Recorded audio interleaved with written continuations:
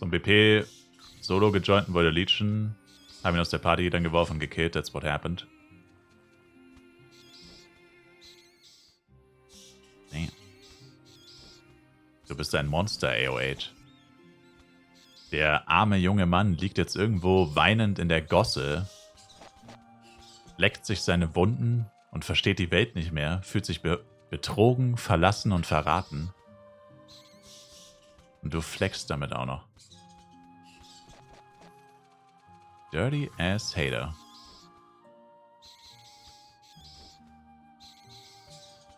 Das ist crazy.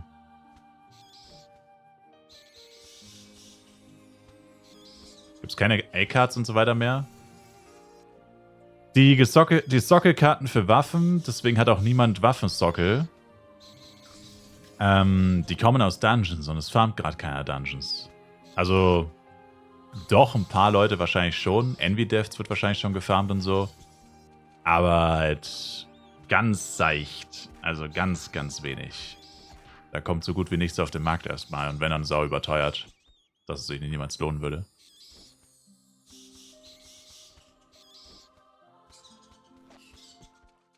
Was hat er wieder gemacht? Musste aber dann off. Somit ist jetzt meine Party natürlich wieder weg, muss also wieder neu starten.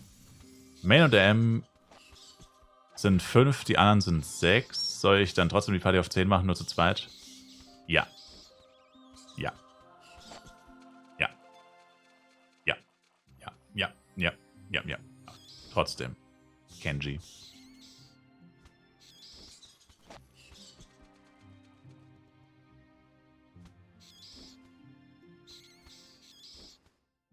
Wenn ich nach 2 Tagen 8 Char sagen kann, es geht besser als gedacht, man hat nie Party-Probleme. Und du hast immer Link Attack. Also wenn du es dann mal auf Level 20 schaffst. Vor allem regelmäßig und halbwegs schnell. Immer 40% Bonus-Damage. Ich habe immer nur 20% Bonus-Damage. Aktuell zumindest.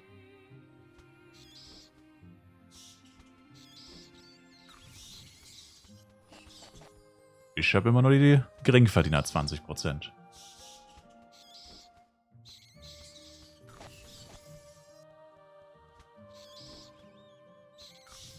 Schon erste Keys für 22 gesehen. Main und M sind 15-3. Oh.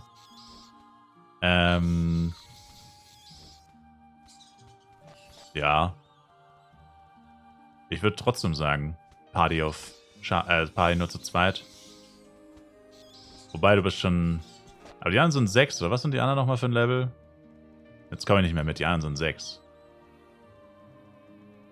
Ja, aber trotzdem Party auf 10 ziehen wahrscheinlich. Also für diesen Fall weiß ich es nicht, weil ich meine, ich habe nie vor Level 20, sag ich mal, aufgehört. Da war es dann halt schon ein bisschen anders. Also ich meine, du kannst es machen, wie du selber denkst, tatsächlich. In dem Fall würde ich sagen... Hauptsache der Mage ist schon Mage. Unabhängig wie du es machst, Hauptsache der Mage ist Mage. Weil du mit einem Mage halt eine viel bessere Killtime hast.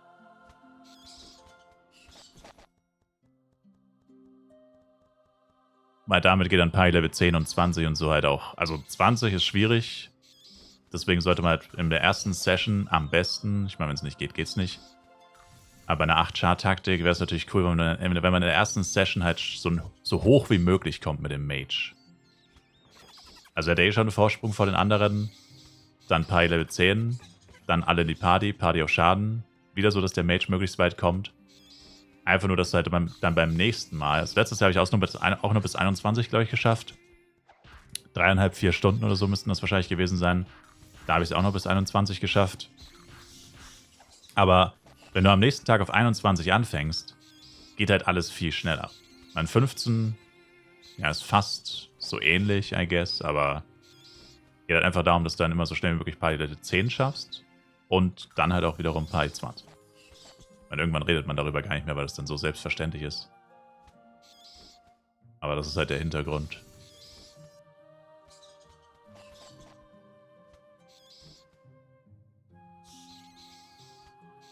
Wie funktioniert das Ostereier-Bomber? Einfach nur Event-Ors klicken, bis es droppt. Yes. Und wenn es droppt, wird deine Pickaxe automatisch zerstört. Und du bekommst trotzdem die Mining-Items. Also ich habe ein Türkis mit der Qualität D bekommen. Ich habe ihn dann einfach weggeschmissen. Kann man beim NPC leider nur für einen Penya verkaufen. Fände ich cool, wenn die vielleicht noch ein bisschen Penya wert wären, aber naja, gut. Sag mal so, mehr als 500 Penya oder so wären sie jetzt wahrscheinlich auch nicht wert gewesen. Aber ja. Ist goofy, das Event. Das ist richtig goofy.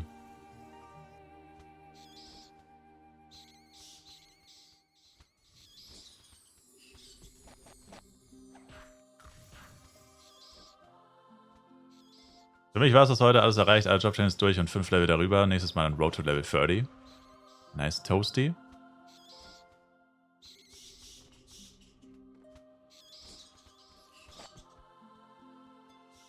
Der Typ ist einfach 6.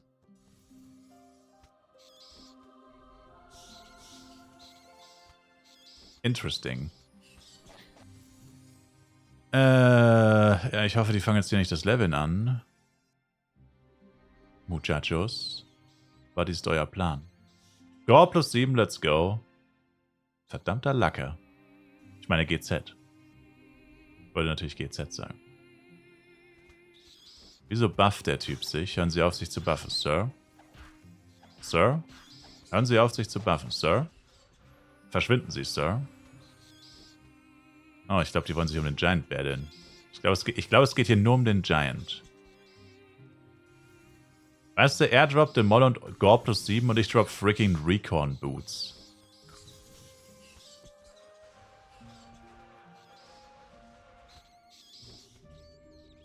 Wie levelt man das Knight bis 65?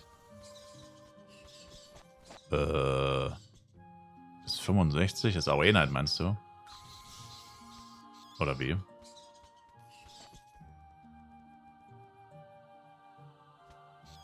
Kann ich meine Suit ohne G-Pro auf 2 sockeln?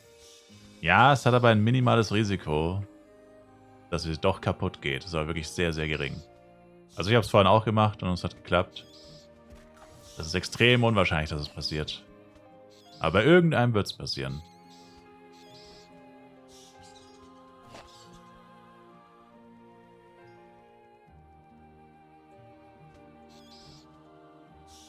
Von 20 bis 50 ging gefühlt schneller als von 1 auf 20. Da lag es auch an mir und meiner langen Abstinenz von Flav. Möglich.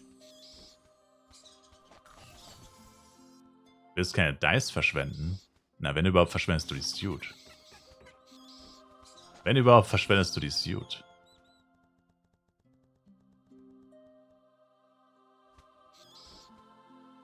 Die Dice sind ja tatsächlich gar nicht mal so wertvoll eigentlich.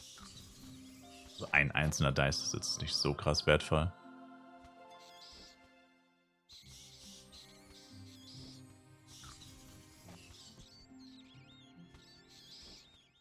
Gute Nacht, Toasty. Thanks for watching, my man. Wieso level ich nicht auf Channel 4 ist, Jester? Weil ich nicht im Lotto gewonnen habe und mein Pen ja nicht zum Fenster rausschmeißen tue.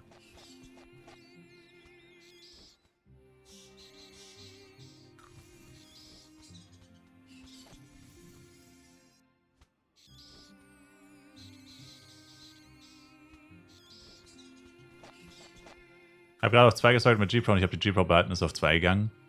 Ja, wenn es fehlschlägt, wäre die G-Pro weg und das Item wäre nicht mit 2 Sockeln. Aber es hat ja nicht jeder eine G-Pro. Also ich hatte zum Beispiel keine, ich habe es einfach riskiert.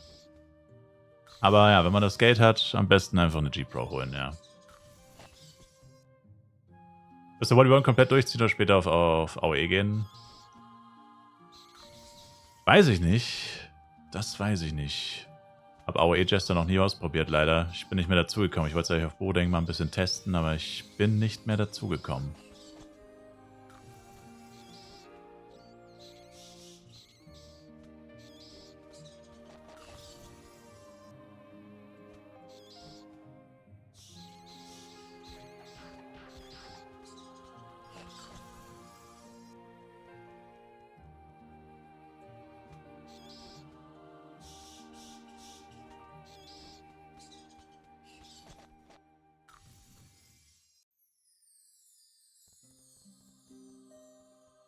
Okay.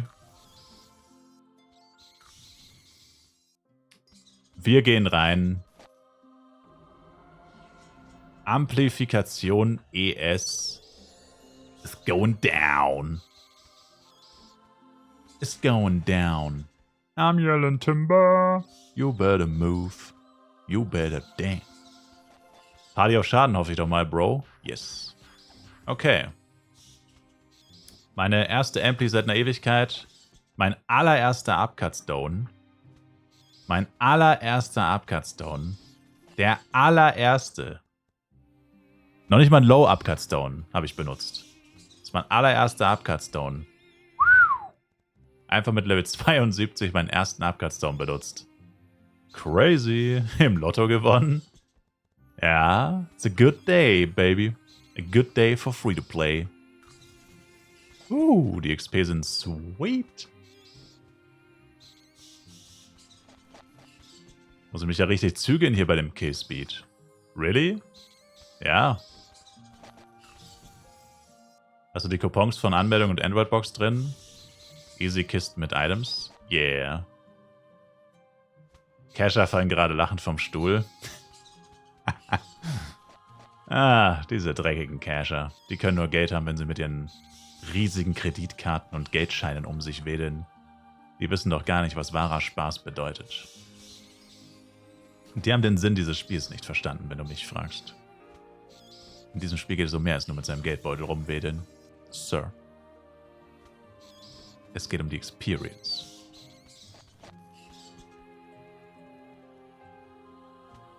Kreditkarten sind nicht riesig, Sir. Tja, siehst du, das weiß ich nicht. Ich habe keine. Kappa.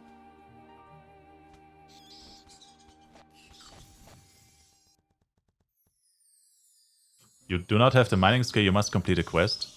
Du musst auf St. Morning zu Levi und du musst die Quest nicht mehr abschließen, Bomber, du musst sie nur annehmen. Ich habe die Quest auch nicht abgeschlossen. Heißt Mining Class.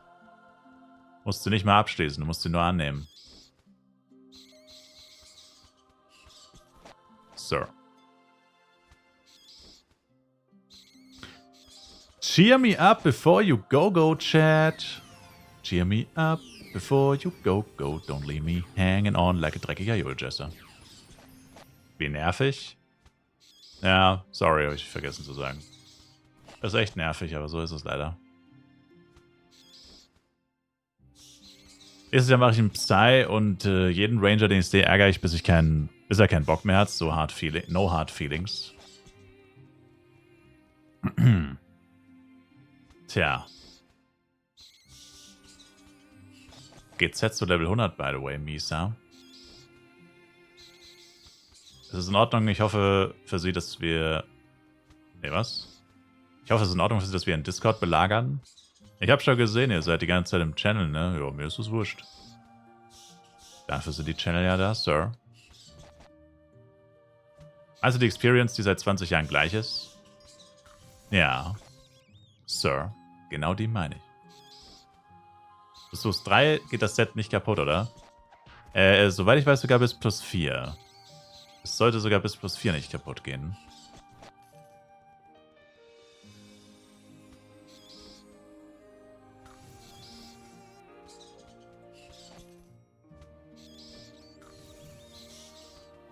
Never change a good experience. True. Das mit dem Altar ist so bescheuert. Die Monster stehen literally in dem Baum drinnen, laufen nicht weg, aber du darfst bloß nicht diesen Schriftzug triggern, dann laufen sie weg. Das ist unendlich bescheuert, ey. Dass man auch ausgerechnet mitten in die Monster so Safe Zones reinpackt.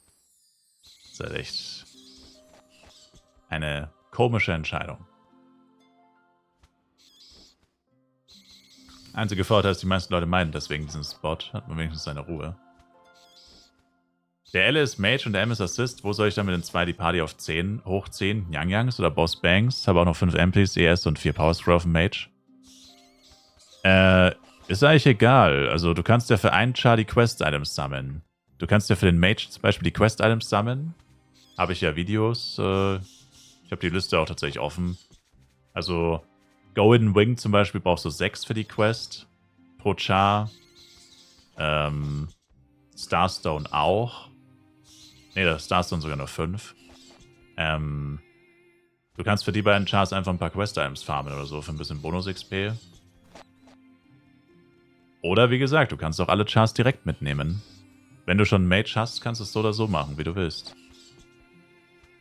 Du kannst auch direkt nach St. Morning schon gehen mit den ganzen Leuten. Und Banks würde ich eher meiden, wenn du mit Leechern rumläufst. Die haben nämlich so einen AOE-Attack. Android-Login nicht vergessen, Guys, Tag 2. Yes. Ich habe das vorhin schon gemacht, tatsächlich. Ich habe das nach meinem zweiten Ghost-DC heute gemacht. Weil ich da eh gerade meinen Chia verloren hatte und so einen Scheiß. Lohnt sich das überhaupt, Bomber, das Event? Ja, und das Beste an dem Event ist, du musst es nicht fertig machen. Also wer morgen noch anfangen würde mit dem Easter Egg Event, also wer erst morgen Level 61 erreicht, könnte das auch noch machen. Aber du brauchst gar nicht die vollen 20 Tage. Also brauchst maximal 20 Tage. Wenn du Pech hast, mehr tatsächlich. Also im schlimmsten Fall kann man auch mehr brauchen, I guess. Oder nee, wobei sie haben gesagt, maximal 20 Tage, ne? Aber egal, ist egal. Guck dir mal die letzte Box an. Die ist Trash. Die letzte Box gibt dir nämlich diese Chrome Pickaxe. I guess in einer neuen Variante oder so, keine Ahnung. Und ansonsten sind das nur so Produktionssachen, die du halt fürs Lifestyle-System brauchst. Wenn du das aber gar nicht machst, dann ist die 15er Box das letzte. Das heißt, du machst es dann nur bis Tag 15 im Endeffekt. Oder bis zum Ei 15, besser gesagt. Also Tag 15 hängt ja davon ab, wann du anfängst. Genau. Macht das überhaupt irgendwer? Ich glaube, die meisten haben das schon wieder vergessen, dass das Event läuft, weil, ja, man sieht sehr viel von diesem Event-Ohr. Also von diesem Chrome-Ohr. Sieht man sehr, sehr viel. Also müssen es die meisten eigentlich fast ignorieren, weil ich habe doch nie jemanden gesehen, der das gemacht hat, aktiv. Also, keine Ahnung, dass so neben mir so ein Ding ist und jemand baut es dann gerade ab oder so, habe ich auch noch nie gesehen. Also, ja. Also es geht halt auch erst ab 61. Also im Low-Level zum Beispiel macht es Sinn, dass du nie jemanden gesehen hast, weil da geht's ja auch nicht. Aber auch, oder ich meine, ich bin jetzt schon eine Weile über Level 60, habe ich auch nie jemanden gesehen. Aber ich mache das schon als Free-to-Play. Eine Box hat Upcut Stones, glaube ich. Let me check that real quick. Also als Free-to-Play, finde ich, lohnt sich schon. Ja, hier. Also die 5er-Box ist zum Beispiel gut. Scroll of Multishop. Scroll of Resurrection 5. Activision, okay, für einen Jester jetzt natürlich nicht. Und Spring Buff Lucky Box. Bei der 10er Box sind 10 Upcuts, 5 Amplis, 10 Flask Boxen. Ja. Free to play, baby. Free to play, baby, let's go. Free to play one time. Free to play one time. Und bei der 5er Box, okay, die 5er Box ist Trash. Ja, die 5er Box ist Trash. Also die 10er Box ist gut, die 15er Box ist gut, die 5er Box ist okay, I guess. Ja. Und die 20er Box ist eigentlich komplett useless, wenn man keinen Lifestyle macht. Und die meisten Leute machen ja keinen Lifestyle. Ja. Aber die 10er Box sollte man sich schon mitnehmen, vor allem als Free-to-Play. Livy und dann Mining Class. Genau, und du musst die Quest nur annehmen. Rest braucht man nicht. Nope. Zumindest nicht für dieses Event. Für dieses Event brauchst du nur Mining. Ich habe die Quest immer noch angenommen. Mach einfach den Haken raus, dann nervt sie dich nicht am Rand. Und dann kannst du sie einfach ignorieren. Weiß nicht mehr, wer den Tipp gemacht hat, mit dem, dass man sie nicht abschließen muss. Wusste ich auch nicht. Hat irgendjemand im Chat gesagt, ich weiß nicht mehr, wer es war.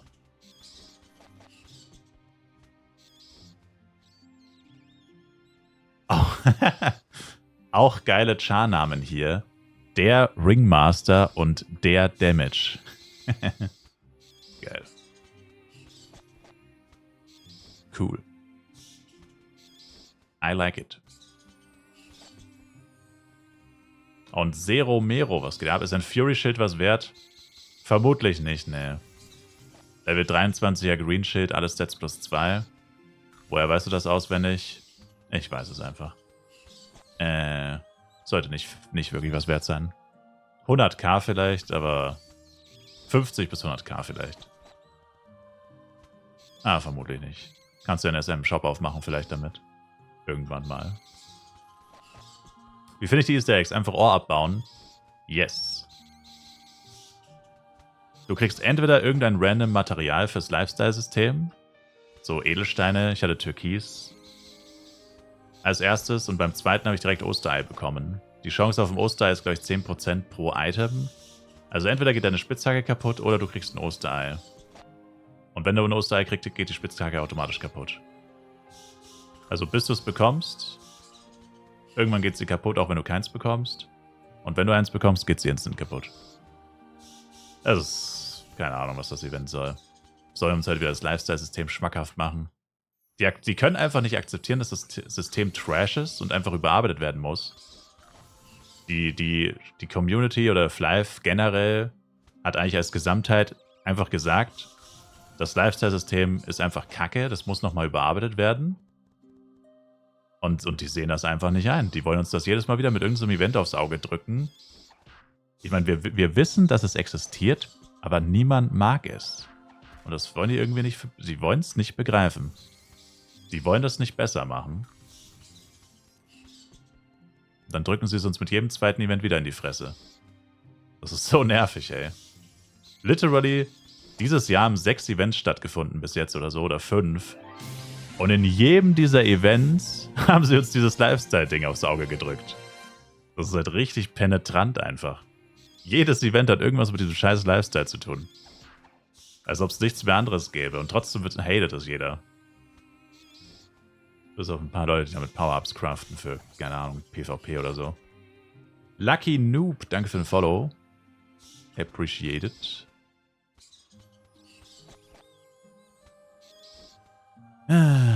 Und, genau. Ist Gigglebox für immer das Pet? Nein, 15 Tage. Aber alle 15 Tage 14 Millionen Penya ist sehr günstig. Du kannst es halt leider nur nicht zweimal hintereinander kaufen.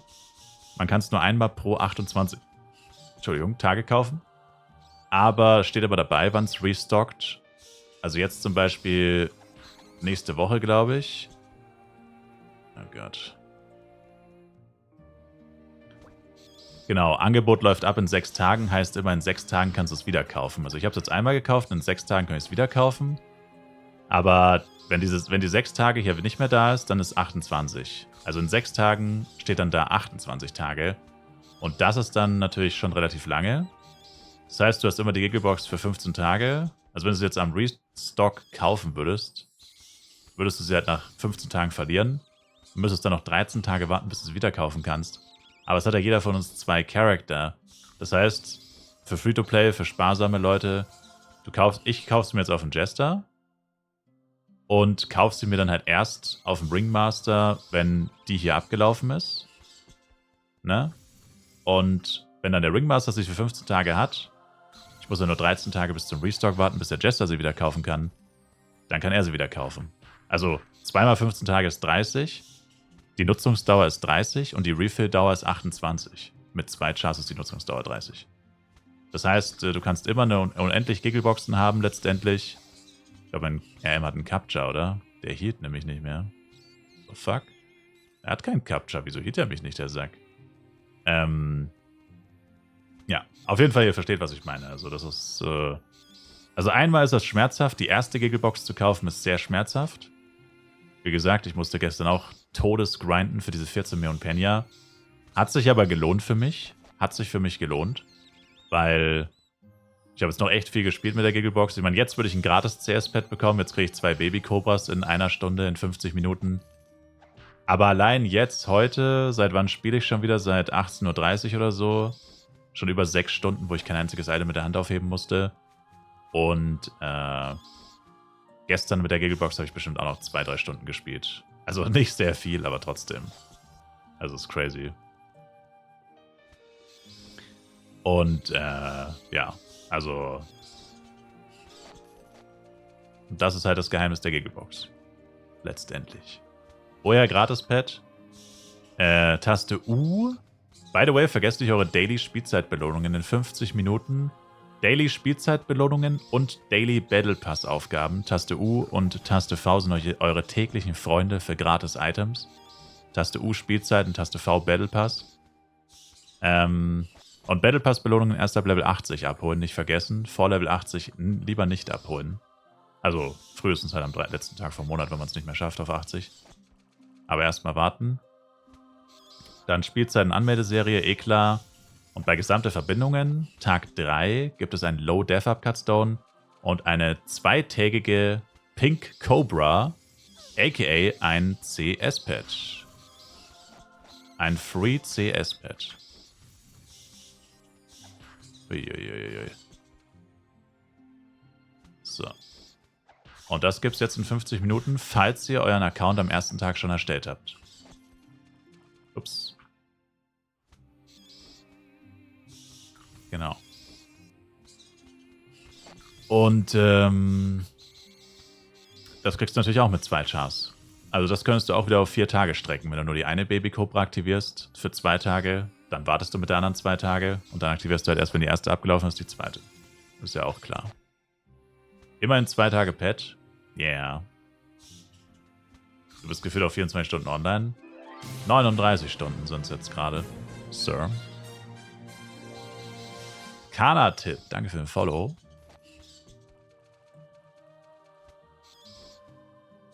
Ich will gar nicht wissen, wie viel Time die Devs dafür gewastet haben. Ja, deswegen verstehe ich auch diese Unwilligkeit nicht, dass sie es nicht nochmal überarbeiten. Das Problem an dem Lifestyle-System ist ja gar nicht das System selber eigentlich. Also vielleicht ein bisschen. Ich meine, ich finde persönlich, es passt einfach nicht zu Flive, muss ich ehrlich zugeben. Ich war noch nie so Fan von so Mining und Fishing in Videospielen. Aber gut, ich meine, das ist halt Geschmackssache. Ich meine, nur weil es mir jetzt nicht gefällt, ich meine, das ist ja mein Problem letztendlich. Aber das ganze System ist halt einfach so, es ist viel zu grindy. Alle Power-Ups, die man davon craften kann, verliert man beim Tod, by the way. Also auch das ist, glaube ich, etwas, was selbst PvP-Spielern nicht ganz so taugt. Wobei, ich weiß nicht, ob du es beim PvP-Tod auch verlierst. Aber beim PvE-Tod verlierst du sie. Ob man sie bei einem PvP, weil da wird ja, glaube ich, unterschieden zwischen PvE-Toden und PvE-Toden. Das ist ja nicht das Gleiche. Das weiß ich tatsächlich nicht, weil ich spiele eigentlich kein PvP. Aber ich meine, wenn so wenig Anklang in der Community gefunden wird, dann heißt es ja eigentlich wirklich, niemand feiert das wirklich. Und daran merkst du halt einfach, okay, du musst offensichtlich nochmal ran und nochmal die Stufen runterschrauben mit den Lifestyle-Punkten, wo sich die Chancen verbessern beim Craften und so weiter. Vielleicht musst du einfach das ganze Seengebunden, es ist ja auch wirklich alles, fast ausschließlich Seengebunden, was man craften kann und so. Also all das, was halt nicht gefeiert wird, musst du vielleicht auch mal drüber nachdenken. Weil ich meine, was bringt es, ein System zu haben, was dann jeder hasst letztendlich? Und das verstehe ich halt nicht. Wieso sehen die das nicht ein? Das ist ja auch schon über ein halbes Jahr her und es wird immer noch gehatet. Und das wird sich halt auch nicht von alleine ändern. Dann müssen sie schon was machen dafür. Wenn sie es nicht ändern, wird es weiter gehatet. Und ignoriert. Ich meine, es wird eigentlich gar nicht wirklich gehatet. Es wird einfach literally ignoriert. Es interessiert einfach niemanden. Level Up auf dem Ringmaster. Ringmaster of Disaster. Ist tatsächlich auch big, das Level Up. Spiritual Fortune auf Level 7.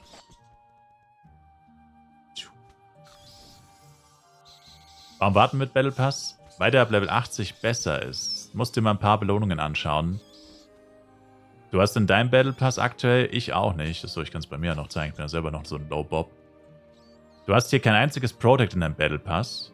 Kein einziges. Vor allem nicht die 5 am Ende. Smiting Scroll Box am Ende. Da hast du gar nichts. Da hast du eine Scroll of Resurrection. Wenn du Level 80 bist, oder wenn ich nachher Level 80 werde, nachher irgendwann mal, dann sind hier plötzlich 5 Smiting Scroll Boxen. Und so weiter. Also, der wird dann geupgradet, der Battle Pass. Aber halt erst ab 80. Wird quasi unterschieden zwischen Low-Level-Spielern und High-Level-Spielern. Außer bei dem Bezahlpass. Der Bezahlpass ist immer gut. Also der Bezahlpass ist immer gleich, wenn du ihn gekauft hast. Ab 80 oder gibt es davon noch Besseres? Nö. 1 bis 79 ist eine Gruppe und alle anderen sind 80 plus.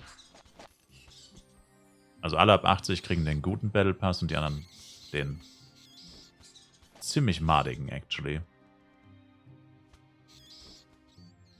Wie kannst du so viel zocken? Ich fühle mich nach 5 Stunden wie ein Zombie. Tja. Ich wurde geboren dafür, Sir. Geboren, um zu zocken. Verkauft hier wer 600 F-Coin, fragt Bomba. Ist eigentlich der Char weg nach dem World Cup? Nee, den kannst du mit auf Borodeng nehmen. Der ist nicht weg. Ich hab gehört, es gibt 2 Coupons, ich habe nur den heutigen. Du hast nur den heutigen. Das hier ist der andere, der nicht heutige.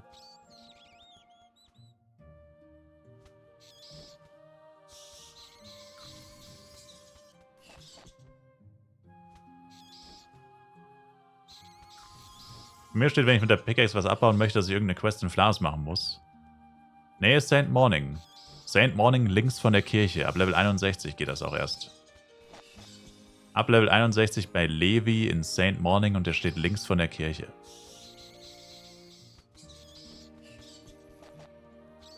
Levi oder Levi oder whatever. Keine Ahnung. Ist mir auch ziemlich egal. I don't give a damn.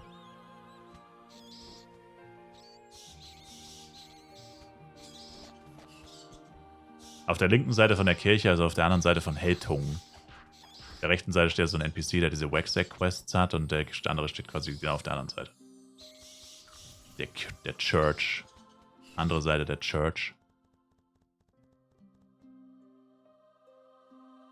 Ja, fuck.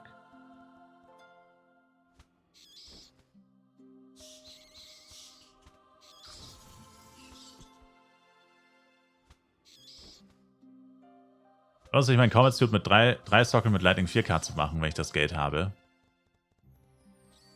Wenn du das Geld hast, vermutlich schon, weil du trägst es ja bis Level 90. Also ich habe nicht das Geld, ich habe 2 Sockel mit 6% gemacht. Was mich insgesamt so 2,5 Mio gekostet hat. 2 Power Dice und 2,5 Mio müssen das gewesen sein. Die Karten habe ich einfach auf dem Boden aufgesammelt. Hat leider ein bisschen gedauert, bis ich 2 hatte. Weil ich nicht standardmäßig aufhebe. Ich musste halt warten, bis ich sie wirklich liegen sehe.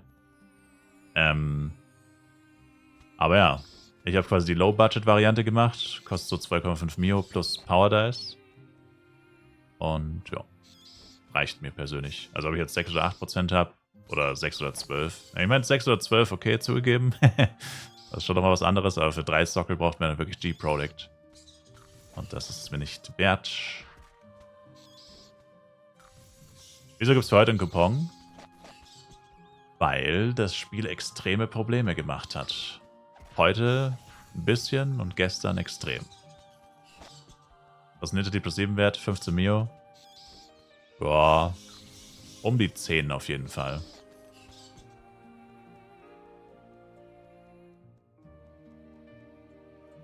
Also der Moll plus 7 war von Current Offer 300 F-Coin, glaube ich. So krass, wie hoch die Leute schon sind. Naja. Was so ein bisschen Cash alles macht, ne? Penya Flask. Penya Flask.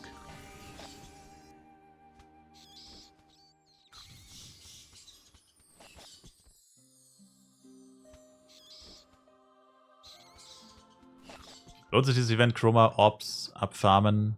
Ja. Für Free-to-Play-Spieler schon. Erstens dauert es ja nicht so lange, das ist ja eigentlich schnell erledigt und man kann es ja nebenbei erledigen, weil diese Chrome-Ore-Dinger sind ja wirklich überall. Und auch echt unselten eigentlich. Und man muss die Quest nicht extra annehmen. Ist für mich persönlich das größte Plus. Ich liebe Events, wo man die Quest nicht extra annehmen muss und ich hasse Events, wo man die Quest extra annehmen muss. Vor allem, wenn es sowas ist, wo du wirklich einfach nur, sei 60 Minuten online und töte 50 Monster oder so. Also sowas, was man sowieso nebenbei macht, dann können sie mir auch gleich die Quest ins Ding geben. Und ich muss nicht mal drüber nachdenken. Dann sehe ich irgendwann die Pickaxe in meinem Inventar und dann kann ich es machen. Und zwar jederzeit. Einfach, wenn ich das nächste Mal an so einem Ding vorbeilaufe, Pickaxe ausrüsten, abbauen, fertig. Was ist im heutigen Coupon? Geiler Shit, 5 Upcut Stones und 2 Amplis. Also aus Free-to-Play-Sicht geiler Shit. Für Pay-to-Play-Player sind es lausige 500 F-Coin. Kleingeld.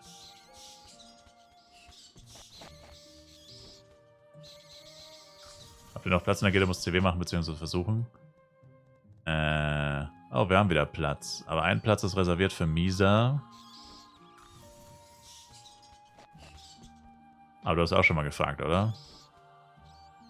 Ey, Tornado, by the way. Ich bin mir ziemlich sicher, dass du das warst. Der hat auch so einen komischen Namen.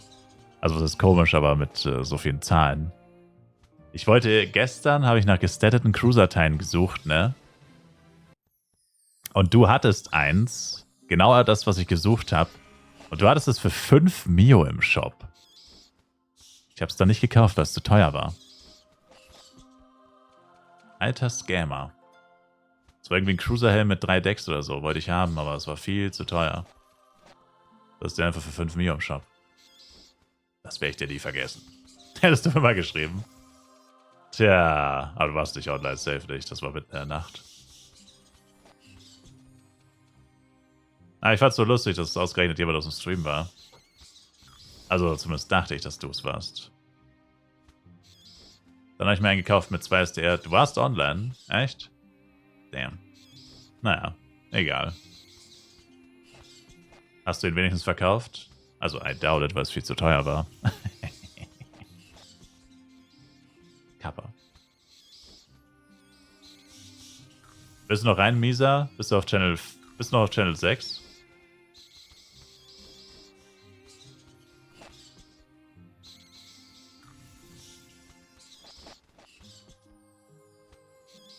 Naja, auf jeden Fall wegen Gede und CW, ja, weiß ich nicht. Also.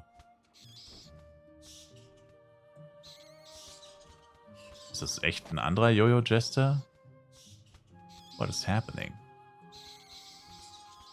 Anderer Jojo-Jester, der auch mit Multistab levelt. Bruh.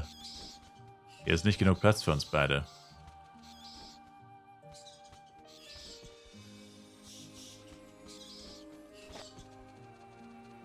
Hier ist nicht genug Platz für uns zwei beide, Lil Bro. Hier sind halt echt nicht so viele Monster. Zu zweit ist schon wieder ass. Wie lange noch Kung Fu Jester? Hast schon Historio? Also, ich habe jetzt dann noch einen zweiten Arc Plus 7. Tatsächlich fehlt mir eigentlich noch das G-Jojo. Darf man im Chat betteln?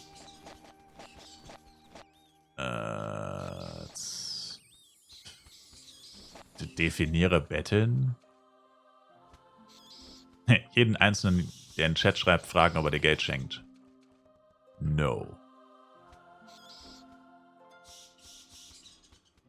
Sir. Das hier ist nicht die Wohlfahrt, Sir.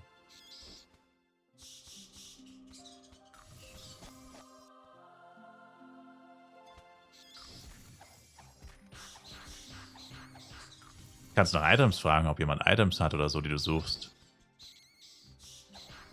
Das schon.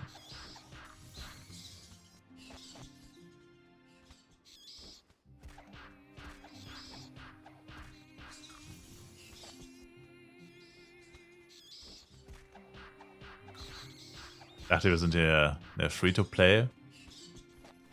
Eine Free-to-Play, was?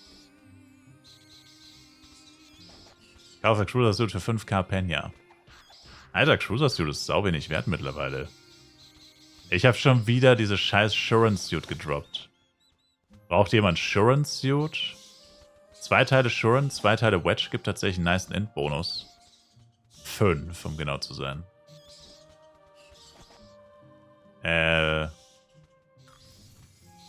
Behemoth. Hier. Ach, Gildeneinladung geht nicht über Fuck, was?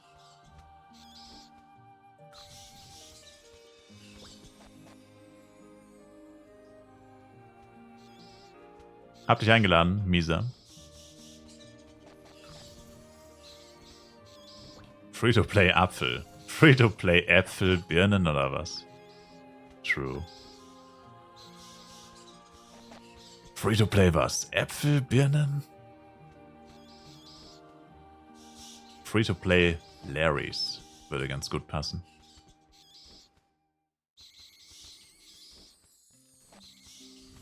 Ach ja, Zerpraxio, du hattest auch schon gefragt, ne? Einfach stockfinster sein, Menschen? Was genau?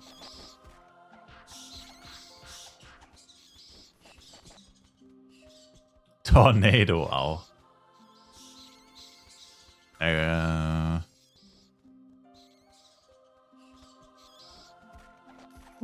Sheesh.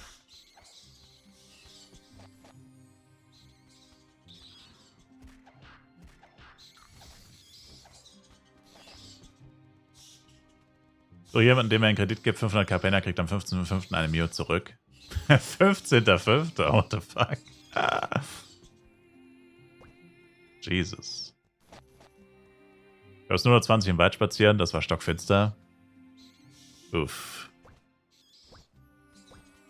Da stelle ich dir doch jetzt mal ganz unverblümt die Frage: Willst du abgestochen werden?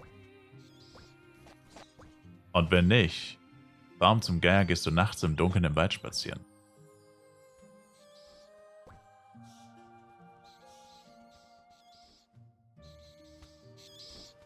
Mir war danach, abgestochen zu werden.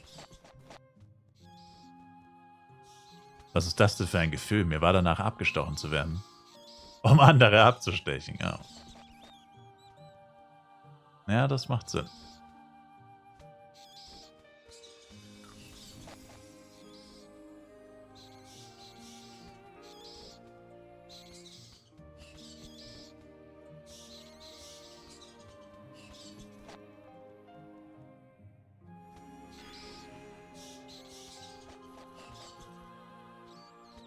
War gerade auf einer Party und jetzt geht's zurück in die Level-Party. Hast du Alkohol getrunken? Junger Mann. Ey, JG, das ist... jetzt ist aber wirklich hier... Also jetzt wird's aber langsam unverschämt, JG. Du hast dich 2 Tage krank gemeldet und dann gehst du auch noch auf eine Party? The fuck? Jetzt wird's aber langsam unverschämt hier, junger Mann. Also... Meldet sich 2 Tage krank und geht am gleichen Tag auf eine Party, ey. Was geht bei ihm, ey? Das ist verrückt.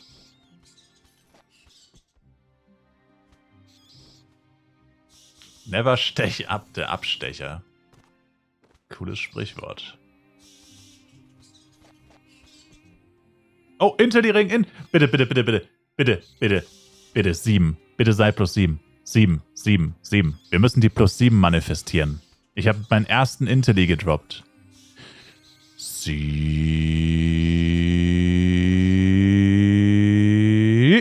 Oh, er ist clean. Plus fucking 0. 0 fucking nothing. Scheiße, ey. Schlechter geht's nicht. Ah. Danke. Wer hat 0 geschrieben? Envy. Warst du wohl Envy auf mich? CW könnte man machen, muss eh easy machen, oder? Ja. Ja, dafür bin ich leider noch ein bisschen zu schwach. Ja, geh am besten noch jetzt rein, dann hast du nur 24 Stunden Cooldown. Ist noch Platz in der Gilde? Yeah. Wolltest du jetzt CW machen? Ach so. Du müsstest aber mit beiden Chars joinen, oder? Also erst, ich glaube, du brauchst für CW keine Gilde mehr. Also ich habe es noch nie ohne Gilde gemacht, aber ich glaube, du brauchst für CW keine Gilde nicht mehr. Engel, ich glaube, du brauchst keine Gilde mehr für CW. Das haben die doch geändert. Ich bin mir ziemlich sicher, dass sie das geändert haben. Also. Demol? Demol?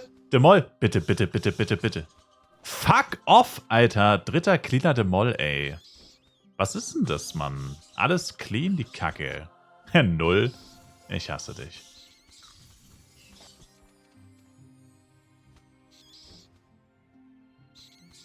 Reicht, wenn man derselben Party ist. Ich meine schon, ja. Also -2. Du hast noch gar keinen gedroppt. Tja. Und jetzt gebe ich dir ganz sicher nicht den Cleanern hier. So. Kommt davon, wenn man nicht casht.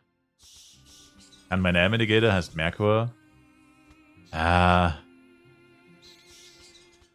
Erstmal nicht eigentlich. Weil es mit CW natürlich ein bisschen blöd ist.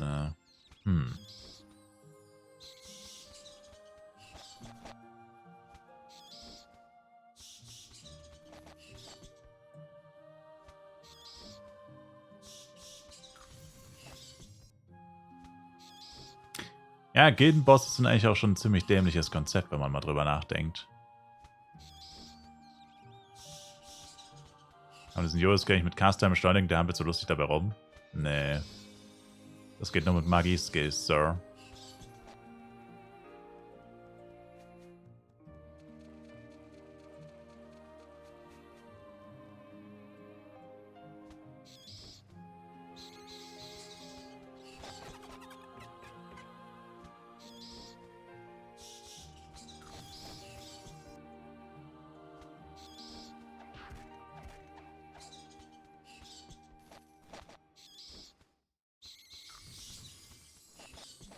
Warum im Galaheim immer das letzte bisschen Spaß im Leben? Das ist eine gute Frage, ja.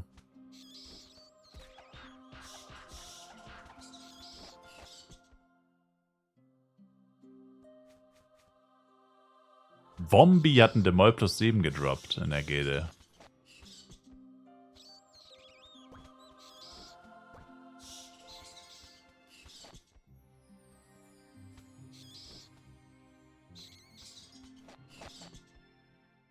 He crazy.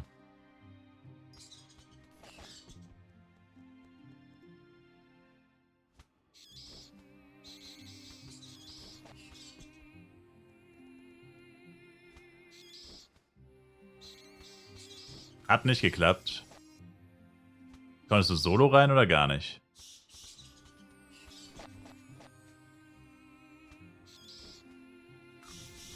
Solo? Fuck. I'm sorry.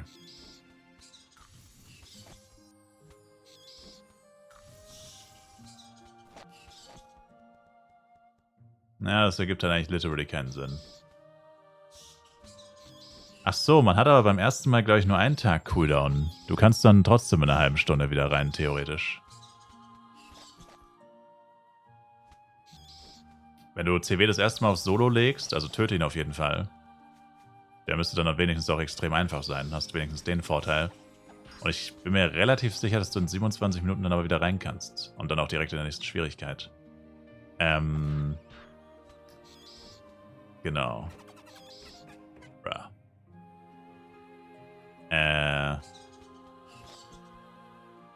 Einzige Ding ist halt, ja.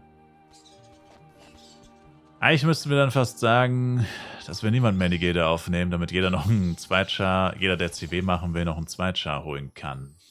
Haben wir überhaupt irgendjemanden, der überhaupt CW machen kann? Oder will? Oder würde? Oh, Misa. Damn. Yeah. Ja, ich müsste mir dann fast sagen, keine... Darkon Bürgermeister ging die los, oder? Yeah.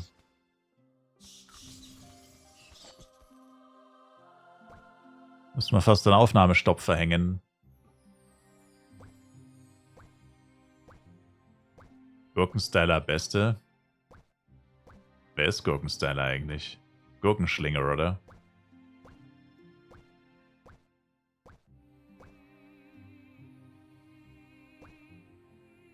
I guess.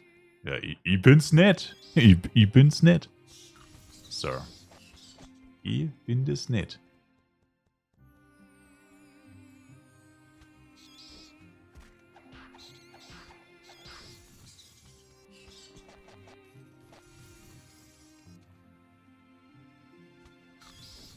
$45er Star für eine Mio verkauft. Oh, nur? Echt? Das ist ja crazy. Hätte gedacht, der ist mehr wert. Das ist ja der zweitbeste für 4G. Also nicht 4G, aber halt unter G.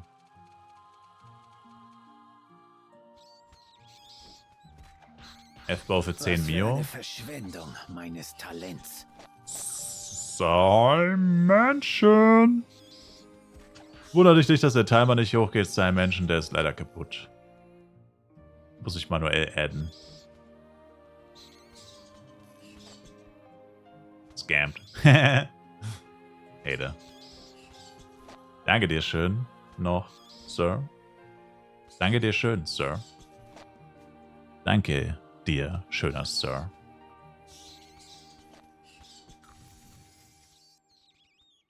Und ja, wann ich schlafen gehe, JG, weiß ich nicht. Aber ich hätte jetzt pauschal gesagt, vom Gefühl her wahrscheinlich zu einer ähnlichen Uhrzeit wie gestern. Also so in 7, 8 Stunden vielleicht oder so.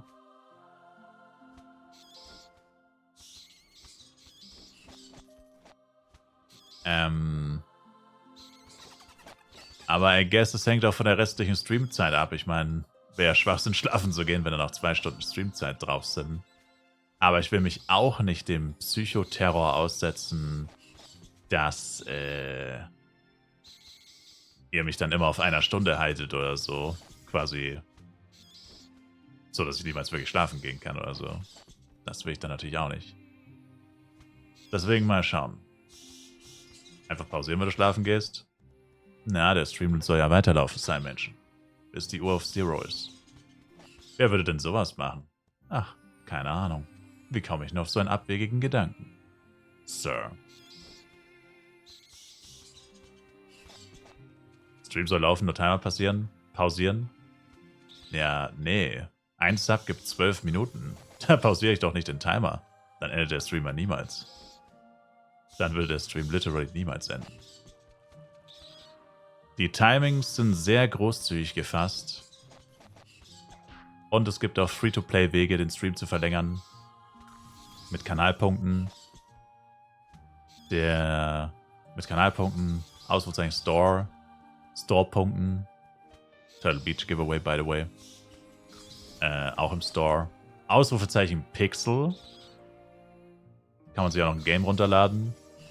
Gibt auch nochmal Verlängerung und so weiter. Also es gibt sehr viele Möglichkeiten. Und wie gesagt, auch sehr großzügige Timer, würde ich sagen. Also Subs 12 Minuten ist schon ziemlich viel. Also ich denke, das ist schon fair so. Ich meine, der Stream läuft jetzt seit 40 Stunden und von diesen 40 Stunden habe ich 7 geschlafen. Also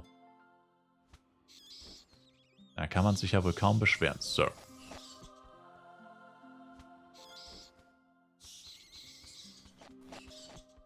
Sieben geschlafen und eine war ich vielleicht AFK. 1 Stunde insgesamt. Mit allen kurzen Pausen zusammen. Die 2 Minuten sind es mir wert. Naja, ich weiß halt, dass es mehrere Leute gibt, die Millionen von Kanalpunkten haben. Also es gibt Leute, die haben genug Kanalpunkte, um den Stream um 1, 2 Stunden zu verlängern. Ich meine, wenn sie es nicht tun, dann tun sie es nicht, aber das weiß ich ja nicht, ne? Also theoretisch besteht die Möglichkeit, dass der Stream nur mit Kanalpunkten und Storepunkten noch über einen Tag geht. Ohne auch nur einen einzigen Sub zu spendieren. Quasi komplett Free-to-Play. Wenn einige Leute ihre Punkte dafür opfern. Wenn sie es nicht tun, dann ist es halt so. Aber die Möglichkeit ist da.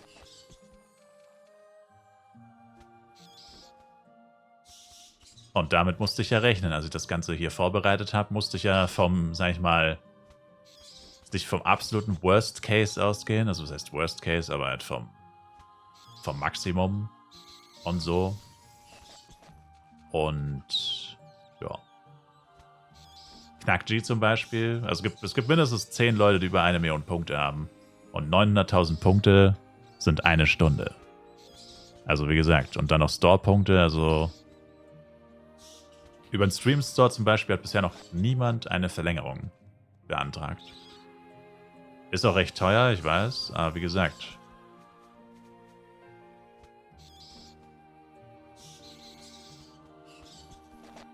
Du wolltest dich doch selbst leiden sehen, oder? Nö, ich wollte einfach, dass es passt. Dass es fair ist. Fair für mich, fair für euch, fair für alle. So. Und bis jetzt würde ich sagen, haben wir das doch geschafft. 40 Stunden Stream. Mindestens 50 Stunden Stream.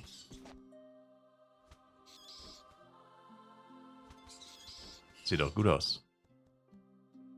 Bitte stalken Sie nicht unsere Kanalpunkte, Sir. Wir sparen hier auf Mod. Tja, ja, wer auf Mod spart, gibt jetzt natürlich keine Punkte aus, ne?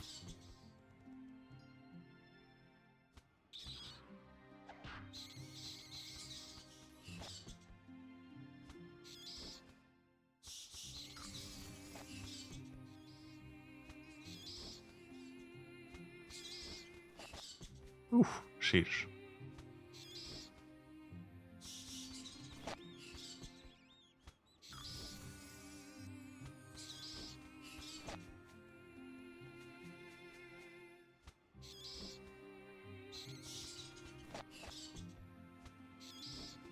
Der Server Neustadt nochmal Ping gehabt? Ja. Nach dem Server Neustadt direkt war es eigentlich ziemlich kacke sogar. Nach dem Server Neustart war es gar nicht mal so gut. Hat dann echt lange gedauert, bis es wieder gut ging. Also eine Stunde, 1,5 Stunden war sehr wishy-washy. Wo man sich nicht sicher war, leckt es jetzt oder geht's? Aber dann hat es sich irgendwann wieder beruhigt und seitdem geht's eigentlich durchgehend. Aber die Zeit nach dem Server Neustart war sehr ungewiss, sag ich mal. Man wusste nicht, wie man dran ist.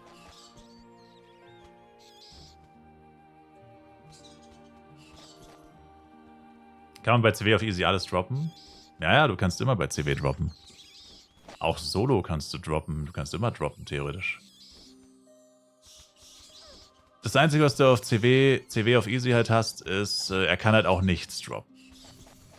Die einzige Besonderheit auf Easy ist halt, er kann auch nichts droppen. Theoretisch. Aber sonst, abgesehen davon, dass er nichts droppen kann, theoretisch. Aber wann kann man Easy machen? Tja, ich meine, der ist schon ziemlich stark. Also du brauchst halt legit Minimum 6,5 KP und eigentlich auch mindestens 30k DPS, weil sonst... Also ich meine, gut, okay, jetzt gerade ist CW-Zeug wahrscheinlich noch ziemlich viel wert. Aber ich meine, es macht... Also, ja, keine Ahnung. Also auf Boding sage ich eigentlich immer also wenn du nicht unter eine halbe Stunde schaffst, dann lohnt es sich eigentlich überhaupt nicht. Ist hier jetzt natürlich minimal anders. Schwer zu sagen. Also mit der AP ist auf jeden Fall so. Damage, ja. Also ich meine, du musst ihn auf jeden Fall schaffen. Und um ihn zu schaffen, brauchst du, sag ich mal, knapp 20k. DPS. Anus-Suit gedroppt. Ey. Also ich habe jetzt eine weibliche Magician 60 Suit und eine weibliche Assist 60 Suit. Braucht es irgendjemand? Irgendjemand? His spawned gedroppt? No way. He's rich. Na, ganz toll. Ein weiterer Multimilliardär ist geboren. Wohl, er gehört in den Müll. Aber ich habe gar nicht Till gesagt. Dreckiger Hater.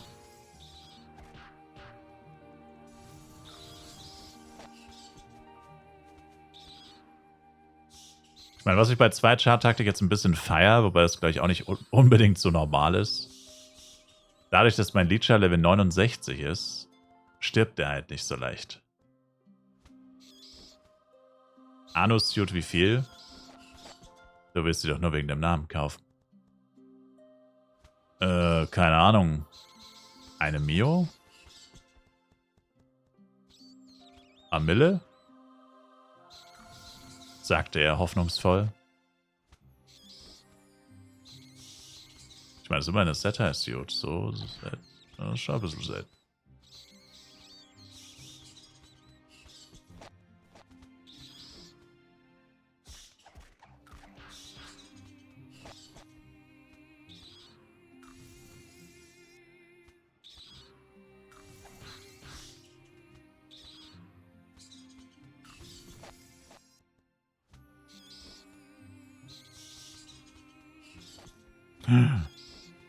Mann, was ist denn das jetzt gerade mit den scheiß Agros, ey?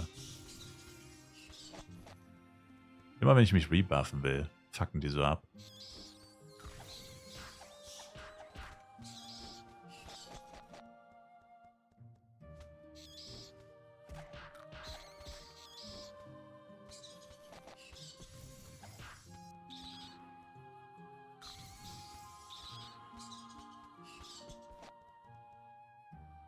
Was ist ein Vigor plus 7 so wert? 5 bis 10 Mio würde ich schätzen. Also 2 Stunden Giant Albert und hat mir noch keinen Bloody Stick. Ärgerlich.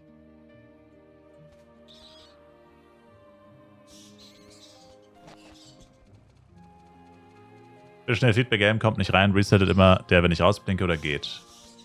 Oh fuck. No. Ich glaube, du kannst nicht raus. Mach ihn einfach. Du kannst in einem 0 Uhr direkt nochmal rein. Aber wieso hast du nichts gesagt? Ich habe doch gesagt wegen der Gilde. Oh no, Mann, wir haben keine Plätze mehr. Hä? Waren wir nicht gerade noch 43? RIP. Nevermind, wir hatten keinen Platz mehr, what the fuck.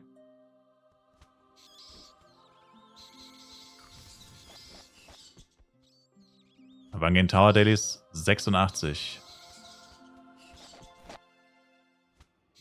Wenn meine M da rein darf, erhöhe ich gleich Gen-Level. Ja, ja.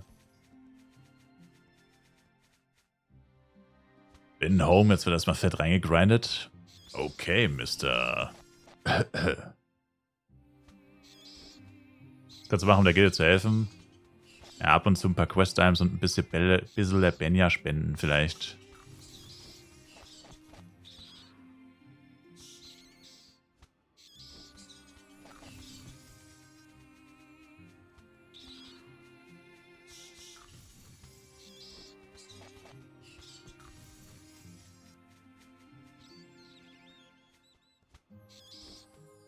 Aber auch nicht alle deine Quests, die spenden. Ist ja auch blöd.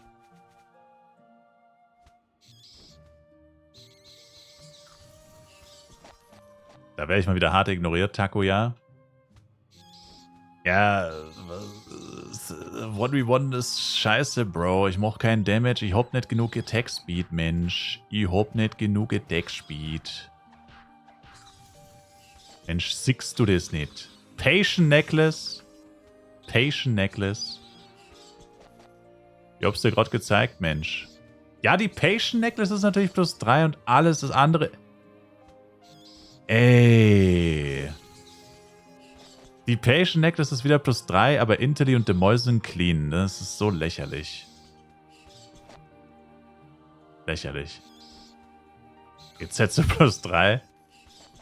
Vorsicht, Sir. Übertreiben Sie es nicht. Ich finde 15 Euro für ein History nicht gerade günstig. Naja, wir sind noch am zweiten Tag. Oder noch innerhalb der ersten 48 Stunden nach Serverstart. Dürfen Sie nicht vergessen, Sir. Es ist noch sehr früh, also sehr teuer. Auch mal Dankbarkeit zeigen. Dankbarkeit für einen Haufen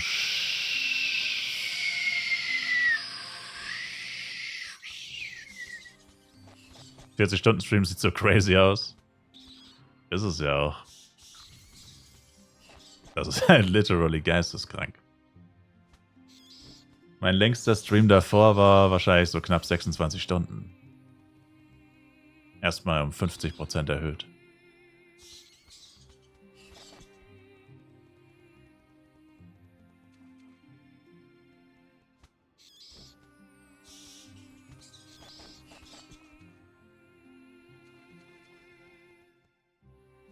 Ich mache 15k DPS CW easy, schaffe ich das? Knapp vielleicht, ja. Müsste halt wahrscheinlich 50 Minuten brauchen oder so. Yay Key, danke für den Follow.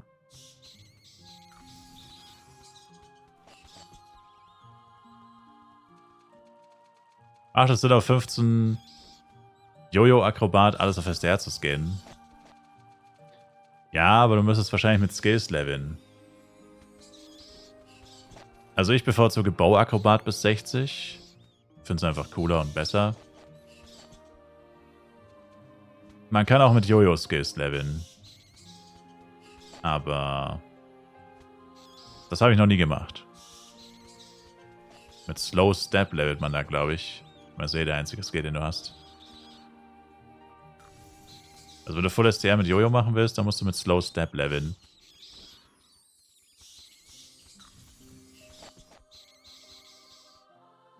Aber mit Jojo bis 60 gelevelt und würde es nie wieder machen. Okay, ich glaube, du sollst dich für den Bogen entscheiden. Ja. Also ich weiß halt nur, Bogen bis 60 ist eigentlich eine ziemlich coole Sache. Also ich habe es ja jetzt erst wieder gemacht. Ich meine, ist auch nicht, Bau ist dann Full Dex, yeah. Und du kannst auf 60, also ich habe es genauso gemacht. Ich habe bis 60 mit Bogen gespielt. Und seit 60 mit Jojo. Kannst gratis dann alles auf STR packen, wenn du willst. Oder wie auch immer du stattest, ist ja egal. Also, ist nicht egal, aber wie du halt statten möchtest. Und, ja. Also, ich hab's literally genauso gemacht. Und ich hab's nicht bereut, im Gegensatz zu manchen anderen Leuten hier.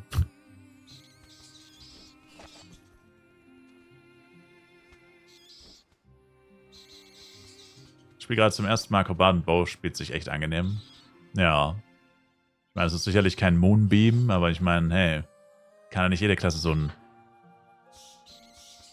Scheiß-Skill haben, der viel zu stark ist.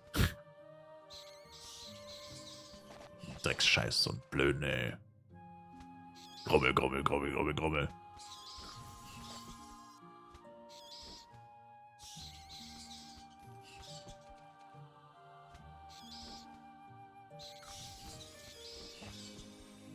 Überlege ja echt, ob ich meinen 23. BP machen soll auf FEC oder ob ich vielleicht nicht anfassen soll. 2S, 2S, 2S. Sir.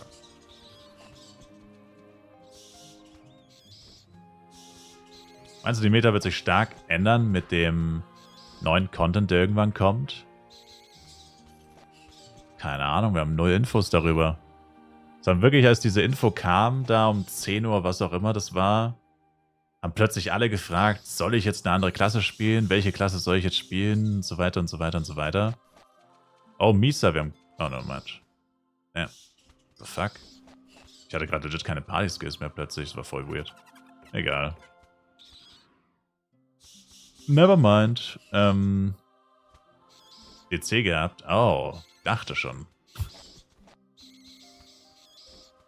Das ist so schrecklich gerade. Ich kann es mir vorstellen, Sir. I'm sorry. Ey, Kurokami, der Typ ist vorhin die ganze Zeit irgendwo gestorben, bei Boost. Lag die ganze Zeit seine XP-Chest rum.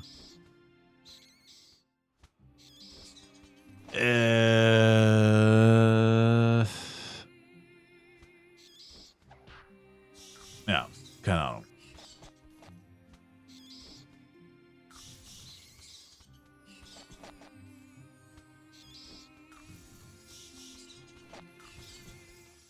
Achso, genau, mit der Meta, die sich ändern wird. Also wie gesagt, haben wir alle gefragt, ob man jetzt was anderes machen soll oder so. Aber wir haben überhaupt keine Infos über das neue Update. Und bis wir keine Infos haben, kann man eigentlich nicht mal großartig spekulieren. Also ein bisschen vielleicht. Aber ein komplett ohne Anhaltspunkte ist es halt einfach nur ins Blaue reinraten. Also ich würde einfach alles machen wie bisher. Und ja, man kann es eh nicht ändern. Es kommt, was kommt. Hoffentlich sagen sie es uns halt frühzeitig. Also, dass man sich halt wirklich auch noch vorbereiten kann. Und nicht so, ja, hier ist das Update, hier ist noch mehr vom Update, und 2 Tage später, okay, und hier ist das Update. So Surprised Pikachu-Face mäßig, wie sie es schon mal gemacht haben. Also, solange sie uns ein bisschen Vorlaufzeit geben, dass man sich halt, wie gesagt, das alles ein bisschen angucken kann und dann halt selber für sich schon mal überlegen kann, vielleicht noch ein bisschen leveln kann und so weiter. Also so eine Info zum Beispiel, die ganz interessant wäre, vorher schon, also auch vielleicht schon ein paar Wochen vorher, wäre zum Beispiel, ab wann sind die Third Jobs? Das ist gleich die Frage, die bisher am häufigsten kam. Und ich meine, das ist ja auch eine sehr berechtigte Frage, weil ich meine, unabhängig davon, wie die Jobs genau aussehen, wäre es halt schon interessant, ab wann überhaupt, weil mal angenommen, du bist jetzt zum Beispiel Level, keine Ahnung, 50 und die kündigen Third Job Change an, du bist noch nicht mal Second Job, ich meine, gut, das 50 ist vielleicht ein bisschen übertrieben, aber wäre halt schon interessant, das ein bisschen früher zu wissen, ne? Und nicht erst auf den letzten Drücker. Damit du halt noch die Zeit hast, sagen kannst, okay, ich wäre da gern dabei, mir fehlen 20 Level, ich habe 3 Wochen Zeit oder so. Oder ich habe mindestens 3 Wochen Zeit. Und in der Zeit kann ich jetzt noch das Level machen, das ich brauche, um eben da direkt mit einzusteigen mit dem Third Job. So halt. Das wäre nice.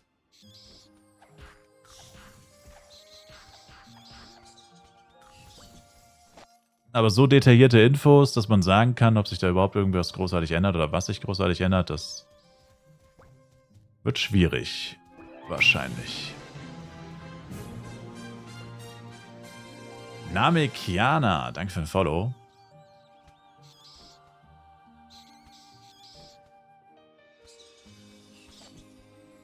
Ja, mal noch mal kurz die Coupons reinschicken. Ach, den ersten hast du doch schon lange, JG. Den ersten hast du doch schon längst eingelöst. Mensch.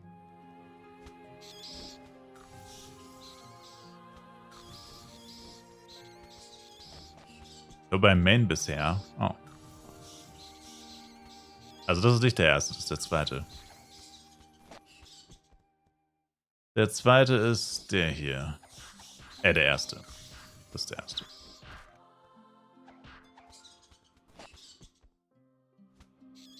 Schnell 3 Wochen krank machen.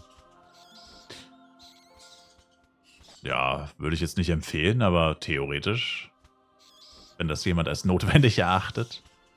Zum Beispiel, ja. Ja, also ich meine, bei so einem fetten Update muss man schon ein bisschen den Spielern Vorlaufzeit geben.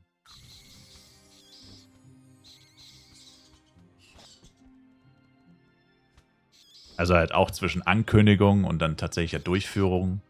Oder Ankündigung der Durchführung, so. Muss schon immer Minimum eine Woche liegen.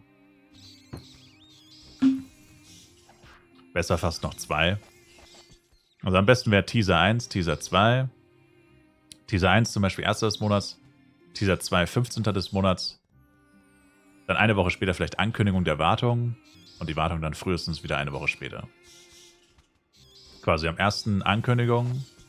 Oder am ersten Teaser 1. Und 28 Tage später ist dann Update, zum Beispiel. Da wüsstest du, okay, jetzt fangen sie an zu teasern. Es kann also nicht mehr lange dauern. Teaser 2, du weißt, okay, es rückt immer näher. Und Teaser und dann das dritte ist dann schon, okay, und es kommt nächste Woche. Also so wäre es, also so Minimum. Dann würde ich sagen, hat man eine faire Zeit, eine faire Chance, noch alles Mögliche zu erreichen, theoretisch. Und am besten sollte halt in den Teasern zum Beispiel drinstehen, was für ein Level soll ich sein? Oder muss ich sein für zum Beispiel Third Job? Das wäre natürlich cool, wenn man das wüsste.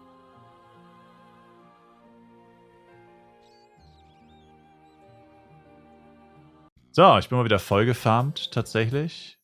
Leute, ich habe keinen Dark on Blinkwing. Aber Town Blinkwing müsste gehen. Ich bin mal wieder voll gefarmt, diesmal mit 70er-Items, teilweise schon 80er-Items. Das müsste eigentlich saftig Kohle geben und ich kann die Clockworks-Quest machen. 3,4 Millionen Skis? Okay. Okay. Yeah, baby, let's go. Achso, wer wollte jetzt nochmal... Prototype, wolltest du jetzt eigentlich die Suit haben für 1 Mio? Prototypesen? Prototype Nation? Ja? Kannst du kurz nach Darkon kommen oder schickst du es mir einfach zu? Bin gerade bei Venel. Ah, okay.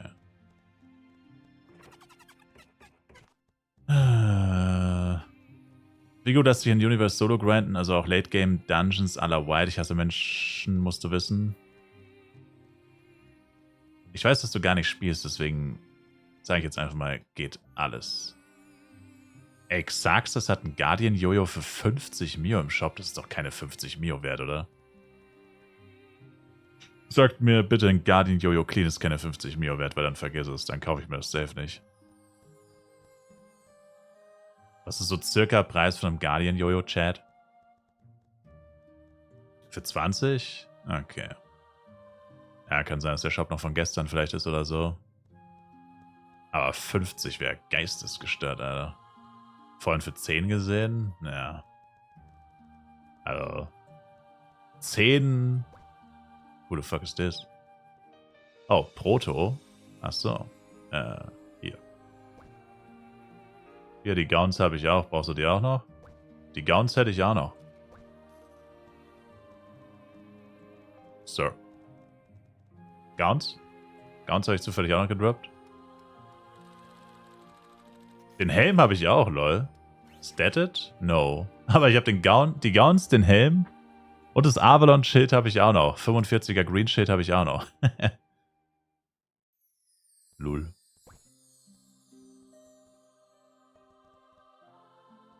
Ich habe einfach das ganze Set gedroppt, ey. What the fuck? Nur die Boots nicht.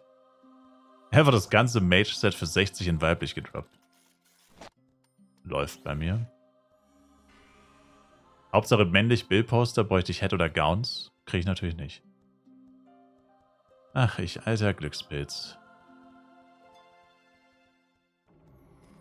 Reicht, danke, okay. Danke auch, Sir. Und, du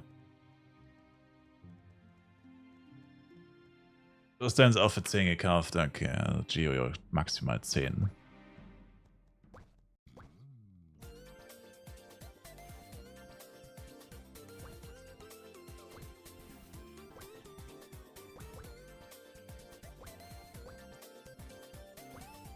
Level up, baby, let's go! Level up, baby, let's go!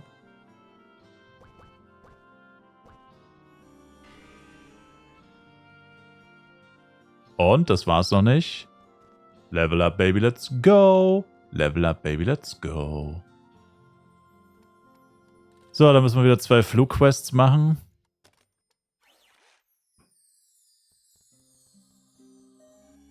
GZ, Dankeschön.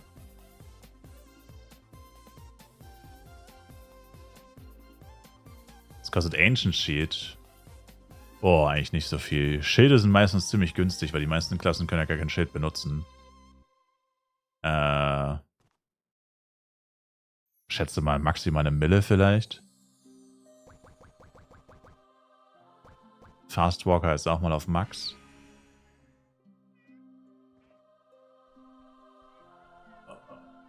So.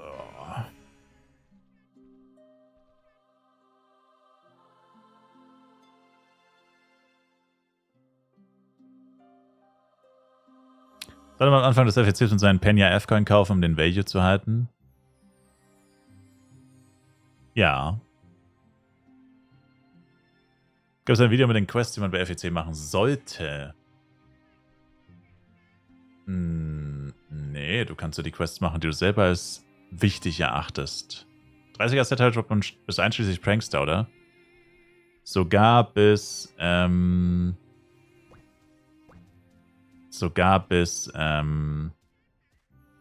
Wheelam. Also ich glaube bis normale Wheelam. Captain Wheelam droppen dann gleich schon 45er.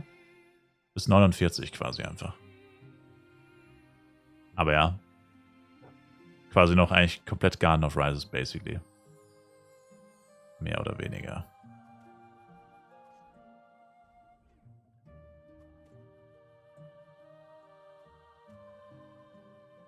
Scheiße, ich glaube, ich habe meine Android-Box gestern nicht geholt. Fuck. Scheiße. No. Ich habe meine Android-Box nicht geholt, Leute. Gestern. Alter, ich war so oft auf Taste U, ich hab so oft durchgeklickt, ey. Mist. Beiden Chars habe ich sie nicht geholt. Scheißdreck. Ich habe by the way die 5 Subs nicht geedit. Ja, das ist nicht so einfach, sei Menschen, das ist übelst umständlich. Ich sammle immer ein bisschen und dann edit ich alles auf einmal. Das ist übel der Scheiß. Weißt du, was die mir gesagt haben bei Stream Elements? Ich habe denen einen Clip geschickt, wie es nicht geht, ne? Ich habe den Clip geschickt, wie es nicht geht. Also wo halt jemand subscribt, dann steht da plus 720 Sekunden, aber es passiert einfach nichts. Und dann sagen die einfach, ja, mach mal das, öffne mal dein Dashboard, wir aktualisieren mal dein Dashboard, pipapo. Geht immer noch nicht. Und dann habe ich einfach so gesagt, ja, und jetzt? Also es geht halt nicht. Was machen wir jetzt? Ich muss alles manuell machen, scheiße. Und dann einfach, wow. Also das Problem hatten wir noch nie. Wir haben es unseren Devs gegeben und whatever. Also crazy. Also quasi Developer müssen sich jetzt angucken, weil es so ein hochkomplexes Problem, also geistesgestört. Junge, was sind denn die normalen Longwings? Was geht ab, Alter? Nur Small Longwings. Es gibt keine normalen oder was? Ich hasse Flugmonster so sehr, das ist geisteskrank. So ein Abfall. Dieses Rumgefliege, dieses Rumgeeire. Ich bin ein Pirat. Ja, ich hätte jetzt erstmal Priorität. Also erstens sind wir wieder voll, glaube ich, oder? Oh, ne, doch nicht. Oh, du hast einige Gegenlevel gemacht. Also ich würde sagen, Devox, dass wir erstmal den Leuten Vorrang geben, die jetzt auch tatsächlich bei CW machen werden. Also no front, aber du bist Level 26, also du hast jetzt wahrscheinlich keinen Bedarf erstmal für den CW. CW ist ja der erste Gildenboss.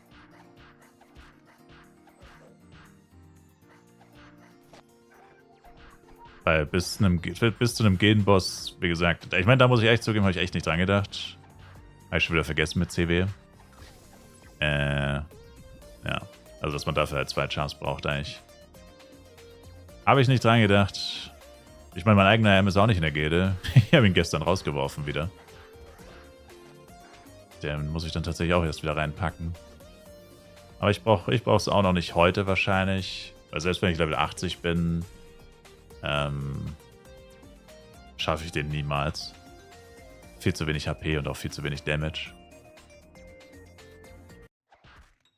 Also von dem her.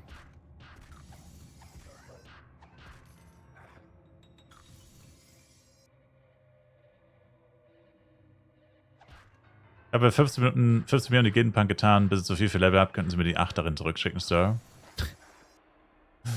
Sir. Und es ist weg. Ayao. Das Einzige, was long ist, ist mein Extra Long Chili Cheese vom BK. Ey, lass es dir schmecken, my man. Im Gegensatz zu diesen fucking Gordon Ramsays hier im Chat, werde ich dir dein Essen nicht schlecht reden, sondern wünsche dir einen guten Appetit.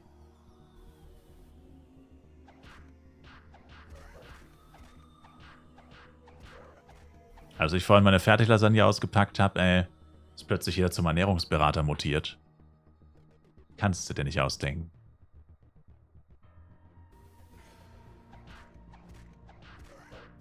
Auf der Lasagne gehört extra Käse. Okay, abgesehen von Nick. Alter, ich mag keinen Käse. Ich bin echt kein Käse-Fan.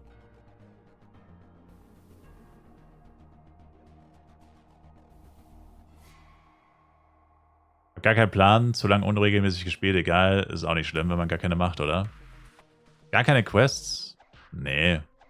Also wie gesagt, FEC eigentlich erstmal grinden. Eigentlich erstmal grinden und so. Alles erstmal links liegen lassen, was einem nicht sofort ultra wichtig erscheint. Und du kannst alles nachholen.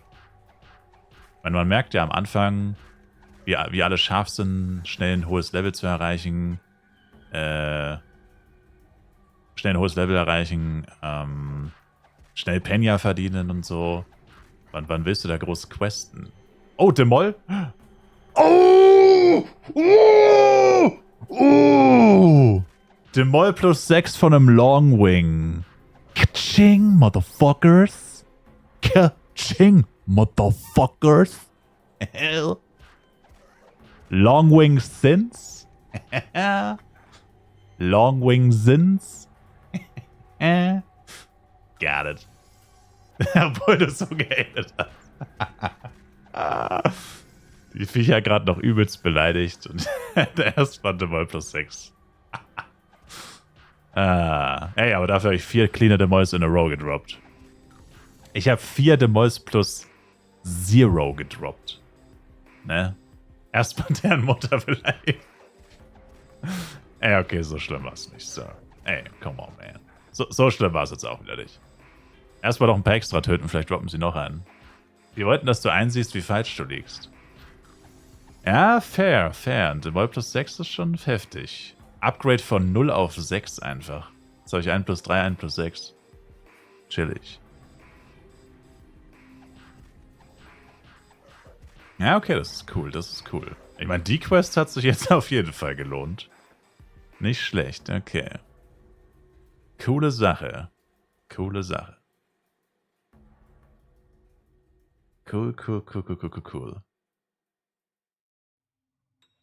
Tja, so viel zum Thema lohnen sich die Quests, ne? Gut, das hat jetzt echt nichts mit der Quest zu tun, das war einfach nur Zufall, aber ja. Weil Flugmonster sind bekannt dafür, erstens droppen sie als einzige Monster Plugs und sie sind bekannt dafür, vor allem Plugs und Demois zu droppen. Ich weiß gar nicht, ob sie auch anderen Schmuck droppen können. Also ich denke mal schon, weil sie müssten ja den ganz normalen Loot-Table eigentlich haben. Ja. Was weiß ich.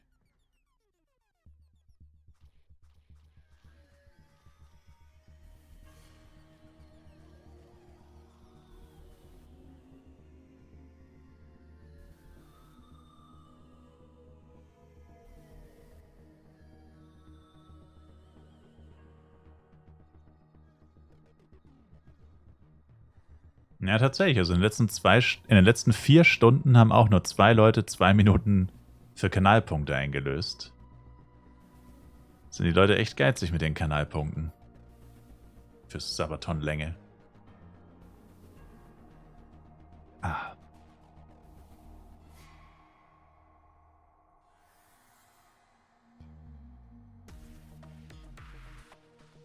Dann nochmal einen 40-Stunden-Stream, du kannst 1v1 ohne Skill spielen. True. Murkheim, sonst Schmutz. Schade. Aber guck mal, also drück nichts, Tornado. Aber guck mal, geh mal zu dem NPC jetzt, weil du bist doch vor 0 Uhr Serverzeit rein, ne? Guck mal vorsichtig, also nichts drücken. Aber ich glaube, du hast keinen Cooldown jetzt. Also du könntest dann heute, also bis die nächsten 23 Stunden nochmal rein, theoretisch. Also ich würde halt erst höher leveln natürlich, dass du noch stärker wirst. Aber yeah. Also ich glaube, du kannst dann direkt nochmal rein. Mon Dieu. Hat da ein bisschen was eingelöst. Das hätte ich aber auch alles später erst. Aber aktuell sind unter 2 Stunden die Feen beim Timer, also ist nicht sehr viel. Das erste Mal, dass der Timer konstant unter 12 Stunden ist. Mehr hast du nicht. Damn. SPP für 1v1 geeignet, spielt das erste Mal Universe. Will auch nur 1v1 spielen. Und eher casual. Dann tu das.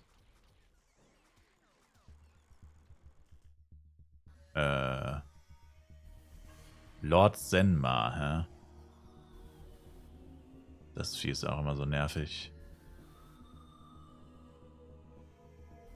Kannst direkt nochmal, ja. Ja, solltest du aber nicht tun, wie gesagt. Erstmal lieber noch ein bisschen höher leveln, damit du mehr Schaden machst. Xamo, was geht ab? Also geht BP klar? Yeah. Safe. Wie viele Skillpunkte brauche ich für SF und GT? 3. Alle Third-Job-Skills brauchen immer 3 pro Level und gehen bis 10 in der Regel. Alle First-Job gehen in der Regel bis 20 und kosten 2 Punkte. Also First-Job 20 und 2 und Second-Job ist 3 und 10.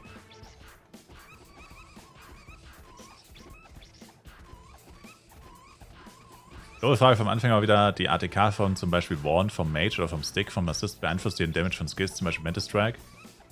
Ja, Kenji, aber nur geringfügig. Also ja, tut sie, aber nicht allzu sehr.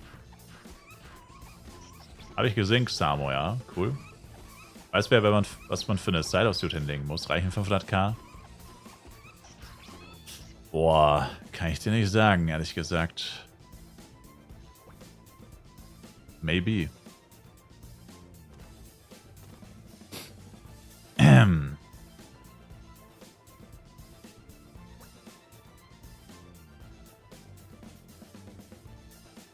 Oh.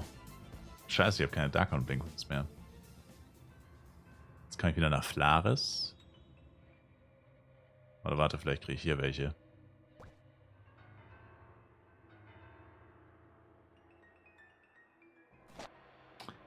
Boah, ey, diese Dailies sind so fucking bad, ey.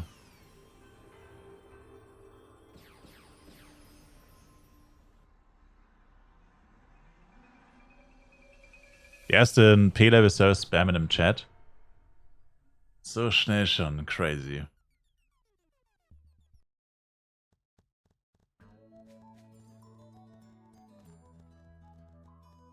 Ich meine, ich habe ja literally einen gesehen, der hieß einfach... Wie hieß der nochmal? Irgendwas mit P-Level-Service. Der hieß einfach... Also der Charakter hieß literally Selling P-Level-Service oder so. Das war einfach der fucking Char-Name. Von dem Typ. Irgendwann auf Level 50 oder so gesehen. Das war schon auch ein bisschen abgespaced. Oh, 44 war jetzt vielleicht... Das war fast ein bisschen viel, aber egal. It is what it is.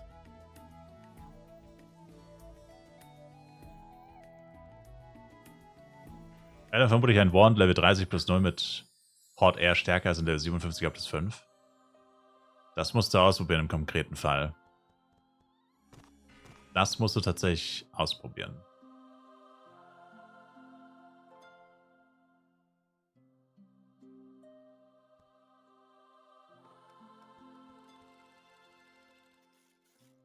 So. Ja,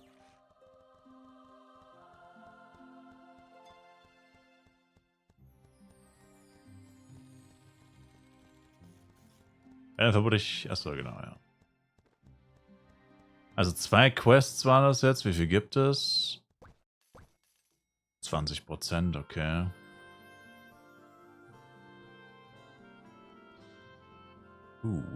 Beim Ambans 39%. Okay, das heißt, was habe ich jetzt gefarmt? Habe ich die schon abgegeben? Warte mal. Welche Quest habe ich jetzt hier abgegeben? Kindersnack. Eine fliegende Ratte. Kindersnack ist Hopper. Das heißt, Boo habe ich schon abgegeben.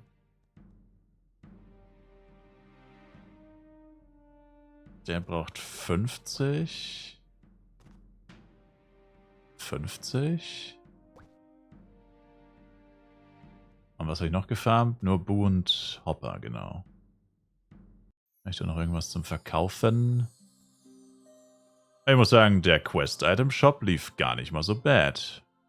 Alle Quest-Items einfach für Arsch wenig reingetan und plötzlich läuft's mit dem Verkaufen. Ich habe dich mal alles verkauft. Ah, zumindest ein bisschen was. So viel Geld hatte ich noch nie. 19 Millionen Penya. So viel Geld hatte ich noch nie. Achso, ich muss mir noch einen zweiten Arek kaufen. Für wie viel kaufe ich Questy Siege? Sir, machen Sie mir nicht mein Business kaputt. Für 6k hatte ich sie drin.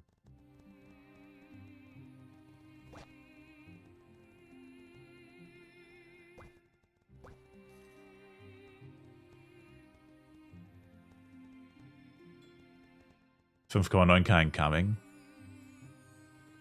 Ich glaube, dass das eh ziemlich random ist. Oh, der hat sie tatsächlich für 5k.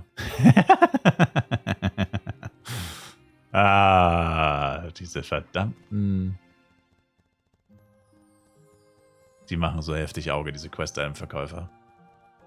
QI, Quest, Set Parts, QE Jewelry. Yeah. Glaubt ihr, die Leute checken, dass ich Quest-Items verkaufe? Oh, ich habe einfach EU. Ich habe einfach EUst geschrieben. Statt Quest. Hab noch arsch viele Bomb-Timer. Machen wir 5200. Das Einzige, was man halt bedenken muss, ne, die Quest-Items sind im NPC auch ein bisschen was wert. Aber in der Regel sind alle Quest-Items unter 4000 Penya beim NPC wert. Erst ab Coral Island sind sie, glaube ich, teilweise sogar... Ne, ich glaube, über 4000 sind sie nie wert. Also es gibt, da steht Koist. Oh. Sir.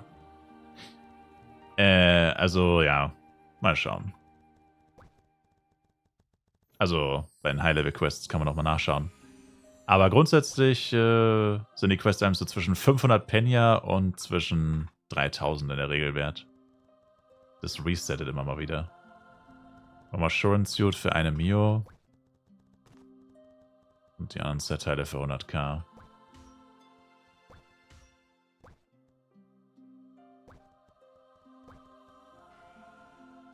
Das ist halt die gesamte Ausbeute von ein paar Stunden Farmen.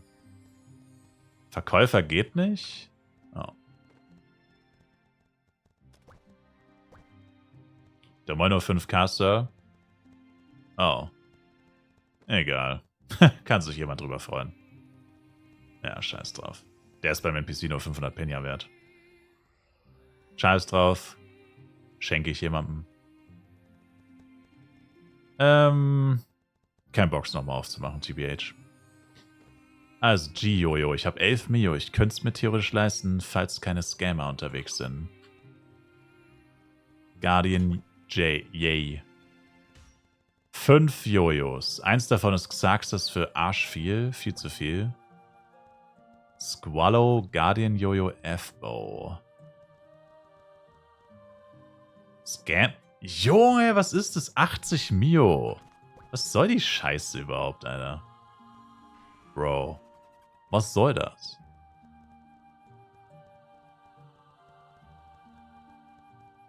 Wenigstens antwortet er. Dann macht er vielleicht wegen Leaf Over, aber er hat nicht Leaf Over drinstehen. Gibt eine Shop-Such-Funktion? Damn, jedes Mal, wenn ich das aufmache, erkennt das jemand. 40 Mio. No.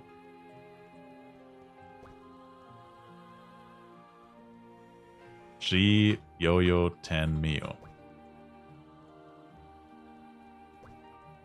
Naja. Tja. Haben wir da nur Scammer im Shop gerade, das G-Jojo?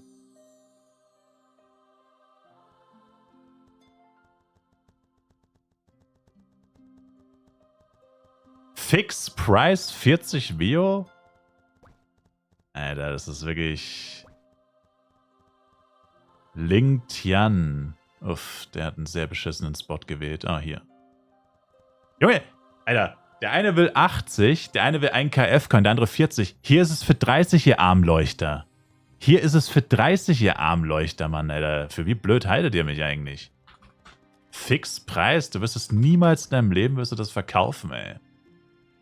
Also ich finde das so unnötig, ey. Ich meine, die wissen genau, dass es das nicht wert ist. Die warten nur darauf, dass irgendein Trottel irgendwann mal Ja sagt. Die wissen genau, dass es das nicht wert ist. Weil der andere war direkt neben dem, verdammt.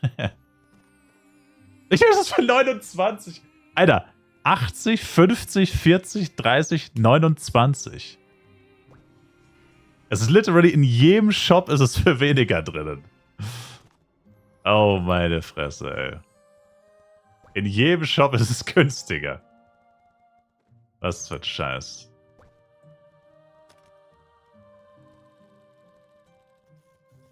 Also 29 ist auch schon geistesgestört teuer.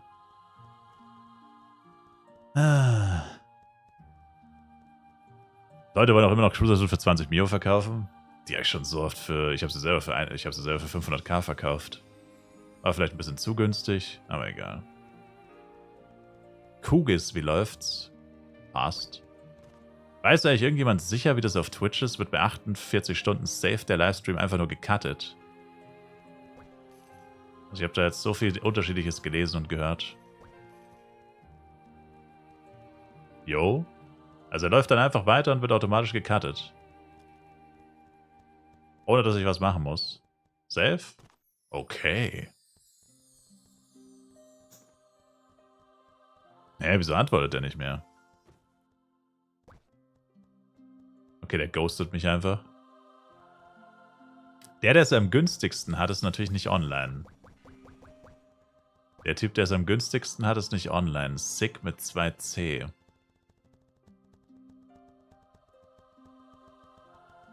Dieses Demon Blessing, wie gesagt, mein Cloak jetzt extra Stats, also STR plus 0, PvE plus 0 Geschwindigkeit, war es jetzt ein schlechter Roll? Yeah, das war quasi ein Zero-Roll. Sick. 20 Mil Deal. 11 Mil Max. Ich muss ihm ja nicht sagen, dass ich nur 11 Mio habe.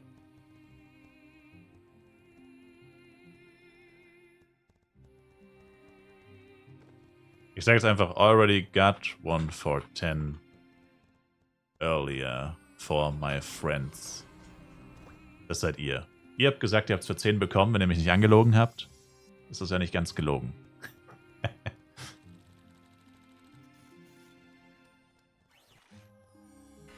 Ist nicht ganz gelogen. Hatte es für 8. Jetzt lügst du. Jetzt lügst du. Auch für einen Freund. Go buy again to your friend. Arsch. Ah. Sag ja, nur Scammer am Start. Oh, Trade. Oh.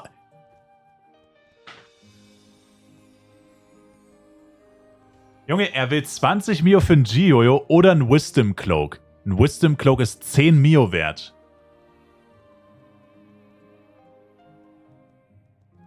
Will der mich ficken? The fuck? Er gibt's mir für 10 Mio in Form eines Wisdom Cloaks, aber für 10 Mio verkauft es mir nicht. Sag mal, will der mich... Ey, ich sag doch, das sind alles Scammer. Das sind alles Scammer. What the fuck, Alter? Was soll die Scheiße, ey? Kaufe 200 F-Coins, I guess. Was stimmt denn mit den Leuten nicht? Dann nimm mal die 10 Mio, das ist auch ein Wisdom Cloak, Mann. Oh, ich hasse Traden so sehr, da werde ich jedes Mal so aggro, ey. Das ist so 20 Mio oder Wisdom Cloak, was soll die Scheiße? Es ist...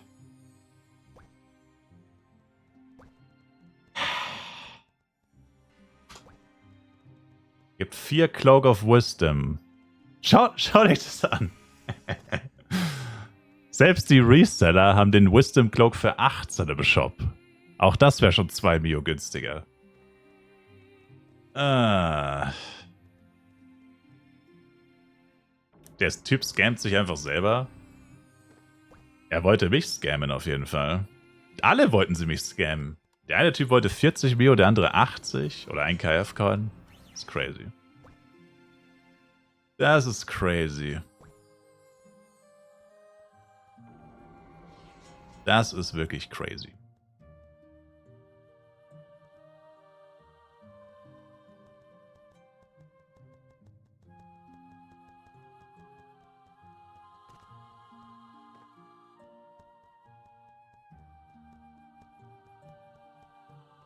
So, wo ist der Typ? Oh! Oh mein Gott, der hat gerade einen verkauft. No way. Der Typ hat gerade einen Wisdom Cloak verkauft, der hatte gerade 2. Ach du Scheiße, leckt das.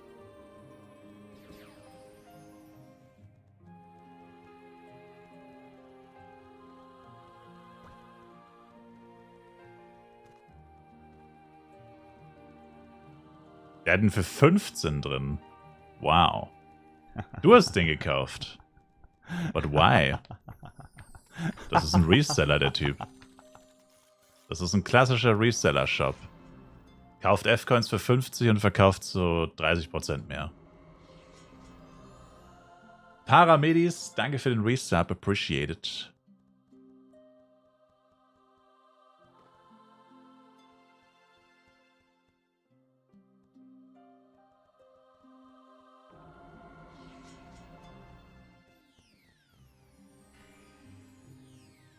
Aber der antwortet eh nicht hier schon wieder. Wenn, dann muss ich natürlich erstmal nochmal klarstellen, dass er es wirklich machen will. Wisdom Cloak against Gioyo.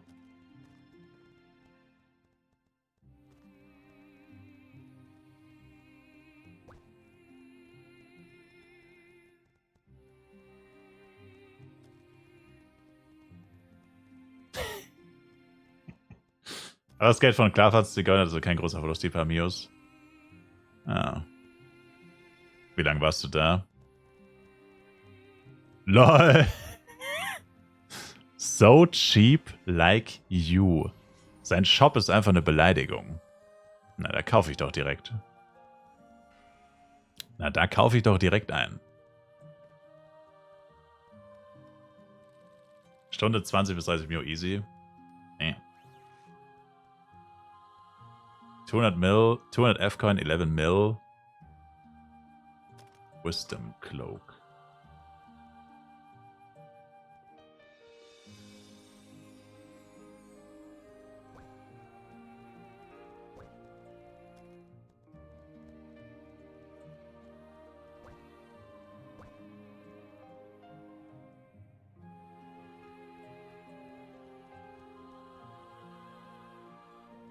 $20 Mil. Will ich einen Cloak kaufen oder was? Ja, für 11 Mio. Max. Wer, der macht es dann nicht. Aber gut, zur Not kann ich ihm mal mehr M geben. Ja gut, stimmt, meine M bräuchte eigentlich innen in Cloak, fällt mir gerade auf. Eigentlich müsste ich direkt 2 kaufen. True. Meine M braucht echt noch einen Int-Cloak. Jetzt bringt mich der Typ noch auf den Gedanken, auf den guten. Live PowerPoint-Präsentation. Ja, Alter, ey, bei der FPS, ich habe 6 FPS mit den ganzen Shops hier. Holy shit. 2% CS jetzt für 10 Mio sehe ich hier. Crazy.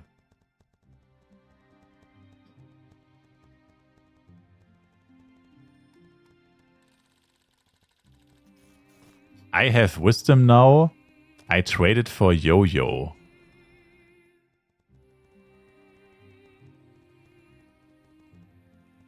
Ja, war das einer von euch? The fuck?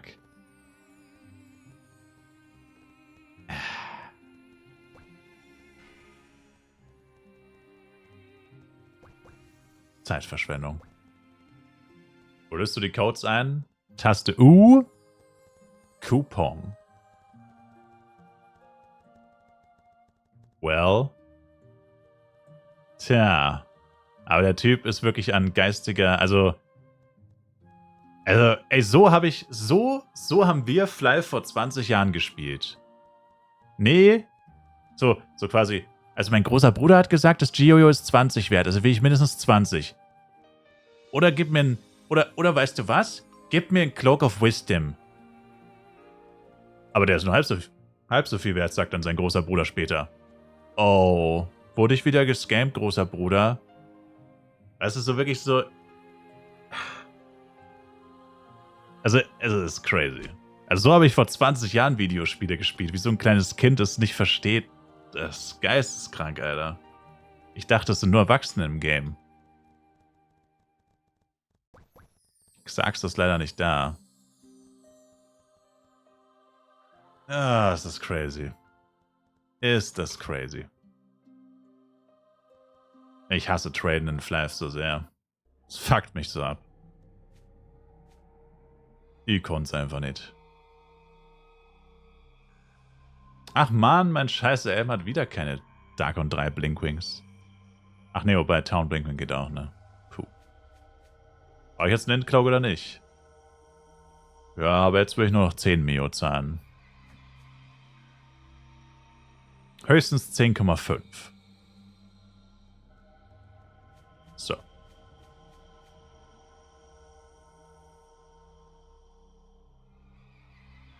Dann passt's. Alright.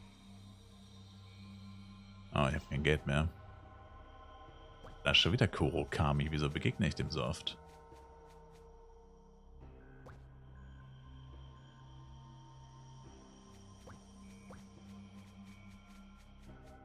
So. Channel 6.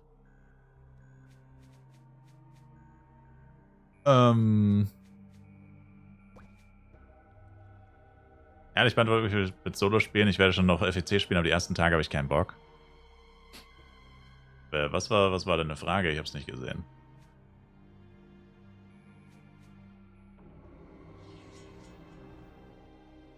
Was für eine Frage hast du gestellt mit Solo? Schreib nochmal, please. Ich sehe es legit nicht. Wann hast du das gefragt? I don't see it, man.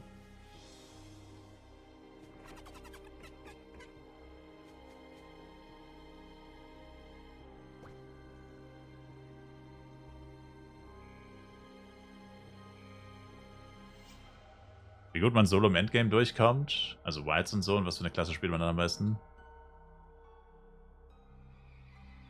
Die Klasse bei Wilds ist fast egal. Du kannst mit jeder Klasse spielen.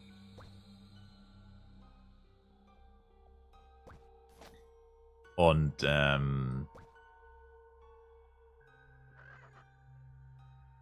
ob man Solo ins Endgame kommt? Jetzt habe ich schon einen Zimper. Jetzt habe ich schon einen. Alles gut, Sir. I'm sorry. Ich nehme keine Geschenke an, Zimper. I'm sorry.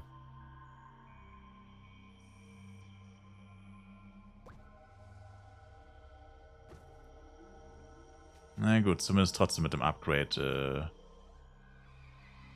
Zumindest trotzdem mit dem Upgrade rausgekommen. Jetzt muss ich mich nochmal buffen, weil ich habe jetzt ja trotzdem den zweiten Dex plus 7. Ring, Dex plus 8, Arik plus 7.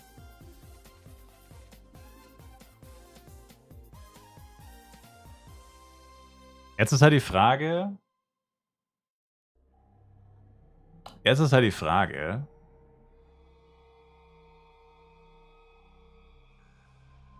Ob sich jetzt das Geo überhaupt noch großartig lohnt. Weil die paar Level, also mein M ist jetzt 70. Ach fuck, oh, ich habe die Clockworks Quest vergessen. Hoppla. Ups, ich wollte die Clockworks Quest eigentlich noch machen. Dann ist meine M nämlich 71, nicht mehr 70. Ganz vergessen. Genau, das ist der 71. Hier bin ich dann 76. Also, ich weiß nicht, jetzt lohnt sich halt schon fast gar nicht mehr mit Geo-Jojo. Also die paar Level. Also dann kann ich nämlich direkt auf His-Jojo sparen, weil ich da wieder Geo-Jojo kaufe. Dann. Wobei His-Jojo halt schon ein bisschen teurer ist, ne? Es ist schwieriger, daran zu kommen.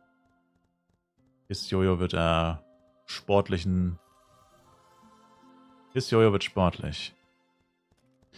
Was 60er Restaurant Suit wert? Eine Mio vielleicht? Ich denke mal maximal eine Mio. So, ich glaube, sie spielen noch mit Level 100 Skills. Danke, dass Sie so zuversichtlich sind. Was meine Zukunft als Geringverdiener angeht. Ich danke Ihnen, Sir.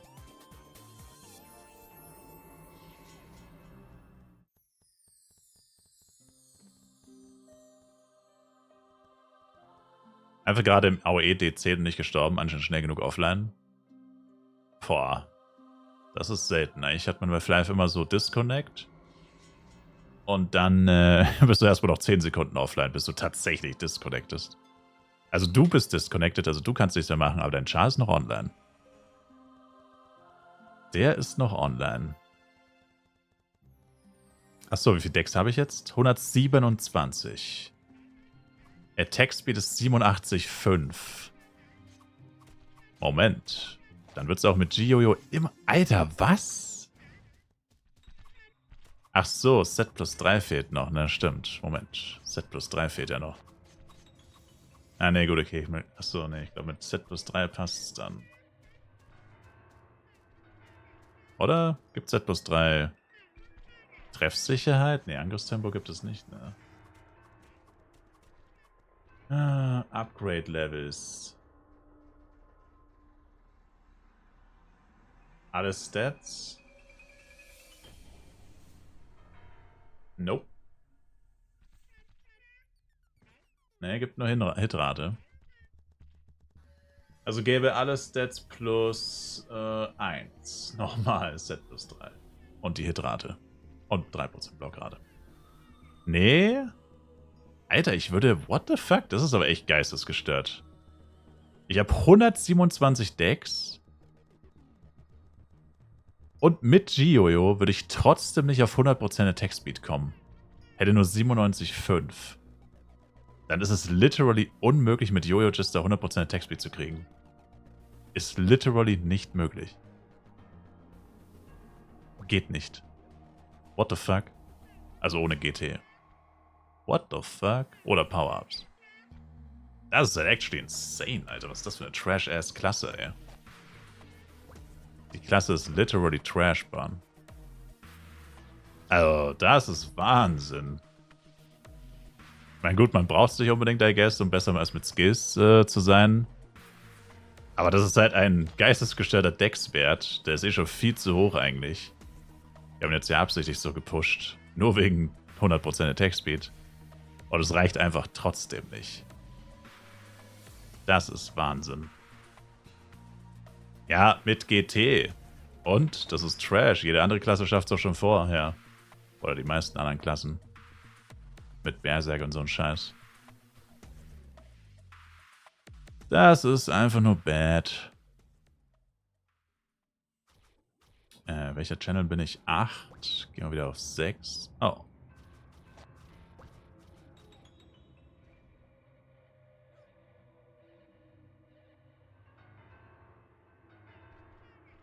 Ich bin schwer Schild dann auch noch auf 90. Well. Naja, ich meine, schau mal. 90, aber wie viel Decks hast du? Schau. Wie viel Decks hast du? Und das ist der Unterschied. Du hast safe keine 127 Decks. Da nehme ich Gift drauf. Da verwette ich mein linkes Ei drauf. Okay, mache ich nicht, aber... Du hast 25 Decks gestellt, sonst nichts. Ja, aber sag, wie viel Decks du hast. Also links, der linke Deckswert bei dir. Der ist safe nicht mal ansatzweise so hoch. Der ist wahrscheinlich halb so hoch wie bei mir. Und du hast mehr Attack Speed als ich. Das ist Wahnsinn. Sag ich doch, 25. Links, gebufft. Das geht gar nicht. Das ist unmöglich, dass da 25 steht. Das geht nicht. Gebufft, Sir. Das kann nicht 25 sein. Das ist unmöglich. Allein Kenboy gibt ja schon 28 bei mir. Und 15 hast du Basis. Also 25 kann da nicht stehen. Wir sind ja nicht bei Flive-PC, wo man Minus-Decks erwecken kann. Flive-PC wäre es möglich mit Minus-Erweckung, aber hier nicht. Aber gut, wenn du sagst 25, dann ist halt 60 höchstens wahrscheinlich. Irgendwas zwischen 50 und 60 wahrscheinlich dann. Ja, schau. Dann hast du mehr Attack Speed als ich. Dann hast du mehr Attack Speed und hast nicht mal halb so viel Decks. Also das ist crazy.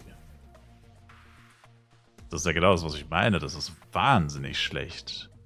Jede andere Klasse, bin ich mir ziemlich sicher, bei 127 Decks wäre bei 100 Attack Speed. Ich glaube, literally keine einzige andere Klasse hätte keine 100% Attack Speed. Ich habe noch nie in meinem Leben gesehen, dass man bei so einem Deckswert keine 100 Attack Speed hat. Vor allem, gebt euch meine Crit-Rate. Ich habe einfach... Moment, 88?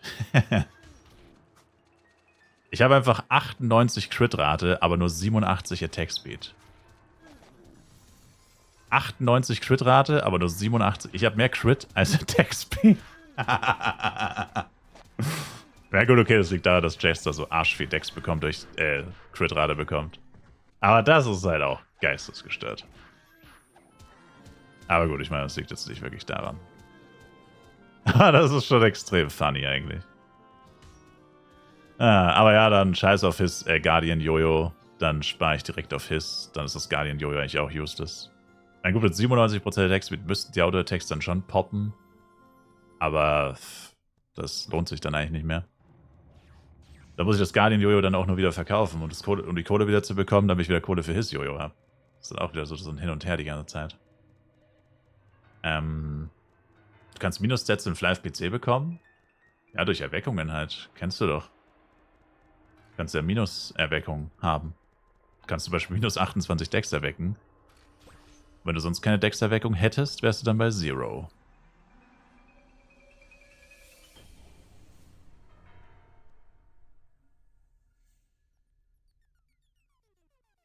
Und das 60er-Option wegen Attack Speed wäre eine 60er-Set wäre eine Option. Aber erstens habe ich schon zu viel ins Cruiser investiert. Und brauche das Cruiser ja später auch noch. Und ich habe keinen Bock auf 2 Sets irgendwie. Sag ich mal.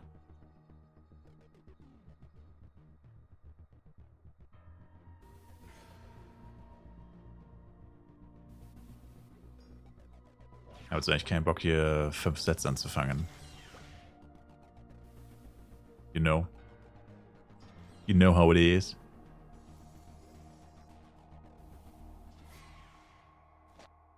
Oh.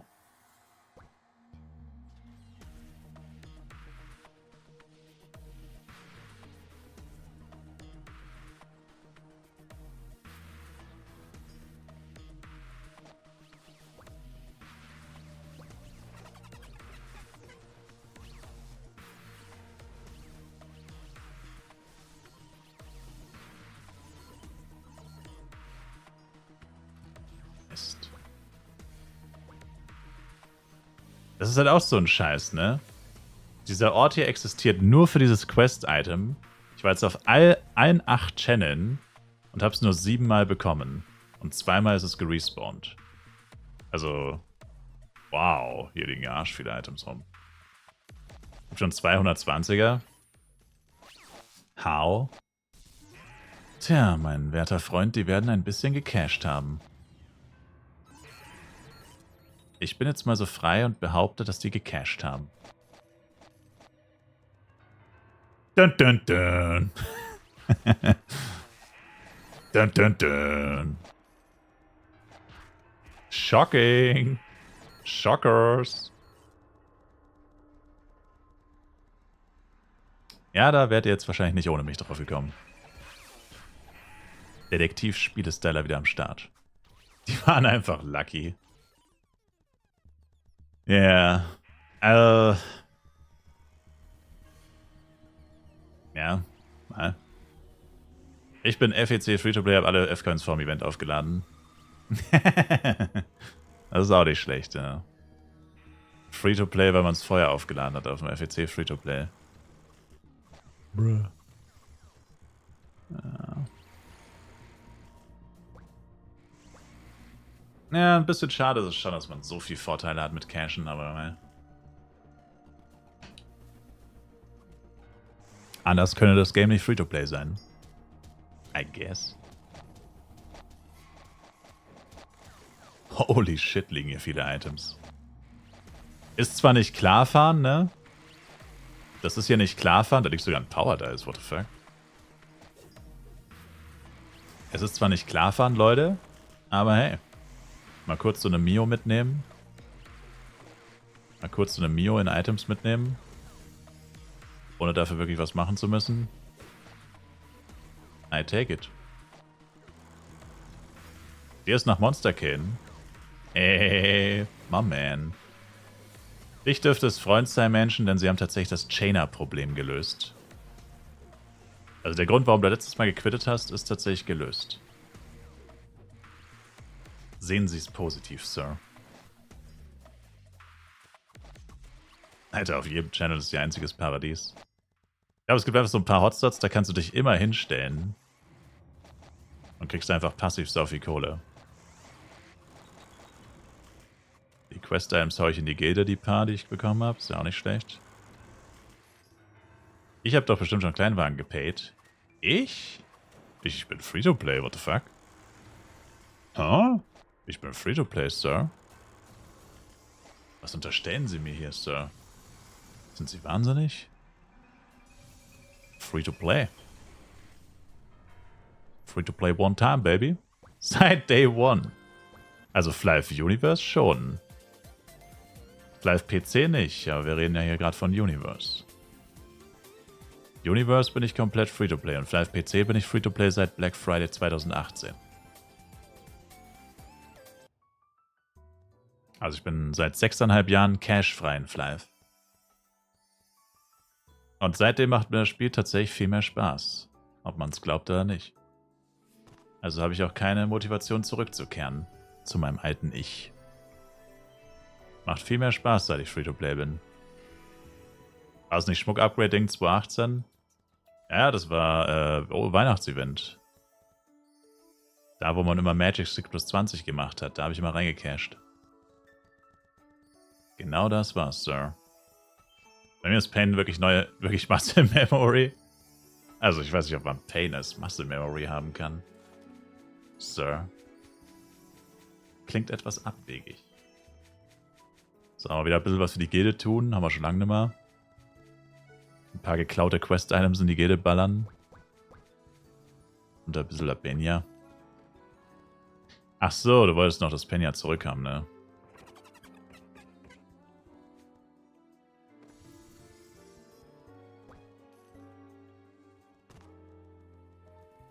Misa. Misa, Misa.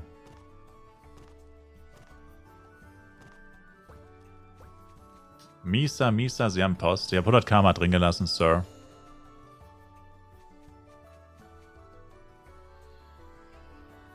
Wieso kann man im Charaktereinstellungsmenü nicht sehen, welcher Account das ist? Ist Jojo gedroppt, Caesar? Als ob. Du verdammter Lacker, Sir. Ja, wenn du willst, kannst du es mir aufheben. Ich kauf's dir ab, aber ich kann noch nicht. Ich habe noch nicht genug Geld. Noch bin ich nicht flüssig genug. Aber ich würde es Ihnen früher oder später abkaufen, Sir.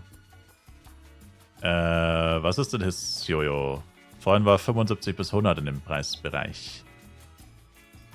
75 bis 100 hieß es vorhin. Also es hat auf jeden Fall jemand für 75 gekauft. Naja, mal schauen. 75 bis 100 ist wild. Das ist halt arschteuer für fucking Jester, ey. Ich dachte, der ist günstiger.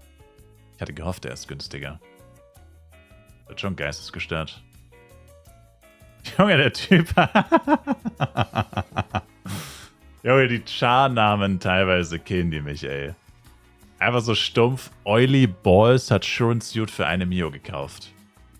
Einfach Oily Balls, Mann. Das ist doch crazy.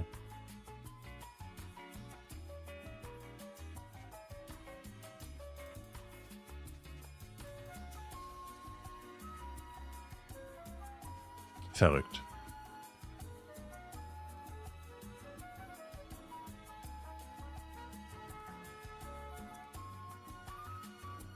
Du, du, du, du. Du, du, du. Du, du, du, du.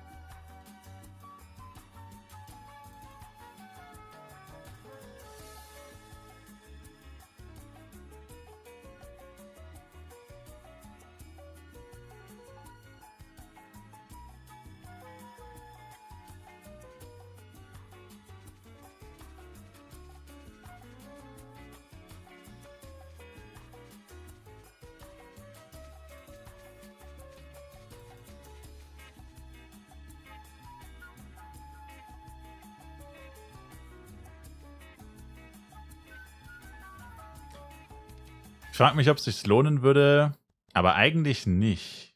Wann kriegt man nochmal Pyoko? Bei gesamte Verbindungen? Tag 10. Ah, das ist echt ein beschissenes Timing tatsächlich. Also Android Login-Event gibt es ja 15 Tage Pyoko. Und hier kriegt man 7 Tage Pyoko. Das heißt, man kriegt 3 Wochen Premium-Fluggerät geschenkt. Nur halt leider erst in frühestens 4 Tagen beginnt es erst. Die überschneiden sich so ein kleines bisschen leider. Im schlechten Sinne.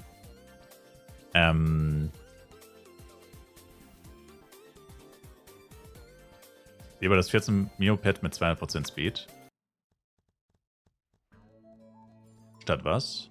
Wo kann man Herz im Haus lassen? Bei einem Gästebuch. Zu diesem braunen Buchding musst du gehen. Ein CS-Pad habe ich ja schon. Und ich will gar kein Fluggerät kaufen. Es geht ja quasi darum, ob es sich lohnt, das Board zu kaufen. Das 3 Mio Board.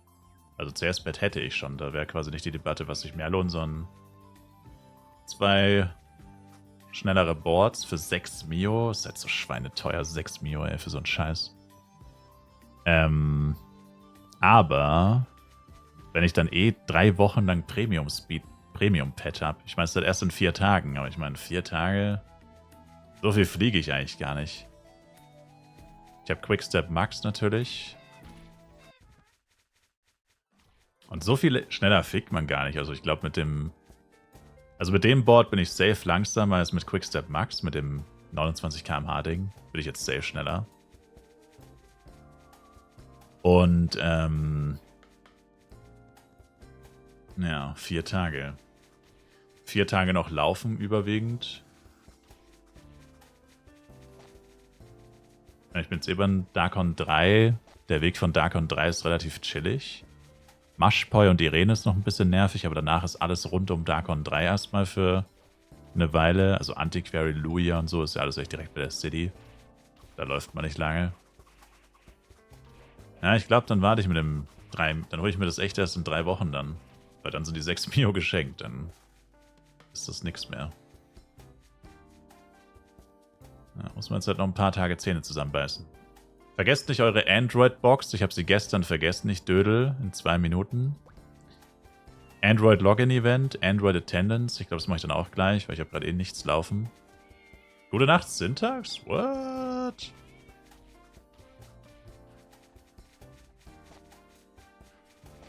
Why gute Nacht, Sir? Und wo zum Teufel laufe ich hin, lol? Bisschen ab vom Kurs gekommen. Bin seit 6 Uhr wach. Oh, okay. Dann gute Nacht, Sir. Muss man für CW in einer Gilde sein? Nein, aber doch. Nein, aber ja, aber nein, aber ja. Du musst in der Gilde sein, um mit 2 Chars reingehen zu können. Wenn du nicht in der Gilde bist, kannst du nur mit einem Char rein. Das ist total bescheuert. Also du kannst nur Solo-CW machen ohne Gilde. Das ist übelst der Clickbait, sag ich mal. Das müssen sie unbedingt mal ändern.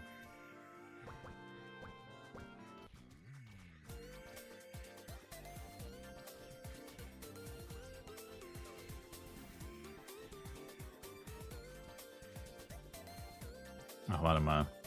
Ich habe jetzt viel zu viele Blinkwings gekauft. Buff, please. Damn.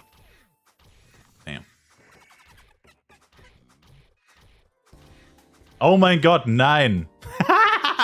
Nein. Wie die Parasiten kommen sie alle angelaufen. No way. No way. Wie die Parasiten. Ach du Scheiße, Junge. Wie die fucking Parasiten, ey. Kommen sie alle angelaufen, ey. Das ist geistesgestört. Buff me, Sir. Ich komme ja nie wieder weg. Leute, bei Pfeffern bufft einer. Angriff! Kommt so eine riesige Armee von Leuten auf dich zugerannt.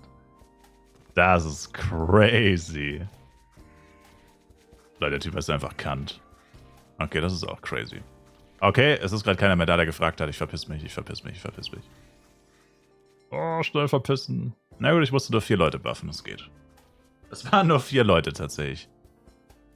Puh, schnell weg hier. Die hören weit weg nur einen Buff und direkt wie Kaugummi in der Schule. Das, damn, da habe ich nicht nachgedacht, ey. Fuck me. Am besten auch die Leute mit 8 Chars gleichzeitig. Ja gut, ich meine, meine Buffs halten leider nur 10 Minuten. Das bringt denen gar nicht so viel. Aber gut, es sind die besten 10 Minuten ihres Lebens wahrscheinlich. Also zumindest die besten 10 Minuten, die sie in dem Game bisher verbracht haben, wahrscheinlich. Ich meine, in den 10 Minuten kannst du fast 15 pushen. Ich meine, ich habe alle Buffs gebufft. Speed, Attack Speed, Accuracy. Also die haben jetzt auf jeden Fall 10 Minuten lang Spaß. Hopefully.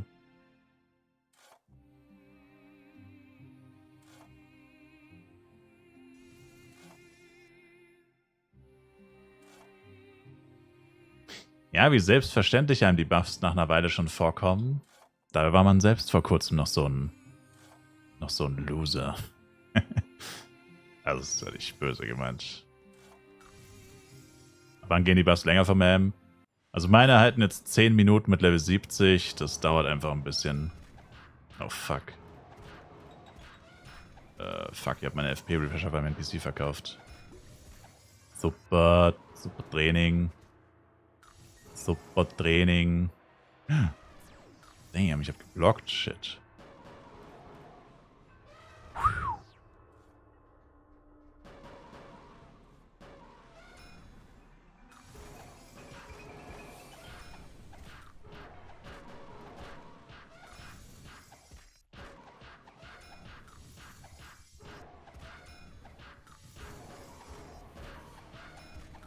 Alter, ich weiche allem aus. Ich habe so viel Decks mittlerweile, ich bin wie ein Ranger. Ich habe so viel Decks mittlerweile, ich bin wie ein Ranger, Alter.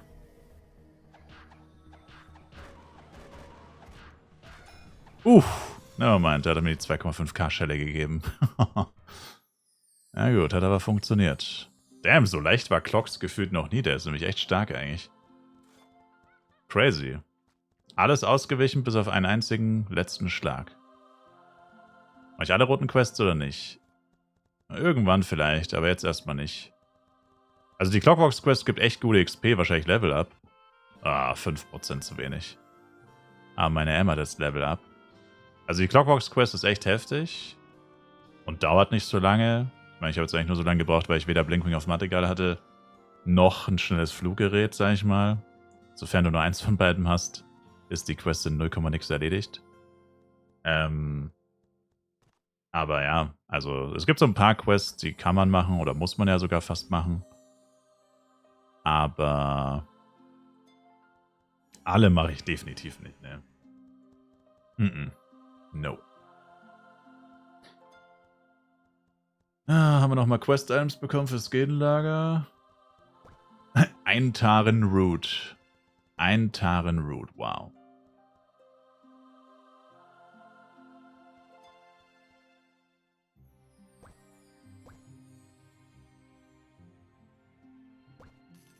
Also ich habe 300.000 Penya verdient, nur weil ich da bei Driller kurz rumstand.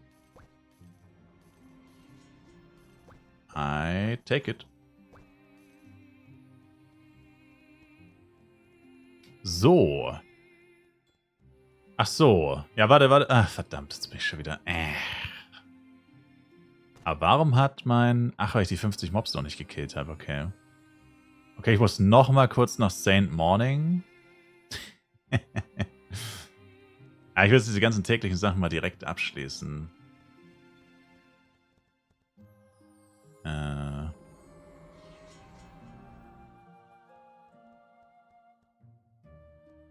machen wir noch direkt das Oster-Event und das Android-Login-Event, habe ich gesagt. Will ich eigentlich auch noch machen. Dann ist das alles mal erledigt.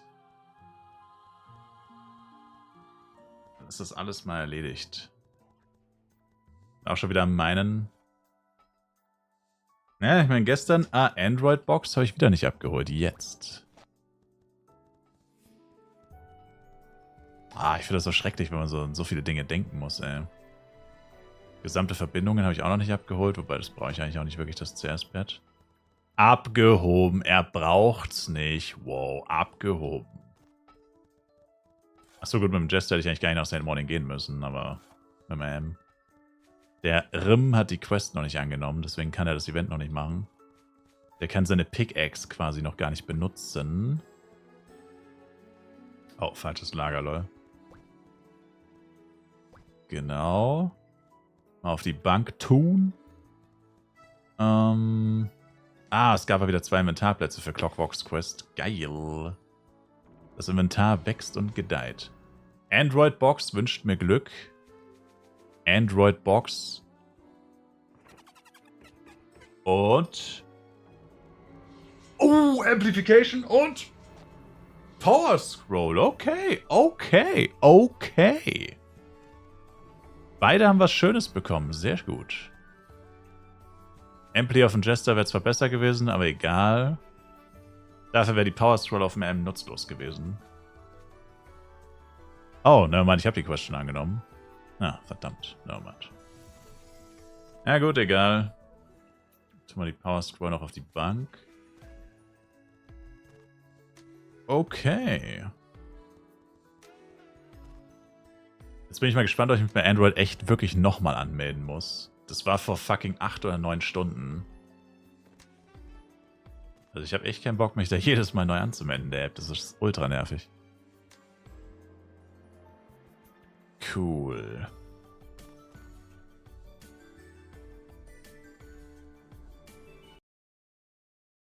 Habe ich mir eigentlich schon einen Live-Themen-Musikschallplatte machen lassen, wäre doch mal was Cooles.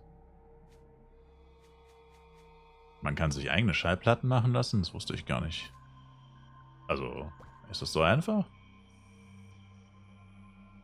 Actually wäre das pretty cool. Mit einem custom erstellten Cover. Das wäre dann ein One of One in the World. Würde dann nur einmalig existieren. Wäre actually pretty cool. TT, was geht ab? Also, das Event noch. Android Login Event. Ich muss noch 14 Monster töten. 14 Monster muss ich noch töten. Auf Level 80 gibt es halt 10 Amplis, ne? Ach ja, Daily Spielzeitbelohnungen können wir uns noch abholen. Daily Battle Pass können wir uns noch abholen. Inventory Bag einen Tag bekommen. Brauche ich jetzt zwar nicht, aber werde ich irgendwann später brauchen. Auch heftig. Auch heftig. Geil. Schon Level 71, schön. Bro, ich bin 74. Wieso hast du mich gerade erschreckt? Wollte ich gerade sagen, Alter, bin ich schon ewig 71? Ich war... Fuck, ich bin gleich 75. Vinylify kostet 100 Euro mit Design, dass du dir auf das Ding klatschen kannst. Oh wow, okay, 100 Euro ist aber doch ziemlich viel. Sir. Das ist dann doch relativ viel. Hab mich verguckt. In mich hoffentlich. Ey, yo.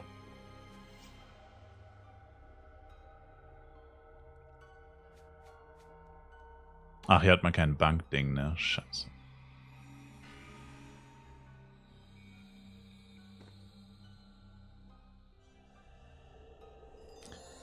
Und die Ärzte für irgendwas gut oder weg damit? Die kannst du eigentlich weghauen, die sind wertlos.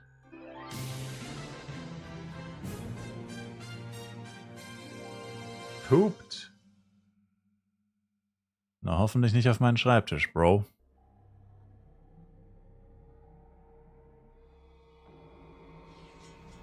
Pooped? Er hat einfach gepoopt.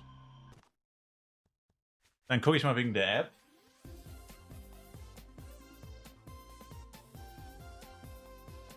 Dann gucke ich mal wegen der App.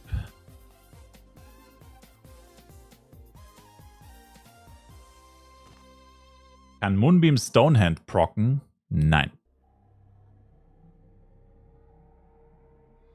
Mach 2 Stück davon deinen Short mit Rare Fly Items you don't know und dann kaufst du einen auf eBay für 200 Euro. Okay, das wäre actually ein Scam. Kinda. Ich meine, naja, es wäre nicht stimmen. Also, ja. Ich meine, es würde stimmen. Es wäre ein Rare-Item. Jetzt gerade würde ich gerne 1000 F-Con redeemen für ein CS-Patch. Tja, sei Menschen. Hättest dir nur einen Account erstellen müssen, sei Menschen, vor 2 Tagen. Dann würdest du jetzt mit einem gratis Cobra-Pad rumlaufen.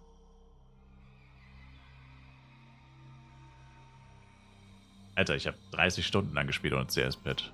Ja, stimmt nicht. 16. Trotzdem.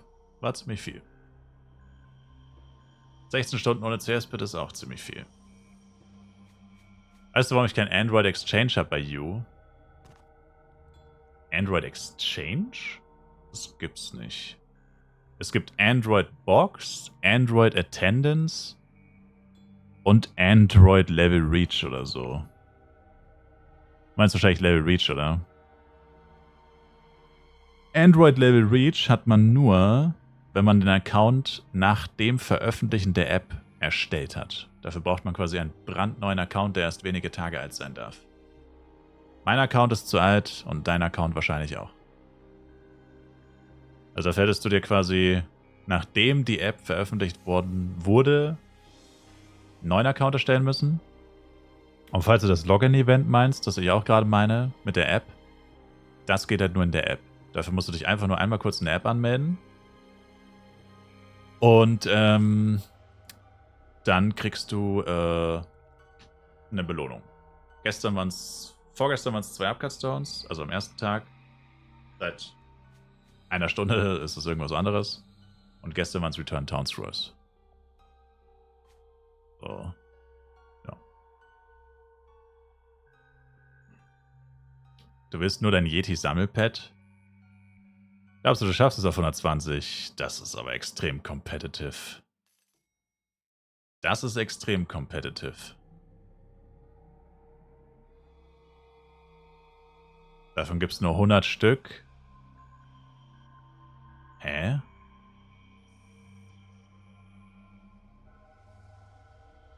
Hä? Oh, nevermind. Es ist 440. Ich habe bei 120 geguckt. Ich wollte schon sagen. Okay, ja, es gibt 300 Stück von dem Yeti. Vom Yeti gibt es 300 Stück. Aber ja, es ist trotzdem extrem competitive. Leider.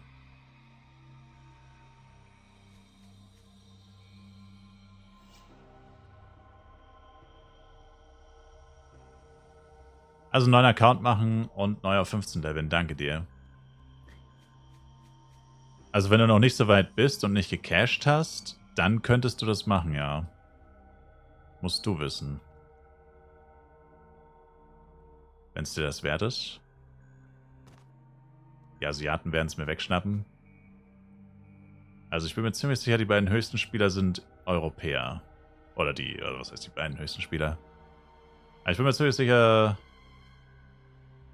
Ja gut, ich meine irgendein... Ja, keine Ahnung. Ist ja eigentlich auch egal. Aber auf jeden Fall ist es jetzt nicht eine Gruppe von Leuten. Also es sind aus verschiedenen Regionen, aber die Europäer schneiden meistens mit am besten ab. Der erste 29 war Chinese, der sprach Mandarin. Echt? Der Fluent in Mandarin-Typ. Okay. Das ist crazy. Wusste ich nicht. Ich meinte jetzt eigentlich auch allgemein. Aber ja. Okay. Ich meine, du musst nur unter den ersten 300 sein, theoretisch. Also ich könnte mir jetzt vorstellen, ab Montag brechen einige Leute weg. Weil ja irgendwie doch voll viele Leute gar keinen Urlaub haben und so. Also hast du ja vielleicht auch eine relativ gute Chance, dass gar nicht so viele Leute 24/7 durchsuchten. Vielleicht haben viele Leute wirklich nur jetzt Donnerstag, Freitag blau gemacht. JG Rocks. Zum Beispiel. Und müssen Montag dann wieder arbeiten. Und trauen sich nicht noch mehr blau zu machen oder haben keinen Urlaub oder so. Und das heißt, ab Montag könnte vielleicht einiges an Konkurrenz wegfallen, die dann plötzlich statt 12 bis 18 Stunden pro Tag vielleicht nur noch 6 bis 9 Stunden spielen, weißt du? Und plötzlich ist es doch etwas leichter, sofern du halt Urlaub hast. Geht um Kohle, nicht um Herkunft. Ja, das ist natürlich auch noch ein Argument, ja. Also die schnellsten, in Anführungszeichen besten Spieler sind ja auch nicht unbedingt die irgendjemand, sondern eigentlich die am meisten Geld ausgeben. Ich meine, allein schon permanent Ampli stacken. Ich meine, du musst es dir mal so ausrechnen. In nur einer Stunde, also wenn du jetzt von der Baseline ausgehst, Free-to-Play, hat einen 50%igen Erfahrungsbonus. Ein Free-to-Play-Spieler. Also ich zum Beispiel mit Penya Flask. Ich habe nicht unendlich Amplis. Nur 6 bis 8 ist insane. Sir, lassen Sie mich ausreden. Aber du hast eigentlich recht, ja.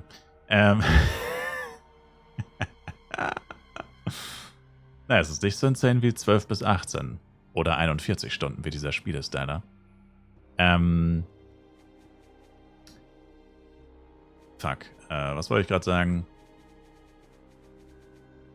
Genau, also die Baseline Free-to-Play. Hast du einfach nur Penya Flask, das heißt 50% mehr Erfahrung pro Stunde. Und wenn du dann wirklich vom Maximum ausgehst, also von meinem Level zumindest noch, beziehungsweise bis 140 kann man ja 2 Amplis benutzen. Und es sagt zwar die ganze Zeit jeder, das macht niemand, aber dann gibt es trotzdem selbst zwischen Cacher eine Leveldifferenz von bis zu 20 oder 30 Leveln. Also quasi Cash-Gruppe A ist irgendwo im 100er-Bereich und Cash-Gruppe B ist schon im 120er-Bereich. Und ich meine, wie kann das dann sein, wenn alle cashen, alle spielen so viel, wie sie können, gefühlt, mit wenig Schlafen und eigentlich nichts anderes mehr machen, außer auf Live zocken den ganzen Tag? Wie kann dann so eine große Differenz sein? Also offensichtlich machen sie ja doch was anderes. Oder? Also, ist halt so das, was ich mir denke. Weil jedes Mal, wenn ich das gesagt habe mit den Cashen, mit den stackenden MPs, hat jeder gesagt, oh, das macht keiner, ist viel zu teuer. Na, aber ich irgendwie glaube nicht, dass das keiner macht. Also ich glaube schon, dass das einige Leute machen, ehrlich gesagt. Und wenn du das halt die ganze Zeit machst, plus FEC-Flask, dann habe ich jetzt zum Beispiel 50% Bonus. Jemand anderes hat 100 plus nochmal 100. Also ich habe quasi 50% mehr XP die Stunde durch die Penya Flask. Und jemand, der 2 Empty stackt und die Pay-to-Win Flask hat 150 mehr. Also er hat nicht 150, sondern er hat 150 mehr. Das ist geisteskrank. Also ich töte 100 Monster. Und wenn er das gleiche macht, er tötet auch 100 Monster, kriegt er aber so viel XP, wie als hätte er 250 Monster getötet. Und wenn du das mal hochrechnest, 1000, 10.000, 100.000, das ist geistesgestört. Also ich töte 150.000 Monster von der XP her. Und effektiv tötet er auch 100 Monster. Für ihn sind es dann aber quasi XP von 250.000 Monstern. Ich töte 100.000 Monster, kriege die XP von 100.000, beziehungsweise so 100. Ja, ihr wisst, was ich meine. Auf jeden Fall ist es geistesgestört. Also je länger du das machst und je höher du das hochrechnest, desto geistesgestörter wird's. Und daher kommt dann auch irgendwie, also ich meine, gut, ich habe sowieso keine Chance, wenn ich nicht Amplis habe und so, aber daher kommt diese krasse Level-Differenz selbst zwischen den Cashern, weil die Casher, die halt sagen, 2 Amplis sind ihnen zu teuer und vielleicht auch nicht ein bisschen weniger gespielt und schon bist du 20 Level behind, weil er sagt, die 2 Amplis sind mir nicht zu teuer und er hat noch ein bisschen mehr gespielt und zack, bist du 20 Level behind dem, obwohl du auch gecasht hast. Also, wie gesagt, so viel zum Thema, das macht keiner. Das machen sehr wohl Leute. Die Leute, die halt unbedingt Erster sein wollen. Oder halt Top 10, Top 100. Ich meine, gut, die meisten machen es nicht, fairerweise okay. Aber es gibt genug, die es trotzdem tun. Und alle normalen Leute fragen sich dann, wie zum Teufel ist das möglich? So, ich mache gerade kurz noch was fertig. Un momento, por favor.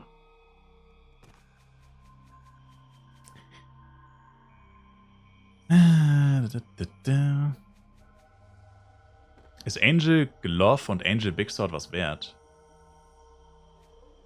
Also, boah, nicht wirklich, glaube ich. Ich glaube nicht. By the way, für Kaigas Assault haben wir einige Leute gefragt wegen Sonntag.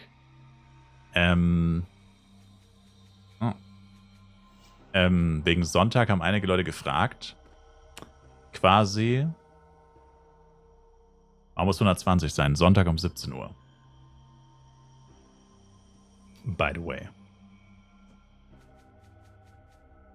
Das ist in, also 17 Uhr Serverzeit. Das ist in 39 Stunden ungefähr.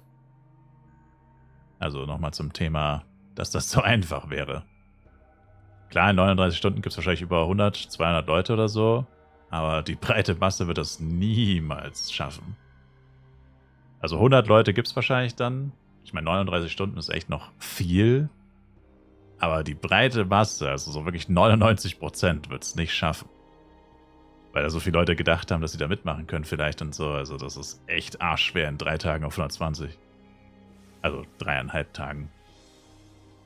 Das ist arschschwer. Das wird ein reiner Casher Kalgas oder er findet nicht statt, je nachdem. Aber ich glaube, er findet sogar statt wahrscheinlich. Sonntag wie viel Uhr? 17 Uhr Serverzeit. Also 24 Stunden und dann nochmal 15,5. Also wie gesagt, 39 Stunden ungefähr.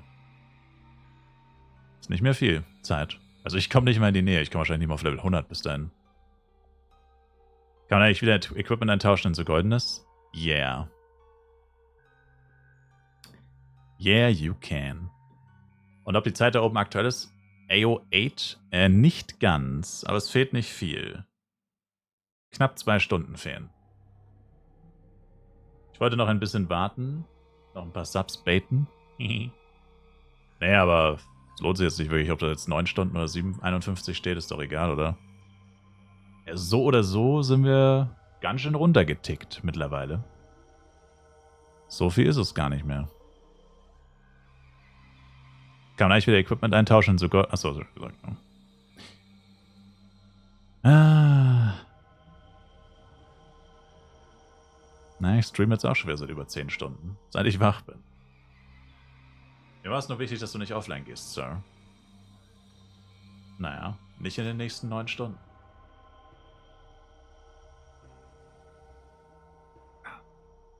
Energy Nummer 3 nach 41 Stunden leer.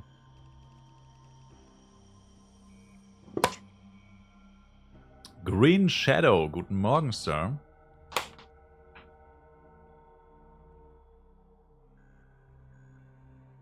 Willkommen zurück. Wie kam ich eigentlich auf die Idee, mit 73 CW zu machen? Ich habe die ganze Zeit gesagt, vor Level 80 niemals CW machen, weil er dann erhöhten Schaden hat. RIP. Rippity RIP.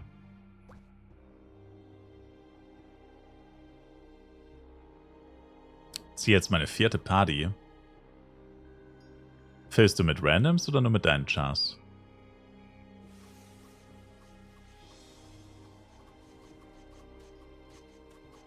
Krieg!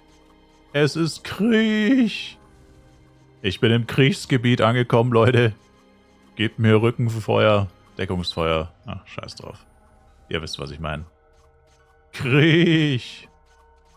Ich bin im Maschpoi-Kriegsgebiet angekommen. Mayday, Mayday, brauche Feuerschutz, Mayday!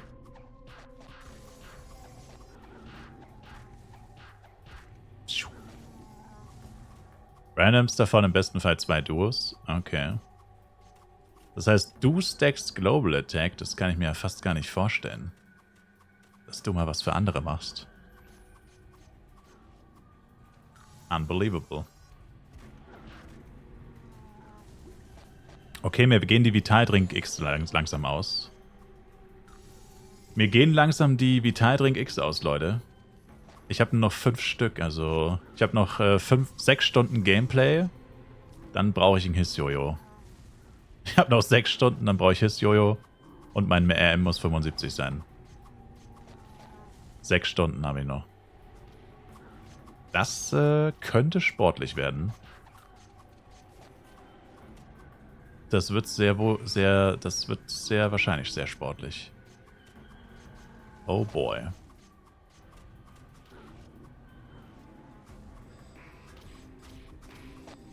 Ja, 75 sein ist nicht schwierig. Das His-Jojo ist das Problem, Sir.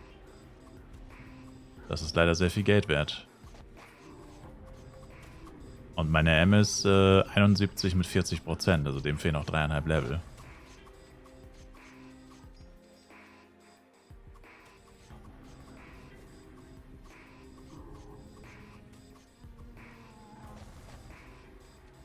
Ich dachte, niemand spielt Jester.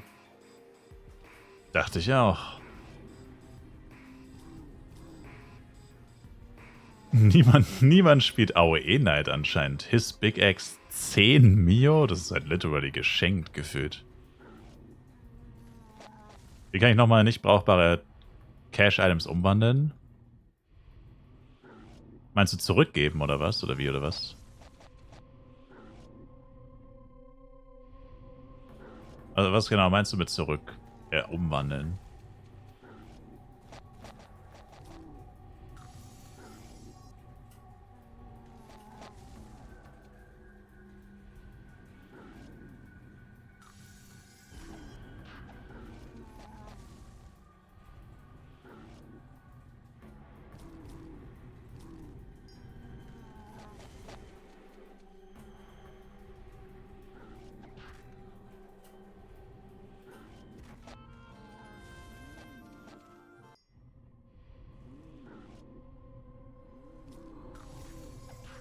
Du hast mal gesagt, man kann die Zuckerwatte umwandeln in den Wert, den man brauchen kann. Nee. Vielleicht war das mal ein Event oder so, aber nee. Nicht wirklich, nee. Das kann sein, dass das vielleicht nochmal ein Event oder sowas war. Meistens, wenn du aus den Dailies Müll bekommst zum Beispiel, oder? Nee. Low-Level 7% Blocksheet gedroppt. Damn. Rich? Sag uns mal, wie viel bei La Wolf noch los ist, sein Menschen. Wenn du da ankommst. Bei La Wolf war selbst, also vor 24 Stunden war bei La Wolf noch komplett Ausnahmezustand, Kriegsgebiet. Dass du kein einziges Monster bekommen hast. So viel war da noch los. Die wichtigen La Wolf Insights. Wir brauchen einen La Wolf Reporter. La Wolf Status Report. Bei Demian sind sehr viele Leute. Okay.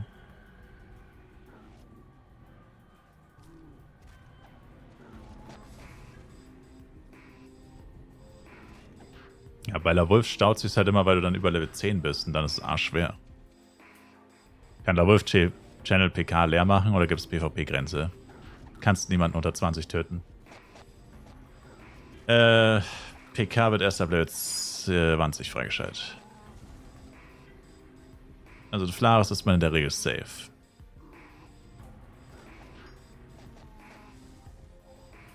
Leider, Sir. Junge, imagine. Imagine, bei La Wolf sind so 20 Leute. Alter. Stell dir vor, La Wolf Channel 4, so wie ich vorhin bei der Clockworks Quest.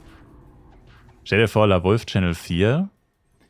Dann gehst du dahin und fängst an zu buffen. Dann kommen sie alle, weil sie Buffs geiern wollen. Und dann kommst du mit einem Elementor und machst einfach fett AOE. Da machst du einfach AOE in die Menge rein. Und alle fallen tot um. Monster Kill. MAOE reicht. Ja, aber die sieht scheiße aus. MAOE sieht langweilig aus. Elementor-Skills sind so richtig bedrohlich, wenn so ein Feuerball vom Himmel kommt. So ein Feuerregen.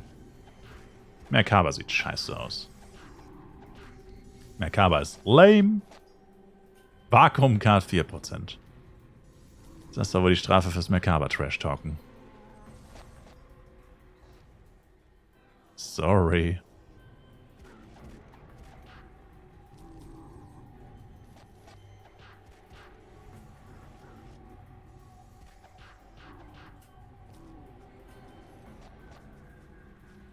Also meine Auto-Attacks sind schon besser geworden jetzt. Man liegt halt hauptsächlich an der Crit-Rate, ne? Nochmal auf das andere Jojo switchen.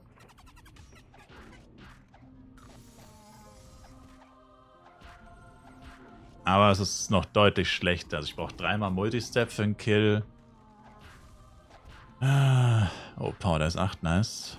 Ach, Kappel müsste ich eigentlich auch noch machen. Scheiße. Kappel müsste ich eigentlich auch noch machen. Junge, wie schnell der Mushpoik Giant ist. Das tut zusehen. Das tut weh zu sehen, Alter. Bei Mash habe ich schon 10k gecrittet. Was spielst du nochmal? Achso, Blade. Wow. Pay to Win und Blade. Wow. Pay to Win und Blade. Wow. Ich wollte mal die Zeit stoppen hier. Oh, da ist ein AOE-Nightler. Ja, wo kommt der denn her? Und zwar... Okay, bei 14 haben wir ungefähr angefangen. 14... 5 bis 6 Sekunden brauche ich für einen Captain Mushpoi. Holy crap. 5 bis 6 Sekunden für einen Captain Mushpoi.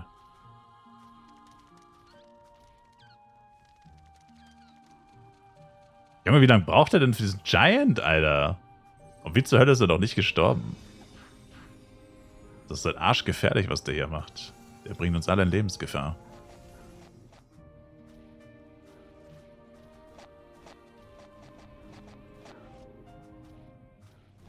Also ich meine, mit Skills geht 1000% schneller, das steht außer Frage. So nicht von diesem Mushboy Giant überrannt werden. Gibt es in irgendeinem Channel noch Partys mit Scrolls? Kennst du Party Search Feature? Wenn du nicht in der Party bist, unten links steht Search. Da einfach draufklicken. Und da siehst du es dann rechts.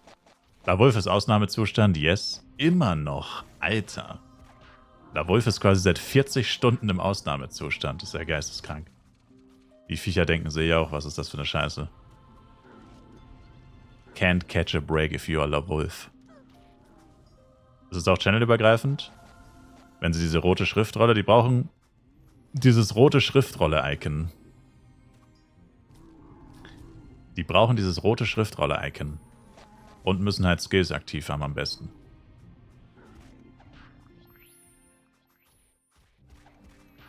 Ich bin auf Channel 6 und trotzdem ist es voll. Ja, das ist egal, das ist auf einen Channel. Also wenn es auf einem Channel so ist, dann ist es eigentlich auf einen Channel so. Also schauen wir nochmal, das ist kein Captain, verdammt.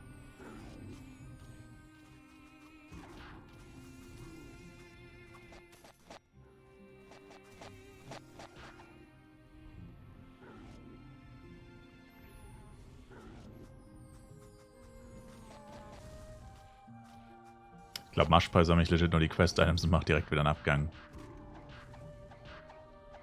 Ah, ich bin ja erst 75. Ich bin so scheiße low.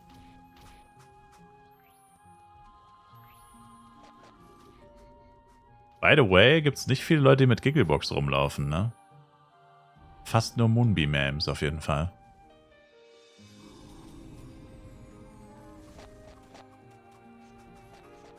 Einer von uns. Einer von uns.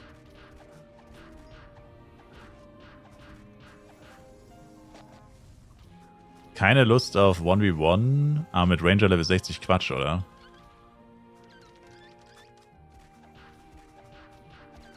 Nee, keine Lust auf AOE, aber ich wollte schon sagen. Also 60 Ranger ist halt super im Hit and Run. Mit Flame Arrow, Ice Arrow. Geistesgestörte Killtime auch mit Zero Equipment und Free-to-Play.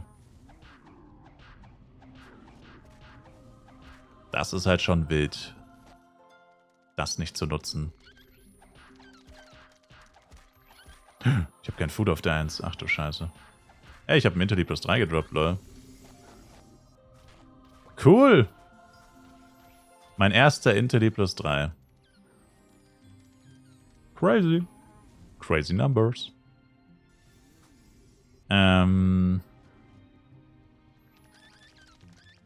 wir noch kein Food auf der 1?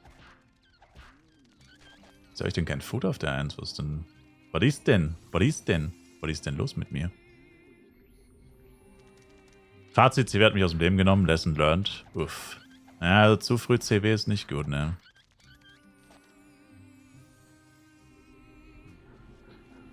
Ach man, jetzt wollte ich da gerade dieses Scheißding abbauen.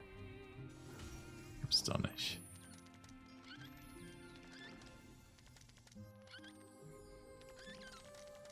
Ach so, das ist gar kein Event Ore, lol. Hier sind 3 Unique Ores und nur 2 Event Ores. Oh, cool, Easter Egg, First Try. Easter Egg im First Try bekommen. Ich sehe schon, kaum mein Ember braucht wahrscheinlich 10 Tries. Ah, Trash. Verdammt.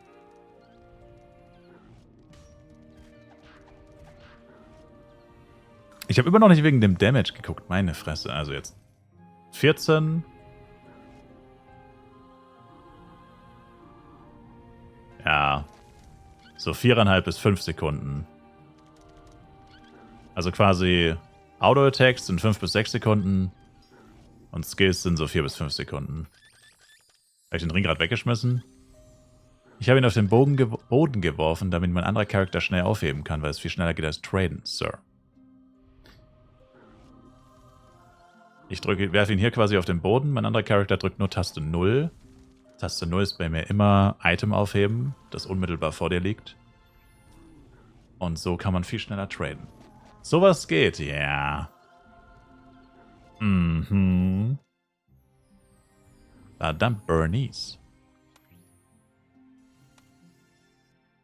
Verdammt, Limestone. What is happening?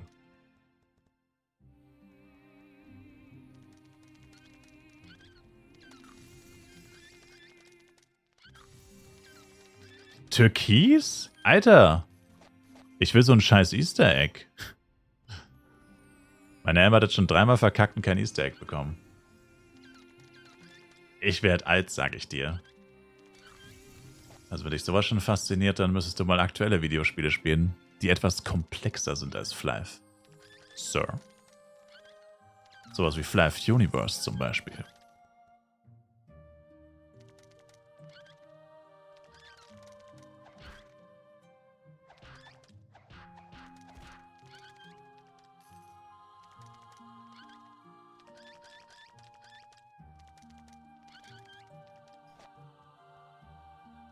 Verschenke Party Level 27, 404 Punkte, wenn wer braucht. Level 27? Flive Legacy. Sagst du mir jetzt, wo es ruhiger ist, welche Klasse du empfiehlst für jemanden, der im Late Game Solo spielen will?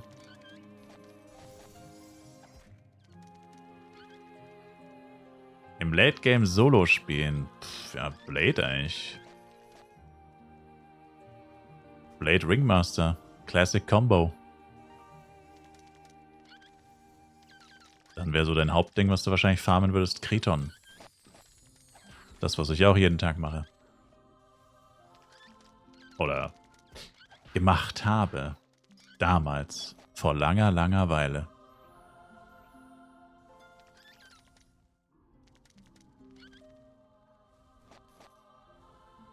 Weißt du noch? Damals? Good old times, man. Damals vor 3 Tagen. Anakin. Wilds kann man auch farmen. Also Solo Wilds ist schon hart, aber geht. Ja. Also theoretisch ist es möglich, aber da musst du erstmal hinkommen. Das wäre dein Grind.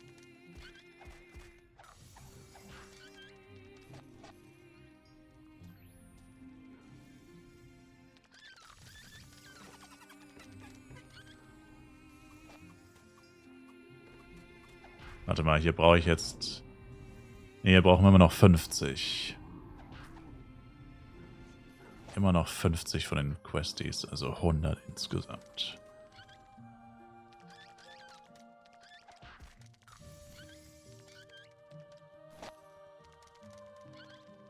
Ich farm das nicht, oder? Nee. Also auf Boding farm ich es gar nicht. Hier auf dem Server weiß ich noch nicht. Aber ich verliere selbst jetzt, wo ich so viel gespielt habe, immer noch den Anschluss. Extrem an die Cacher. Verliere immer noch extrem den Anschluss. Also von dem her sieht es schon auch schlecht aus, hier jemals Wilds zu farmen. Bis ich 141 bin, haben die alle schon wieder Herneswaffen. Und dann nimmt dich wieder keiner mit. Mit deinem Low-Level-Equipment.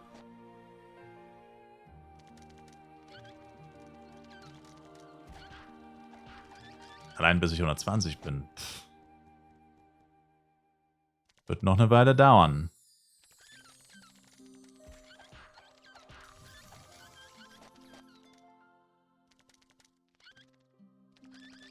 Will dir jemand 200 F-Coin verkaufen zum 55er-Kurs? Fragt Bomber. Bomb Nation.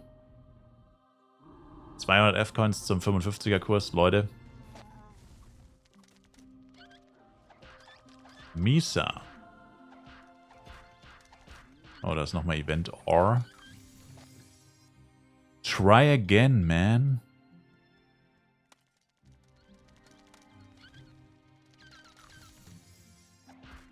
Alter, ich hab's wieder nicht bekommen. Meine Emma hat jetzt schon 4-mal verkackt, gell? Oh, danke, Subji.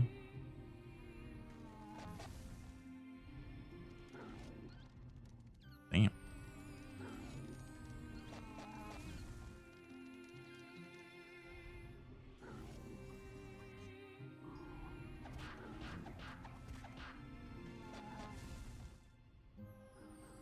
bist einer der Höchsten. Willst du deine M dazu tun für Clockwalks?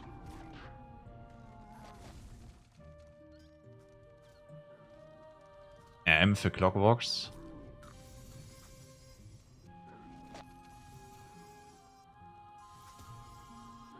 Was? Wieso kann ich das Monster nicht angreifen? Was ist das für eine Gacke?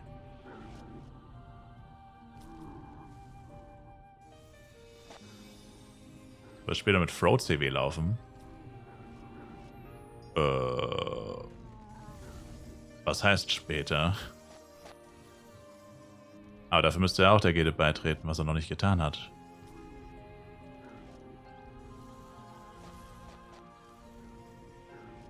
Geht leider nur in der gleichen Gilde.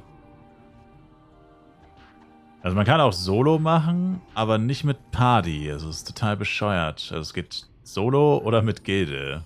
Das ist echt stupid, weil Solo lohnt sich halt nicht wirklich. Mein Solo ist besser als gar nicht, I guess, aber Droprate ist halt leider auch viel schlechter.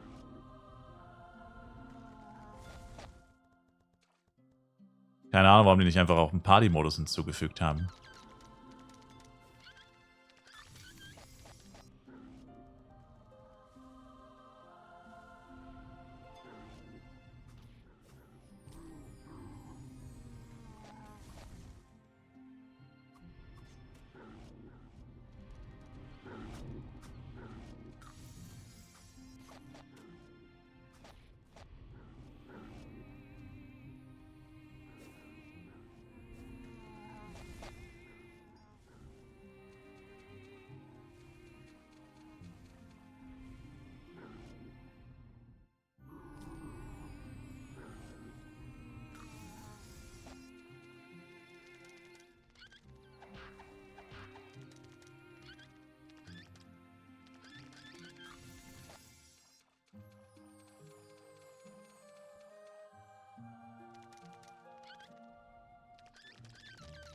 Wir sind einfach irgendwelche 60 plus Leute am Lawolfskin, scheiß Griefer. Für die Reonan-Quest, ja. Ja, das ist natürlich ätzend, ey.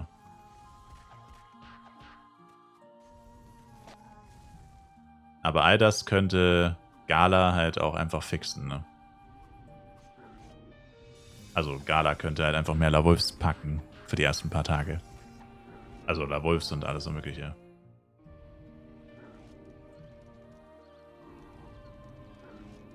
Ja, fuck, wenn du ein bisschen früher angefangen hättest, hätte ich dich buffen können, Style-Menschen. Weil das natürlich auch nicht viel bringt, wenn du keine Monster abbekommst. Ab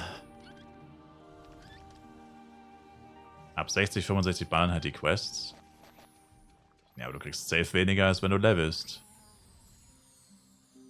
That's a damn fact, sir. Bin jetzt gestorben wegen Server-Lag. Uff. Aber ich habe die Identitätskrise überwunden. Ich bleibe bei dem AOE Ranger. Nice.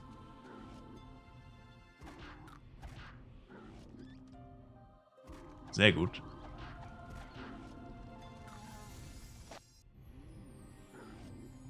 Sehr gut, sehr gut, sehr gut.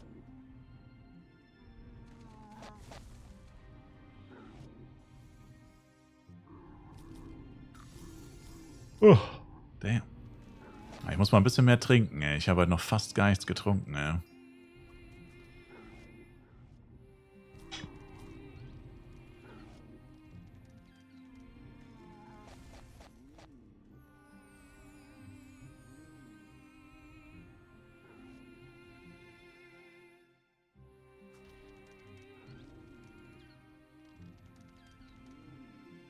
Oh, oh, oh, oh. Nee. Ich finde es aber schon immer chillig, Abwechslung, 1-2 Stunden leveln, dann ein bisschen questen. Ja, aber Reonan-Quest ist halt schon... Also da bist du nicht ab und zu mal so ein bisschen... Also kommst du nicht weit, will ich damit sagen. Reonan-Quest bis Level 60, wenn du sie, sag ich mal, mit einem langsamen Fluggerät und ohne großartige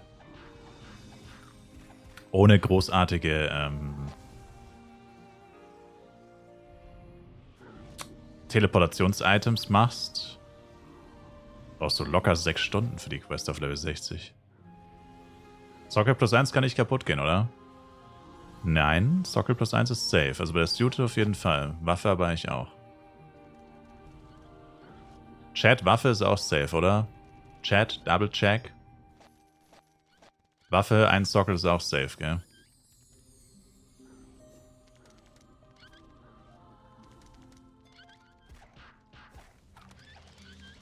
Gab doch aber viele Inventory-Plätze. Nee. Reonan gibt überhaupt keine Inventarplätze. Reonan Quest 3 sind 99 Quests für einen Inventarplatz. Ja, das Sockel ist nie safe. Auf FEC schon, Sir. Also Reonan ist echt eine schlechte Questreihe. Für grundsätzlich eigentlich alles. Extrem hoher Zeitaufwand, stellenweise sehr gute XP. Ja, aber auch extrem hoher Zeitaufwand. Ich glaube, man kriegt 5 oder 6 S-Pros, 3 G-Pros, paar Power Dice, Elementkarten, Weapon Bonus Reroll. Also ich sag mal so, Items im Wert von so knapp 2000 F-Coin vielleicht. Okay. Ist okay. Dafür, wie gesagt, ich gehe jetzt mal von halt Free-to-Play aus. Also von mir zum Beispiel würde ich jetzt ausgehen. Für die gesamte Questreihe, die man mit Level 100 abschließen kann, ja. Glaube ich, 100. Oder 105, eins von beiden. Ja, 105 ist, glaube ich. Ist ja egal, auf jeden Fall. Für die gesamte Questreihe am Stück bräuchte ich wahrscheinlich mit dem aktuellen Zeug, was ich habe, und wenn ich 105 wäre, bräuchte ich bestimmt knapp 10 Stunden. 100 Quests, knapp 10 Stunden. Und ich würde knapp 2000 F-Coin bekommen in 10 Stunden. Trash. Und gut, okay, der liegt halt am High-Level. Würde ich vielleicht 1-2 Level kriegen. Auf 105. 1-2 Level, 2000 F-Coin für 10 Stunden. Das ist Giga-Trash. Wenn du derzeit levelst, selbst als Free-to-Play, kriegst du wahrscheinlich 5000 F-Coin. Naja gut, 5000 vielleicht nicht, aber mindestens auch 2000, aber viel mehr XP. Und ja gut, du kannst es natürlich immer mit dem richtigen Level machen, aber da müsstest du auch immer dein Level unterbrechen. Das ist eigentlich auch nicht wirklich so sinnvoll. Thanks for the coupons, no problem.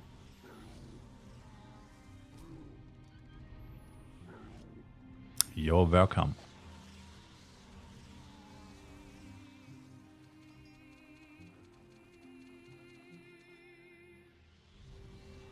Also Reonan finde ich schon, dass man es skippen kann, weil, wie gesagt, halt vor allem die Inventarplätze hier nicht ins Gewicht fallen. Es ist ein einziger am Ende, den sie halt extra hinzugefügt haben, damit die Quest halt überhaupt nochmal ins Gespräch kommt, so wirklich. Und,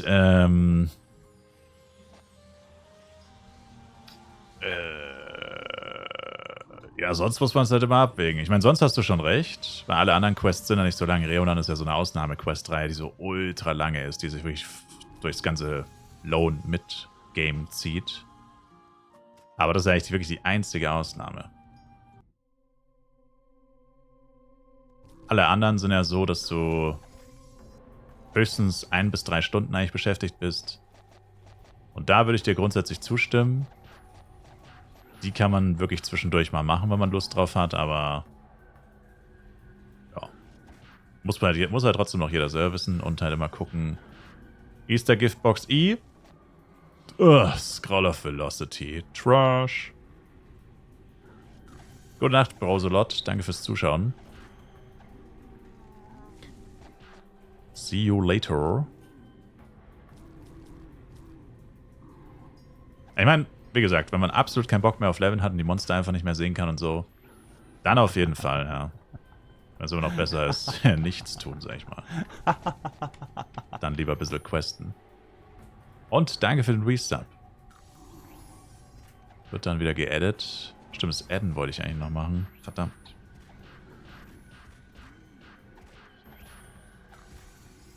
Also ich sag mal so, ich adde spätestens, wenn wir bei unter 5 Stunden sind. Sonst ist es Fake-Panik. Oh, da ist jemand gestorben. Das altbekannte Todesseufzen. Stöhnen.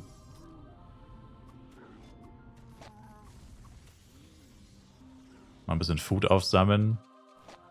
Ich finde das Food nämlich tatsächlich echt hilfreich.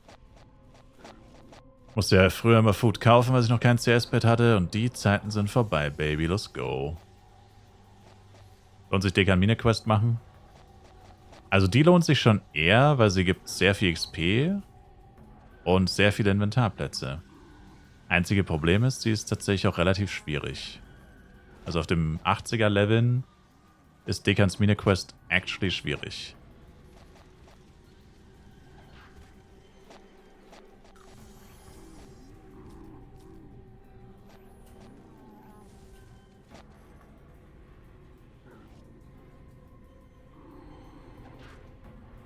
Also Dekans Mine ist, wenn du sie auf Level 86 machen willst oder 83 irgendwas, echt hardcore.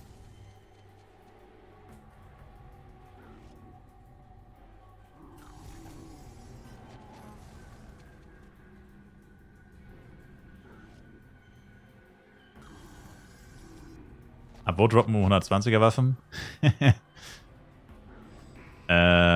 Nicht klarfahren, leider erst ein bisschen später. Ab Muffrin. Aber nicht alle Muffrins, glaube ich. Ich glaube nur die Chief Muffrins, die 113er. Monster ab 113 müsste es sein. Trust.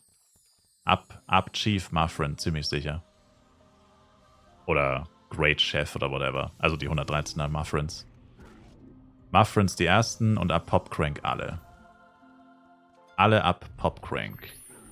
Spätestens. Aber auch schon Muffrin die ersten. Bei Muffrin und danach Popcrank. Deswegen, also man kann Bloody-Waffen, wenn man vor allem, ja, es extra darauf anlegt. Oha, Giant Mushpang. Mushpoi. Uff. Oh, der ist zu hoch. 83. Schade. Erster Giant seit einer Ewigkeit, den ich sehe. Ich würde ihn vielleicht herausfordern, aber der ist 8 Level über mir. Mit meinem Trash-Equipment keine Chance. Das ist ja der Nachteil. Jetzt bin ich halt bei viel zu hohen Monstern. Mist.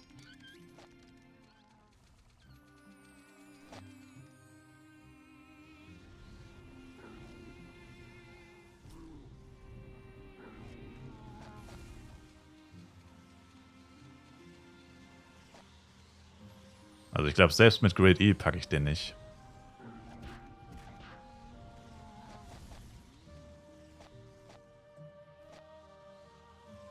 Auch mal für Content hier sorgen. Du dreckiger Hater.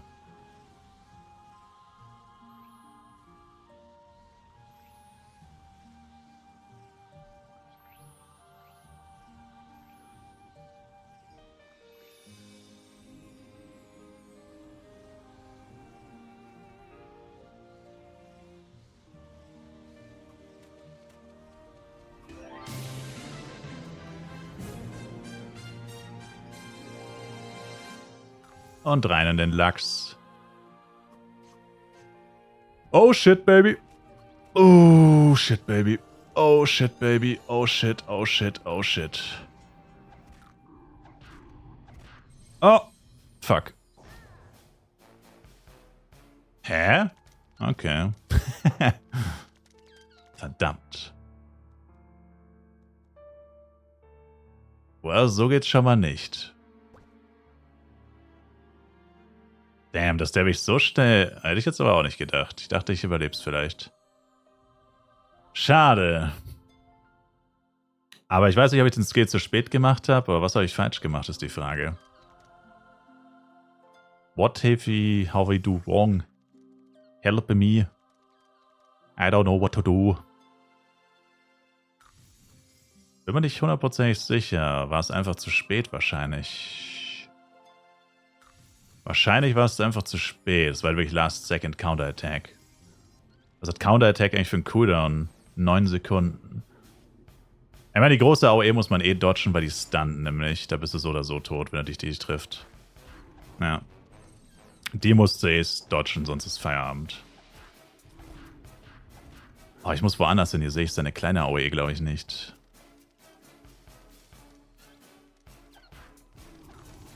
Na, die große auf jeden Fall dodge.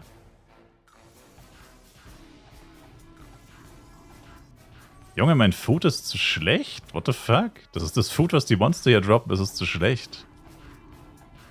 Das für eine Scheiße. Boah, der macht mit 2,9k. Oh, oh. Ja, in Rageface kann ich ihn gar nicht machen. In Rageface tötet er mich einfach mit dem Auto-Attack. In Rageface macht er mich mit dem Auto-Attack tot. Wenn er jetzt crittet, macht er mich schon mit einem Auto-Attack tot. Hat er gesagt, er ist zu hoch. Na, den packe ich nicht. Aber ich block halt auch keinen einzigen Schlag, ne? Ich habe 130 Dex und Perfect Block und ich blocke gar nicht. Es ist halt aber auch nutzlos Blockrate in dem Game. It's me. Danke für den Follow. Tot. Ne, hat mich nicht getroffen aus irgendeinem Grund. Oh, oh.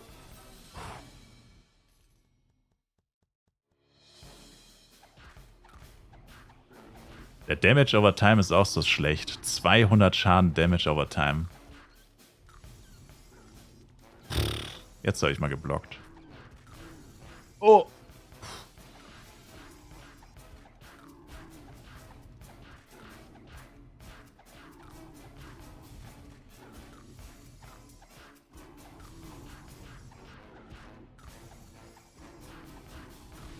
Oh, ich muss weg von dem Captain Maschball, wenn der mich auch noch angreift, ist sowieso Feierabend.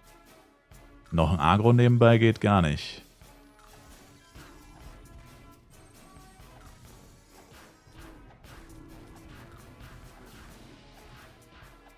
Oh, oh, scheiße, tot. Ach man, meine Pillen sind leer gewesen. Naja. Wie gesagt, der ist zu hoch. Pinguin hat mich reingebaitet. Ich habe von Anfang an gesagt, er ist zu hoch. Von Anfang an gesagt, er ist zu hoch. Pinguin hat mich reingebaitet. Er ist schuld. Er ist schuld. Es war ein Fest. Naja, at least I tried, man. Tried it for the content, man. Tried it for the content. Ja. Naja, aber genau deswegen sollte man nicht zu Monstern, die zu hoch sind. That's what I'm saying. Genau deswegen geht man nicht zu Mobs, die viel zu hoch sind. Bei Giants geht das natürlich doppelt. Wobei man halt sagen muss, ein großes Problem ist halt auch einfach dieses scheiß Cruiser-Set, ne? Ich trage halt ein 45er-Set. Wenn ich jetzt ein 75er-Set hätte, wäre mein Death-Wert nochmal viel besser. Ich meine, dann hätte ich es höchstwahrscheinlich auch nicht gepackt. Probably. Maybe. Schwer zu sagen. Ich habe jetzt auch einfach 6% Erfahrung verloren, was auch ein bisschen bitter ist.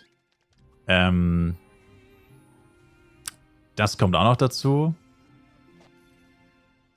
Und ja, ich war jetzt natürlich auch nicht auf den Bossfight ausgelegt mit den Pillen und so. Literally meine Pillen leer gegangen einfach. Weil ich nur 10 Stück hatte von Dailies. Ja. Aber dieses Steamed Seafood ist ja auch übelst der Scheiß. Maximale Wiederherstellungsrate einfach bei 3900.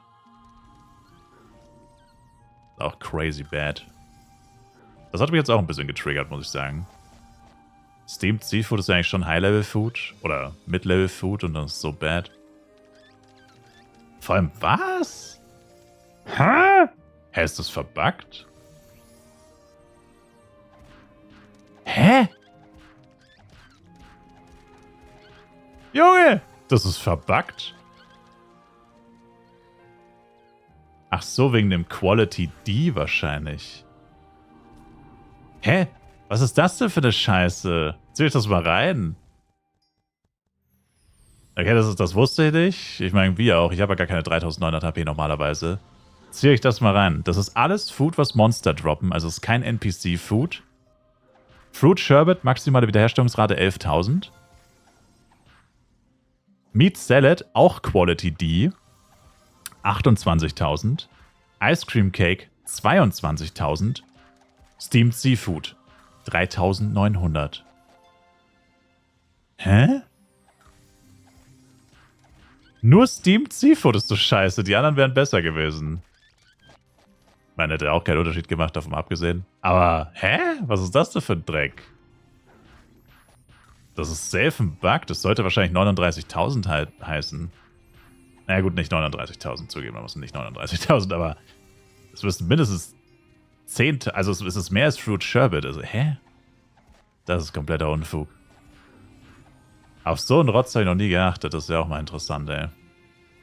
Ich dachte, es liegt daran, dass es dieses Quality D hat. Aber es hat der Meat Salad auch. Also daran liegt es nicht. Keine Ahnung, was das für ein Scheiß ist. Übel der Müll. Ist der Timer auf den aktuellen Stand? Nein. Nicht ganz, Sir. 2 Stunden fehlen ungefähr. Nicht ganz, Sir.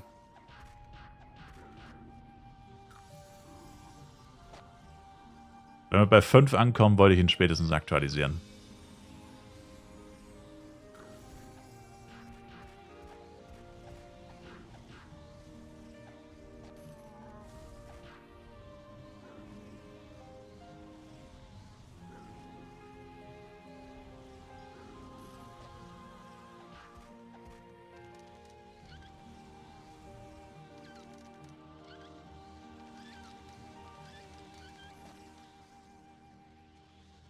Ja, wenn man so ein bisschen länger grindet, werden Irenen tatsächlich klüger, weil die können ja Skins droppen, ne? Wenn man Glück hat, kriegt man mit den Skins vielleicht noch 1, 2 schnelle Mille zusammen. Auch wenn sie eigentlich nicht viel wert sind und eigentlich auch nicht selten sind.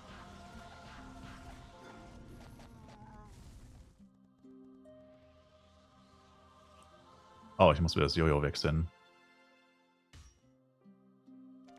Das Jojo wechseln.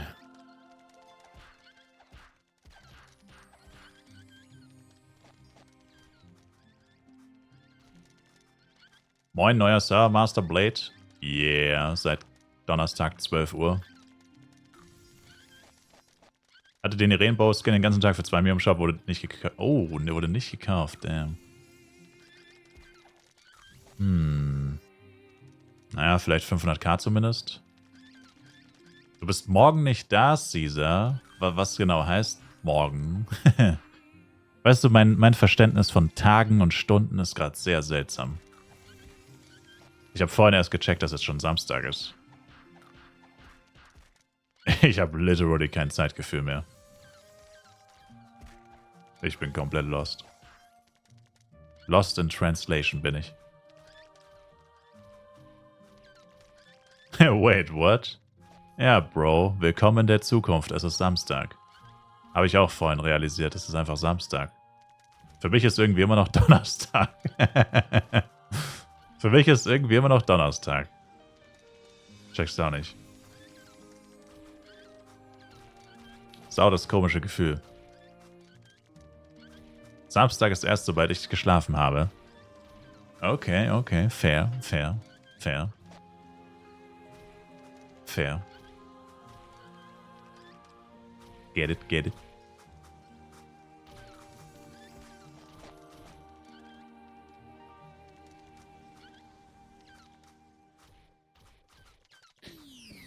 Also, ich meine, wenn wir uns auf den Preis einigen, kannst du mir das Jojo einfach schicken. Wir gehen von 14 bis 22 auf die Goldene Meile. The fuck ist die Goldene Meile? Hört sich an wie ein Swingerclub. No front.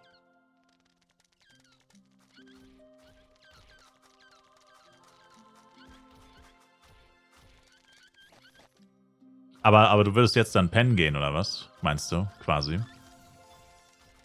Also wenn wir uns auf den Preis einigen, kannst du es mir zuschicken und dann ich nehme es mir dann auch erst aus der Post, wenn ich dir die Kohle schicken kann, quasi. Also das gleiche, wie wenn du es mir einfach aufheben würdest, aber ja, ist ja das same thing. Du musst pennen, okay. Also wie gesagt, jemand im Stream meint, er hat es für 75 gekauft.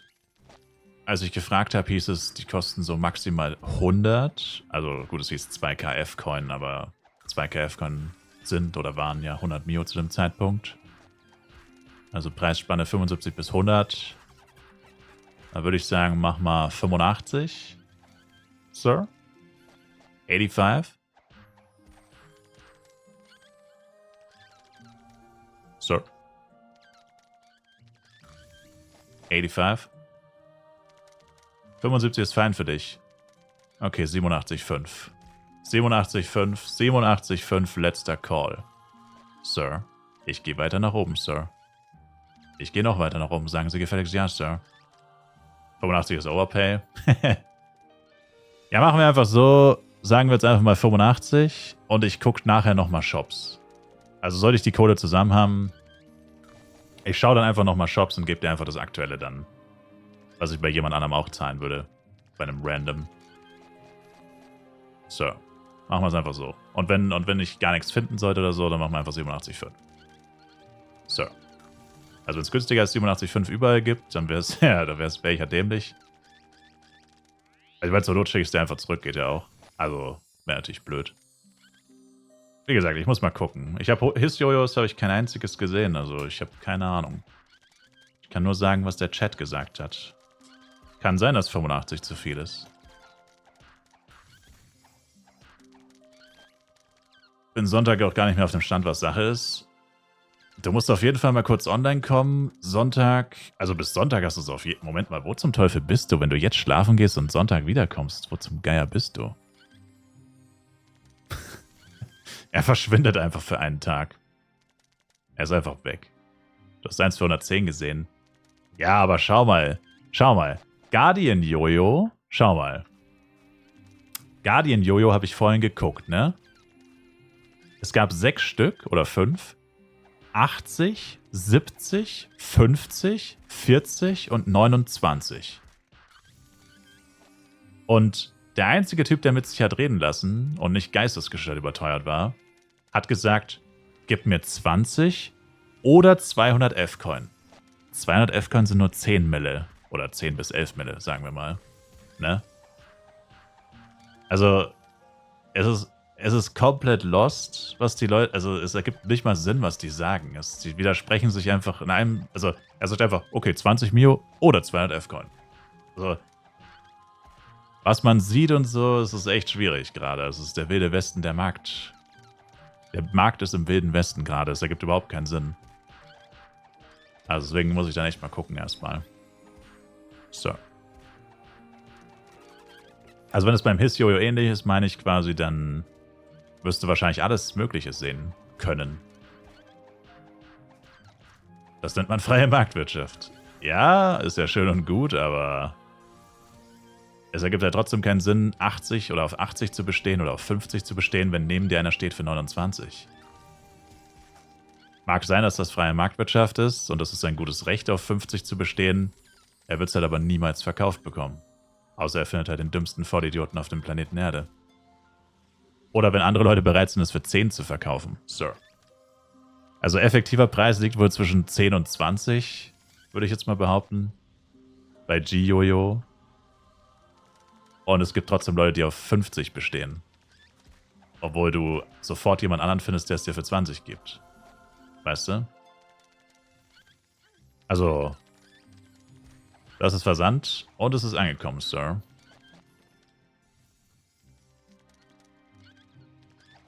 Ein KF ist halt von 40 auf 80 gestiegen. 80? Seit wann das? Ich habe vorhin noch Shouts für 50 gesehen. Na, 80 nicht. Das geht zu schnell. Also vor ein paar Stunden war es definitiv noch 50 bis 60 vielleicht. Du siehst nur noch Shouts für 70. Ich meine, das ist jetzt auch schon wieder 2-3 Stunden her. Seit der G-Jojo-Affäre, sag ich mal. Das ist jetzt auch schon wieder eine Weile her. Aber also kommt drauf an, siehst du Sell oder Buy? Also Sell versus Buy und daraus ungefähr die Mitte, I guess. Das müsste so der realistische Preis sein. Sell. Ja, Sell ist immer gottlos überteuert. Sell ist nicht das, was sie wirklich wert sind. Weil die meisten Leute, die F-Coins verkaufen, wollen, dass du gottlos overpayst. Weil die halt Angst haben, wenn sie für zu wenig verkaufen, dass sie sofort Geld verlieren. Da hat jetzt jemand geschrieben, Selling F-Coin für 60 Mio. 1K 60 Mio. Das war die Frage, ob der hier gerade im Stream ist und uns trollen will. Na. Also, ich denke nicht, dass schon. Also.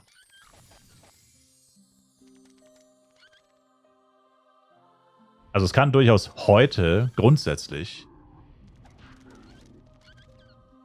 Kann es schon noch auf 80 steigen. Je nachdem, wie man heute definiert. Aber in 2-3 Stunden passiert das nicht. Also, es passiert immer. Also, früher war es immer so. Oder was heißt früher? Aber in den letzten FECs war es halt immer so. Ich bin irgendwann offline gegangen und dann war ich aber auch wirklich 12 bis 16 Stunden offline. Also mindestens einen halben Tag. Und das bin ich jetzt aber nicht. Also das heißt, das kann eigentlich unmöglich so krass steigen wie damals in 12 bis 16 Stunden. Das ist halt impossible. Würde ich jetzt mal behaupten. So krass kann es nicht steigen, so schnell.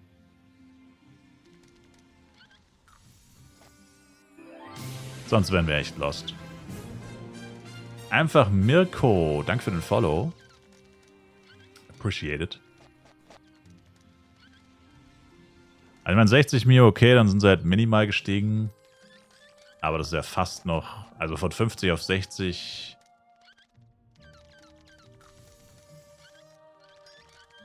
Das ist ja wenig, sag ich mal. Das ist ja nicht viel. Oder 55 oder 50 bis 60, ja, 55, whatever.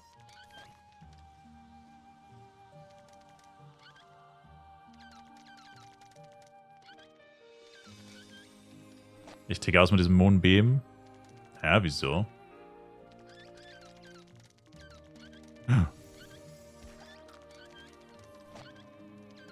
Du hast eine Affäre mit dem Jojo. Wenn dem so wäre, Pinguin, was dann? Wärst du eifersüchtig? Wärst du eifersüchtig, Sir?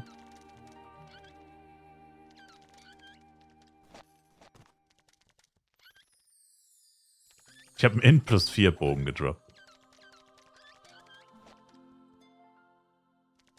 Das wäre gegen die Richtlinien von Gala. Pff. Gala kann keine Richtlinien gegen wahre Liebe erlassen, Sir. Wir lieben uns und wir wollen heiraten. So. Wait. Okay, Irenen sind richtig scheiße zum Grinden, weil die vergiften und es macht übelst viel Damage. Dieses Gift macht mich richtig... Ich bin einfach permanent vergiftet. Jedes Monster vergiftet mich, Alter. Richtig nervig. Sehe nicht einmal einen Spieler, aber jedes Mal wird bereits angegriffen. Oh. Geht's Small oder Captain? Irene? Die vergiften nicht? Oh, damn. Ist mir noch nie aufgefallen.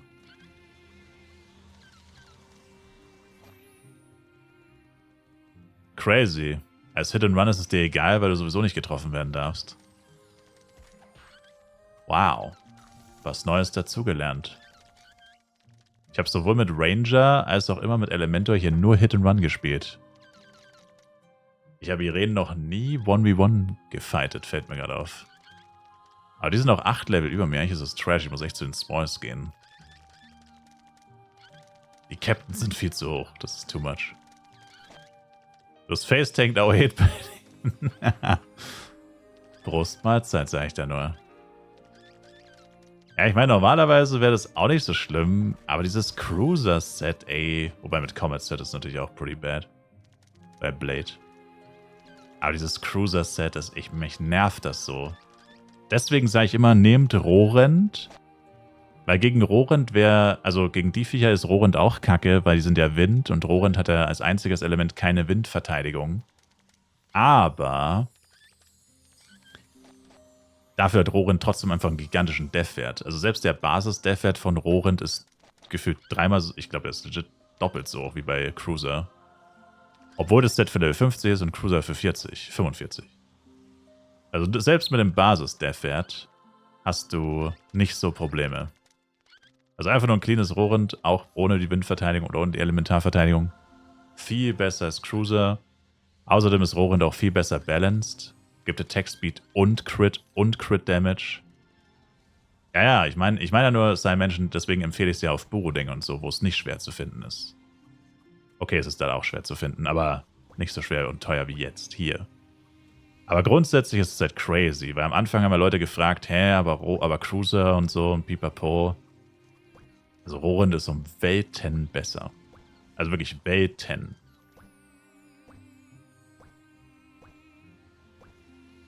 Ich verstehe nicht, wie man freiwillig mit einem 75er-Set bis 105 levelt. Mir geht das jetzt schon auf den Sack und ich bin gerade mal 75. Ich meine, gut, als Jester, also ich würde sagen, als Jester auf 90 definitiv wechseln. Aber es würde viele geben, die sagen, ach, Cruiser bis 105 passt schon. Nee, das passt überhaupt nicht. Du wirst ja windelweich geprügelt von diesen Scheißviechern. Und ich habe gerade sogar Great Eel drin. Junge, ich wäre safe gestorben vorhin, ne? Ich habe doch Great Eel drin. 7 Minuten. Ich wäre safe gestorben gerade. Wo ich von den beiden in die Mangel genommen wurde. Crazy. Italian Suit dürfte gut was wert sein, oder? Nee, nicht mehr. Also ist schon gut, aber nicht so viel. Ich kann es dir nicht sagen, wie viel genau, aber also unter 5 Mio, glaube ich. Oder unter 1 Mio sogar schon. Nein, sogar unter 1 Mio. Aber ist okay. Fro! Der dreckige Hater.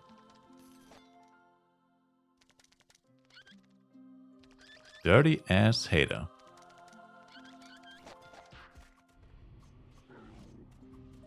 Weiß einer, was ein Angel Bow kostet, fragt hier Denjo.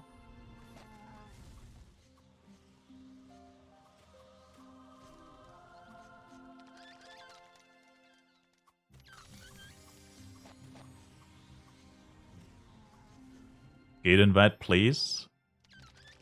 Schreib mich mal an, kurz, dann kann ich dich direkt einladen.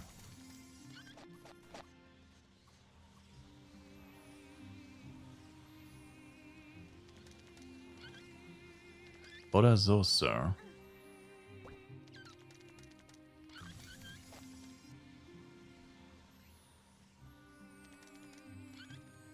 Du gehst schlafen, Caesar.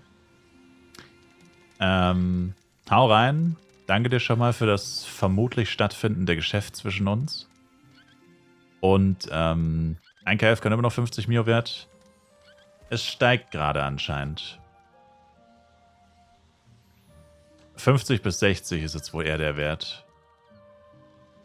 Also ich habe vorhin auch schon 52,5 habe ich gezahlt vorhin. 52,5 vor ein paar Stunden. Er steigt jetzt eher auf 60 gerade. Die ersten Leute zahlen schon 55 und Verkäufer wollen 60. Mindestens. Also ja. 50 bis 60. Was habe ich gekauft? Ach, nur 200 F-Coin für einen Cloak, nichts Großes. Hab 10,5 gezahlt für 200 F-Coin. Müsste 52,5er Kurs sein. Einer schaut gerade für 70. Ja, aber davor hat auch einer für 60 geschautet. Wie gesagt, man darf es nicht sofort als Preis fest... Also... Muss mehr beobachten, als nur einen schaut. Also, man muss einfach im Auge behalten. Das beste Zeichen ist eigentlich, wenn irgendein reicher Sack schautet, er kauft. Und wenn der plötzlich viel mehr Zeit als alle im Kopf haben oder als alle anderen sagen oder whatever, dann ist schlecht. Also wenn die Käufer hochgehen, dann ist es ein schlechtes Zeichen. Weil die Verkäufer, die wollen immer so viel.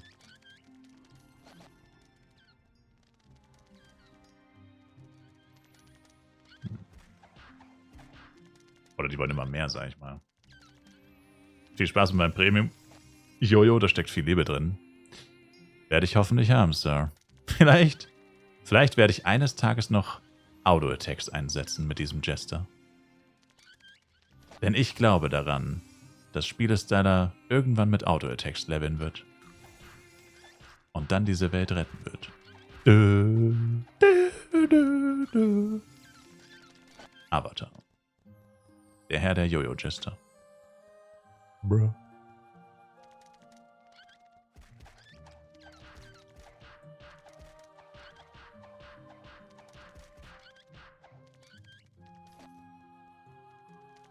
Ein gutes Zeichen für dich, Shenya.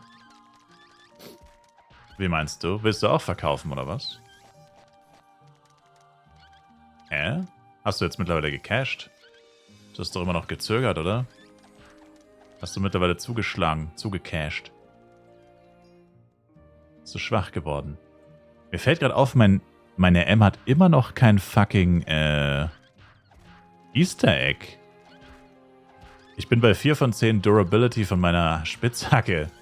Ich habe immer noch kein Easter Egg bekommen. Du warst zu schwach. Oh je. Haben sie F-Coins letztlich doch gewonnen. Naja, immerhin hast du lange durchgehalten und nicht sofort nachgegeben.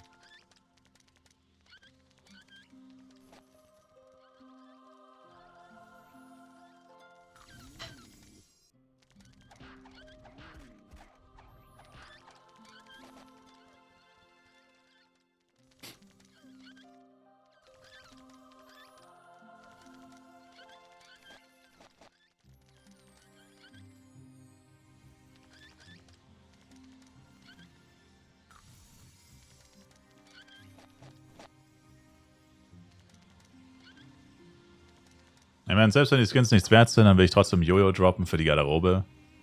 Weil das Bloodthirsty Irene-Jojo sieht gar nicht mal so bad aus.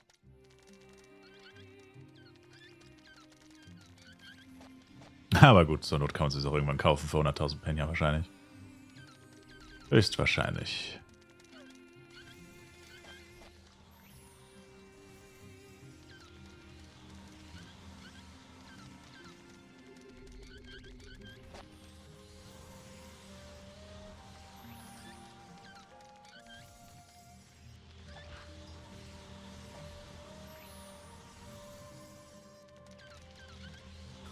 Aber ja, by the way, ich spüre langsam eine wachsende Abneigung gegen AOE-Spieler, by the way. Cool, oder? Endlich bin ich auch normal. Ich spüre eine wachsende Abneigung gegen AOE-Spieler. Gegen alle AOE-Spieler. Wie sie sich einfach alle Mobs nehmen und dich mit nichts zurücklassen.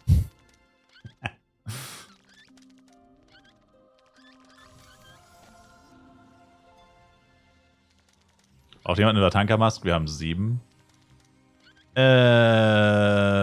Nö. Das ist nicht so cool. Hatte ich doch immer so gesagt, Sir. Tja. Ja, aber die Frage ist halt, wem muss man da wirklich die Schuld geben, Sir? Sirs? Wem ist hier wirklich die Schuld zu geben? Also ich bin ja der Meinung, Gala ist schuld. Kann dir einen Jojo-Skin schenken, wenn du magst? Nee, passt schon. Ich drop ihn schon. Den drop ich schon noch. Und wenn nicht, dann ist es auch nicht so wichtig. Ich habe ihn auf Boroding, sogar auf einem meiner Jester in der Garderobe. Und meine anderen 3 Jester werden diesen hier ja quasi übernehmen. Also es könnte sein, dass wenn ich auf Boroding switche in ferner, sehr ferner Zukunft, dass ich den Char hier instant quitte, weil der wird ja überhaupt keine Power-Ups haben, weil ich spiele den ja jetzt aktiv die nächste Zeit. Der wird halt literally mit 0 Power-Ups auf den normalen, also auf Boroding rübergehen. Und dann, ja, dann werde ich halt wahrscheinlich direkt Common Bank aktivieren und einen anderen Jester nehmen. Weil meine Jester sind loaded. Aber meine Boroding-Jester, die sind loaded mit Power-Ups. Also richtig krass. Wäre Schwachsinn, mit dem dann weiterzuspielen. Ich meine, im Endeffekt ist es ja alles der gleiche Jester, theoretisch. So, also wird ja einfach nur das Equipment weitergegeben. Etc. Aber ja, mal schauen. Das ist noch fern in der Zukunft. Sehr fern. Ich wünsche Moonbeam-Spielern Durchfall und kein Klopapier. Achso, du selbst spielst keinen Moonbeam. Ich dachte, du spielst Moonbeam, ehrlich gesagt. Ja, Moonbeam ist echt nervig. Vor allem, die Leute regen sich über HNR-Elle auf. Ich meine, gut, kann man jetzt nicht ganz vergleichen, aber Ja, also Moonbeam ist halt schon auch gottlos stupid eigentlich. Ich meine, es ist zwar nur bis Level 60 so. Naja, wobei stimmt nicht ganz. Also Hit-and-Run-AMs benutzen schon auch noch Moonbeam zusammen mit Merkaba. Also ganz aufhören tut es eigentlich nicht. Diese Solo-AMs mit Moonbeam und Merkaba, die sind ja trotzdem noch am Start. Aber jedenfalls, ja. Also selber spielen alle Moonbeam. Ich spiele bis 60, sage ich mal in Anführungszeichen, normal oder anders. Und ab 60 bist dann das Elementor plötzlich der Gearschte. Aber man braucht halt einfach ein Ventil für seine Wut, I guess. Das ist immer einfach der nächstgelegene Spieler, der ihm auf den Sack geht. Du siehst sie nicht mehr und die schnappen dir alle Mobs weg. Tja. Aber du hast nicht Spieler ausgeblendet, oder? Also andere Spieler ausblenden. Das würde ich auch niemals empfehlen, weil das ist dann natürlich blöd. Aber wo bist du eigentlich? In St. Morning oder was? Wo treibst du dich gerade rum? Und was spielst du?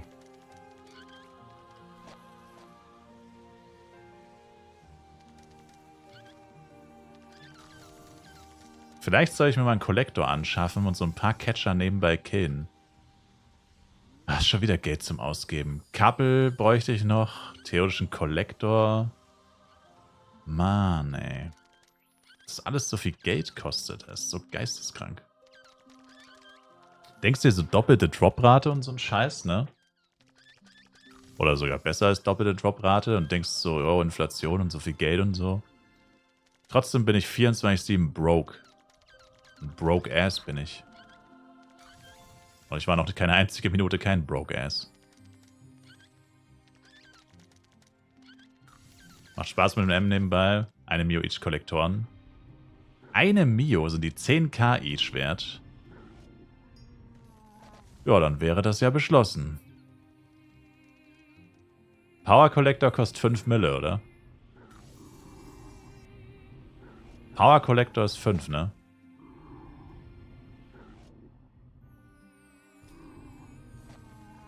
Yeah. Ich denke es mir die ganze Zeit schon, wenn ich die Catcher sehe. Auch die Krasek und so, ich meine, scheiß drauf. Die Leute brauchen ja alles. Im Chat wurde schon mehrfach nach Krasek und so gefragt und keiner hatte es. Muss ja dann auch was wert sein. 25 PDAs auf plus 5. Ich würde wahrscheinlich einfach mal plus 3 erstmal machen. Ist zwar ätzend, aber ich habe nicht so viele PDs. Ich habe literally gerade 11. Ich würde wahrscheinlich erstmal nur plus 3 machen. Ab was, wer möchte, arschteuer. Krasek oder was? Ja, vorhin hat jemand danach gefragt. Vorhin vor 15 Stunden oder so. Ja, das ist gleich schon wieder ein bisschen länger her, aber 2 Leute haben mal nach Krasek gefragt. Und niemand hier im Chat hatte was, also die sind dann wieder ohne Krasek hier zum Grinden weiter. Konnte ihnen keiner anbieten.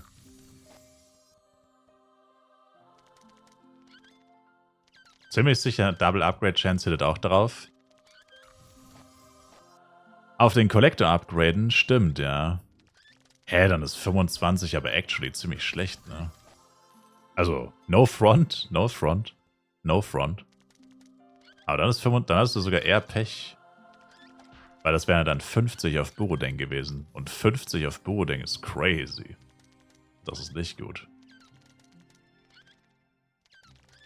Also auf Burodeng würde ich sagen so 30 circa. Also no front, aber 25 werden auch, ich habe auch an die 20 gebraucht. Ist das eine Herausforderung? Fordert ihr mich gerade heraus? Überlegt euch eure nächsten Worte gut. Ey, Spaß. Aber ja gut, dann würde ich plus 4 machen wahrscheinlich. Da müsste ja plus 4 mit 10 Power Dice drin sein eigentlich. Ja, mal gucken. Kann ich mir Couple leisten? 10 Mio und ein Collector. Das wären 15 Mio. Ich habe gerade 4. Dann ist wieder das ganze Geld weg. Dann wieder von 0 anfangen. Boah, ey. Das geht mir so auf den Sack, ey. Das ist so crazy, Mann. Wie kann man die ganze Zeit so ein Broke-Ass sein? Das ist so ein Abfuck.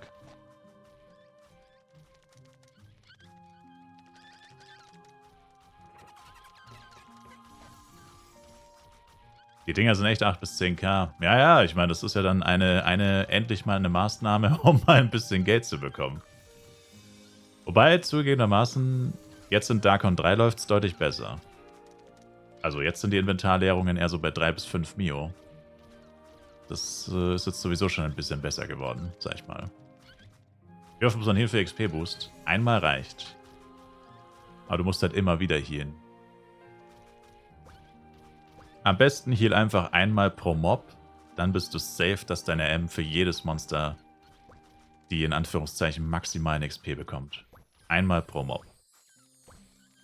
Musst du nicht zwingend. Wenn du einen guten Killspeed hast, kannst du auch nur einmal pro 2 Mobs healen. Aber nur wenn du wirklich bei jedem Mob healst, hast du die 100%ige Garantie, dass du immer die Max-XP bekommst mit dem Bleach. Und das ist ja das, was man will.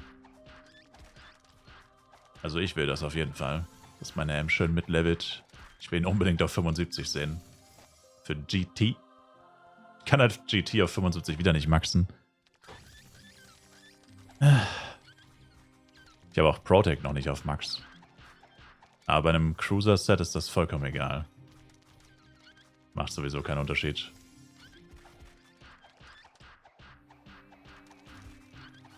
Protect auf 3, ja. Aber das macht so oder so gar nichts aus.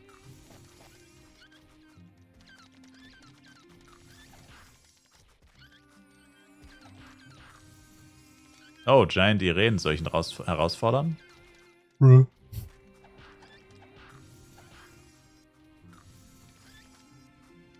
Weil es letztes Mal so gut lief. Du machst beide noch auf 15, gehst dann schlafen sein, Menschen. Alright. Schon wieder 4:30, ey.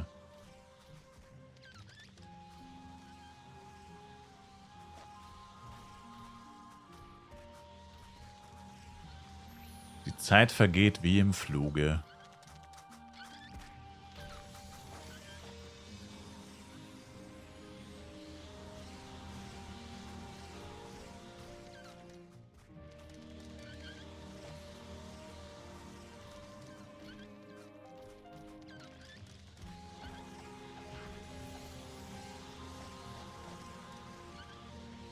Ey, yo, Giant Irene, chill. Chill. Ist der ausgerechnet hier bei mir spawnt, Mann? Der ist doch sonst immer da auf der freien Fläche.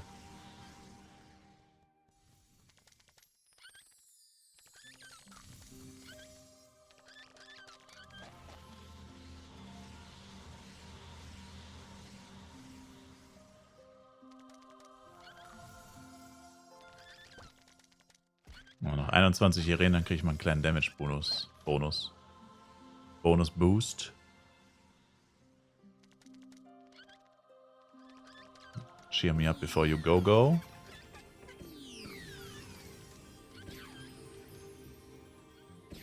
Also Giant Irene Channel 6, falls jemand will.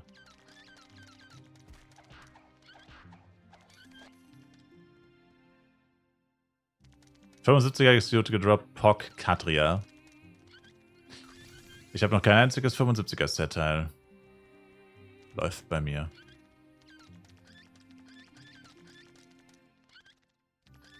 Aber wenn das so ähnlich läuft bei meinen 60er Suits, dann ja. Was hatte ich? Einmal Mage und zweimal Assist. Wobei die zugegebenermaßen alle wertlos sind. Da ist es tatsächlich egal. Aber generell ist mein Suit Drop Luck crazy bad. Auf dem Server. Ich hoffe, das sammelt sich gerade alles an. Ich meine, gut, in der Mold plus 6 habe ich vorhin gedroppt, aber naja. Weil irgendwann muss ja aber was kommen, ey.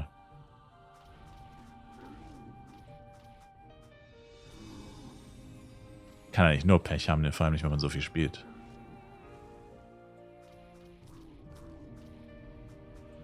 Andererseits hätte es auch einer plus 7 sein können. Plus 6 ist ja nicht mal das Beste. Und schon ist er wieder unzufrieden. Und schon wieder am Meckern.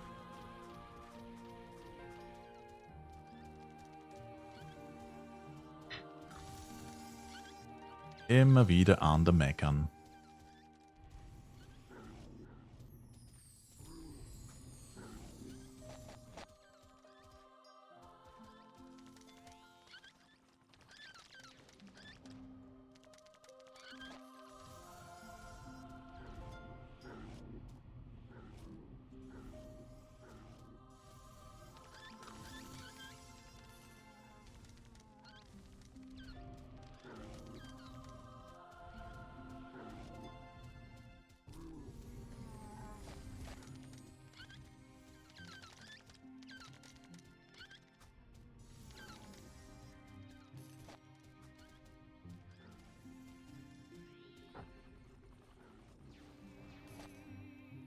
Puh.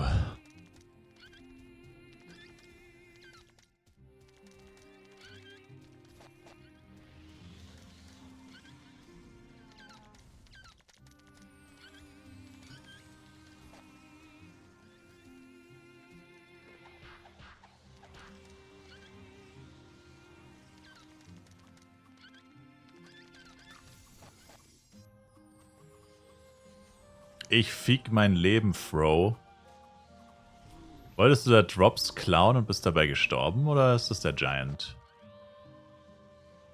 Fro. Wo ist der erste Bursche? Ich kann dich resten, Fro, aber ich hab's nur auf Level 1. Oh, no much.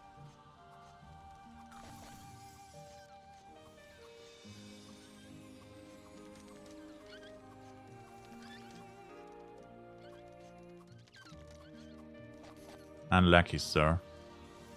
Frühjahrsbau ist so contested, dass ich Sprint Throws benutze. Das ist toxic.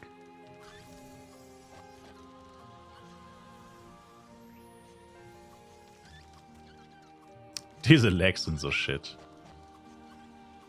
Ich weiß nicht, ich merk's nicht so sehr.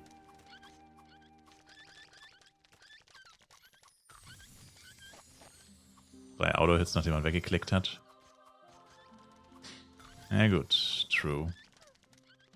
Der Giant Mushper hat auch immer noch zugeschlagen. Ich bin schon längst weggelaufen und ich habe den Hit halt trotzdem noch gefressen.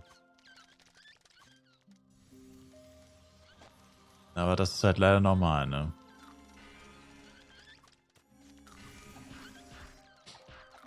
Oh je. Mein Projekt wird trotzdem scheitern. Couple und Collector ist nicht drin. Ich habe nur noch eine Penya Flask auf beiden Chars. Und ich dachte mal, dass mein Inventar so 12 Mio wird mir das nicht bringen, die Ausbeute hier. Ist zwar wahrscheinlich die größte Ladung, die ich jemals hatte. Auch vom Wert her. Ey, Tornado? Are you crazy?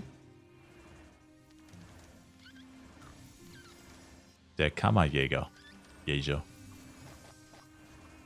Kammerjäger.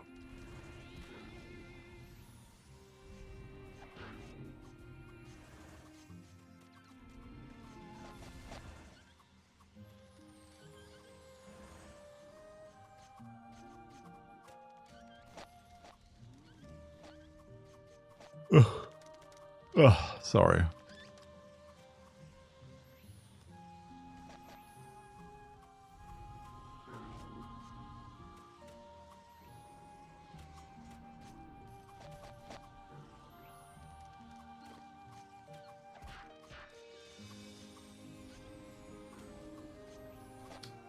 Chrome Core Ore. Kriege ich jetzt endlich mein fucking Easter Egg, ey. Mit dem Assist. Ja, ich hab's. Ich habe 7 Tries gebraucht für das Easter Egg bei dem AM. 7. Mein Jester hat es jedes Mal bei 2 oder 3 bekommen. Oder was heißt jedes Mal? Ich habe es erst 2-mal gemacht. Aber trotzdem. Crazy.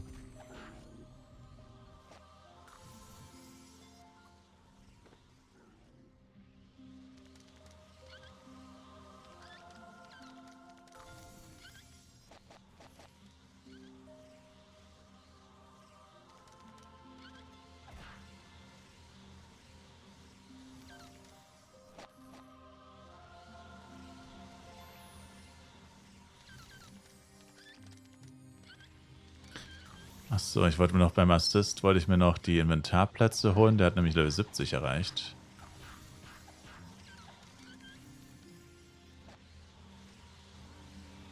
Yes, Inventarplatz um 2 vergrößert. Sehr gut, sehr gut, sehr gut, sehr gut.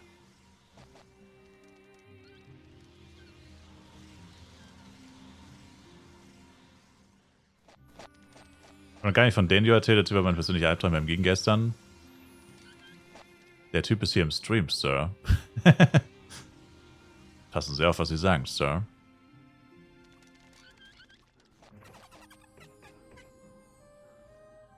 Alles vor der Nase weggeschnappt, oder was?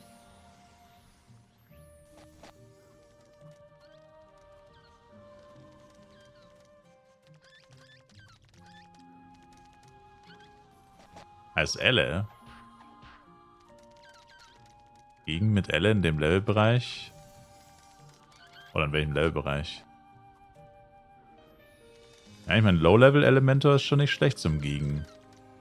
Weil die HP von den Giants noch so niedrig ist, dass du sie noch hit and runnen kannst. In der Regel. Vor allem, wenn du ein bisschen höher bist vielleicht. Ada und so. Ja, da ist er echt stark. Hier schon nicht mehr. Also Mashpoi und so sind eigentlich ein bisschen zu krass für Elle. Weil wenn Mashpoi foodet, hat er 1,2 Millionen HP. Das ist ein bisschen viel eigentlich schon. Also mit Power-Ups geht's vielleicht noch. Aber ja. Ich würde auch sagen, so höchstens Carrier Bomb. Danach wird er dann eigentlich immer schlechter.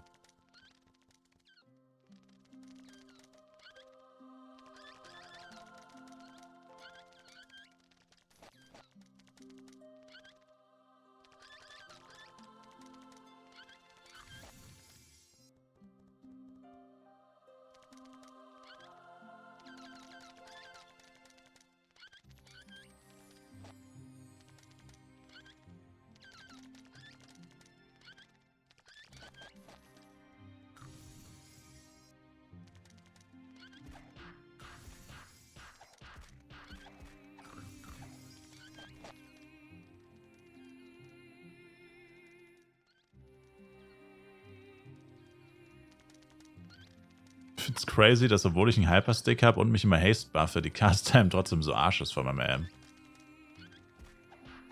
Also ich meine, dass sie nicht sehr gut ist, klar, aber die ist so Arsch. Crazy Arsch. Genau hat mein 312 Dex Range eigentlich nur 78 Hitrate. Ja, das ist eine gute Frage.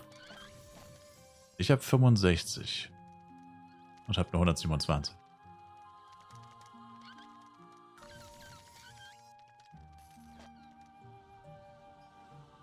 Klassenabhängig, I guess. Ja, meint, bin zu müde, packe die 15 nicht mehr auf einem Char. 15 und 14 ist jetzt. Oh. Das ist aber actually gar nicht so spät, vor allem dafür, dass so viel los ist. Gute Nacht, Simon Mansion. Thanks for watching. Und danke nochmal für die Subs, die ich immer noch nicht geaddet habe.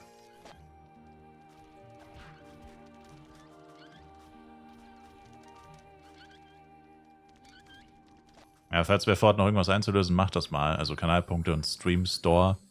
Ausrufezeichen Store, Kanalpunkte. Dann denke ich so in 7 Stunden wieder da.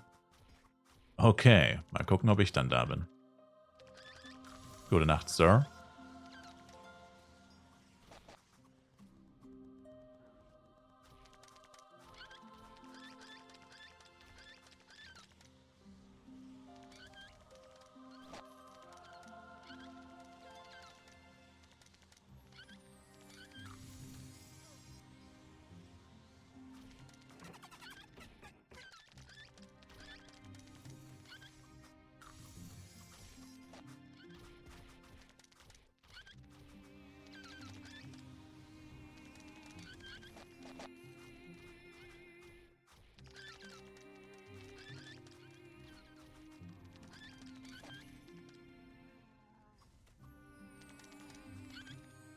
Ist der Timer aktuell? Nee, nicht ganz.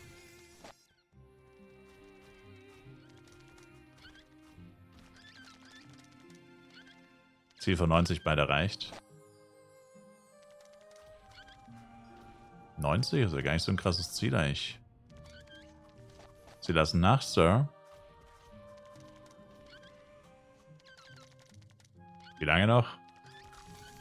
Habe ich das nicht gerade gesagt? Noch circa 2 Stunden fehlen. Ich adde bald wieder die Zeit.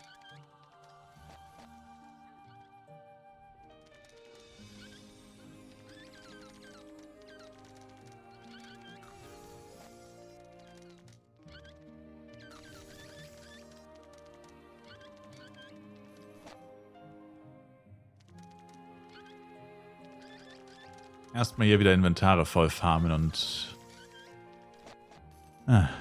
so weiter. Was, bist du AFK? Nö, kein Stress. Alles gut. Alles gut.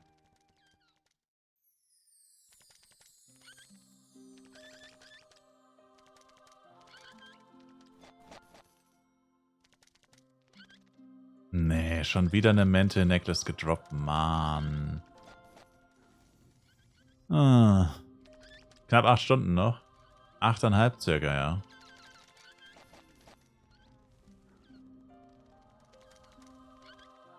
Momentan. Wie gesagt, gibt wahrscheinlich noch sehr viele Kanalpunkte und Stream-Store-Punkte. Ausrufezeichen Store. Wo ihr auch das Giveaway von Turtle Beach findet. 2x Headset-Giveaway von Turtle Beach.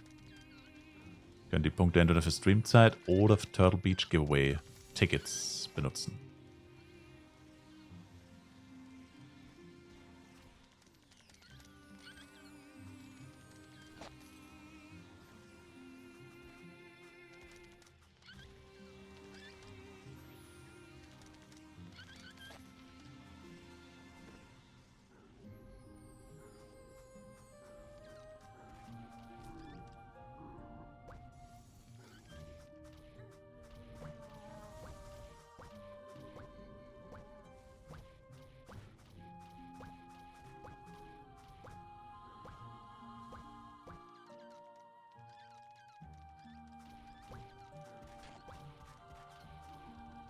Okay, noch 5 Items oder was? 6.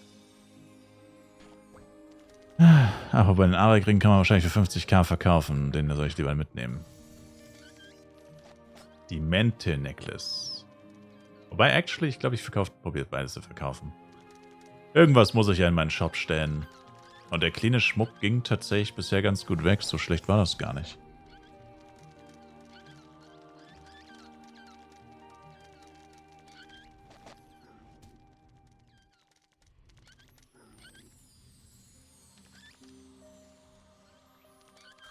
Eine Ampli hätte ich auch noch.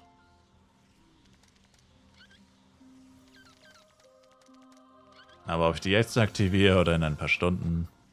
Wobei auf 80 kriegt man ja 10 Amplis, gell? Aber gut, mit einer Ampli komme ich nicht auf 80. Nicht mal in die Nähe davon.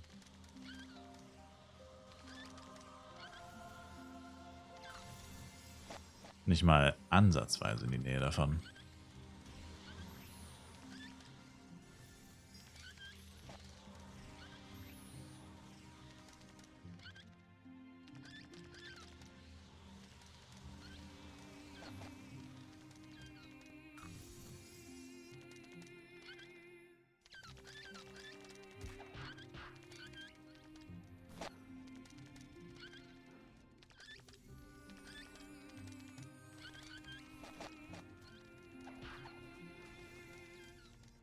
Oh, Leech auf 73 wäre noch cool fürs Backgehen.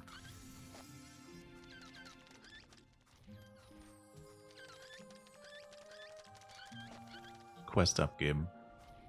Wie kill ich die so schnell? Hä? Mein Killspeed ist arschbad. Schnell? Ich benutze Multistep immer noch. Eigentlich levelt man ab 75 mit Auto-Attacks, aber ich habe kein Hist-Jojo und kein GT. Also man levelt eigentlich auch schon vor 75 mit Auto-Attacks, je nachdem. Aber ich hatte auch kein G-Jojo. Ist alles ein bisschen durchwachsen bei mir. Vielleicht hier und da die falsche Entscheidung getroffen. Maybe. Aber ich hatte halt auch wirklich leider keinen einzigen Hauptgewinn, sag ich mal. Ich hatte ein paar coole Drops. Muss ich zugeben. Oh oh. Okay, ich habe mal wieder einen Ghost DC. Oder? Nee. Hä? The fuck? Was war das? Weird. Also ich hatte ein paar ganz coole Drops. Demol plus 6. Aber gut, ich habe kein einziges Mal Spruch plus 7 gedroppt. Gibt Leute, die haben schon 5, 6 Mal plus 7. Ich habe also Arix plus 7 habe ich gekauft. Demol plus 6 und plus 3, die habe ich beide selber gedroppt. Gut, ist jetzt nicht so schwierig, sag ich mal. Keimer plus 7 bisher gedroppt. Clean Gore ist auch pretty bad. Noch keine Gore plus 3 gedroppt, dafür 3-mal Clean oder so. Mein Multistab-Jojo mit 15 Multistab habe ich auch nicht selber gedroppt. Das hat auch jemand für mich gedroppt und mir dann verkauft. Ich meine, sonst wäre es im NPC gelandet, also dafür hat niemand außer mir hätte dafür Geld ausgegeben, wahrscheinlich. Oder nicht viele Leute. Dann Cruiser, alles gestattet. Das Cruiser ist ganz cool, aber auch nichts krasses. Cruiser, STR plus 2, Dex plus 1, STR plus 1, Dex plus 3. STR plus 2, STR plus 1 und Dex plus 3, komplett gestattet, also für ein bisschen noch Bonus-Stats, damit es nicht ganz so fad ist. 6 ATK, 2 Sockel. Aber das meiste davon musste ich mir halt kaufen. Also ich habe eigentlich nichts davon gedroppt. Ich musste für alles Geld ausgeben. Das ist schon ziemlich ekelhaft gewesen. Den Cloak habe ich natürlich auch gekauft. Alles, was ich gekauft habe, hat mich eigentlich immer wieder auf 0 resettet. Also ich habe immer gefarmt, komplettes Inventar voll, 1-2 Stunden. Irgendwas gekauft und war wieder bei 0. Und das halt jetzt seit die ganze Zeit schon, seit ich angefangen habe. Und ich meine, gut, ich habe 3 Lightning 4 gedroppt, das war nicht schlecht. Aber auch nicht sehr gut, sag ich mal. Irgendwie sind die Lightning-Karten... Also ich finde persönlich, sie sind zu underrated. Ich finde, die sind viel zu wenig wert. Irgendwie. Aber egal, auf jeden Fall, das Jahr war okay, aber jetzt auch nicht so krass. Also mir hat halt dieser einer von diesen Low-Level-Drops hat mir halt gefehlt. Eine Wedge-Suit, Flurry-Suit, Cruiser-Suit. Ein was davon hat mir gefehlt. Ich hatte nichts davon. Kein Flaming Bow. Ich hätte zumindest einen von diesen Low-Level coolen Drops kriegen müssen. Dann wäre es vielleicht ein bisschen... Ein paar Sachen wären dann vielleicht schneller gegangen. Und dann ist das ja immer so Snowball-Effekt. Je früher du etwas hast, desto besser und so weiter. Mein CS-Pad zum Beispiel. Also wenn ich einen Flaming Bow gehabt hätte... Hätte, Fahrradkette, ich weiß, aber ich meine nur... So Flaming Bow oder Wedge Suit, hätte ich mir direkt die Gigglebox kaufen können. Das hätte mir Stunden erspart. Also dann wäre ich vielleicht jetzt auch wieder 1-2 Level höher vielleicht. Einfach nur, weil ich mich da nicht noch 1000-mal hätte bücken müssen. Was ja auch jedes Mal eine Sekunde kostet. Oder so. Und man hat einfach mehr Kohle, weil man mehr Items aufsammelt. Das 2 von der Wedge Suits. Und einmal Comet Set. Ja, davon hatte ich gar nichts. Ich habe auch nur ein einziges Wedge-Teil, glaube ich, gedroppt. Männliche Boots, sonst gar nichts einfach. Nee, also ich würde schon sagen, dass ich ein bisschen unlucky war. Also, ich will jetzt nicht rumheulen oder jetzt immer nur alles darauf schieben, aber... Also man kann auf jeden Fall nicht von Glück sprechen. Also ich würde eher sagen, moderates bis starkes Pech. Im Low-Level. Hier und da auch ein bisschen Glück. Aber es ist halt nie so, dass es dich halt auf einen Schlag fett ins Plus katapultiert, wie halt zum Beispiel so eine Low-Level-Wedge-Suit am ersten Tag. Selbst als ich auf dem Level war, wo man sie hätte droppen können, hätte die noch locker 500 bis 1000 F-Coin eingebracht. Aber ich habe sie einfach gar nicht gedroppt. Ich habe sie nicht nur nicht zum Highlight gedroppt, ich habe sie einfach gar nicht gedroppt. Und dann hier die ganze Zeit, ich droppe die ganze Zeit cleanen Schmuck. Also der Arik plus 6 war wirklich crazy. Vigor plus 5, Arik plus 6 und nur Müll. Crazy. Bin ich jetzt auf unserem Level... Achso, ich hab's schon gelesen, sorry. Ich war in meinem Monolog gefangen. Low Products Farm plus 6 zu machen oder nicht? Welche Klasse spielst du?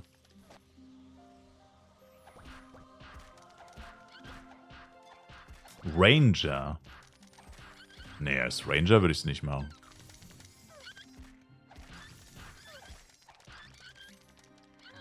Ach, verpiss dich, ey. Ich bin so langsam, dass es hier nicht durchkommt, ey.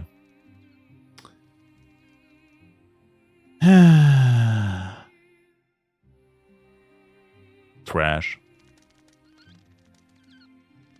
Trash. Ich bin ausnahmsweise mal nicht weggelaufen. Hab gefoodet und gehealt. Stand auch da, du benutzt Heal, aber es hat nicht gehealt. Nicht wieso, auf Hilfsbau wenigstens, oder? Ja, aber was willst du mit Hilfsbau groß upgraden? Hilfsbau plus 5 plus 6. Vielleicht. Machst du Auto-Attacks? Fairmine Stick plus 4.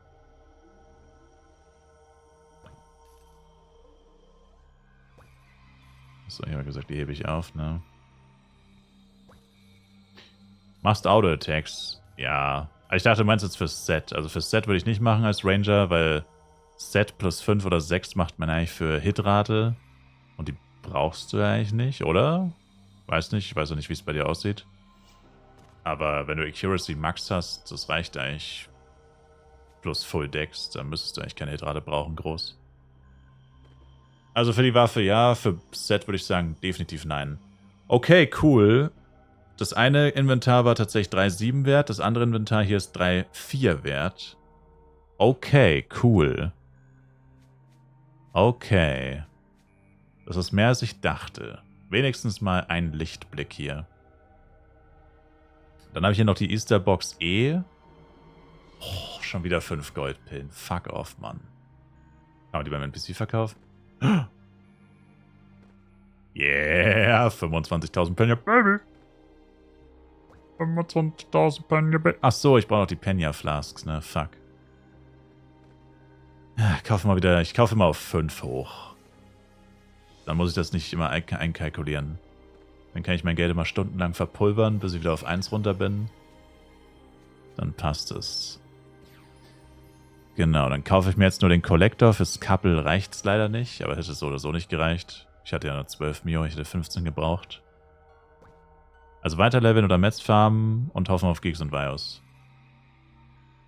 Boah, das musst du wissen, das musst du auch nach Lust und Laune machen. Also Geeks sehe ich halt kritisch, weil Geeks sind schon hart umkämpft, so wie ich das gesehen habe. Kannst du mir eine FA schicken für deine M-Buffs in meinem Haus holen? Ja, was will ich mit deinen Buffs? Meine M hat Max-Buffs, alles. What? Was meinst du?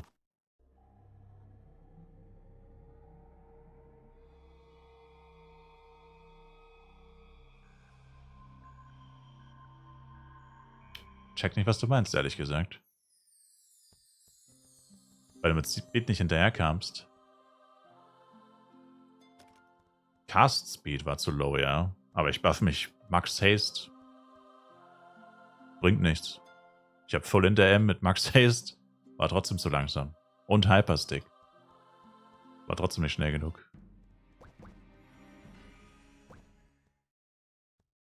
Warte mal. Sag mir bitte, dass ich die Questies auf die Bank getan habe.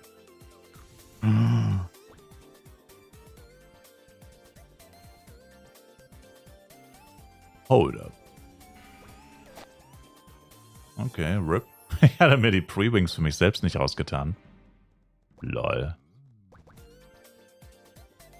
Damn. Crazy.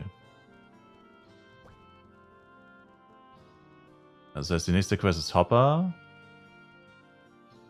Also hier brauchen wir noch 50 und hier 55. Dann brauche ich noch für eine M das beides. Das beides noch für eine M.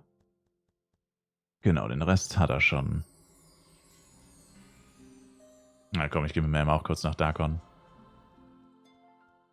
Wofür ist dieses Chroma Pickaxe? Das ist für dieses Event Chroma Ore, was du überall siehst. Kein einziger Violet da in Darkon 1 ist zum Heulen. Machst du die Quest? Uff. Oh, das wird ein Albtraum auf FEC. Albtraum. Und was geht ab? Dati, by the way. Welcher Speed? Vault Mag? Was geht ab? Speed. I show me. Wait, hold up. Oh yes, mein RM kann 2 Quests abgeben. Geil. Reicht das? Müsste für Level abreichen. Kaching. Oh, und direkt noch eine hinterher. Kaching. Okay, Baby. Nochmal 600.000 Penya.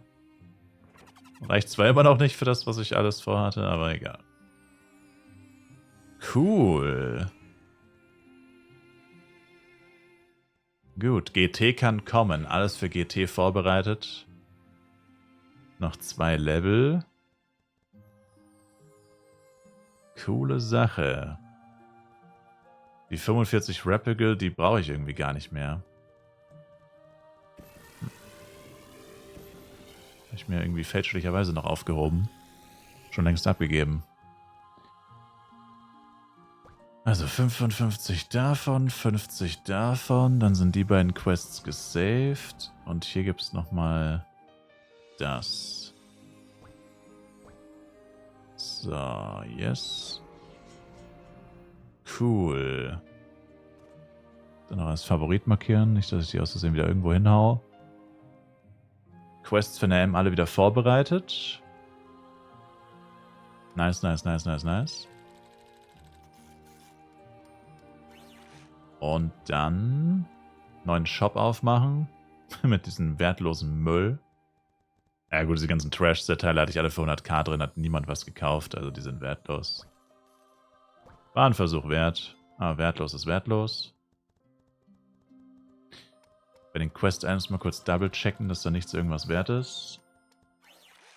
Nee. Ach so, die Quest-Items sind ja nur halb so viel wert. Oh. Jetzt check ich. Ich habe mich schon gewundert. Ich hatte mich schon gewundert. Ich habe doch vorhin gesagt, Quest-Items muss man aufpassen. Nicht, dass man sie für günstiger reintut in den Shop als für NPC-Preis. Aber du hast ja bei den Quest-Items beim NPC auch den halben Preis. Das heißt, wenn 3000 auf Bodeng die teuersten Quests sind, so 2 bis 3k, dann sind es ja nur hier 1 bis 2k. So in dem Dreh. Das heißt, man kann sie gar nicht wirklich zu günstig reinhauen. Also schon, aber da musst du schon ultra günstig machen, sodass es sich eigentlich kaum noch lohnt.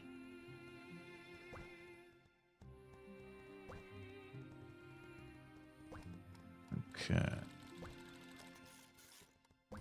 Cool. Dann wieder cleanen Schmuck, manchmal für 40k. Clean für 40. Das ist so erbärmlich. Ich habe kein einziges Set-Teil, by the way, gedroppt, gell? Ich glaube, das ist das erste Mal, dass ich ohne Set-Teil aus 1-2 Stunden Grind rausgehe. Das ist auch wild. Einfach ohne Set-Teil aus 1-2 Stunden Grind ist geisteskrank. Oh, ich hätte beinahe die Bomb-Timer vergessen.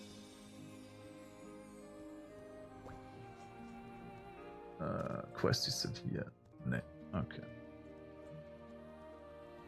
Achso, und die Power da ist natürlich noch.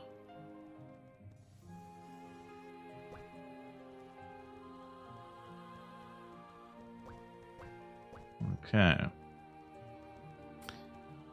Dann kaufe ich mir mal den Collector. Oh, Baby. Können wir schnell eine Kanalwette machen. Eine ganz schnelle. Also mein Ziel wäre es, den Collector auf 4 zu ballern. Also ich benutze genau 10. Oder ich habe 10. Collector plus 4, ja oder nein. 1 Minute Zeit, wer kurz Bock auf eine kurze Kanalwette hat. Collector plus 4, ja, nein. Ich habe 10 Power Dice. Yes or no. Zu sehen, wie du clean Schmuck verkaufen möchtest, ist schon ein trauriger Anblick. Alter, du hast das gerade gesehen, oder? Du hast das gerade gesehen, oder? Ich hatte nichts. Ich habe 1,5 Stunden lang, 1 bis 2 Stunden lang jetzt gerade Mushpoi und Irene gegrindet. Kein Set-Teil. Kein Schmuck plus 5 oder irgendwas. Einfach gar nichts. Und so ist das eigentlich schon die ganze Zeit.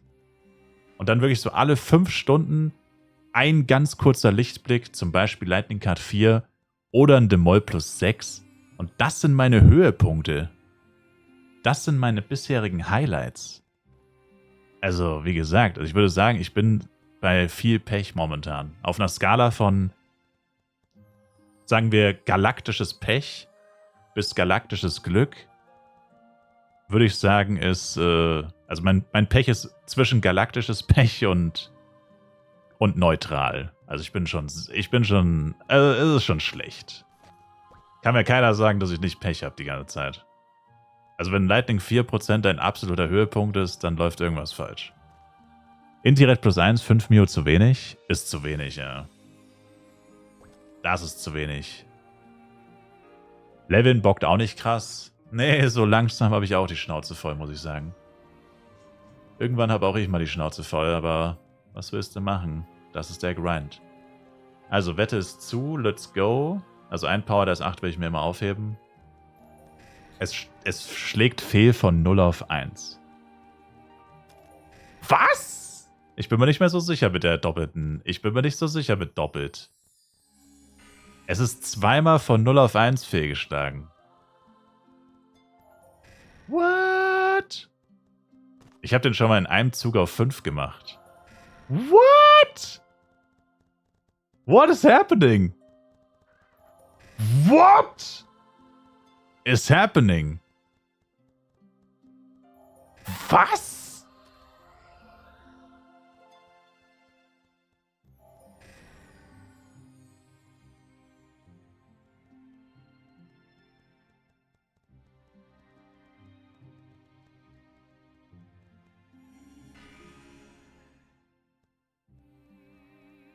Die müssen jetzt beide klappen. Oh mein Gott. What the fuck, Alter. Ey, zumindest noch auf 3, Alter. So eine Scheiße. Und schon wieder Pech gehabt, Alter. Es ist scheißegal, was ich mache. Ich habe immer Pech. Selbst bei sowas Leichtem habe ich Pech. What the fuck, Alter. Das ist wirklich... Es ist nicht mehr normal. Das waren 11 Power Dice und ich habe hier nicht mal +4 bekommen. Ach du Scheiße. Mein +5 hätte ich jetzt eh nicht gesagt. Mein +5 wäre frech gewesen. Überhaupt anzumaßen. Aber ich wollte ja sogar nur +4. Ich habe ja sogar gesagt, +4 reicht, ne? Ich hatte 30 Fails von 2 auf 3. Wow. Aber ehrlich gesagt, dann glaube ich aber doch nicht. Also ich glaube nicht, dass sie... Also ich habe persönlich die Vermutung, dass das nicht ist. Nicht verdoppelt ist für Collector. Wäre zwar irgendwie komisch. Das kann nicht sein. Also da lief es auf Burodeng. Ich habe auf Burodeng, ich bin mir ziemlich sicher, müsste ich raussuchen den Clip. Gibt es 1000%igen Clip von in irgendeinem Video. Also außer ich irre mich und es war doch FEC. Also ich würde es nicht drauf wetten. Aber ich habe mal Collector in 6 Tries +5 gemacht und ich glaube, das war sogar auf Burodeng. Aber wenn das hier ich meine, klar, du kannst immer Glück haben, aber keine Ahnung. Also, und auch was alle sagen, 25 für +5 oder 30 für +5. Das ist eigentlich Burodeng Durchschnitt, würde ich sagen. Ich hatte jetzt +5 mit 14. Ja, schau. Also es variiert, aber ich meine, das ist alles nicht krass. Ich habe es von keinem gehört, dass es mit 5 geschafft hat zum Beispiel. Was du aber erwarten würdest eigentlich bei FEC, wenn es mit Doppel-Upgrade ist. 7 für ein Inti-Red +1. Ich glaube, das ist zu wenig. Aber vielleicht auch nicht. Ich weiß es nicht, Bro. I don't know. Da ist ja auch schon direkt mein erstes Opfer. Oh Gott, meine Kill-Time. Ja gut, ich bin nicht gebufft. Danke für den Follow, appreciated. Weil ich ein bisschen aufpassen muss, wenn ein Agro kommt, ne?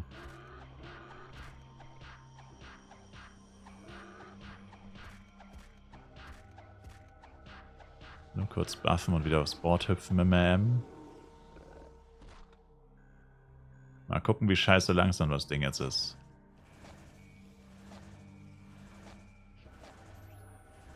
Mein Highlight war das Longsword +9 am Anfang. Lul. Und da kommt natürlich ein Agro, ich wusste es. Ach, verpiss dich. Natürlich direkt neben mir ein Agro gespawnt, ne? Da ist noch ein Aeron-Catcher direkt daneben. Ja, natürlich läuft er direkt nochmal zu mir. Willst du mich verarschen, Alter? Er dreht sich um und kommt direkt nochmal zu mir, Mann. Geh doch weg, du Drecksstück, du Dummes. Jesus Christ, man. Jetzt hört es aber wirklich gleich auf. Oh. Ups. E-Sportler ist schon mal vorgegangen, lol. Du hast 0 von 4 nur einen Fail und 4 bis 5 nur 12. Oh. Also 16 oder was? Nee, 17. 17 Stück. Ja, okay, es dauert schon ziemlich lang mit einem Collector +3. Ich wollte ja aber auch +4. Dauert schon ziemlich lange.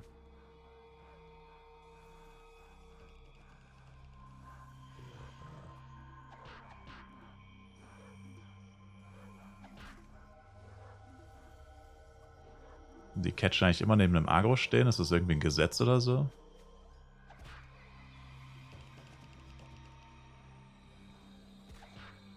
Naja, wenn echt ein Catcher eine Mio sind, dann GG. Yo, ich habe gerade nur 99 Guru bekommen. What the fuck?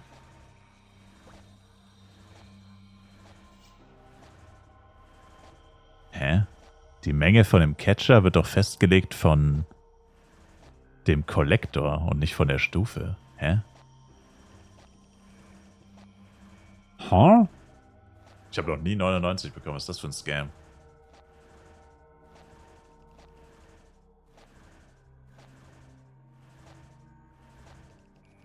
Wenn das jetzt auch nur 99 sind, dann... Oh mein Gott. Ne, das sind 100. Hä? Wie habe ich nur 99 Guru bekommen? Was ist denn los, ey? Jetzt langsam Ausmaße an hier. Einfach um einen Guru gescammt worden. LOL. LOL. Das sind 3 Catcher nebeneinander. Oh, da ist auch Giant Vatanka. Giant Vatanka Channel 6 am Start, by the way. Falls jemand Bock hat. Falls sich jemand Bock hat.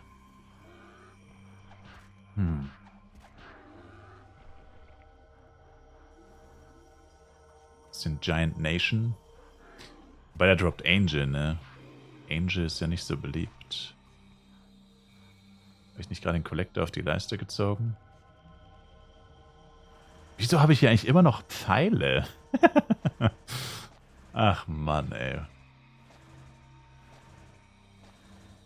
Helia, was geht ab?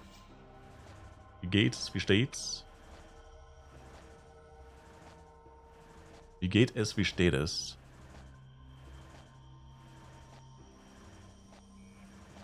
What is the poppin'?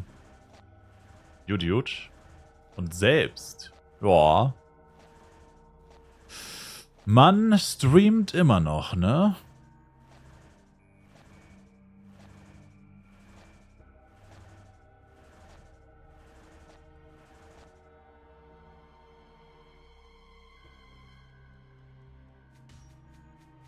Oh, den Vatanka muss ich wohl aus dem Weg räumen.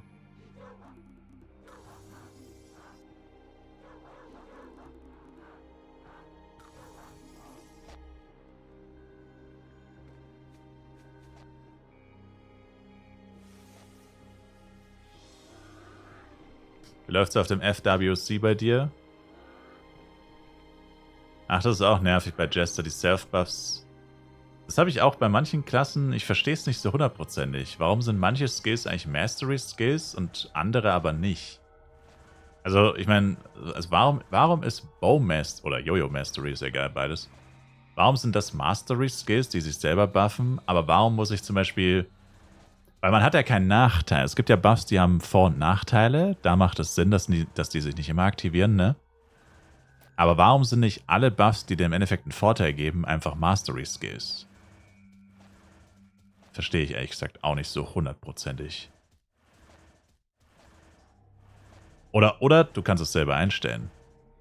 Noch besser. Man kann es einstellen.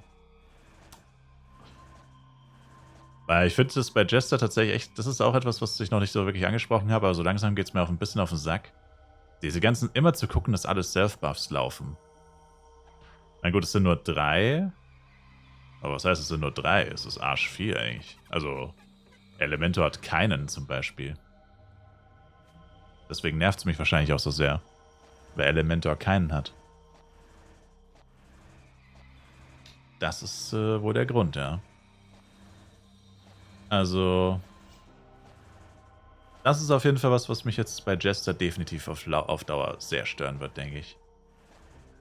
Zeitskalierung bei Perfect Block gibt es keine und bei den anderen ist es STR, also es wird auf jeden Fall besser im Endgame. Ich weiß, bei meinem CW, den einen Jester, den ich immer für CW benutze, bei dem halten sie, glaube ich, 14 Minuten oder 12 bis 15, irgendwie so in dem Bereich. Bei mir halten sie jetzt, glaube ich, gerade nur so 7 oder 8 oder so. Also es wird besser, okay, aber trotzdem nicht so geil. So, Krasek-Catcher haben wir auch noch. Hab's noch nicht mal zurück zu meinem Level-Spot geschafft und hab schon alle Catcher einmal.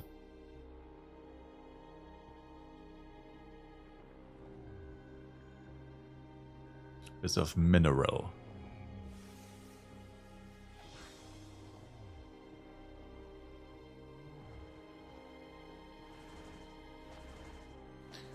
Bis auf Mineral.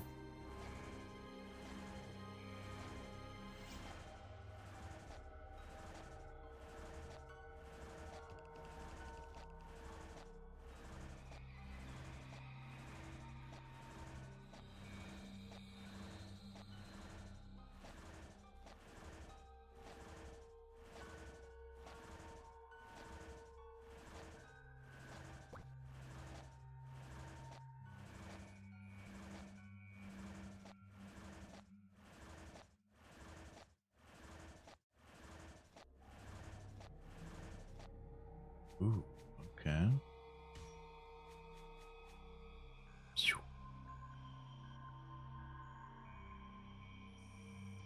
Kämpfe ich mich nochmal zu den Irenen durch. Was haben wir hier? 84 bei Small Tanker.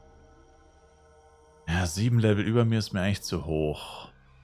Vielleicht so maximal 5, 6. Eigentlich sogar weniger. Vor allem bei meinem schlechten Damage noch.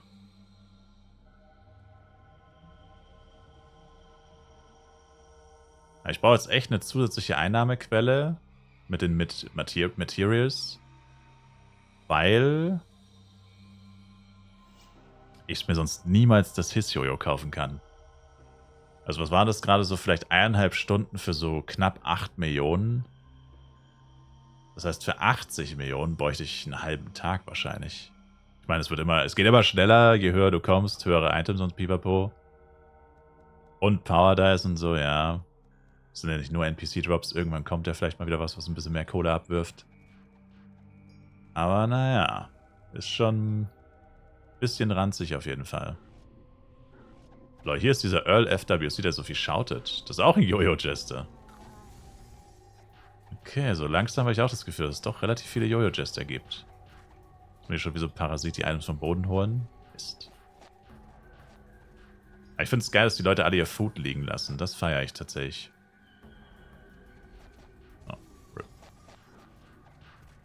Das feiere ich tatsächlich.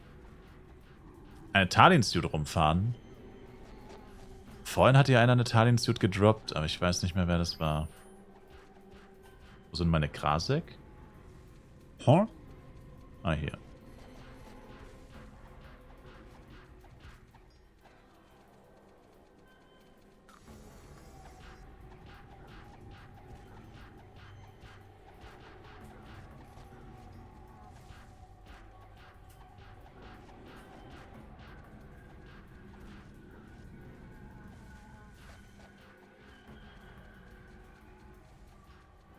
Also sag mal, bis mir die FEC-Flasks wieder ausgehen, hätte ich gerne das Hiss-Jojo eigentlich. Aber das kannst du vergessen.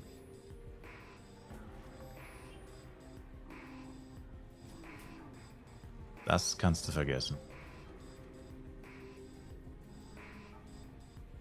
Das wären quasi jetzt noch 4 Stunden, 4, 5 Stunden.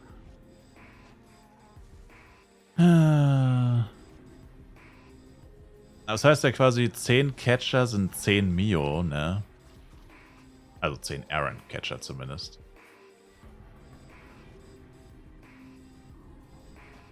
Ja, 100 Catcher fürs Hiss-Jojo. Kommt man doch fast auf den Geschmack von dem Garbage.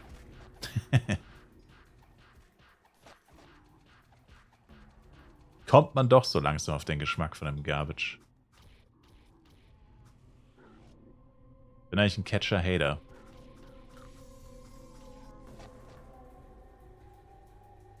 Jojo?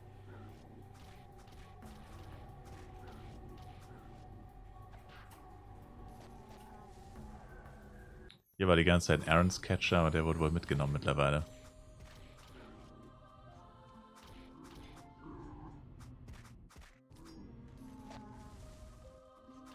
Gibt es ja nicht irgendwelche Leute, die ihre NPC-Items nicht aufheben? Von euch? Oder macht ihr so viel Progress, dass ihr pro Stunde viel mehr als ein Inventar droppt? Und deswegen nicht lernen gehen könnt wegen Power-Ups und so? Ich sehe jetzt echt viele Leute, die ihre NPC-Items liegen lassen, aber haben sogar ein CS-Pad draußen, also... Schon irgendwie ein bisschen weird. Wollen Leute nach Klarfahren Wüste oder gibt's was anderes? Nö, die gehen Wüste.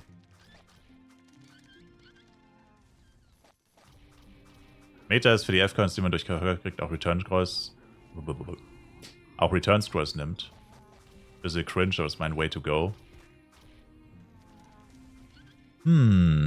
Also ich bin auch Fan von Return Scrolls. Aber nimmst du schon die 10er, ne? Also fürs Inventar lernen wäre die 20er Wahnsinn. Oh, ein Schwert- und Schild-Knight aus The Boss. Die Gilde The Boss. Second Place letztes Jahr.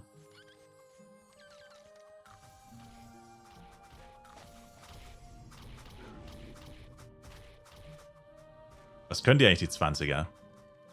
Das ist genau das gleiche, aber du hast mehr Blink-Pools. Der will mir Strente und 7 Mio geben. Ja, das klingt schon besser. Das klingt schon besser, Sir. Das würde ich schon eher machen, ja.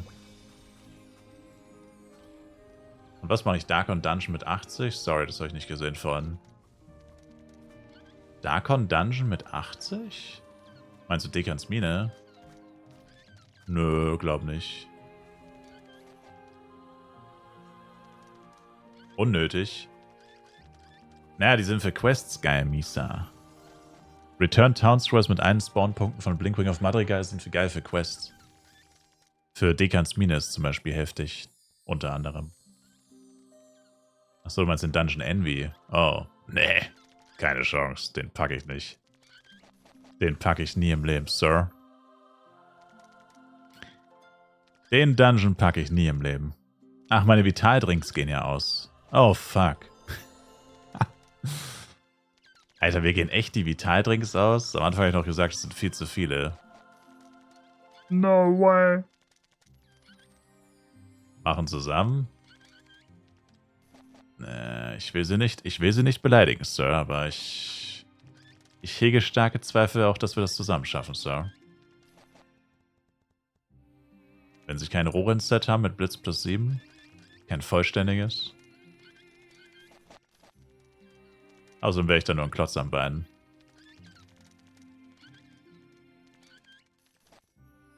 Echt so krass?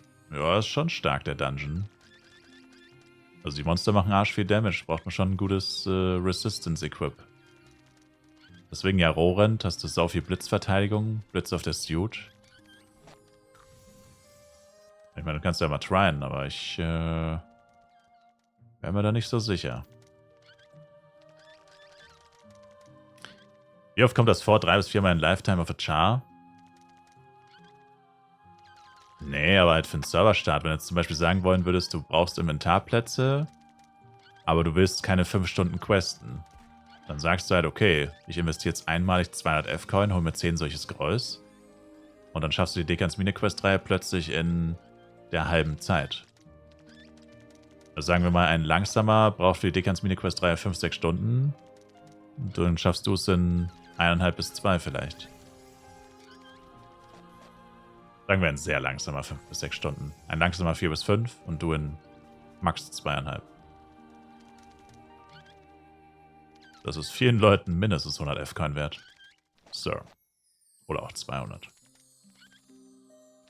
Und letztendlich ist es halt wie ein Blinkwing of Madrigal, nur halt noch besser, weil du dich auch immer direkt zurückblinken kannst. Also bei Dekans Mine im Speziellen ist es halt einfach so, du musst ja in den Dungeon rein und dann wieder raus und dann wieder rein und dann wieder raus und dann wieder rein. Mindestens 3 Mal musst du rein raus. Das ist arschnervig. Und da ist Return Town halt krass, weil du musst ja dann auch nach Darkon 3 in die Wüste runter. Zu diesem Shin. Zu dem musst du, glaube ich, 2-mal, oder? Oder muss man nur einmal zu dem? Auf jeden Fall musst du zu Shin und zu Bernard. Die stehen beide in keiner Stadt. Beide so ein bisschen am Arsch der Welt. Bernard ist noch ein bisschen besser. Shin ist schlimm, weil er halt wirklich in der Wüste steht. Also da spart man sich schon echt fett Zeit. Also das ist gar nicht mal so wenig. Ich meine, das ist wirklich die beste Quest-Reihe. Die meisten anderen Quest-Reihen sind nicht so... Bei den meisten ist es nicht so heftig. Mit Penny jetzt erstmal schnell immer A-Pros kaufen, oder? Ja, wenn das... Ja, A-Pros sollten gut sein. Für Ultimate-Schmuck dann auch.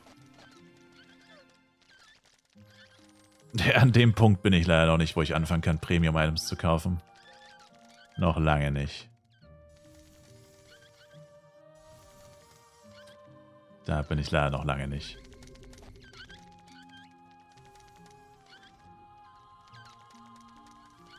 Ich würde mir noch Couple holen. Couple-Level, 10 Mille. Und dann endlich His Jojo sparen.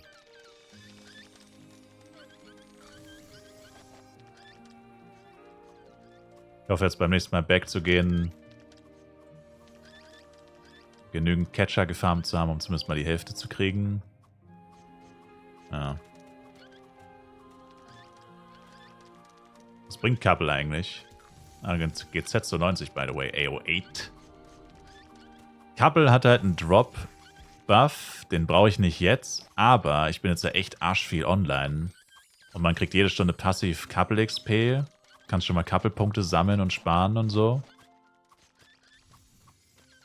Mist.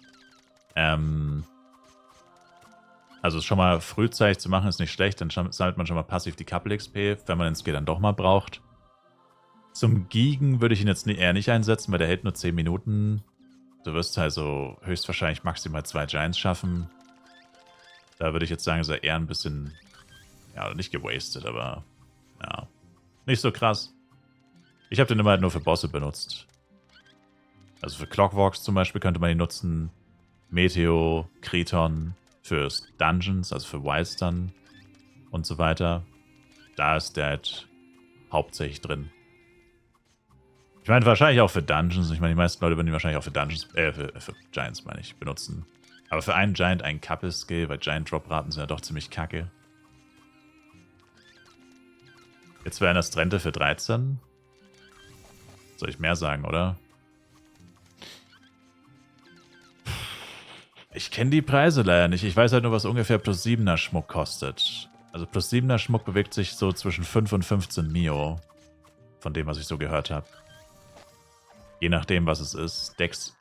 Wow. Dex wir uns eher ein bisschen weniger. Necklace ist wahrscheinlich auch.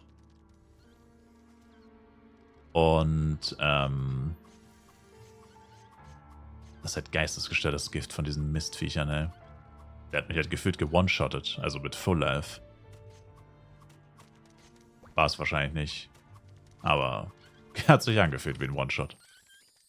Dreckiges Drecksvieh. Achso, meine Buffs sind ausgelaufen. Oh. Also mein Helm hat keine Buffs mehr, das heißt mein Agro dann probably auch nicht. Naja. Auf jeden Fall 5 bis 15 ist plus 7er Schmuck. Also alles von Clockworks würde ich sagen, kann gar nicht unter 10 sein. Und die meisten sind wahrscheinlich eher so 15 mindestens. Aber das ist nur meine Larryhafte Einschätzung, Sir. Die Larryhafte Einschätzung eines Menschen, der es in ein paar Tagen mal Clockworks machen wird. Wie viel ist Katrias Suit wert auf FEC? Nicht so viel, fürchte ich, weil braucht eigentlich keiner. Also ich könnte jetzt ein Katria-Set vertragen, aber das ist gleich wie bei Rap-Ron, sich noch ein zweites Set zu holen. Gut, mittlerweile trage ich jetzt schon so lang. Na, egal.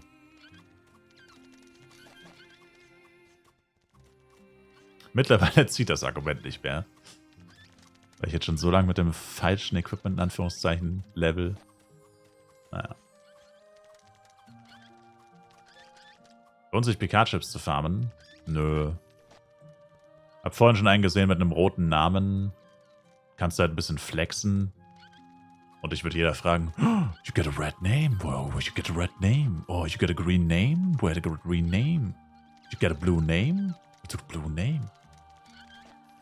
Aber bringt halt nichts. Rein kosmetisch. Alles, was du für PK-Chips holen kann, ist rein kosmetisch.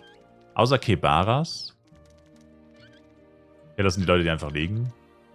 Ja, weil du sie nicht brauchst. Wenn du sie brauchst, checkst du sie darüber. No, ich brauch sie nicht. Sir? Tun sie es nicht. Ich brauch sie nicht, Sir. Alles außer Kebaras ist rein kosmetisch und Kebaras ist, soweit ich weiß, useless. Ich habe aber gehört, dass da Catcher sind und man da ungestört Catcher farmen kann. Also wenn du auf dem Catcher-Farm-Trip bist, dann könntest du es vielleicht machen.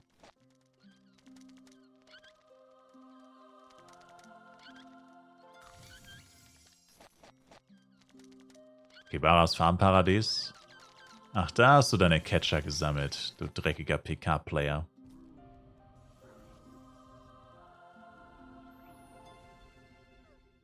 Dirty ass.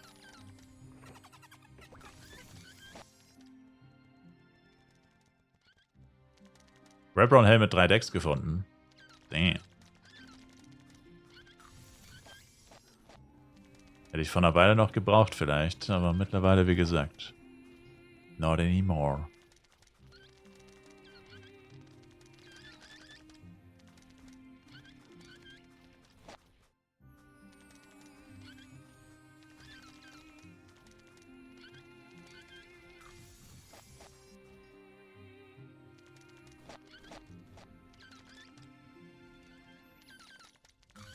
Oh, der Typ ist auch gestorben.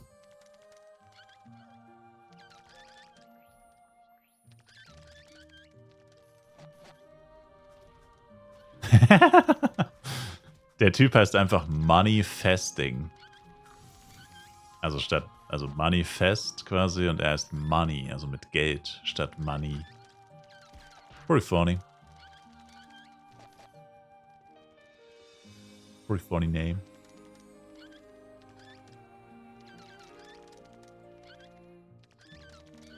Macher.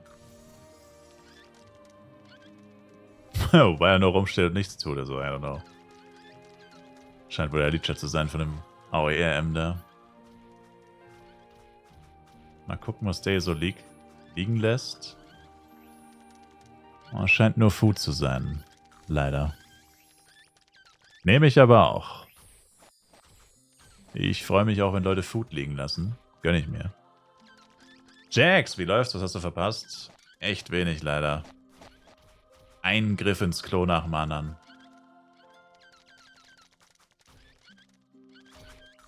Also wirklich. Es läuft nicht gut. Ich warte immer noch auf den Moment, wo ich dann mal richtig fett Glück habe. Aber ich weiß gar nicht, kann man auf 75, ja, 75er Ringmasters Dude, I guess. Also das krasseste, was ich jetzt gerade droppen könnte, I guess, könnte sein 75er Ringmaster Suit, ja.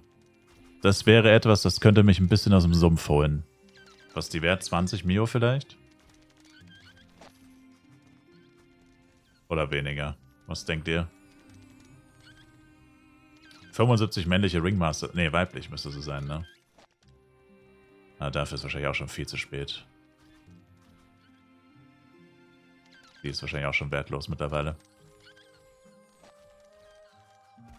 Gerade gesehen, dass ich eine Necklace Suit im Invi habe. Oh, gerade gesehen, dass ich 10.000 F-Coins im Invi habe.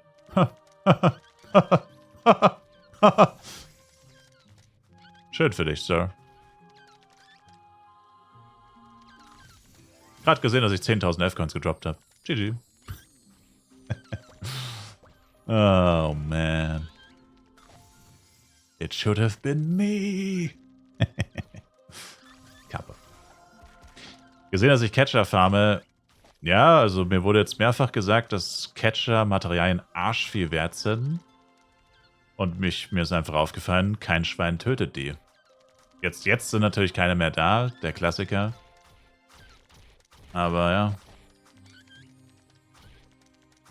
Noch, ja.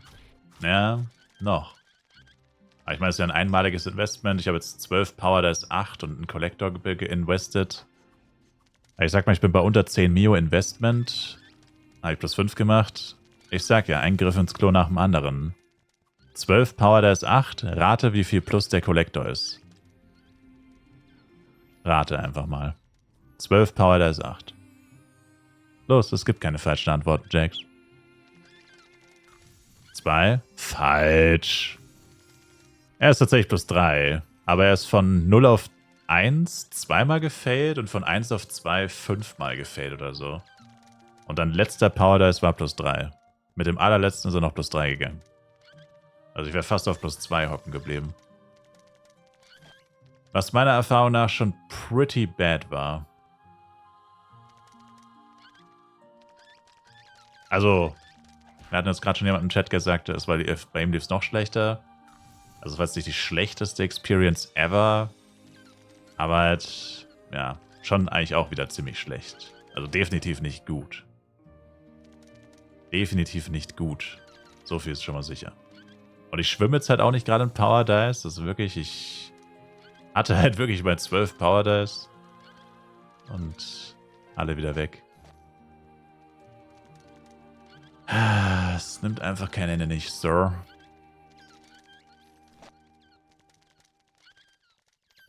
Und jetzt ist leider auch die Zeit vorbei, wo ich so viel durch Quests, Level bzw. Geld bekomme. Weil meine beiden Charts sind jetzt aus diesem, es gibt ja diesen Doppel-Quest-Bereich von 60 bis 75. Wo du ja immer Dump, Grrr, Nautrepi, Bu hast.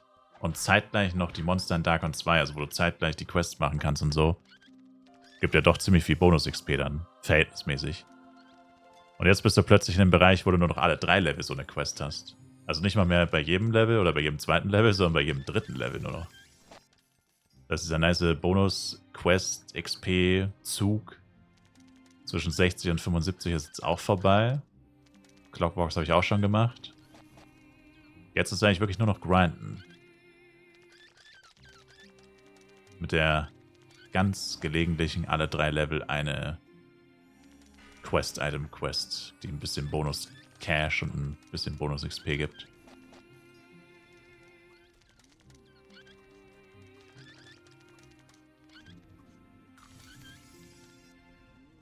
Grind like you mean it, me.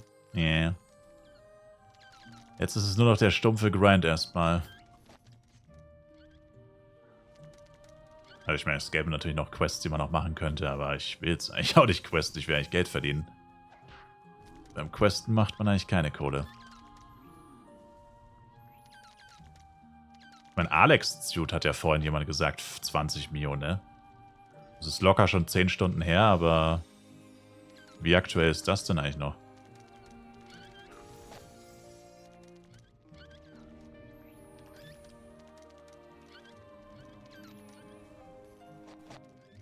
Giant Vatanka war gerade da, Sir. Aber der...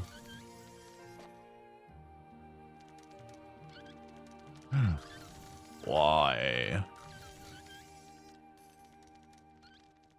Dieses scheiß Gift von diesen Drecksmysterien, ey. Ich weiß, es sind nur die normalen, aber die Smalls haben keinen richtigen Spawn. Sogar nach dem Level-Up machen die mich immer noch so fertig.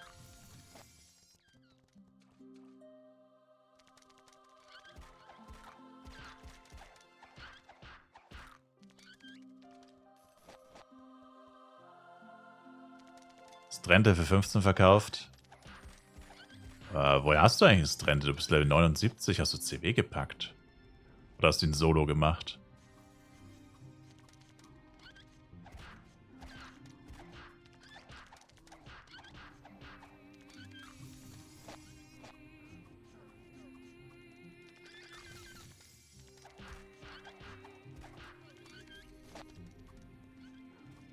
Gigon war ja Mushpair auf einem Spot, RIP.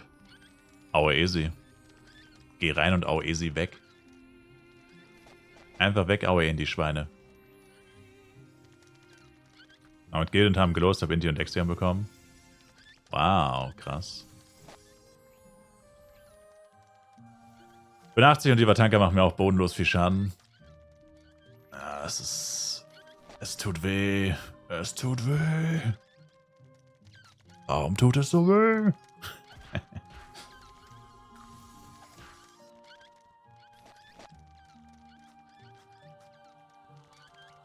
Moonbeam würde das klatschen.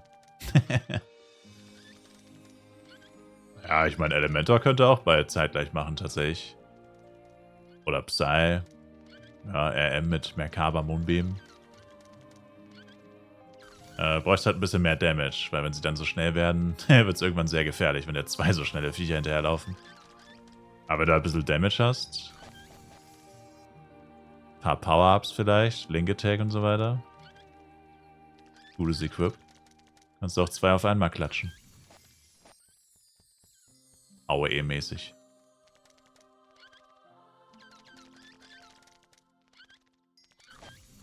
Am besten noch 2-3 Level höher als die Viecher. Ich glaube, dein Glück färbt auf uns ab mit dem Namen Steamwalker 4 Diamonds, aber nicht 120er Bow. Sir. Geben Sie nicht mir die Schuld für Ihr kolossales Pech. Sie haben einfach noch nicht genug gecached, Sir. Wegen Schwert und Schild, dann gibt es zu AOE. Special Hit.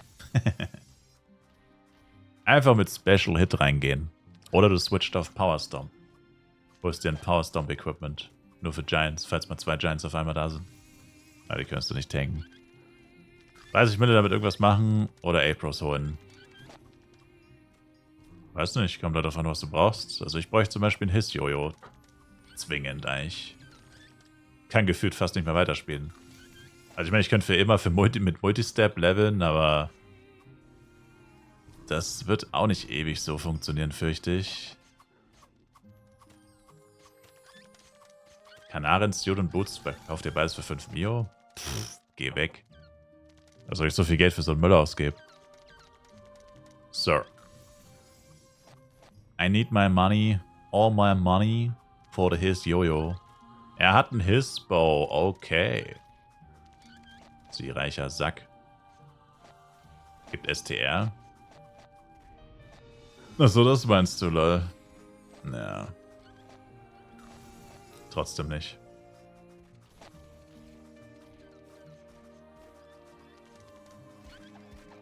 Cruiser und Hiss Clean, aber 9% ATK auf das Suit. Ich habe auch 6% ATK auf das Suit. Der Fähigkeitsschaden kommt doch aber erst bei 4 Teilen, Sir. Da ist ein Catcher. Catcher, Baby. Nicht Catch a Baby, sondern ein Catcher Baby. Woo! Check it out! Skur, skur, skur! Check it out, word!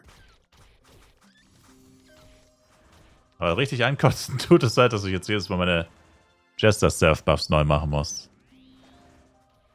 Das ist übelst der Abfuck. Ich weiß, habe ich schon gesagt, aber trotzdem.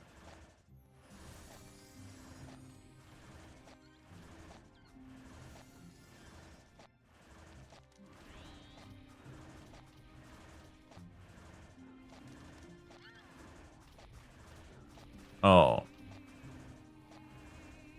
Sugihara ist gestorben. Ey, Fro, warst du nicht gerade hier? Ah, du bist noch da, lol.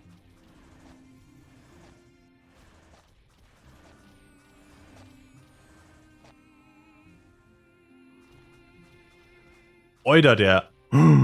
Wow! Fro hat einen Giant geschenkt bekommen. Der hat noch 68.000. Ich habe legit gerade überlegt, ob ich den killen soll. Damn. Ich meine, hätte ich safe nicht. Hätte ich wahrscheinlich nicht geschafft. Aber mit Damage over Time ein bisschen Hit and Run. Damage over Time, ein bisschen Hit and Run. Ich glaube, den hätte sogar ich down machen können. Damn. 68.000 ist nicht viel. Crazy. Einfach Giant geschenkt bekommen.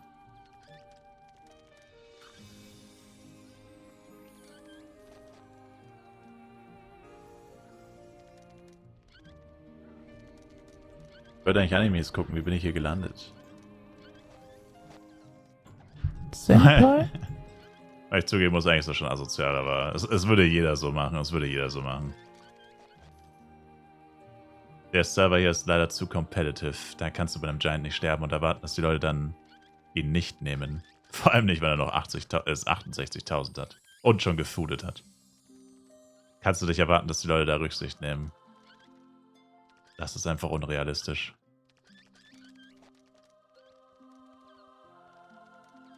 Ich muss mehr trinken.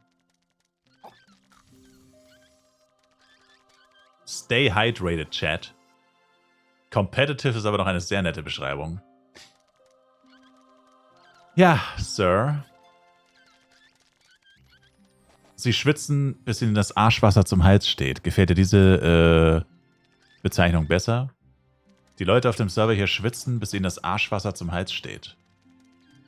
So sehr schwitzen die Leute hier auf dem Server. Und so toxisch sind sie auch. So sehr wie ihnen das Arschwasser bis zum Hals steht. So toxisch sind sie auch. Sir.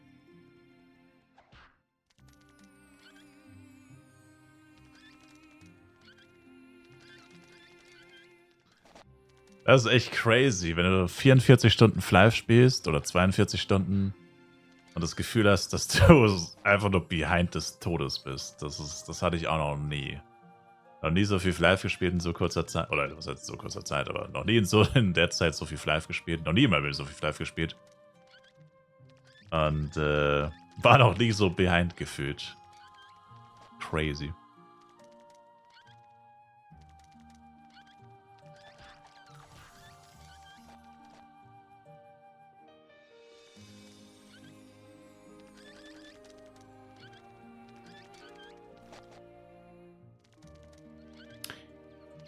Wenn ihr wollt, die Leute, ihr seid ja alle schon ein bisschen höher als ich, ne? Ich bin Level 16, Level 8. Damn. Ey, Mental Necklace Clean für 40k verkauft. Nice. Ich sag doch, cleaner Schmuck hier, cleaner Schmuck. Ja, es sind 40k, lacht mich halt aus, Mann. Lacht mich halt aus, Mann. Kann nicht jeder so reich sein wie ihr. Mann, ey. Cleaner Schmuck wird gekauft. Die Leute kaufen sogar cleanen Schmuck.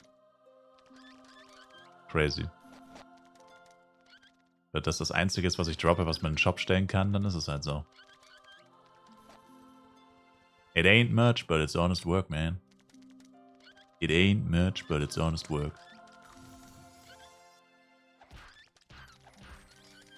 Ich wünschte, der Schmuck wäre +7, aber ich kann es mir nicht aussuchen. Auch nur eine Destio, aber ich warte noch einen Tag und dann ist die bei 10 Mio. Sie wollten davor etwas sagen, Sir? Was denn? Ich wüsste nicht was, Sir. Vergesst nicht euer Cheer. Und stay hydrated, aber ich bin mir ziemlich sicher, das habe ich schon gesagt. Die Leute in der Gilde, Cliffhanger. Habe ich das wirklich gesagt? Die Leute in der Gilde? Das war ich nicht, das habe ich nicht gesagt. Habe ich das echt gesagt? Die schon etwas höher sind. Ach so, das, lol. Ach so, ich wollte heftig über euch lästern. Dann dachte ich mir so, oh, das sage ich besser nicht, sonst lief ihr alle die Gilde. Nein, Spaß. Ich wollte sagen, ihr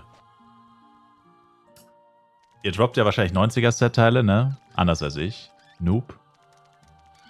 Wenn ihr Restra droppt, STR und Dex gestattet. Am besten Duo-Stat. Also Wunsch wäre 3 STR, 2 Dex. Delusional. Aber ja, STR und Dex-Stattungen bei Restra.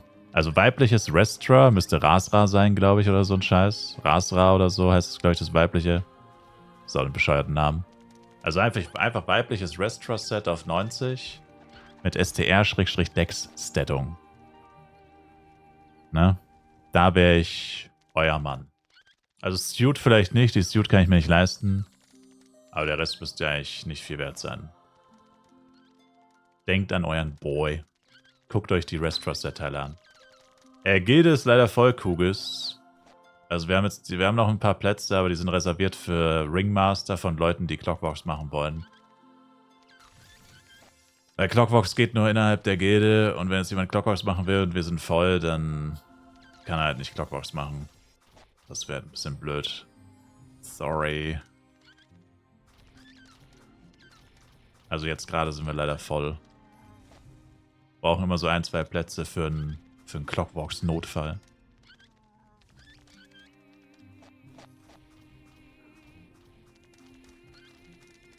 Genau. Also ja, wie gesagt. Restra-Set-Teile, STR-Dex-Stattungen, hit me up. Am besten beides, aber auch einzeln. Sieht cool an dann für alle? Nein, nur für die, die den gemacht haben. Es kann jeder in der Gilde Clockworks machen, wie er lustig ist. Man hat immer 1 Minute Zeit zu joinen. Wenn ich in 1 Minute join, Pech gehabt. Und du kannst auch 8-mal zeitgleich machen, auf verschiedenen Channeln. Auf jedem Channel, auf jeder Schwierigkeit kann ein Clockworks laufen. Also du könntest innerhalb von einer Gilde, 24 Clockworks zeitgleich starten. Und es wären 24 separate Runs. Theoretisch. Aber du kannst halt nicht Clockworks machen mit einem Char in der Gilde und einem Char aus der Gilde. Leider, ich war mir echt nicht sicher. Tut mir nochmal sorry. Also sie haben es halt so gemacht, dass man Clockworks auch ohne Gilde machen kann. Aber halt nur alleine, was halt voll Arsch ist. Und ich dachte, es wäre Party. Weil alleine ergibt ja eigentlich überhaupt keinen Sinn. Aber geht anscheinend nicht. Das ist mega Arsch. Also man kann sich zwar theoretisch Feuer buffen und so, aber wenn du alleine reingehst, dann ist der Clockwork sehr vermindert. Verminderte Droprate, zwar auch verminderte HP und ATK. Also ich meine, Clockwork solo zu machen ist besser, als ihn gar nicht zu machen, sag ich mal. Aber du wirst halt höchstwahrscheinlich nichts droppen. Von dem her. Also ich meine, ich könnte ihn vielleicht solo machen. Demnächst. Einfach nur, wie gesagt, weil es besser ist, als ihn gar nicht zu machen, aber ich glaube, ich bräuchte das selbst für den Solo-Clockworks bräuchte ich eine halbe Stunde. Und wenn der da nichts droppt, Junge, Junge, Junge, das wäre malig. Mal gucken. Droppt Frost Giant jetzt mal was? Nope. Sorry, Fro. Wie viel Haut CW? Also ich würde auf Easy mit mindestens 7k rein, auf Mittel mit mindestens 7,5 und auf Hard mit mindestens 8k AP. Sonst bist du tot. Sonst bist du Hackfleisch. Sonst bist du der Hackfleisch-hassende Zahacker.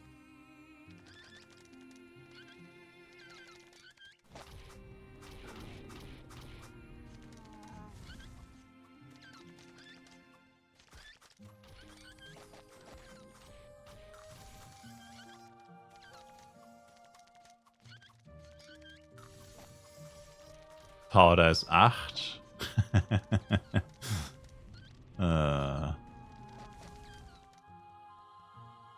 Ich glaube, ich lasse den Collector einfach plus 3.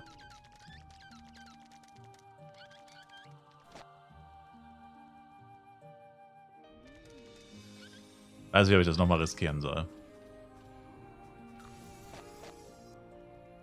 TBH.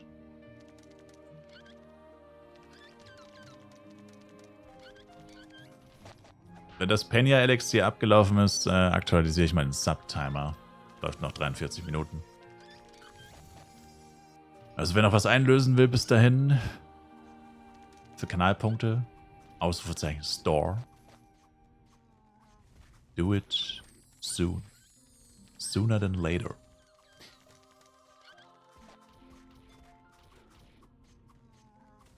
Wie Sie eigentlich, dass Ihnen durchschnittlich einfach 100 Leute zuschauen, Sir? Ich habe die Zuschauerzahl tatsächlich ausgeblendet, Sir. Was ich dazu sage. Cool. Hätte ich nicht gedacht, weil ich dachte, nachts droppt so auf 50 oder so. Aber anscheinend haben die Leute Bock. Bock auf ein bisschen Grind. Aber schau mal Chat. Wie viel sind die Mets wert? Weiß ich nicht. Wie viel sind die Mets wert, Leute? Selbst beim Schlafen waren 100 Leute am Start. Na gut, das weiß ich natürlich erst recht nicht, weil ich da geschlafen habe. Aber ja, ist cool. Also danke euch auf jeden Fall fürs Zuschauen. Freut mich auf jeden Fall, Sir. Aber ich habe tatsächlich die Zuschauerzahl ausgeblendet, weil ich meine, ja, ist nicht arrogant oder abgehoben gemeint. Aber als ich früher mal die Zuschauerzahl eingeblendet hatte und dann sind zum Beispiel auf einen Schlag mal 5 weg. Oder auch wenn 5 da, also eigentlich ist es fast schlimmer, naja, ich weiß nicht, was schlimmer ist, ob 5 auf einen, oder wenn halt mal so viele auf einen Schlag dazukommen oder verschwinden. Also wenn viele Leute auf einen Schlag dazukommen, sagen wir so 5 bis 10, da hast du irgendwie das Gefühl, du musst jetzt was Interessantes, was Lustiges oder was Cooles sagen oder machen. Also dann hast du irgendwie mal, keine Ahnung, hast du irgendwie diesen Druck jetzt, oh, jetzt muss ich was Cooles machen und sind plötzlich so viel mehr Leute da, sonst gehen die direkt wieder oder so. Aber wenn welche gehen, dann hast du mal so das Gefühl, jetzt hast du irgendwas Dummes gesagt oder gemacht oder getan oder so. Dabei ist das ja manchmal einfach, also ich meine, ja, manchmal ist er einfach nur verzögert. Vielleicht die 5 sind vielleicht gar nicht alle zeitgleich gegangen, sondern alle paar Minuten nacheinander und die Zahl hat einfach nur nicht richtig aktualisiert. Manchmal dauert das ja und so. Schnell, ich muss einen Backflip machen. Ja, es ist wirklich so. Also, wie gesagt, es soll jetzt nicht abgehoben klingen oder so, aber ich fand, mich hat das mehr unter Druck gesetzt und oder mich irgendwie, keine Ahnung, traurig gemacht oder was auch immer. Also ich habe die schon seit ein paar Jahren nicht mehr an, die Zuschauerzahl. Ich weiß nie, wie viele Leute zuschauen. Also, danke, dass es so viele sind, aber ich sag mal so, ich mache das gleiche für 10 Leute wie für 100 Leute. Also mir ist das nicht so wichtig. Also es ist mir natürlich schon wichtig, dass Leute den Stream gucken und so, sonst würde ich es ja nicht machen.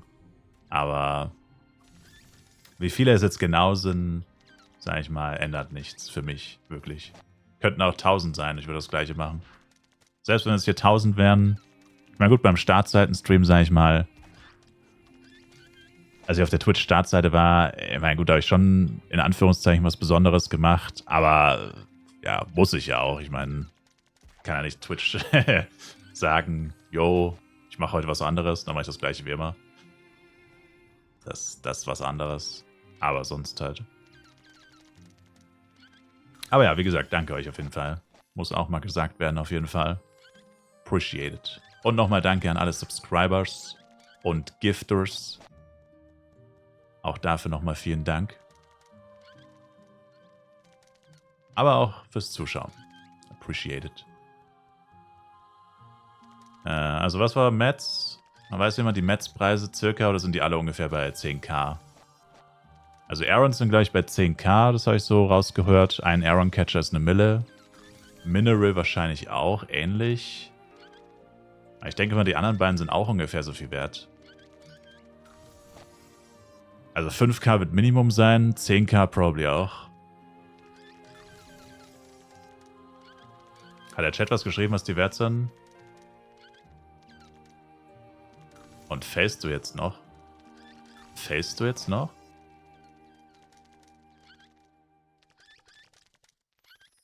Fällig jetzt noch? Was fällig? Holzfäller? What?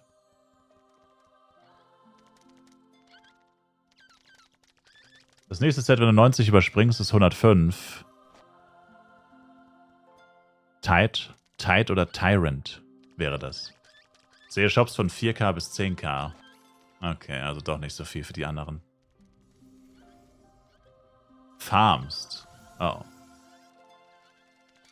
Farme ich jetzt was? Mineral Catcher oder was? Also ich nehme die Catcher mit, die ich sehe. Direkt farmen tue ich sie nicht, ne.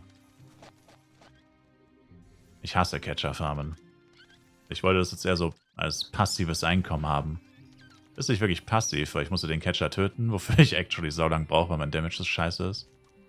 Und dann muss ich ihn noch einsaugen, was leider auch ziemlich lange dauert, bis der Dreckskollektor nur plus 3 gegangen ist. Aber, ja, nennen wir es passives Einkommen. Aktives, passives Einkommen. Bruh.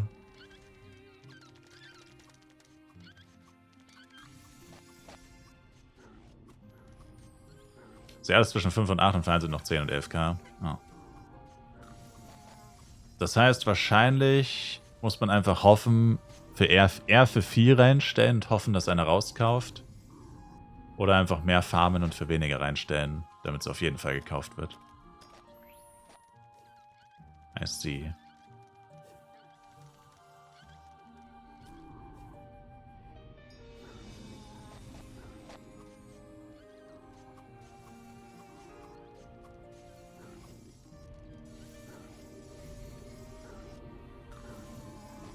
Viele kaufen auch nur 10, zum Beispiel Mercs und Blades, nach dem Motto Preis egal. Ja, aber das ist genau das, was ich gesagt habe. Das ist genau das, was ich gesagt habe vor dem FEC.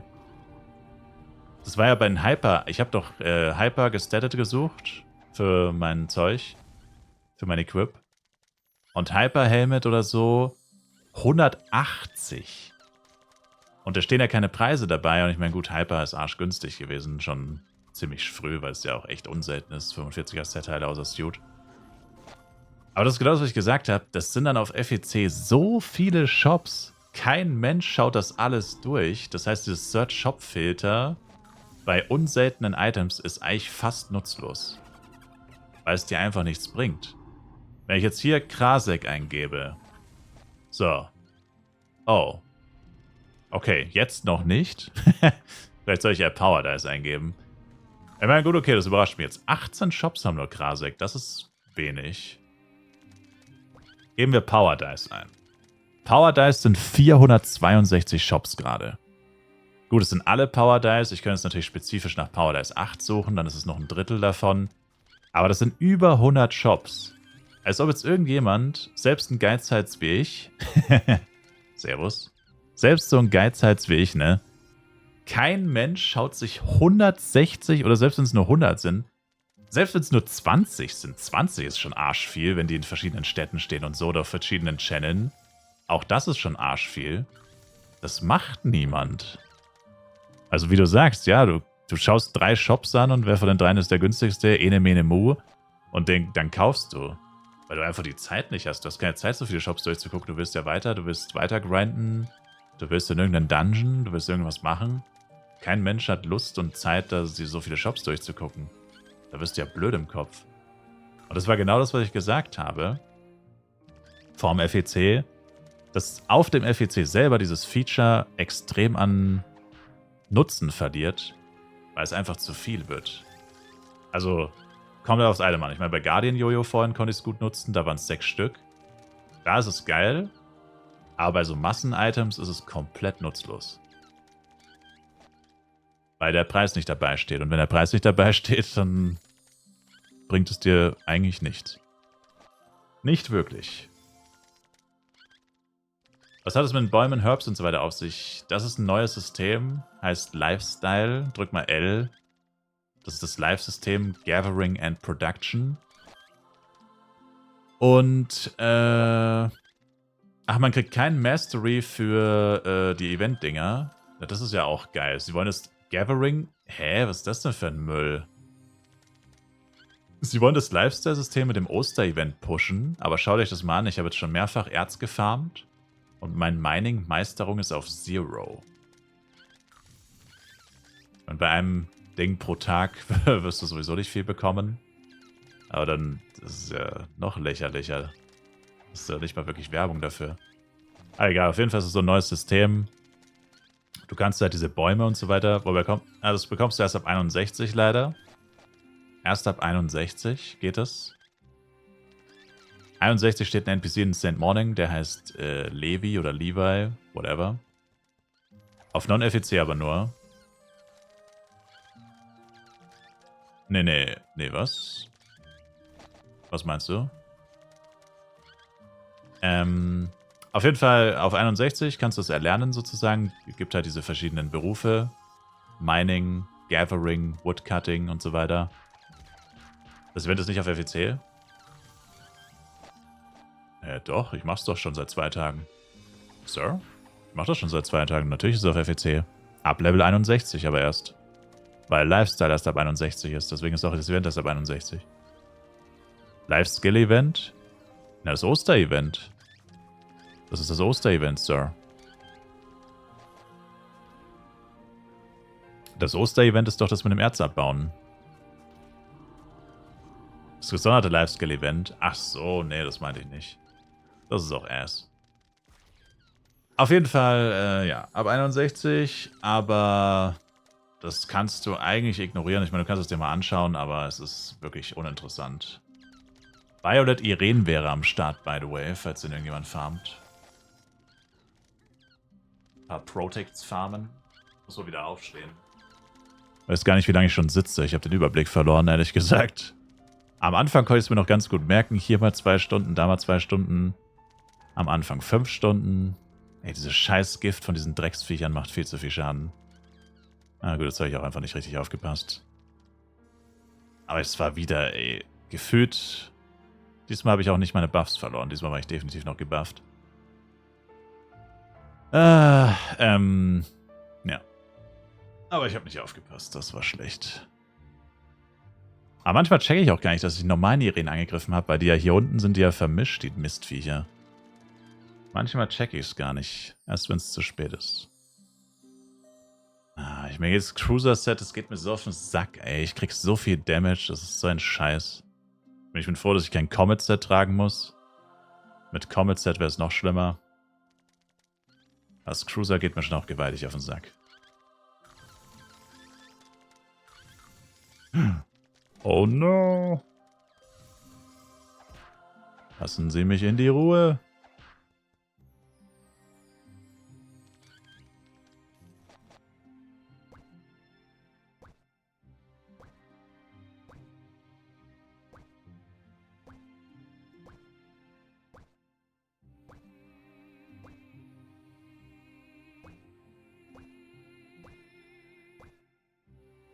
Ich kann nur noch mal Werbung für Party auf Reihenfolge machen.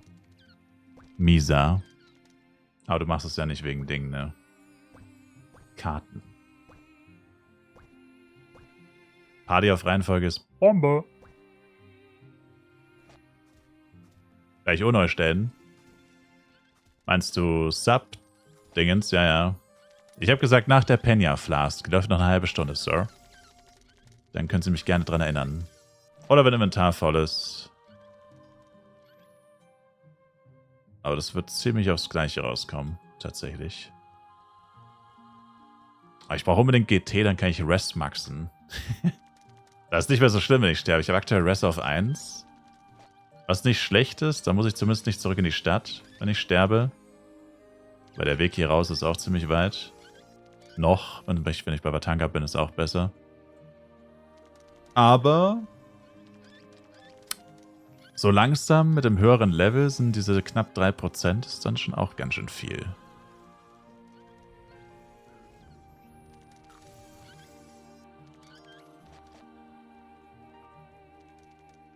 Antreten zur 3. Schicht, Fratzlowski. Ich bin noch in der 2. Schicht. Meine erste Schicht war so lang. Ich bin noch in der 2. Meine Schicht 1 war die von den meisten 1 und 2.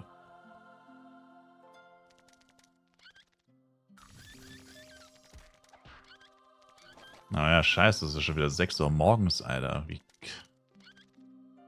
Wie ist es 6 Uhr morgens? Ich verstehe das nicht.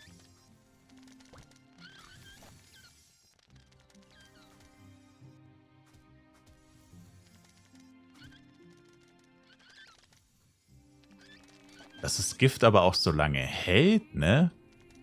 Ich habe das Vieh getötet, das mich vergiftet hat. Laufe ein bisschen, greife das nächste Monster an und bin immer noch 4 Sekunden vergiftet. Das ist so ein Scheiß, ey. Das Vieh, was mich ursprünglich vergiftet hat, ist schon lange tot und ich bin immer noch vergiftet. Oh, das ist der erste Mineral Catcher, den ich sehe, seit ich einen Kollektor habe. Oh, Baby. Ich meine, es ist nicht schlimm, wenn jemand anders tötet, solange ihn keiner einsaugt, ist egal. Könnte der AOE-Einbruch für mich töten, theoretisch. Spare ich mir sogar ein bisschen Zeit. Aber ich hole ihn mir lieber direkt. Yo, Tatze! Deutscher. Oh, nee, doch nicht. Your streams are fire. Thank you. And YouTube Videos.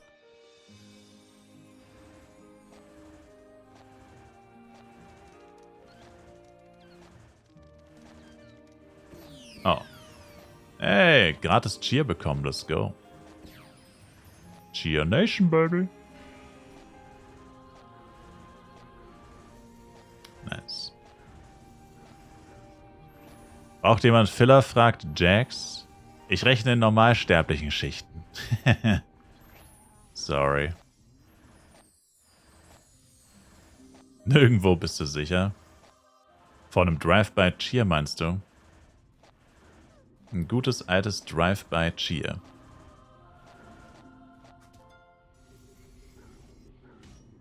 Ja, der hat mich ein bisschen gedrive-byt. Gutes altes Drive-by-Cheer. Drive-by-Cheer am Morgen vertreibt Kummer und Sorgen.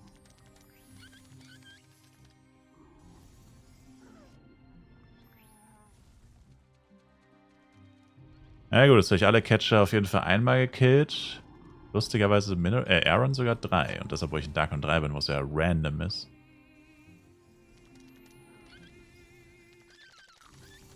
Naja, ich meine, die 5 Mio, selbst wenn alle 5k wert sind nur, war ich schon fast wieder drin, ja. Wobei, ich habe noch die 12 Power Dice reingeklopft. Naja. Auf Dauer wird sich das easy auszahlen. Ich weiß gar nicht mehr. Letztes Jahr, also genauen Ablauf von den Material-Preisen weiß ich nicht mehr, aber die sind schon heftig explodiert irgendwann. Ich glaube, ich habe sie gar nicht gesammelt. War gar nicht so klug, glaube ich. Aber gut, da war ich ja doch ultra behind, ne? Letztes Jahr Tag 1 21, Tag 2 weiß ich nicht mehr, wahrscheinlich 40 höchstens, wahrscheinlich nicht mal 40. Weil da war ich, also wenn man es rein in Stunden betrachten würde, ich kann es am Stream so geil ablesen, wann Serverstart war. Ich muss einfach nur minus 2 Stunden machen.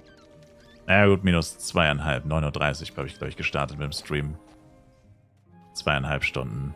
Also ja, so 42 Stunden. Also wir sind jetzt in der 43. Stunde ist wahrscheinlich nach Serverstart. Also noch nicht mal 48 Stunden her. Auf jeden Fall,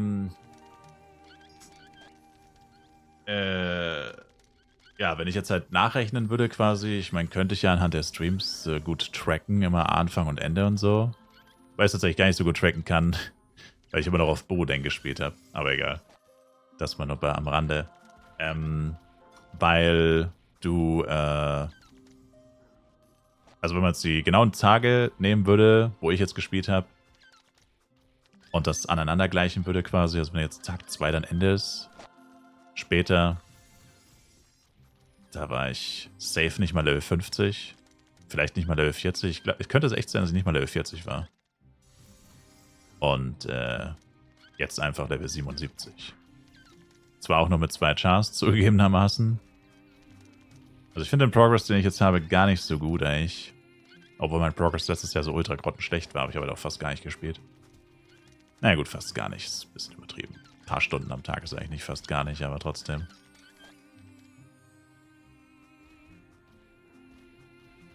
Aber vielleicht wird es ja noch besser. Aber was geht ab? Ayumi, by the way. Guten Morgen, I guess. Ah.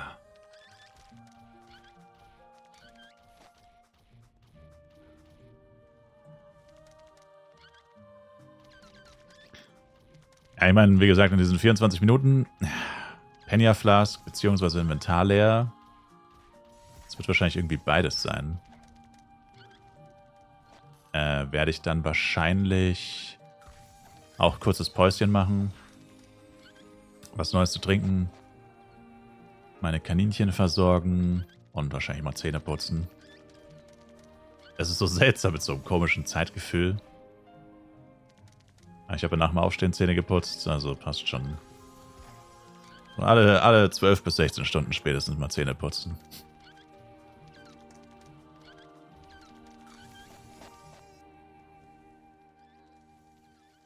Auf zu Job Change. Nice. Elementor wird dir gefallen, vor allem auf 65. Fotos? Habe ich gerade keine da. Oh, sind auf meinem Instagram. Habe ich Fotos von denen, glaube ich. Gucke mal auf meine Instagram.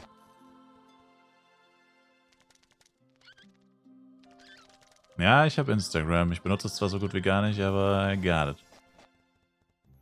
I got it.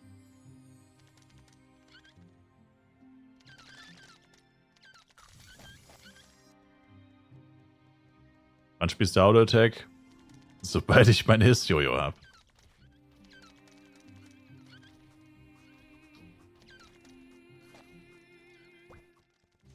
Er hat bis 65 gespielt und auf Ranger gewechselt.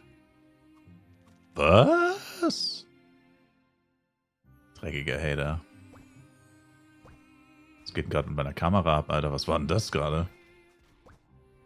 Das war merkwürdig. Hä, was geht mit meiner Kamera ab? Achso, weil ich so ein Monster angeklickt habe, lol. Ich habe durch den Berg, wollte ich natürlich gar nicht, ich habe durch den Berg einen Mob angeklickt. Ich hasse es, wenn das passiert. Also in dem Fall ist es natürlich nicht schlimm, aber... Ja.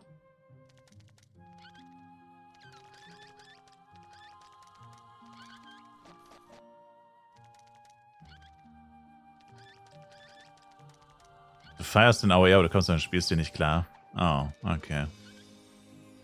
Schade.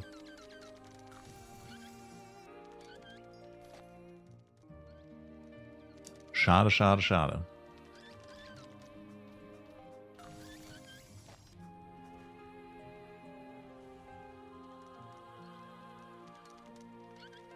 War nicht mal Rede von 65? Ja, Pläne ändern sich, Sir. Also ich meine, 65 kann ich mir jetzt nicht genau dran erinnern, dass ich das gesagt habe. Achso, wegen Crit-Rate, ja doch. Ja, Pläne ändern sich. Mein Hauptproblem ist einfach, dass ich nie genug Geld hatte, um mir mal irgendwas wirklich zu kaufen. Also es ist immer die gleiche Leier, ja, ich weiß. Aber es ist einfach eine Tatsache, dass ich einfach nicht ein einziges Item hatte, was mich mal so richtig geboostet hat. Money-wise. Und das heißt, ich habe wirklich für alles, was ich mir kaufen konnte, und ich habe mir nur kleinen Scheiß gekauft. Ich habe mir nicht ein einziges teures, gutes Item gekauft. Ich habe mir wirklich nur kleinen Scheiß gekauft. Für wenige Millionen Penny. Ja, das teuerste, was ich gekauft habe, war die Gigglebox für 14 Millionen. Und ich meine, das ist überlebenswichtig gewesen. Das ist auch schon über 24 Stunden her, dass ich die gekauft habe. Also jetzt bräuchte ich sie nicht mehr. Jetzt hätte man die Baby Cobra, aber das war ja schon vor über 24 Stunden. Das war gestern so um 4 oder um 5 oder so, glaube ich. Habe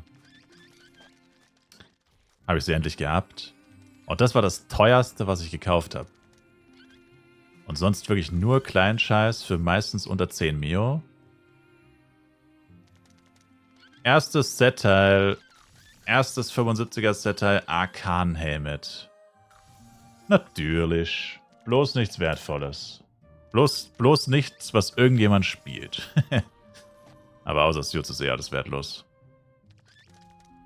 Außer Suits ist eh alles wertlos, TBH. Naja, auf jeden Fall, ja, bin ich nie wirklich zu Geld gekommen. Und das heißt, ich konnte mir nie jetzt auf einen Schlag einfach ein Giojo oder sowas holen, weil es jedes Mal, im Endeffekt jedes Mal 1 bis 3 Inventarleerungen, um mir eine kleine Sache zu kaufen. Kann man sagen.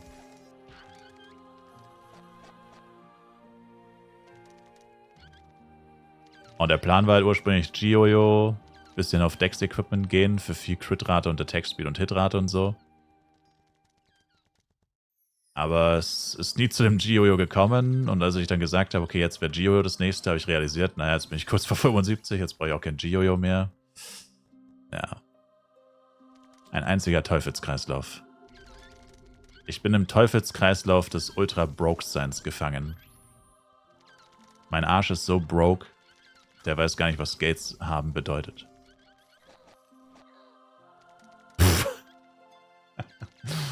Uff. I'm sorry, aber das sah echt nice aus. Uiuiui. That happened fast.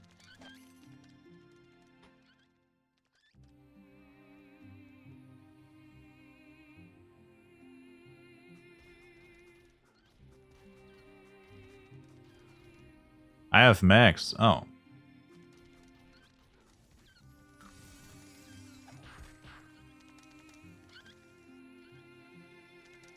Er hat Res auf Max. Er hat einen Charme mit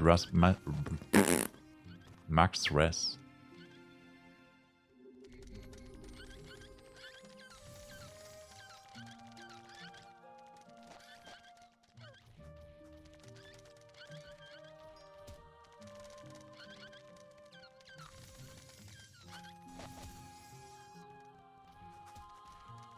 Thought about doing a character tactic? Damn.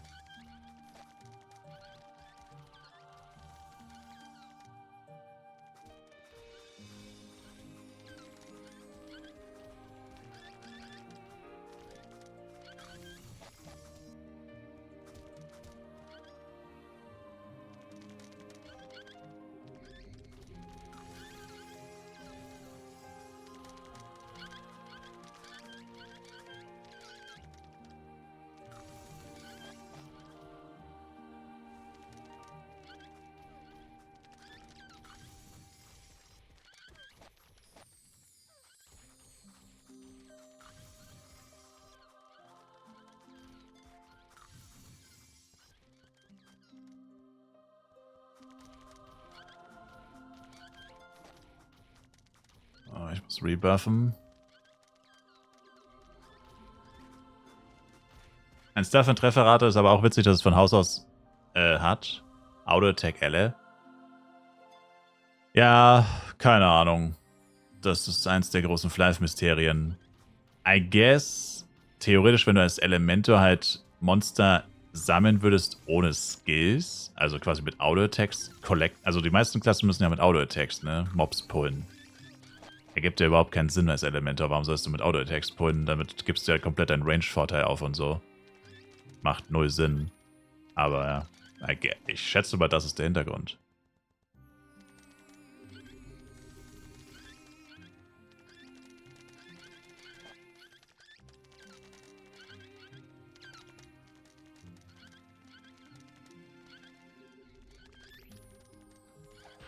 Das Kaninchen ist süß, dass die echt draußen laufen im Garten. Ja, wir haben eine fette Gartenmauer. Die ist 2 Meter hoch. Und vors Gartentor, da ist unten so ein Spalt. Da könnten die schon durchkommen.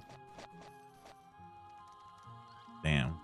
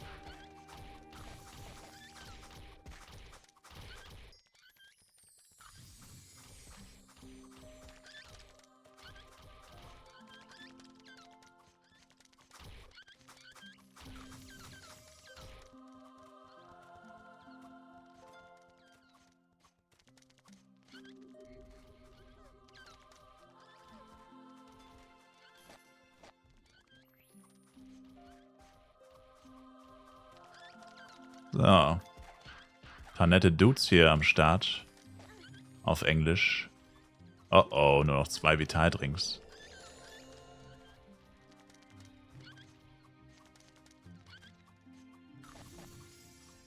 Ein paar nette Dudes hier auf Englisch am Start. Ein bisschen mit denen gequatscht im Chat.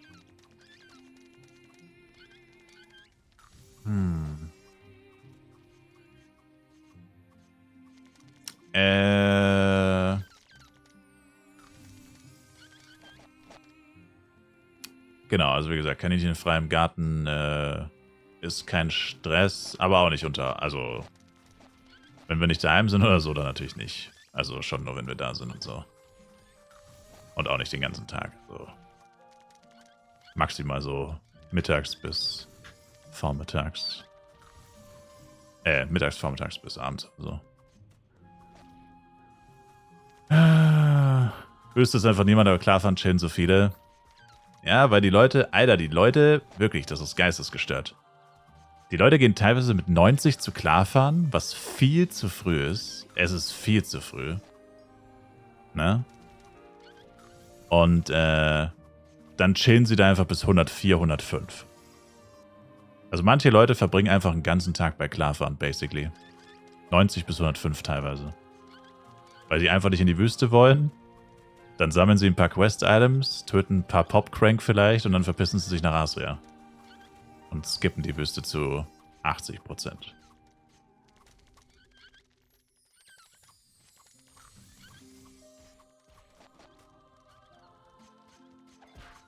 It is what it is, man. Das ist der Klarfahren-Grind.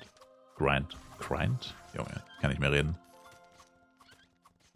Also, ich meine, ja, also grundsätzlich kann man das schon so machen, aber es ist halt ultra nervig, weil dadurch ist Klarfahren halt wirklich unerträglich eigentlich. Also du wirst bei Klarfahren niemals deine Ruhe haben. Da ist wahrscheinlich sogar fast Marschpol besser, wobei hier auch schon sehr viel los ist. Wüste ist leer, Baby. Ja, jetzt noch. Ich bin 77, Lil Bro. Bis ich mal da bin, ist da auch die Hölle auf Erden los.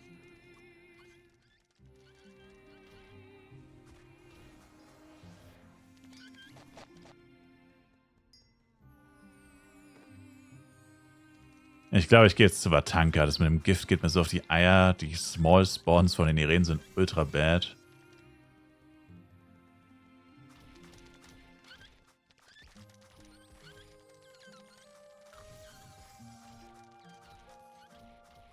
Darf man dir eine Geo sponsoren von 3 aus 4 Gigs gedroppt? Nee. Aber GZ, Sir. AO8 macht sich was zu essen kurz vorm Schlafen gehen? The fuck? Das ist aber nicht gut, Sir.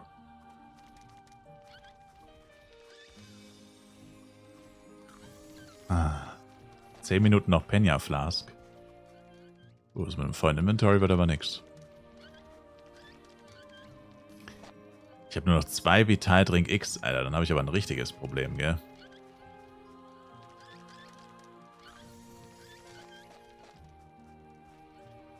Dann habe ich aber ein richtiges Problem.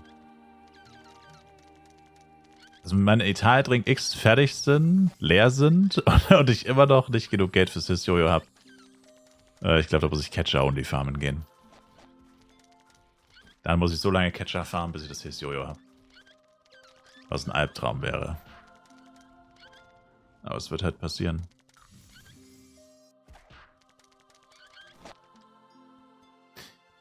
Noch eine His-X für 500 F-Coin bekommen. His-X?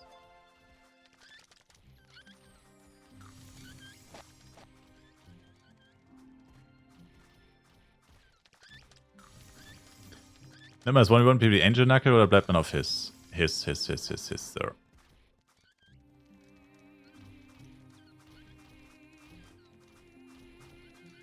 Gegner ist im selben Hintergrund wie UFC zu starten mit Servern, die so groß sind wie mein Kühlschrank.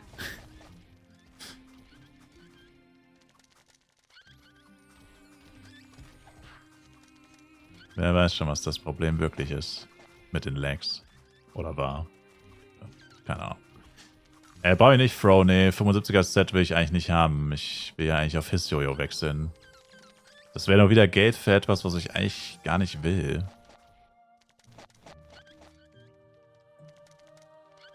Was ich hier gerade mache, ist ja eigentlich nicht by choice, my mans. Und womans.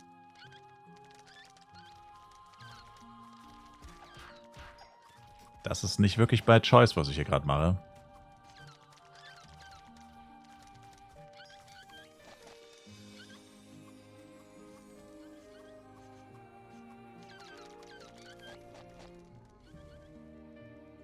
Komm schon, 75er Ringmaster Suit, Baby. 75er Ringmaster Suit, Baby. Komm schon, segne mich. Bless me one time. Bless me free to play one time, baby.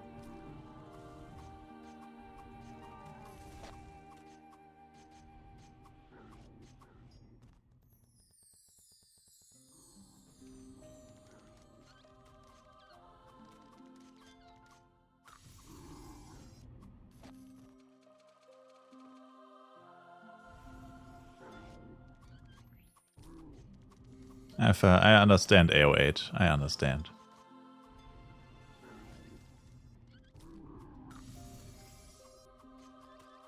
Nach dem Red Shirt merke ich muss gleich wieder On-Shop aufmachen. Die Sucht. Du kannst abschalten, aber der süchtige Teil deines Gehirns kann nicht abschalten. Can't do it.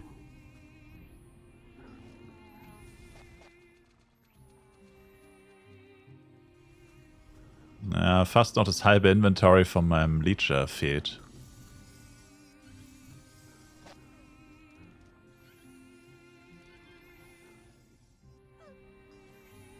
Na gut, es sind aber auch noch 7 Minuten, actually.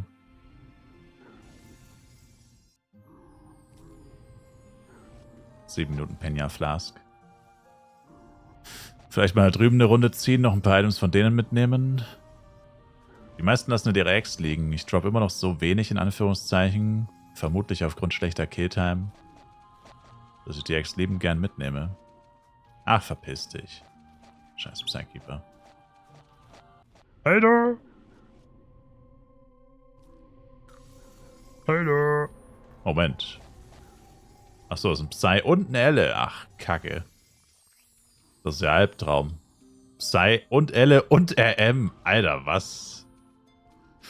Krieg! Das Kriegshorn wurde geblasen. Krieg bei den Mushpoi. Krieg bei den Mushpoi, Channel 3, Triple AOE bei Captain Mushpoi. Blast die Hörner zum Angriff. Es ist Krieg. Gut, dass ich gleich weg bin, ey. Einfach Triple AOE und dazwischen so ein Drecksjester, ey. Bloß wieder weg da.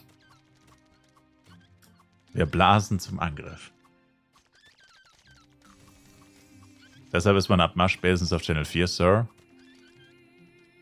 Sir, ich streame. Wenn die Leute checken, dass ich auf Channel 4 bin, bin ich permatot.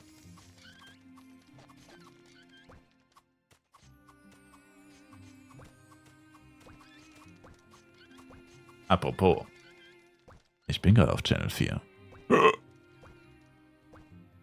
Merkt keiner? Leider merkt man das schon. Allein schon an, dass da immer wieder PK-Chip erhalten steht.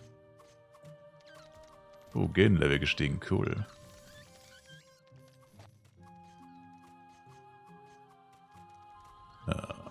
Rebuff one time.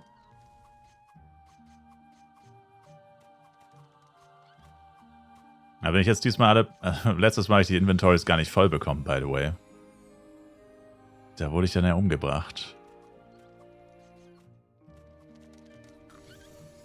Das sind alles 4% Karten, ist ja immer ein FWC Doppeldrop und so. Ich spiele ohne Effekte, würde nicht leuchten. Das Leuchten würde es gar nicht verraten. Auch wenn ich nicht verstehe, warum PK-Chips Rare Items sind. Erstens sind sie nicht wirklich rare und zweitens sind die Trash. Da wird ein Viech an der Decke sitzen. Ich glaube, es ist eine Spinne, aber... Die moved so krass, Alter. So ein ganz kleiner schwarzer Punkt. Könnte auch ein Käfer sein, not sure.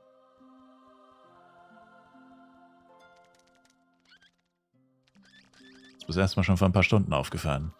Seitdem hat die sich übel bewegt. Ah.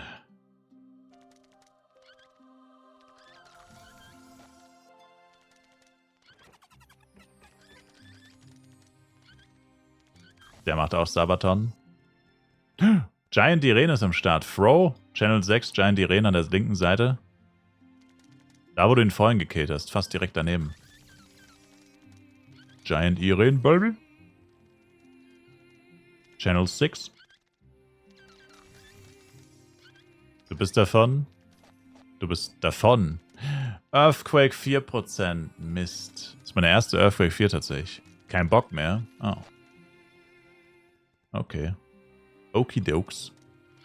Okidokes, Sir. Okidokes. Meine M braucht noch 60%, dann endlich GT. Dann bräuchte ich jetzt doch wieder das G-Jojo. Shit-Equip plus Lags ist gleich Tode. Ey, wem sagst du das? Also mit dem Shit-Equip. Wem sagst du das? Und keine Drops? Ja, ist echt krass. Hast du FEC-Flask? Ist echt crazy, wie die Leute alle sagen, dass sie nichts... Also, nicht alle. Aber es gibt so viele Leute, die nichts droppen bei den Giants. Und dann gibt es andere, die droppen bei jedem Giant. Ich sag's dir, das Universum ist... Das Leben ist einfach nicht fair. Es ist nicht fair. Manche Leute haben das ganze Glück und manche haben gar keins. It ain't fair. Ringpool maxen oder reicht Level 1? Maxen. Musste maxen. Einfach 1k Euro cashen und schon droppen die Giants. Ach so. Danke für den Tipp. Bin schon über 150 gekillt, nicht ein Red Drop. Echt nicht mal ein Set-Teil. Naja, Set-Teil schon, oder? 150 und kein Set-Teil glaube ich dir nicht. Sir. Sir. Sir. Sir. Sir. Nope. Als ob. Dreifach Drop und kein Set-Teil bei 150 Giants?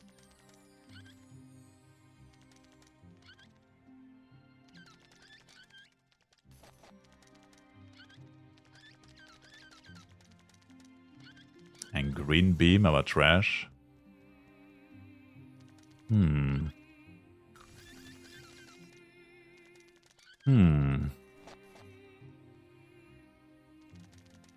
Hast du Doppel-Drop-NPC? Sind nochmal 10% mehr. Dabei bin ich nicht mal Free-to-Play. Gute Argumentation. Ich habe gecasht. Mir steht das zu. Angela hat keiner Bock mehr auf Giant D reden. Der ist immer noch da.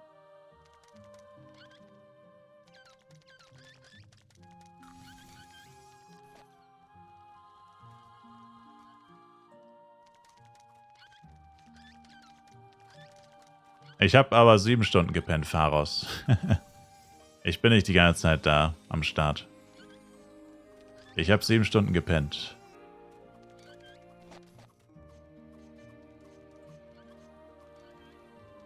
Hab nicht durchgezogen komplett, leider.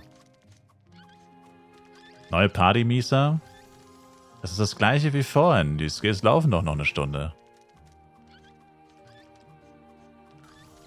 Easy. Easy peasy.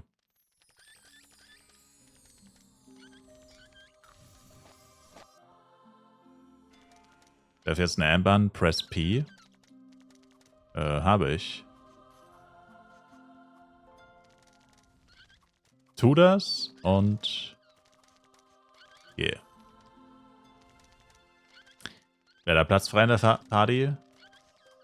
Jetzt gerade nicht, nee. Wir haben gerade ultra die Grinder-Party. Ich glaube, alle, die in der Party sind, sind schon seit 4 Stunden in der Party oder so. Die Leute gehen hier online und sie hören einfach nicht auf zu spielen. Okay, aktiviere eine neue Penya Flask, aber ich mache noch irgendwie voll dann ein kurzes Päuschen. Also wirklich heftig. Also gut, ja gut, wir hatten auch schon Partys, wo alle 5 Minuten einer rausgeht oder aufgeht oder so. Aber manchmal hast du so eine Party, denkst du dir so, Junge, wir sind doch schon seit 10 Stunden alle online und einfach niemand geht offline. Gehen einfach nicht offline, die Leute. Sie gehen einfach nicht offline. Crazy.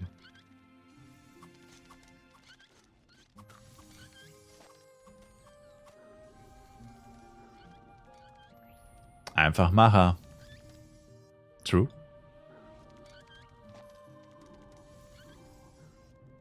Schon Level 77 ist crazy. Also ein Free-to-Play-Spieler, der vielleicht eine bessere Klasse gewählt hat, oder sagen wir mal eine schneller levelnde Klasse, und vielleicht ein bisschen mehr Glück hatte, könnte jetzt wahrscheinlich schon 90 plus sein. Oder ist safe 90 plus. Ich mache hier nicht gerade das effizienteste Grinding momentan. Es läuft irgendwie nicht so bei mir. Aber hey, ich hatte nie vor, hier irgendwie Top 1 oder sonst was zu sein. Ich meine, wenn man mal realistisch ist, das geht als Free-to-Play auch gar nicht. Also wenn du dir ein bisschen unter die Arme greifen lässt, dann kannst du zwar sagen, du hast nicht gecached, aber für mich ist das dann nicht mehr Free-to-Play. Ich meine, ich nehme sowieso schon ich nehme eure Hilfe schon zu viel in Anspruch. Gut, Partys würde ich jetzt sagen, ist jetzt nicht so krass, weil es gibt echt arsch viele Partys. Also eine Party zu finden ist jetzt nicht so schwer. Vor allem nicht, wenn man den ganzen Tag online ist. Also, wenn du nur einmal eine Party suchst und dann 10 Stunden in der Party bist, dann ist das ja wirklich nicht so schwer.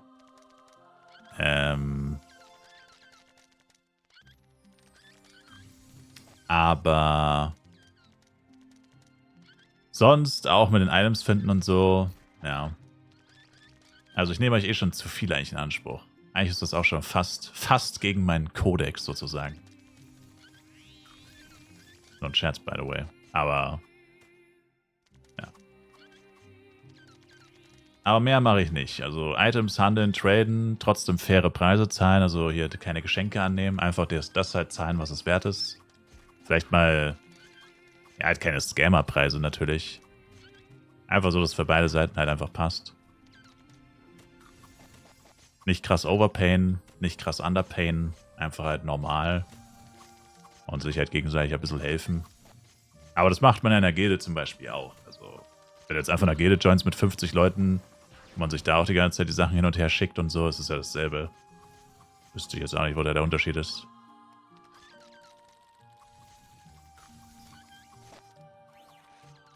Was empfiehlst du jemanden, der ewig kein Live gespielt hat und jetzt einfach mal so wieder anfangen für eine Klasse, hätte mal Lust auf Akrobat bzw. Ranger? Also ich finde Ranger hammergeil, ist halt nur sehr teuer leider. Ich finde Ranger mega. Aber ich habe tatsächlich mit dem Gedanken gespielt. Ich habe mit Bogen bis 60 gespielt. Und ich hatte mich eigentlich schon fast an den Gedanken gewöhnt, ach, weißt du was, ich mache einfach Ranger. Ich habe voll Bock auf Ranger. Und jetzt zieht er diese Scheiße hier an. Worst DPS than Jester, by the way. Ja, aber die Level Experience ist besser. Hit and Run auf Level 60 mit Ranger ist Bombe. La Bomba. La Bomba de Mar.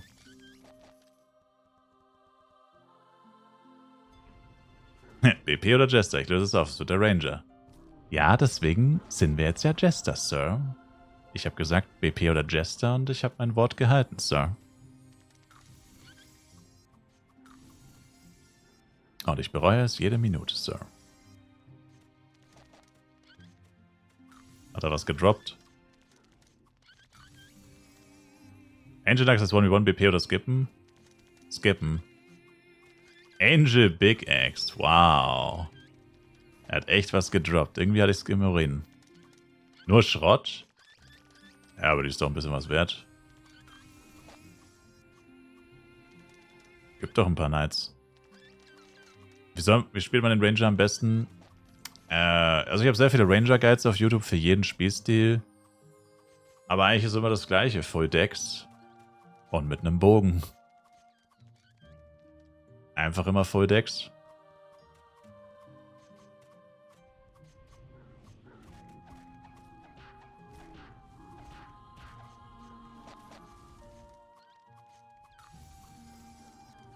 Ansonsten, wie gesagt, also wenn du richtig diepe Infos willst, würde ich die Guides empfehlen. Ansonsten, also hier kannst du dich auch immer fragen im Stream, wenn du eine konkrete Frage hast. Aber es ist eigentlich echt easy. Und sonst, wenn du nicht sicher bist, ob der Ranger gefällt, dann Klassiker ist halt Blade. Den kennt jeder, jeder weiß, was er kann. Meistens einfach nur zuschlagen.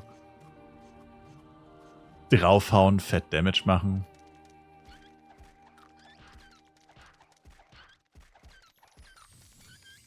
Mit Blade macht man nie was verkehrt. So, wird es mal Zeit aufzustehen, den PC anzumachen. So sieht's aus. What's to go?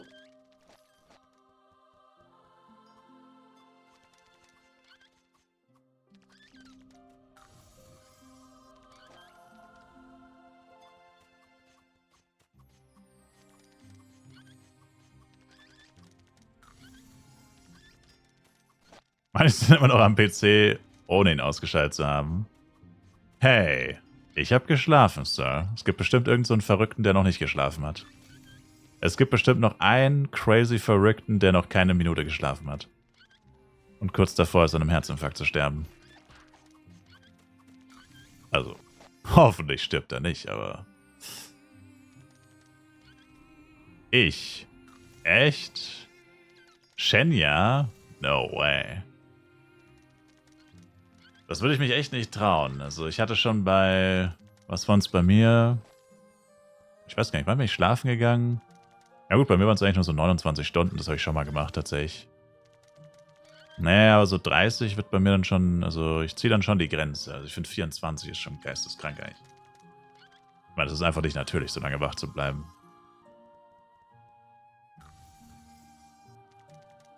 Crystal und Blut gehen locker 7 Tage am Stück. Ja, aber du kannst ja auch locker sterben. So.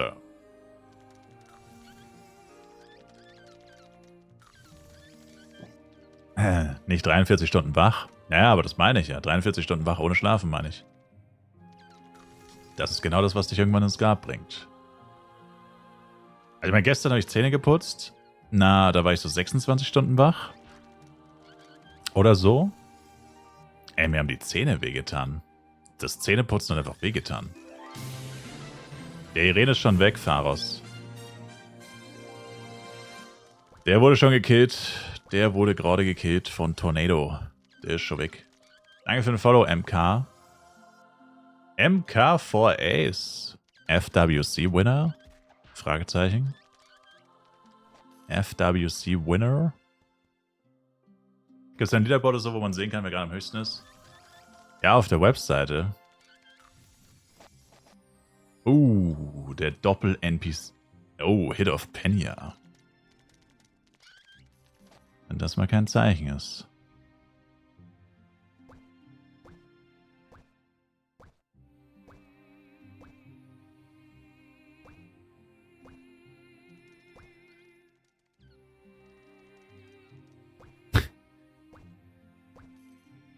Du bist ein richtiger Psy-Hater geworden, Misa. Psy-Hater. Oh, noch 3 Items. Blade war auch die Überlegung, aber bisher Blade meistens gespielt, okay. Wenn viele Spots, Violet Spot stört, sagt Bescheid. Ich weiß nicht, ob er noch da ist, der war vorhin auf dem Berg. Ich kann gleich mal in die Nähe von dem Berg gehen. Also er stört nicht auf dem Berg, aber du kannst ihn killen. Ich gehe gleich weg. Ich gehe gleich weg von den Irenen und dann komme ich nie wieder. How's the grind? Pretty slow. And I'm having not good luck. Not having the best of luck on this server. With anything. Anything is not going my way. Nothing is going my way. So far. It's been pure chaos and negativity from the game. At least. Drop-wise and stuff like that. Kann man bei YouTube auch donaten? Hab kein Twitch oder lieber Krypto senden? YouTube Superchat geht auch. Oh, da habe ich gar nicht dran gedacht. Oh, Catcher mit 18 HP? Damn. Easy, baby. Ein geschenkter Catcher. Easy. Gray hat 1k F-Coin schon für 60 kaufen müssen. Ja, aber das war vorhin schon im Gespräch. Das war vorhin schon im Gespräch.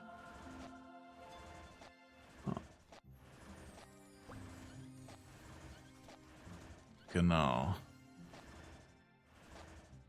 Was geht ab, Dorenchen? Wie geht's, wie steht's? Ich habe gestern so Zuckungen in so einem Bett, Alter, aber auch über 15 Stunden gepennt, nur 2 Stunden. Über 15 Stunden gepennt, nur 2 Stunden gepennt. Gestern ging es mir echt nicht gut. Okay.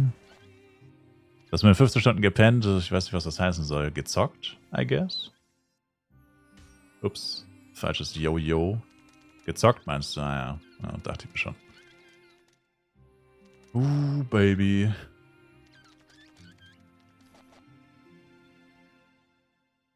Oh, Baby.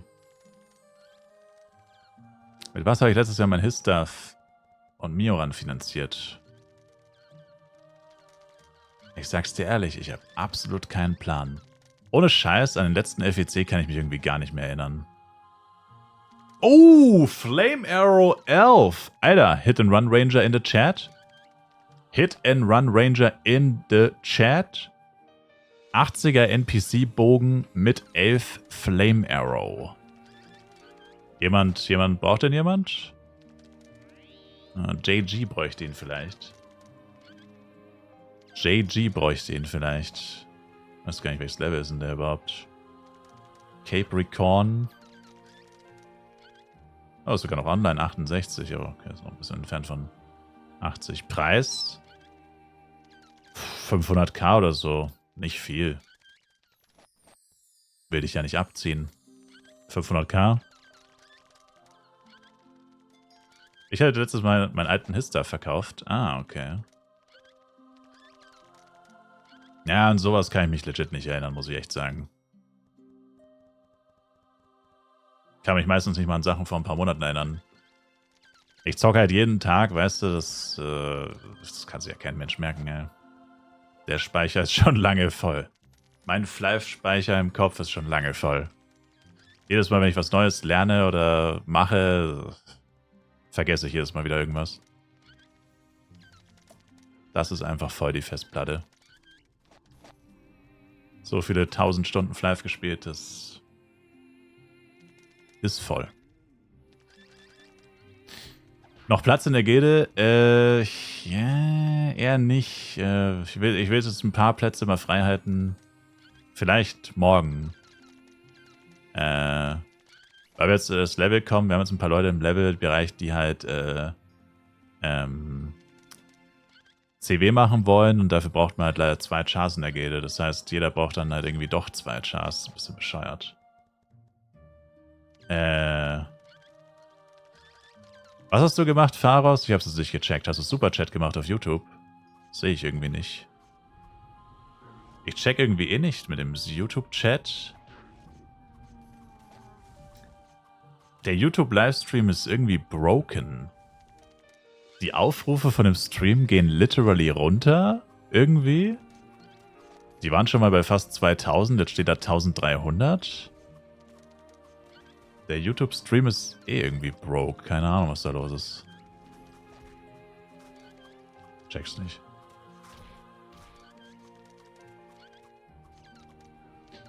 Habe ich halt noch nie gemacht, so was Langes, ne? Oh. That's what she said. I'm sorry. Halt's Maul! Was? Alter, mein zweites 75er-Set-Teil ist das gleiche wie das erste. Ey! Ich habe zweimal Arkanhelm gedroppt. Beide, also, ja gut, weiblich ist sowieso klar vom Namen her. 2 75er-Set-Teile ist zweimal der gleiche scheiß Blade-Helm. Ich habe noch keinen einzigen Away-Blade gesehen. Das habe ich gesucht vor 20 Stunden. Ich habe noch keinen Away-Blade gesehen, tatsächlich. Oh Mann, Alter.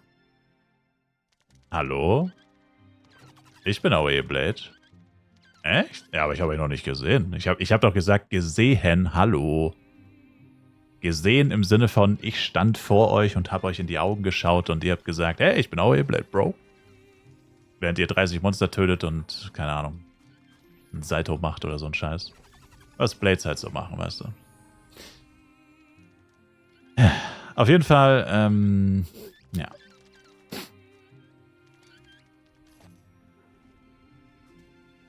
Ich spiele noch mit 2 G-Swords, das ist echt easy.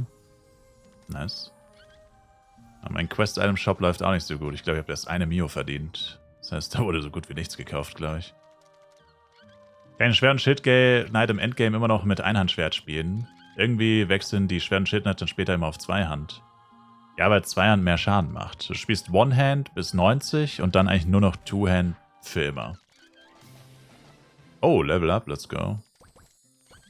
Du spielst One-Hand, Schwert und Schild bis eigentlich Level 90 und ab 90 nimmst du die Angel Big Axe und dann eigentlich nur noch Two-Hand, wenn du auf DPS gehst. Schwert und Schild ist halt so eine Hybrid-Mischung. Viele sagen halt, für Bosse und so soll das sehr geil sein, weil man halt mega tanky sein kann und trotzdem angeblich voll guten Schaden macht. Ich würde das immer mit einer Prise Salz, Prise Salz, by the way. Ich würde das immer so ein bisschen, ja, mit so zusammengekniffenen Augen würde ich das immer so ein bisschen verarbeiten, solche Infos, weil man weiß nie, was die Leute für Equipment haben, weil oft ist es halt so, dass sie dann halt schon mit Power-Ups meinen und halt schon sehr gutes Equipment und so. Wenn du es dann nachmachen willst, Free-to-Play, günstig, Low-Budget, plötzlich ist es voll scheiße. Weißt du? Ich habe kein Food mehr. Oh mein Gott.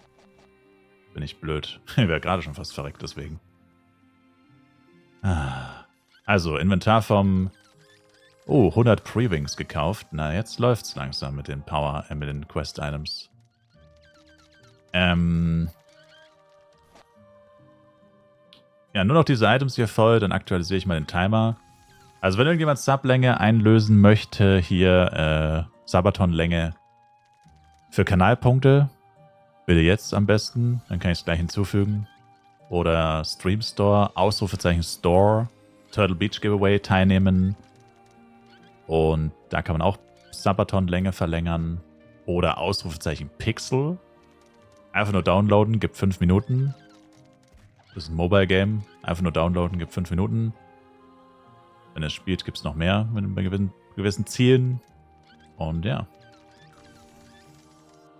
Check it out. Gibt auch Free-to-Play-Wege, den Sabaton zu verlängern. Kannst du mir sagen, was ich an meinem Equipment verbessern kann? Ist das okay für 2 Tage Free-to-Play? Ah, shit, jetzt bist du schon wieder weg, ne? Sorry, Pharos, ich hab's nicht gesehen. I'm sorry. Ich gehe aber gleich mal in die Stadt und dann Darkon 3. Vielleicht könntest du mich da nochmal stream snipen. Sorry. Sorry. Wäre cool, wenn man Equipment angucken könnte übers Chatfenster. Weißt du, schon so remote. Wenn du so auf dieses Ding klicken könntest, dann könnte ich mir das Equipment angucken. Das wäre irgendwie sick. Remote Equipment Zeug. Weil wenn ich das während dem Level machen würde, würde ich gleich sterben, TBH. Ich sterbe so schon fast, Alter. Das ist geistesgestört, wie ich aufs Maul bekomme. Ich habe schon wieder Level Up gehabt und ich krieg immer noch so aufs Maul, Mann. Das Cruiser-Set nervt so. Ups. Enjoyer, was geht ab?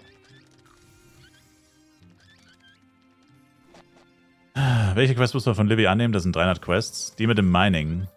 Und du musst sie nur annehmen, nicht abschließen für das Event. Die mit dem Mining. Learn Mining oder wie auch immer das heißt. Nur annehmen, nicht abschließen. Gerade wach geworden, gleich mit dem Hund rausgehen. Ja, ich muss gleich auch meine Kaninchen versorgen. Zähne putzen wollte ich mal wieder. Und jetzt läuft's aber mit dem Shop. Jetzt verkaufe ich die ganze Zeit was. Zwar immer nur kleinen Scheiß, aber hey. 23 Pre-Wing. Okay, ich glaube, die sind dann verkauft wahrscheinlich. Alter, die sollen mal Bomb-Timer kaufen. Ich habe 500 Bomb-Timer, ey. Die sollen die mal kaufen. Die Sachen hört man auch gerne, wenn man so 18 Stunden durchzockt, oder? Was meinst du? Gerade wach geworden, meinst du? Oh. Ja, man fühlt sich halt einfach schmutzig. Weißt du, was ich meine? Du fühlst dich einfach so richtig schmutzig. Ich fühle mich immer wie so wertloser Abschaum, wenn ich so lange spiele. Also, bitte, also ich sehe das eigentlich gar nicht so. Also ich sehe das gar nicht so. Ich check den Hate nicht, sag ich mal. Kann ja jeder machen mit seinem Leben, was er will, ne? Kann ja jeder machen, was er will. Also ich check den Hate eh nicht. So. Ich tue doch niemandem was, wenn ich jetzt zocke. Wertlos jetzt nicht, aber Abschaum. Aber es ist einfach so, es ist halt einfach nicht normal, weißt du, und dann fühlt man sich halt auch nicht normal. Je nachdem, wie man schmutzig definiert, ist es auch gut. Okay, interessante Auffassung, Sir.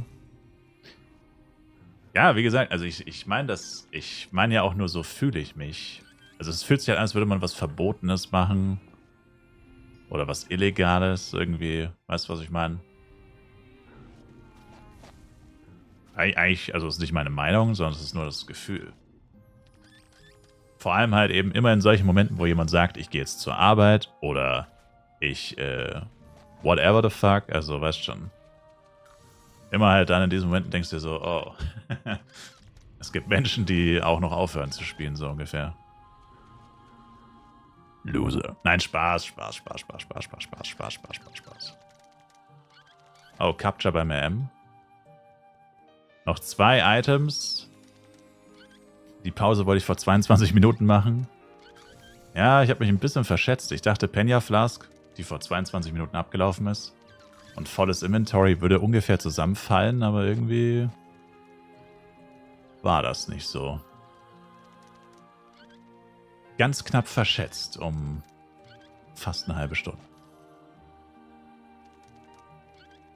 Stell dir vor, was normale Menschen für Hobbys haben. Ja, aber ich meine, ich habe einen Arbeitskollegen, der geht 2-mal die Woche zum Fußballtraining, hat jedes Wochenende ein Spiel, wenn Saison ist.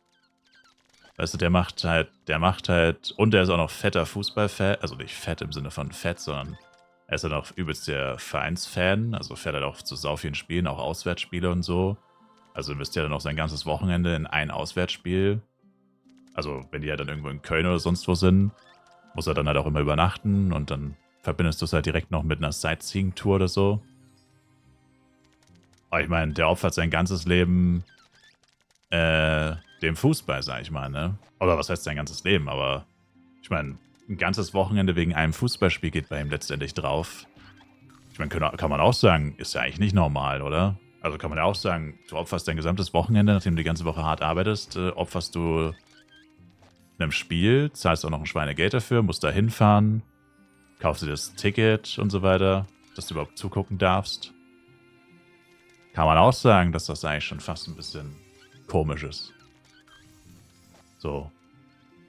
Also, ich meine, würde ich jetzt nicht sagen, aber theoretisch, wenn jetzt einer so ein richtiger Fußball-Hater ist, so wie ich.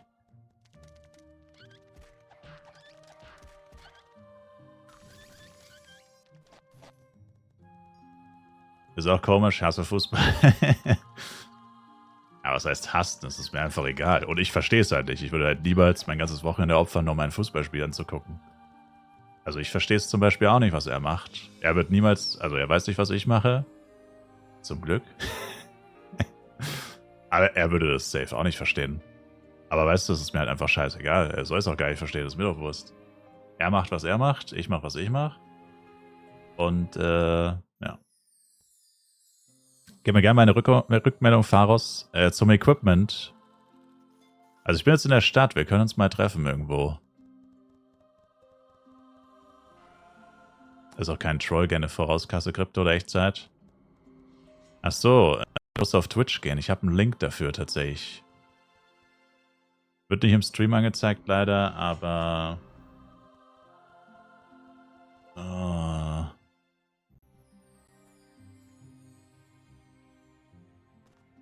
Hier, ich poste es auf YouTube. Das hat gleich noch nie jemand gemacht, aber...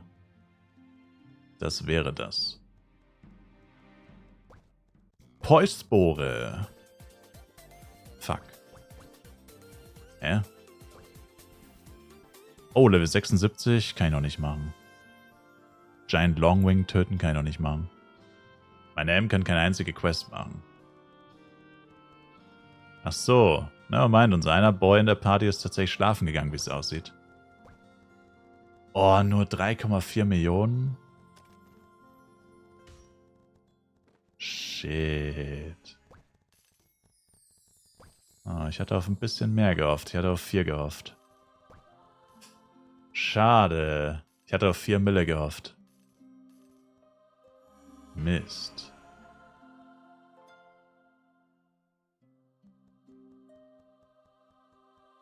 Schau euch das an, Alter. Das ist meine Ausbeute. Ich mach's auch nicht. Am Ende bin ich der Pfosten, der dir 2 Pizzen mit Bitcoin bezahlt hat, die jetzt 3 Milliarden wert sind. Sir. Sir. War da was für männliche M dabei? Nein! Ach so, was ist eigentlich mit dem Bogen? Mit dem Bogen für 500k? Wer wollte den?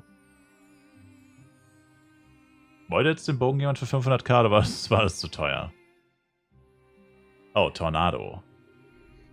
Schickst du mir die 500k oder bist du zufällig in der Stadt?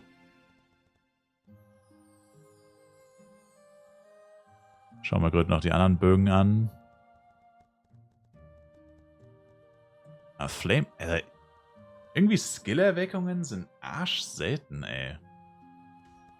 Irgendwie ist das mal ein bisschen unseltener in Erinnerung. Wirklich so, du droppst 30 Waffen, 2 haben eine Skill-Erweckung und dass da dann auch noch die Gule dabei ist in einer guten Höhe, das ist echt crazy. Kam mir mal leichter vor. So ein bisschen Zeug, so ein bisschen, whatever, ne? Schaut euch das an, das ist die Ausbeute wieder. Die Asiaten haben ihre Level 30er Bots bei Klarfans. Die sagen bestimmt über dich auch, dass du ein Bot bist, wenn du da den ganzen Tag rumhängst, Sir. Sir. Sir. Kappa.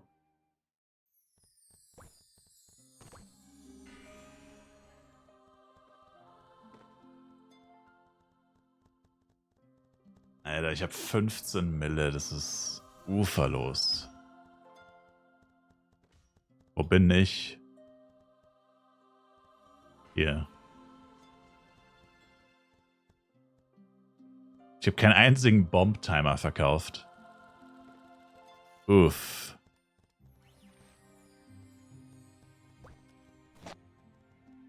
Shit, man.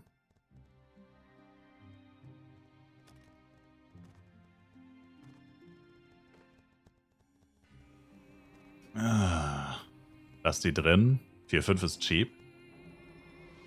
Ich habe keinen verkauft. Ich habe 8 gezahlt. Alter, du weißt nicht, was hier los ist. Es gibt literally 5 Millionen Quest-Item-Shops. Du musst ultra günstig machen, sonst kaufen die Leute nicht.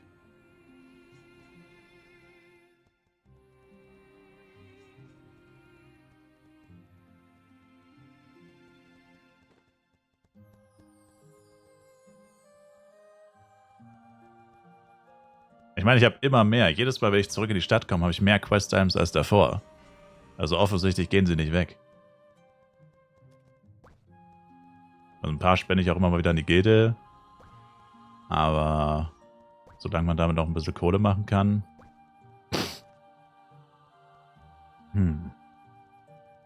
Hä? Willst du mich verarschen? In Stamp plus 3? Habe ich den nicht für 100k drin gehabt?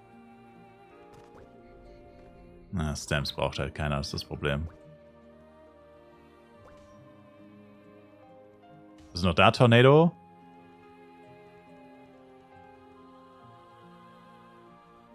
Bist du noch da, Tornado?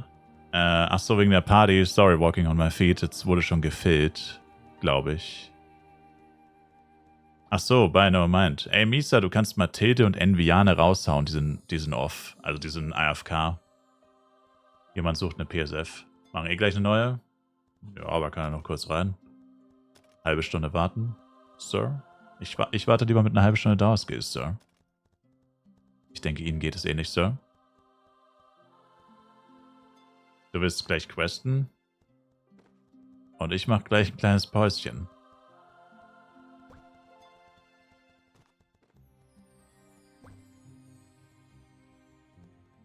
Oh, ist das erbärmlich, ey. Welchen Channel? Channel 6. Channel 6.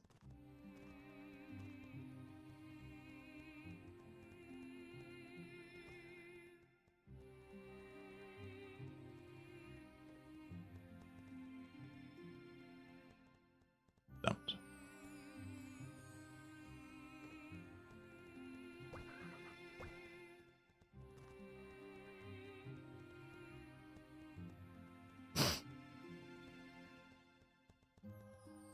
Oh, Channel 7, okay. Manche Leute immer noch Hypersuit für 10 Mio drin haben. Der Shop muss Tage alt sein. Days, man.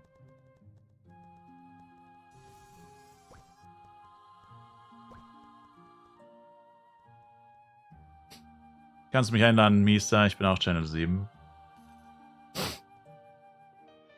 Ja, da hat direkt jemand was rausgekauft. Let's go.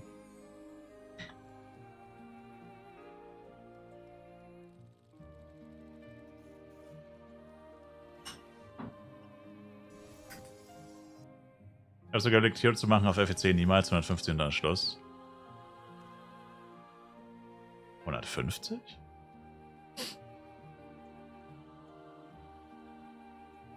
Falls du klar von Runde bin, pennen. Alright. Hau rein and thanks for the watching.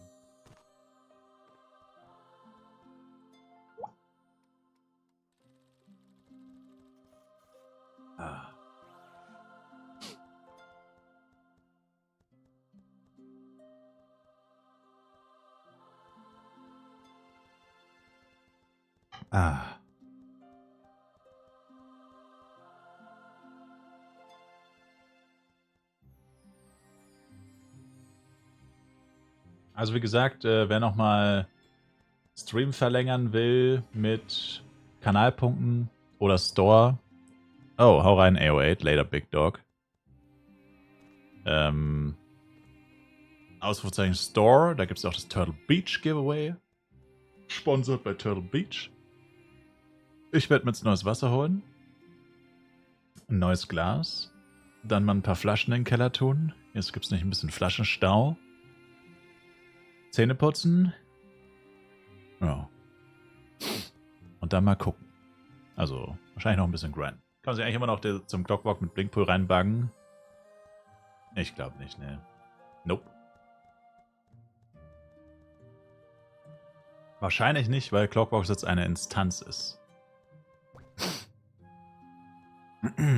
Clockworks müsste jetzt eine Instanz sein.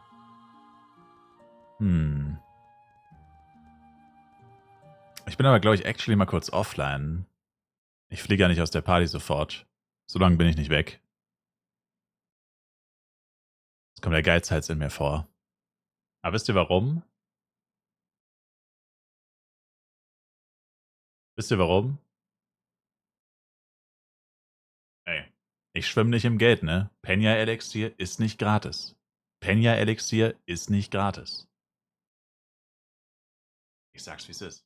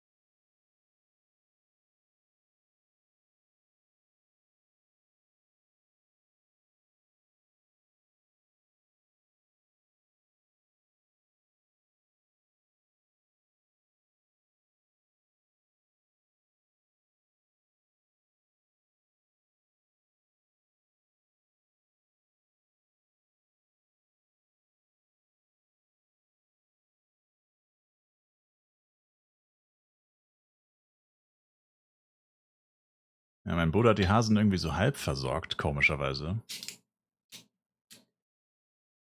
Check ich nicht. Könnte sein, dass der vorhin erst nach Hause gekommen ist. Merkwürdig.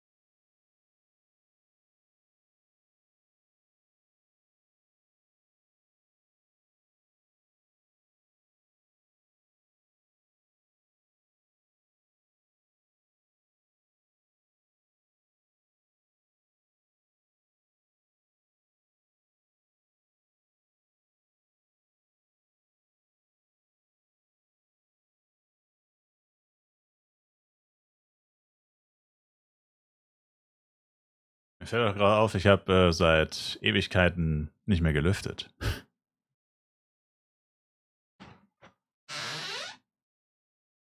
Irgendwann habe ich gesagt, jetzt wird es ganz schön kalt abends. Das war so vor 9 Stunden. Ich bin gerade zurück in das Zimmer gekommen.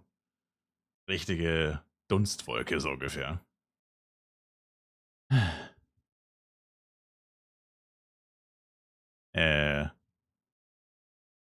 Ist Darkon Office, bist du noch da, Pharos? Schon wieder verpasst. Aber ich muss noch Zähne putzen, habe ich noch nicht gemacht. Der zockt nicht Fly Fratzlowski, ne. Nicht mehr. Aber ich gehe mal kurz online und dann direkt wieder offline. Nur, dass ich in der Party bleibe. Obwohl die ja eh keine Skills hat.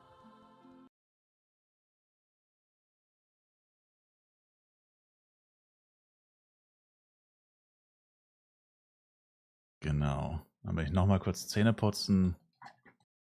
Ja, ich meine, es sind 15 Minuten Penya Flask. Muss man ja nicht wegschmeißen. Sind zwar Peanuts, aber trotzdem. Ich war hier sehr verschwenderisch mit meinen Power-Ups, weil ich habe immer Power-Ups gefühlt gelaufen gehabt, wenn ich AFK gegangen bin. Oder oft.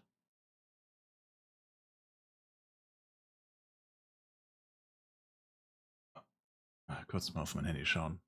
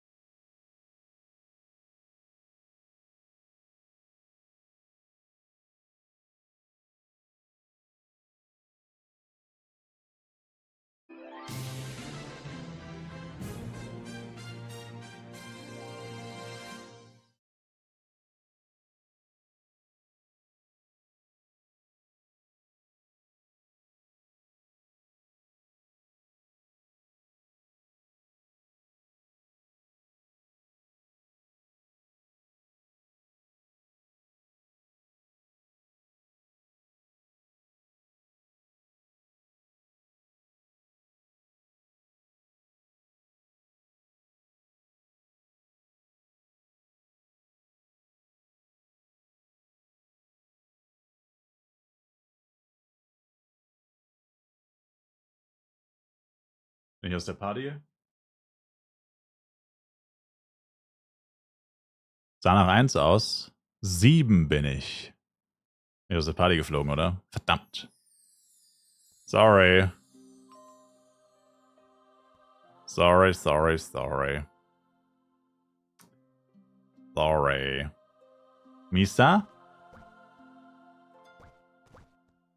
Oh, Misa ist nicht mehr auf Channel 1. Verdammt. Also wir haben Bolt.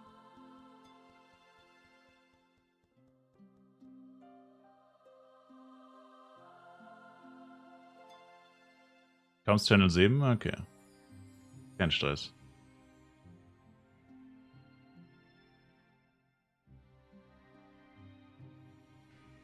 So, dann muss ich noch den Subtimer aktualisieren.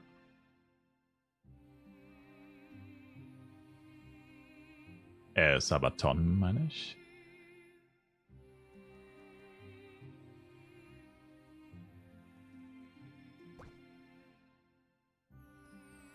Jo, sorry, dass ich mehr drin war.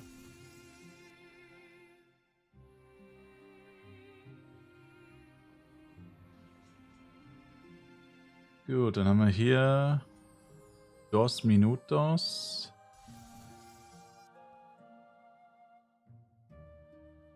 Sechs minutos. Und 2 minutos. Wow. Für Knallpunkte wird ja wirklich gar nichts eingelöst. Will keiner seine Knallpunkte für den Sabaton opfern? Tja, da habe ich mich bei etwas verschätzt. Bin gerade hyped, kann 6 bis 7 Quests ballern. Ich verstehe zwar nicht, wieso du gehyped bist, aber okay, cool. Alright. Und Stream Store?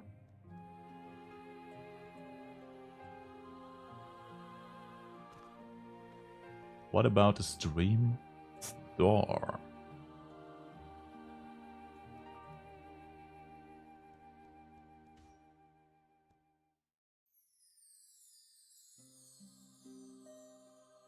All in?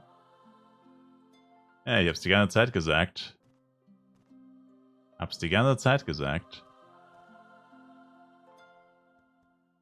Dass das für Kanalpunkte geht. Meinte eigentlich also die dicken Fische, die auf Millionen von Punkten hocken, weißt du? Okay. Aber das ist halt nur 30k, das ist nix. Nee, 30k Kanalpunkte ist wirklich nicht viel. Deswegen gibt es ja auch nur 2 Minuten dafür.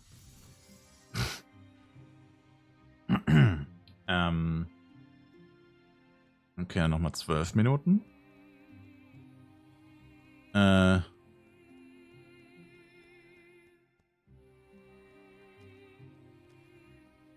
Okay. Gewinnen die Wetten nie, deswegen nie Patte. Don't worry. Dann, wo ist der Timer? Oh, das fuckt mich jedes Mal wieder so sehr ab, Alter. Also wir sind bei 3,40. Und wir haben plus 2 Stunden. 18, 20, 22. 2 Stunden 22. Das heißt 6 Stunden 2. 6 Stunden 2.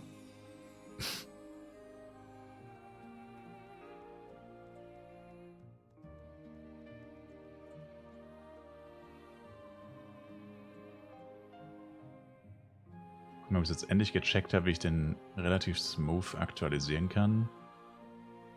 Relativ.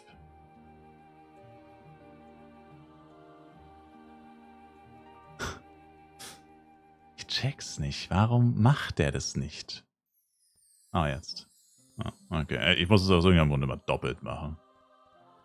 Naja, jetzt schaffe ich es immerhin schon ein bisschen schneller. Immerhin. Ja, 6 Stunden 2, also es war nicht viel. Das letzte Mal aktualisiert habe ich ihn vor 10 Stunden oder so. Das war nicht viel. Das waren ruhige 10 Stunden. Verdammt ruhige. Ja, ich hätte halt in meinen Shop vergessen reinzupacken die Materialien und die Power Dice. Das reicht so oder so nicht. Das reicht so oder so nicht. Puh, das war's auch schon wieder. Können wir direkt weiter grinden. Naja. Power Dice vs. Collector Teil 2. Er geht zumindest auf 4. Bitte. Bitte zumindest auf 4. Komm. Alter, das ist doch nicht dein Ernst. Alter. Oida. Du bist der AOE-Blade, oder? Sauber. Wow, Junge. Fettes Fick dich an diesem scheiß Kollektor, Alter. Wenn es aber dann zu Ende geht, um 2 zu Ende geht, bist du dann trotzdem grinden. Du gehst schon fest davon aus, dass er dich verlängert wird. Das weiß ich nicht. Ich müsste halt eigentlich, wenn ich vernünftig wäre, demnächst schlafen gehen. Was ist eigentlich mit Tornado? Der hat nie wieder was geschrieben. Der wollte den Bogen und jetzt ist er weg. Ich meine, das ist halt blöd, weil es jetzt noch 6 Stunden sind, aber eigentlich müsste ich schlafen gehen. Also nicht jetzt, aber so in 2 Stunden ungefähr. Haut doch mal jemand eine 100er Subbombe raus. Aber.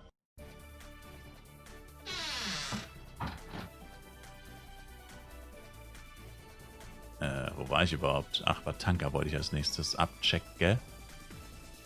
Abchecke Schnecke.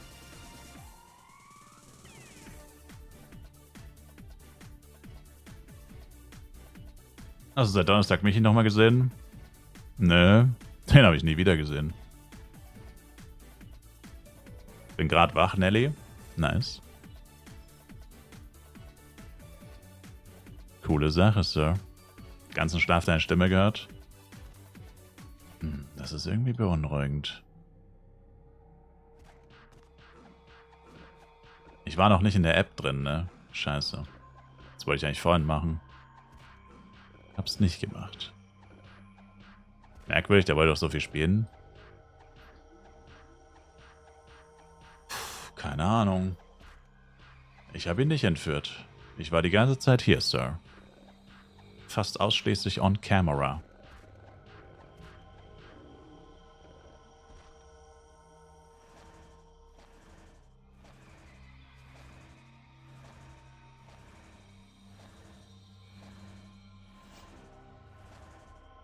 Oh, dieser scheiß Kollektor regt mich auf. Wenn da noch mehr Power Dice reinfließen und nicht auf 4 oder 5 geht, dann verliere ich mit dem Ding eher Geld, als dass ich irgendwas verdiene. Blödes Scheißding, ey. Der hat schon 18 Power, der ist 8 gefressen und ist einfach noch plus 3. Blödes Mistding, ey. So einsaugen, du hast so Arschlange.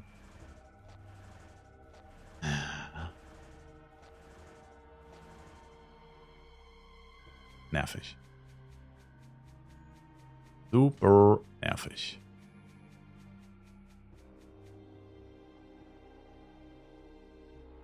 Oh, lol. Einfach Dagilo gemacht. Lost. Wo fliegt ein E-Sportler hin? Nirgendwo hin, er ist hinter mir. Ist nur Bock. Ist nur Bock.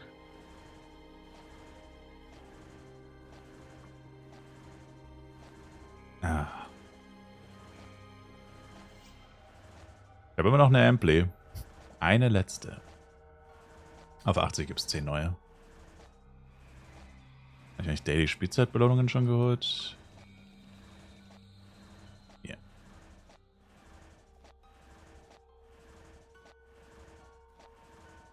So, mittlerweile so viele Sachen am Laufen, muss man echt einmal sich durch jedes Menü durchklicken. Dass man nichts vergisst.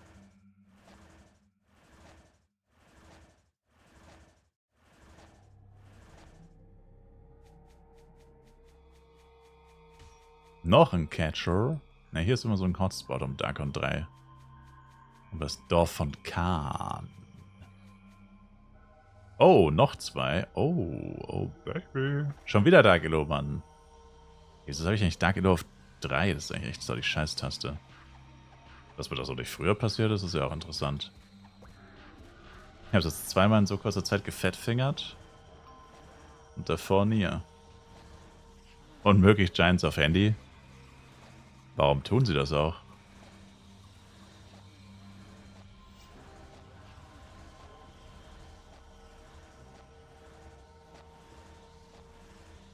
Heute gibt es ein CS-Pad, ich freue mich. Ja, ist nicht schlecht. Kennt ihr bei der Job-Change auch immer am Ende das Prinzip von einem Guardian, der euch zur zweiten Job zulässt?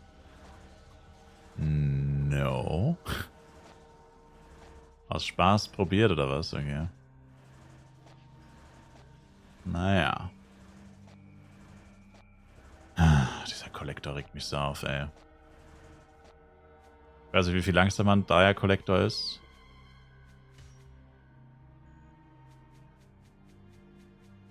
Ich will es auch nicht wissen, glaube ich.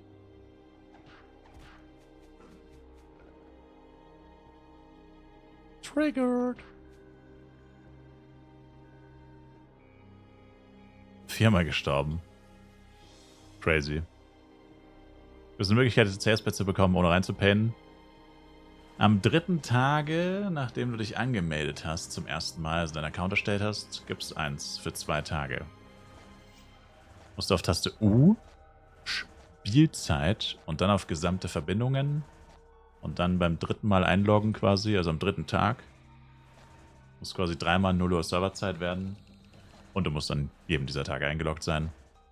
Also 3-mal nach 0 Uhr eingeloggt sein. Dann gibt's eins. Lol. Da liegen einfach Items. Oh, jetzt ist E-Sportler aber weg.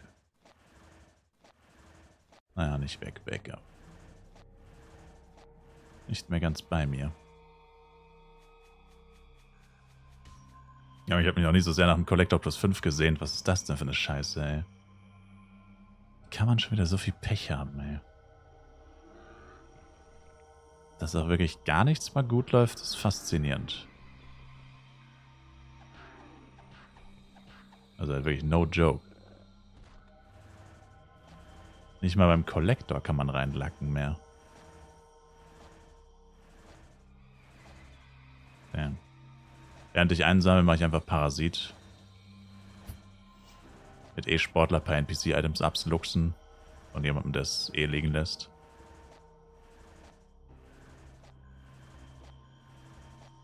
Easy.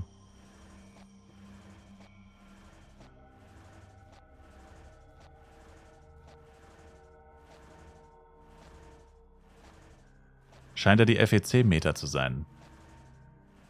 Hashtag Klarfahren. Müsste eigentlich so bei Klarfahren das machen. Das machen ja schon so viele Leute. Und dann sich so einen Wecker stellen. Oh oh.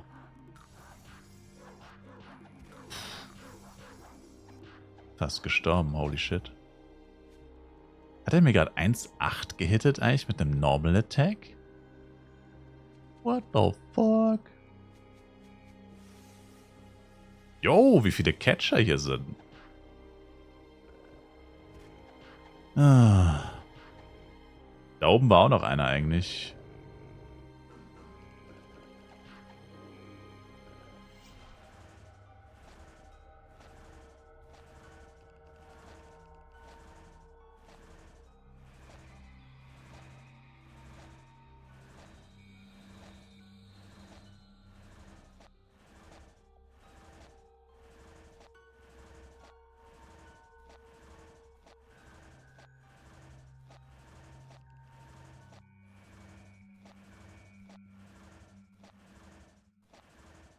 Ich mag Catcher ja eh nicht, ne? Aber wenn der Collector so lange braucht, wird es nicht besser. Ah.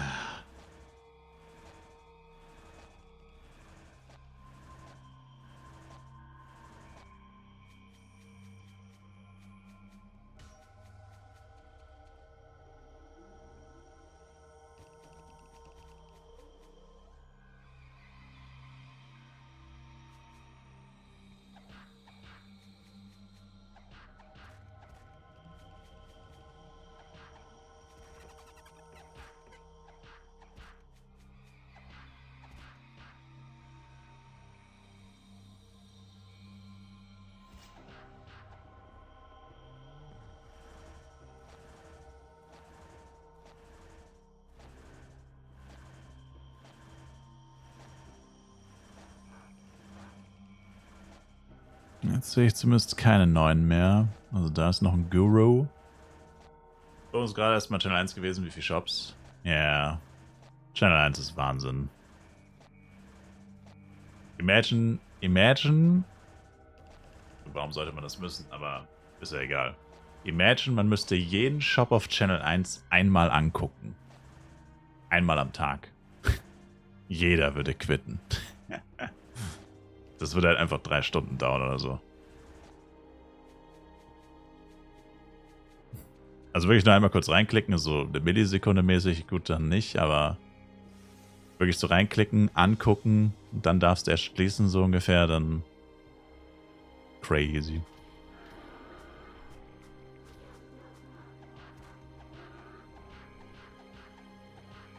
Erstmal wieder suchen. Das heißt, auf Borodeng schaue ich nicht mehr alle an.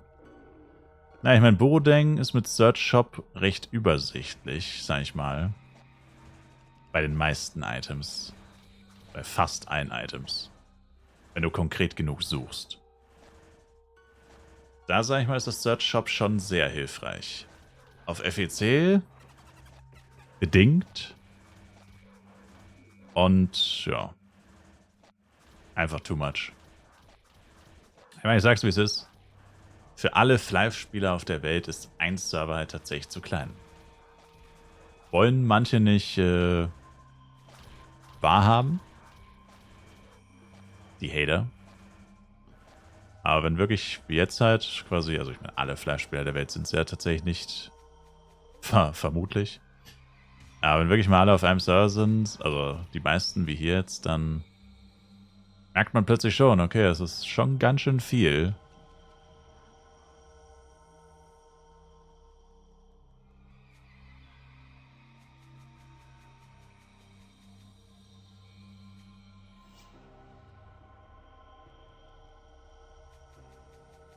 Da ist ein neuer Getcher. Oh, 2 sogar noch. Oh boy.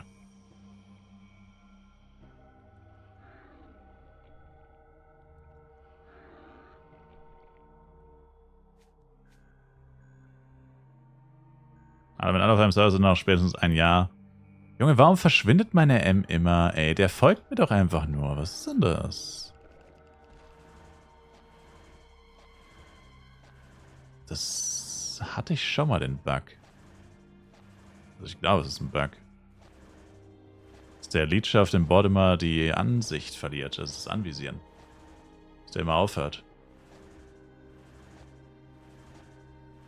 Super nervig.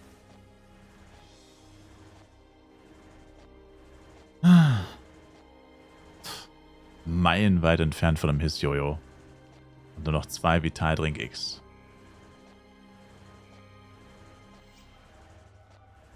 Lichtjahre entfernt von einem Hiss-Jojo.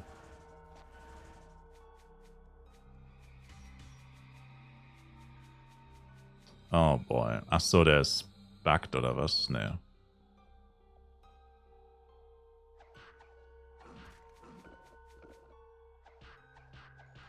Uff. Alter, ich habe 10. Wow. Uff. Na gut, wie viele Catcher waren das? Das ist jetzt schon der 7. oder 8. oder so. I guess. Ich brauche halt Arschlang, um die zu killen. Das ist eigentlich mein größtes Problem. Das Einsaugen dauert saulang, aber das Killen dauert auch saulang. Das ist beides Ass. Killtime und Collect-Time. Oh man. Wenn das Ding noch bloß plus 4 gegangen wäre. Kein Mensch hat freaking verlangt, dass er plus 5 geht. Ich wollte nur plus 4 und nicht mal das habe ich geschafft. Preise für Mineralien sind by the way auf 5,5. Danke. Das heißt, das lohnt sich jetzt auch nicht mehr. Cool. Cool. Also nur noch 50.000 für einen Catcher.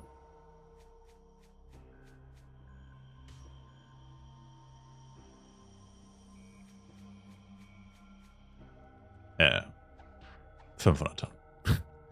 My bad. Ist da unten noch einer? Ne. Ja, ich meine, ja, ist nicht schlecht, aber Ich brauche dafür tatsächlich ziemlich lange.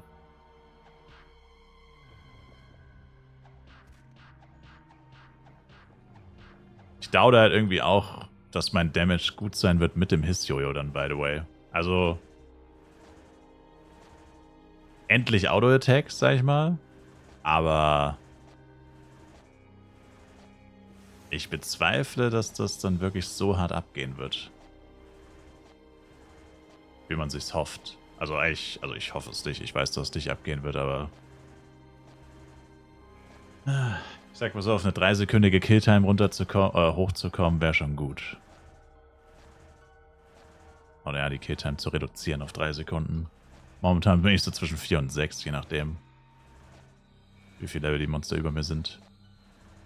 Das ist schon ziemlich schlecht.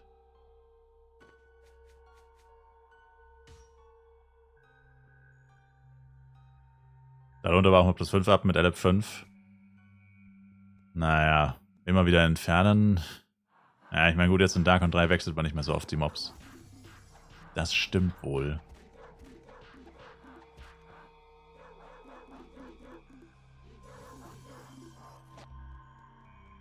Aber bei den Materialpreisen... Hast du die Materialpreise gesehen? Die Preise für 1 Dutzend Eier sind schon wieder gestiegen.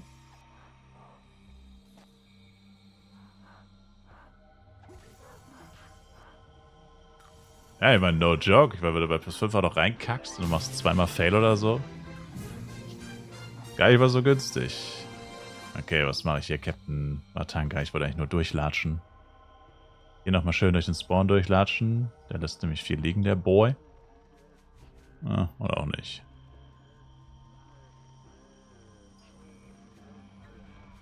Ganz kurz so Event erklären, wie es geht. Du musst einfach ab 61, einfach ab 61 musst du,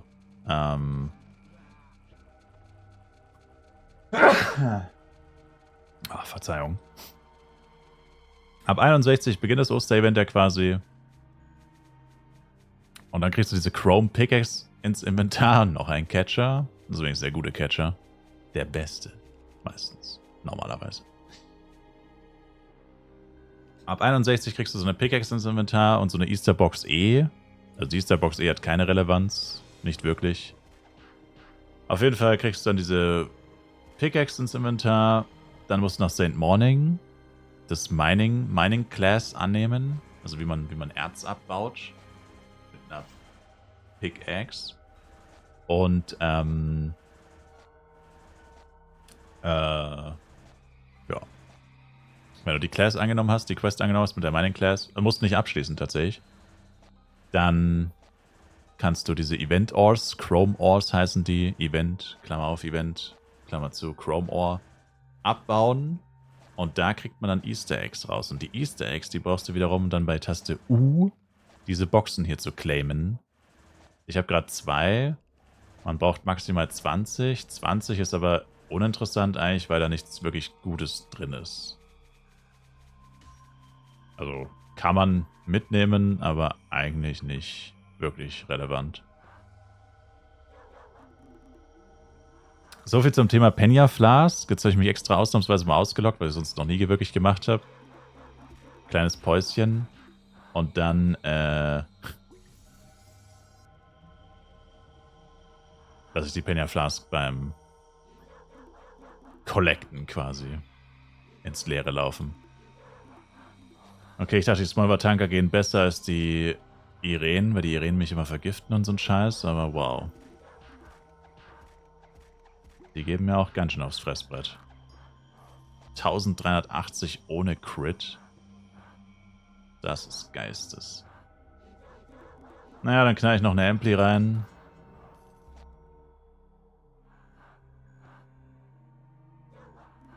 Ampli Upcut. Cheer? Ah, fuck, mein Cheer ist überstackt.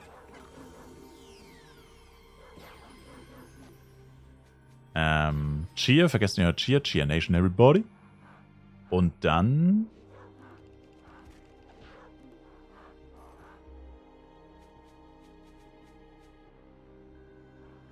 Und dann was?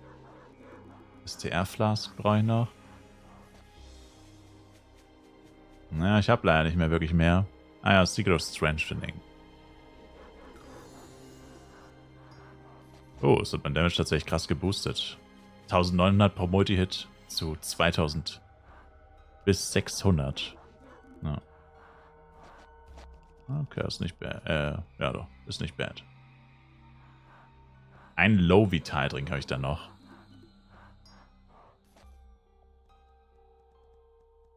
Ist nicht 100% bis 5. 100% Upgrade. Ey, wir haben die ganze Zeit gerätselratet, ob 4 100% hat. Und jetzt sagst du, 5 hat 100%. You sure about that?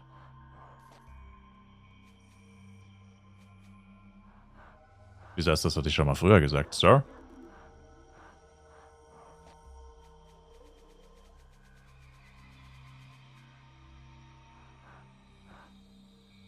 Fünf ist kein 100%, oder?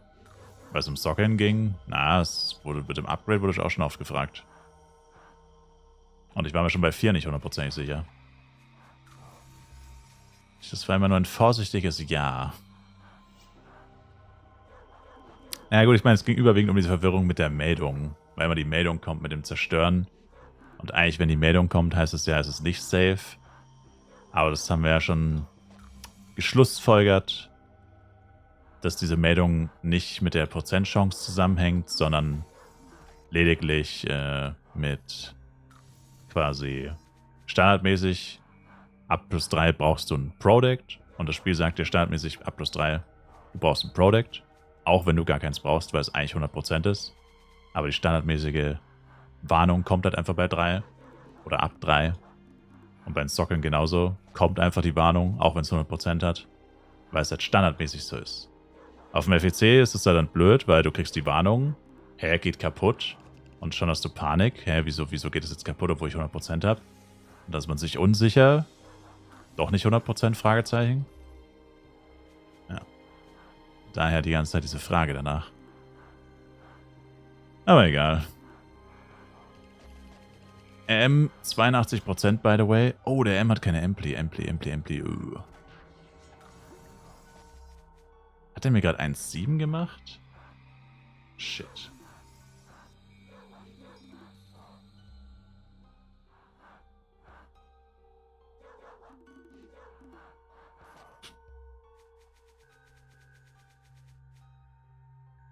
Du hast gesagt, der Mineral-Preis ist down, aber was ist mit Aerons? Sind wenigstens Aerons noch strong?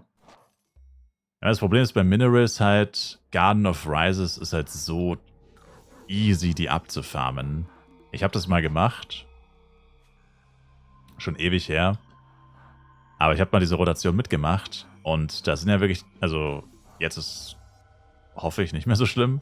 Mit den Farmbots, mit den Materialbots.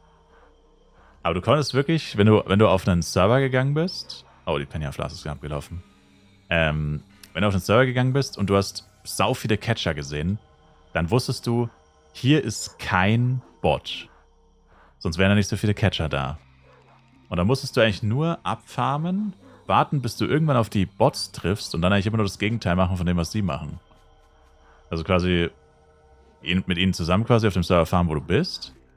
Und dann konntest du rausfinden, auf welchem Server die Catcher als nächstes spawnen und dann quasi den Bot-Rhythmus sozusagen stören und ja, in die Bots, den Bots die Catcher klauen quasi. War ganz interessant, aber irgendwie auch sehr frustrierend, weil du wusstest, sobald du weg bist, farmen die Bots wieder jeden einzelnen Catcher, tagelang, stundenlang, wochenlang und irgendeiner verdient sich damit dumm und dämlich. Mineral ist vielleicht ein bisschen höher, aber jemand hatte 3 Stacks Aerons für 5,5 drin. What? Wow. Mir wurden falsche Versprechungen gemacht. Ein Aeron-Catcher, eine Mio wurde mir versprochen. Naja, so war's mal. War klar, dass bei den Preisen die Leute heiß drauf sind. Und das Business an sich reißen wollen. Und 2 Catcher. Jetzt habe ich Amplis an. Scheiße. Ampli. Naja, Ampli stimmt schon. Leecher und Leveler.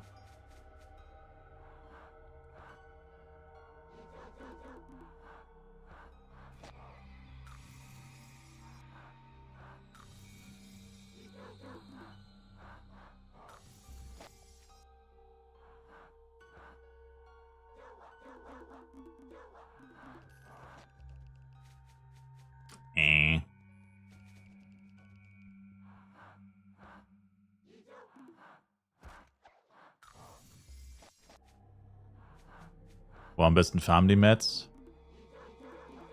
Wenn du hoch genug bist, wahrscheinlich Astria. Da können nämlich die ganzen Low-Level-Spieler nicht hin. Also ich schätze mal, Garden of Rises kannst du vergessen. Nee, das ist dämlich. Was mache ich? No. Ich schätze mal, wenn du Low-Level bist, Astria. Ich würde nicht sagen. Low-Level kannst du vergessen. Ich denke mal, wenn du hoch genug bist, Astria. Aber gestern hat zumindest noch jemand Flares gefarmt. Ich glaube, Low-Level kannst du vergessen. Astria ist halt crazy, oder du kannst erst ab Level 90 hin. Und ist riesig. Alle Catcher spawnen dort. Channel 7 war eben komplett voll mit meinen Catcher. Oh, okay. Well. Vielleicht auch nicht.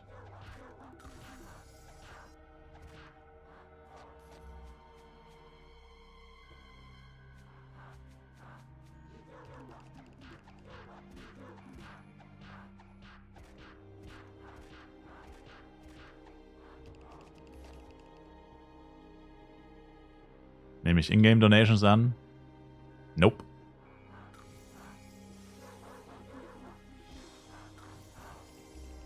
No, sir.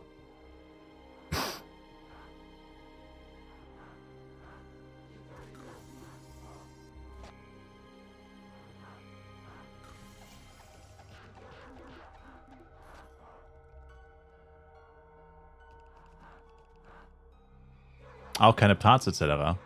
Nope, gar nichts. Was meinst du, warum ich wie so ein absoluter Loser... Ich sehe aus, als wäre ich noch Level 60. Vom Gameplay her. Wenn ich Donations annehmen würde, dann wäre das anders. So.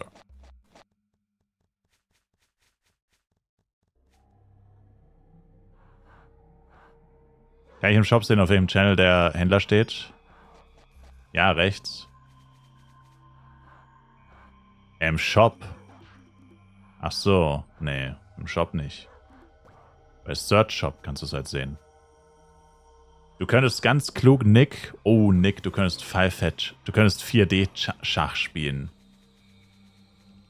Du gehst in den Search Shop, kategorisierst genau raus, was der hat, oder gibst dann einfach das Item ein, suchst seinen Namen und dann siehst du seinen Shop. Wobei, dann siehst du nur seinen Shop, ne? Nicht auf welchem Channel er ist. Nee, warum willst du wissen, auf welchem Channel er ist? Check ich nicht. Wofür willst du das wissen? Also beim Search Shop steht es einfach da, dieses kleine Icon. Ganz rechte Spalte, Shop und dann das kleine Icon voll im Text. Da siehst du den Server von dem Shop. Check nicht, was du meinst, TBH. Also wenn es das nicht ist, check nicht, was du meinst. Das war's? Okay. Ich habe schon wieder scheiß Aini weiblich gedroppt. Ich habe 3 75er Set-Teile, alle Aini weiblich. Irgendwie kriege ich heftige Flashbacks. Ich glaube, das hatte ich schon mal.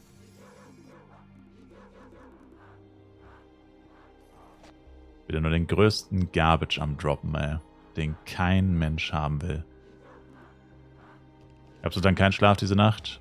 No. Ein Blick auf die Uhr. Das ist der aktuelle Timer tatsächlich. Sagt auch, das Ding ist bald vorbei. Wenn da keiner mehr massiv zuschlägt, ist das Ding bald gelaufen.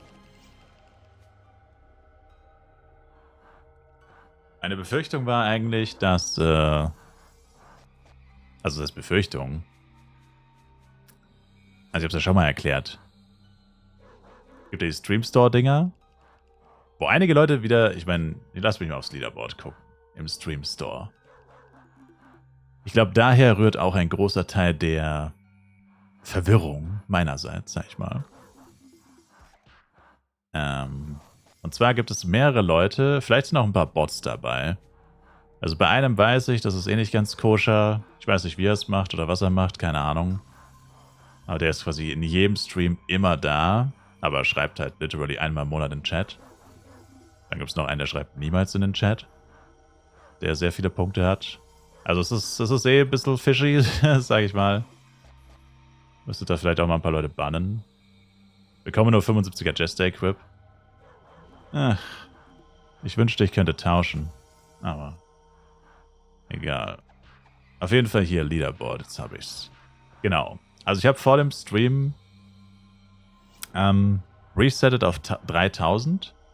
Ich sag quasi immer maximal bannen, weil sie nicht schreiben. Nee, aber naja, ich meine, die Vermutung liegt nahe, dass es Bots sind. Es gibt arsch viele Twitch-Bots, die sind einfach immer da. Gibt sogar eine Seite, check if someone is a Twitch-Bot. Und da gibt es halt irgendwie 100.000 registrierte Namen, die alle Bots sind, also confirmed quasi. Oder gibt es so eine Likability, ob das ein Bot ist oder nicht. Wahrscheinlich analysieren die dann auch, wie oft schreiben die tatsächlich mal in den Chat oder so. Oder sind die einfach wirklich in jedem Twitch-Chat. Da wird dann auch angezeigt, in wie vielen Twitch-Chat ist dieser Twitch-Account. Und wenn ein Twitch-Account in 8000 Twitch-Chat ist, dauere ich mal, dass der 8000 Browserfenster offen hat, sondern höchstwahrscheinlich ist er einfach ein Bot. Weißt du, was ich meine? Also ich kenne ja nicht jeden Bot auswendig, müsste ich halt auch immer mal wieder nachschauen. Und ja, mit mich schreiben, ja, dafür wirst du natürlich nicht gebannt, aber ich würde dir halt deine Punkte wegnehmen, sag ich mal. Weil es ja schon irgendwie unfair ist, sag ich mal, wenn du irgendwas programmiert hast über die Twitch API oder so. Du bist immer hier, sammelst immer Punkte, bist aber gar nicht da, du bist nur ein Bot quasi, weißt du, was ich meine? Und Bots zählen ja zum Beispiel auch nicht als Zuschauer. Also wenn du 20 Bots in deinem Channel hast, hast du 0 Zuschauer. Also wenn das tatsächlich waschechte Bots sind. Und so. Also, keine Ahnung. Wie gesagt. Aber, wie gesagt, ich habe auf 3000 resettet. Und jetzt schau dir das Leaderboard an im Stream Store. Wir haben 9 Leute mit 3000 Punkten oder mehr. Und wir haben immer noch arsch viele Leute mit über 2000. Und ich meine, ich verstehe es halt nicht. Also, keine Ahnung. Also ich meine, mir ist es egal, ich höre auch noch 5 Stunden auf. Aber da gebe ich schon die Möglichkeit auch just for the Lords. Also ich meine, es gibt gerade ein Giveaway. Du kannst ein Headset gewinnen. Du kannst eben den Stream verlängern und so weiter. F-Coins habe ich schon gesagt. F-Coins wird es im Stream Store nicht mehr so oft geben. Wirklich nur noch ganz, ganz selten. Habe ich ja gesagt, weil wir das jetzt ja mit den Spielen immer machen und so. Wo es ja dann auch viel mehr Belohnungen gibt und halt auch, sag ich mal, erarbeitete Belohnungen irgendwo. Ist ja eigentlich auch eine Win-Win-Situation letztendlich. Heißt nicht, dass es gar nicht mehr gibt. Ich habe ja sogar letzten Monat gerefillt im März. Zwar nicht so krass, aber 10 mal 500, glaube ich, 2 mal 1000, einmal 2000 oder so. Also es waren auch wieder 10.000 F-Coins. Wie gesagt, nicht niemals, aber halt immer mal wieder. Aber nicht mehr so oft und nicht mehr so viel. Genau. Und ja. Also wie gesagt, ich habe mir die Top 70 angeguckt. Ich habe es noch nicht angeguckt. Ich klicke jetzt gleich weiter. Ich bin gerade bei Top 50. Die Top 70 vor dem Sabaton hatten 1000 Punkte. Also I guess, theoretisch müsste das heißen, theoretisch wären das die 70 aktivsten Zuschauer, so gesehen, über das letzte Jahr ungefähr. Letzte Jahr, 1,5 Jahre, circa. Mit 1000. Es waren 70, irgendwas mit 70, ich weiß nicht mehr genau, wie viel es waren. Okay. Und jetzt klicke ich weiter und wir haben 72 Leute mit über 1000 Punkten. Also, keine Ahnung. Ich finde es irgendwie weird. Sag ich mal. Also ich will niemanden blamen, versteht mich nicht falsch. Ich will einfach nur sagen, ich verstehe es halt nicht. Es gibt noch 21 Atlas Air Headset Giveaway Tickets. noch 23 vom Stealth 600 Headset, Giveaway-Tickets, literally ein gratis Headset von Turtle Beach. Lösen die ganzen Leute nicht ein, die könnten sich alle mindestens 3 Tickets holen fürs Giveaway oder den Stream um 10 bis 30 Minuten verlängern. Wenn die das alle machen würden, würde die Zeit auf 30 Stunden steigen oder so, oben rechts in der Ecke. Hat bisher noch nicht eine einzige Person gemacht. Und es gibt noch über 60 Tickets. Also, finde ich schon crazy. Das Verlängern kostet 80k. Nein, bei Ausrufezeichen Store sind es andere Punkte. Ich sag doch immer wieder Ausrufezeichen Store. Da muss man halt auch mal draufklicken und sich das anschauen. Ich sag's ja nicht zum Spaß. Und ich will es nicht jedes Mal in der ausführlichen Länge, wie ich es jetzt gerade mache, alles erklären. Da rede ich mir ja den Mund fusselig, sag ich mal.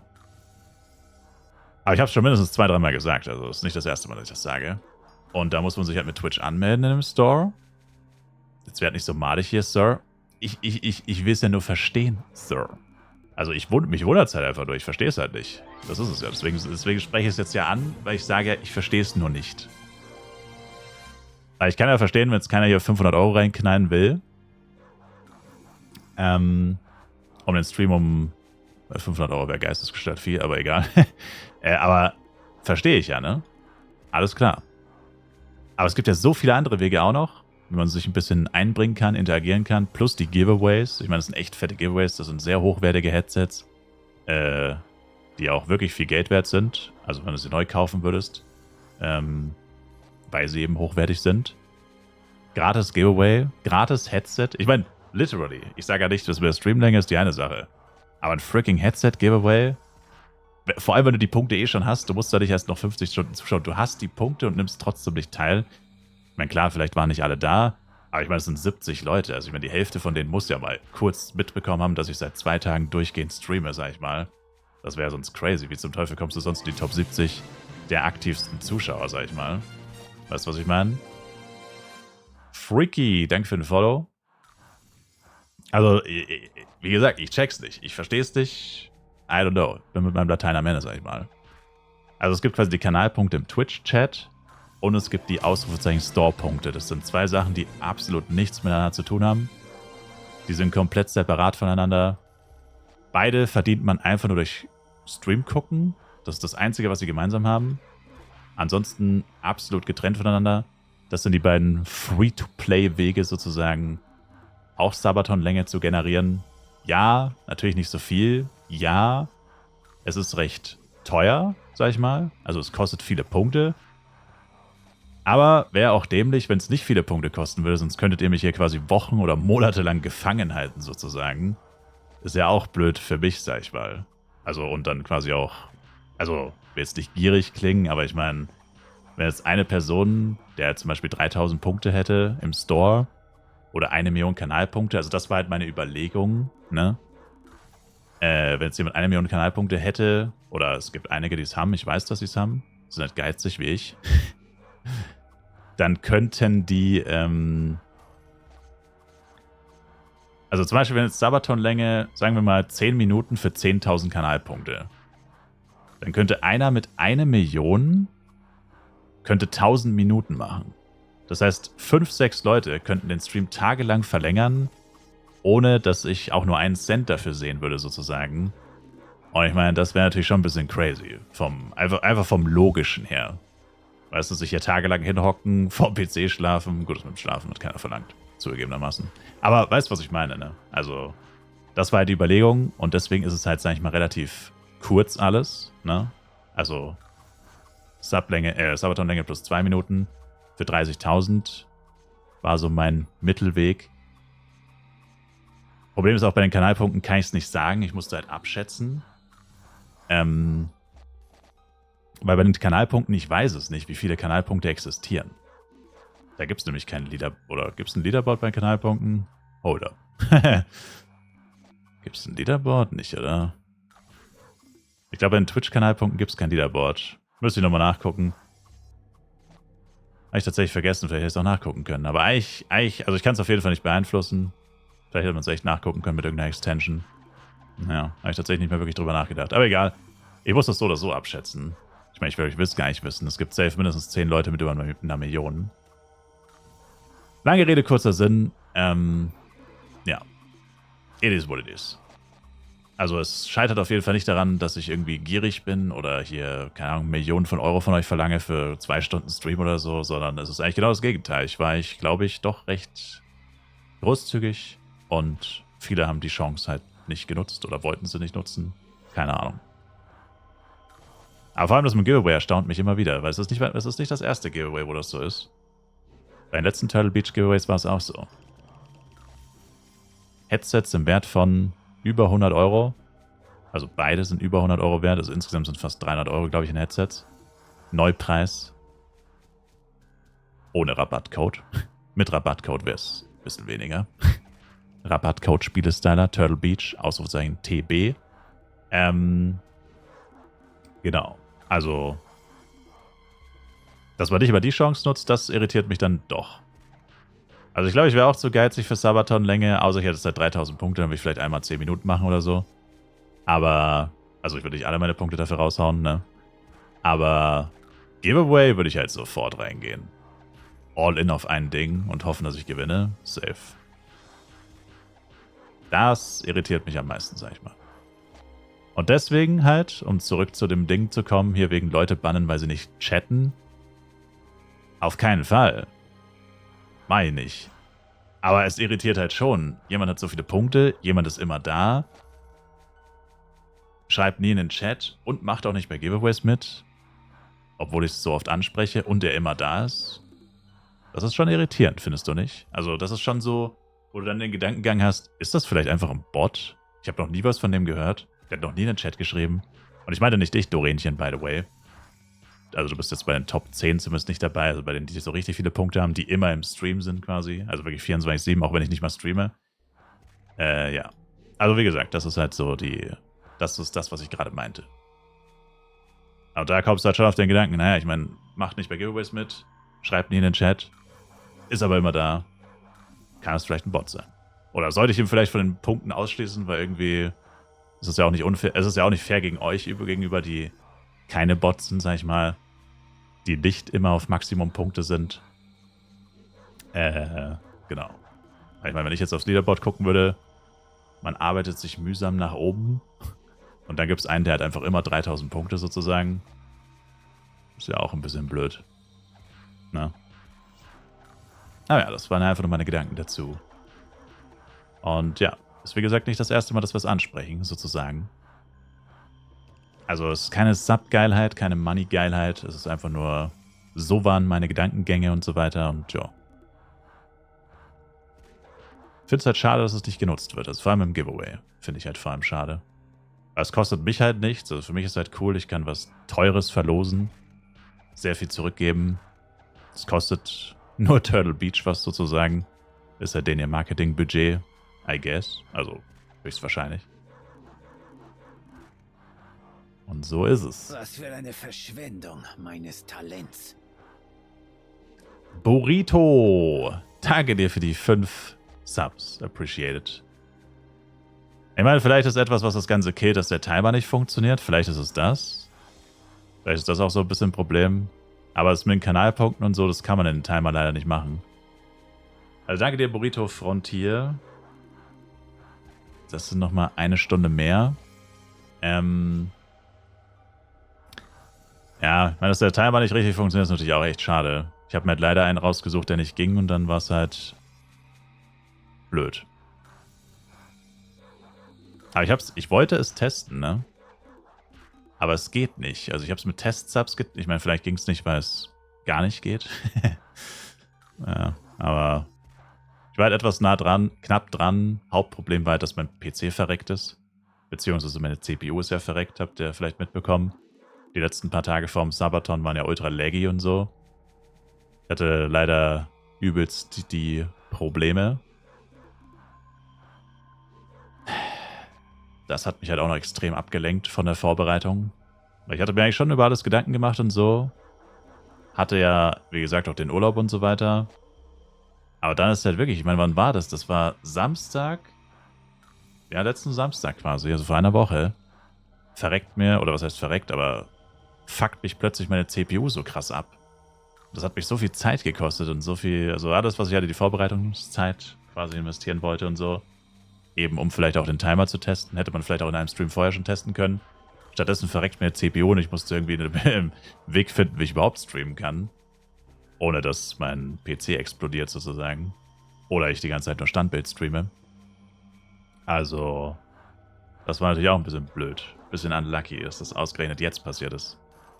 Irritiert mich immer noch. Es lief die letzten Monate eigentlich einwandfrei und plötzlich verreckt das Ding ein paar Tage vor einem Sabaton. Vor dem ersten Sabaton jemals. Hab noch nie einen gemacht.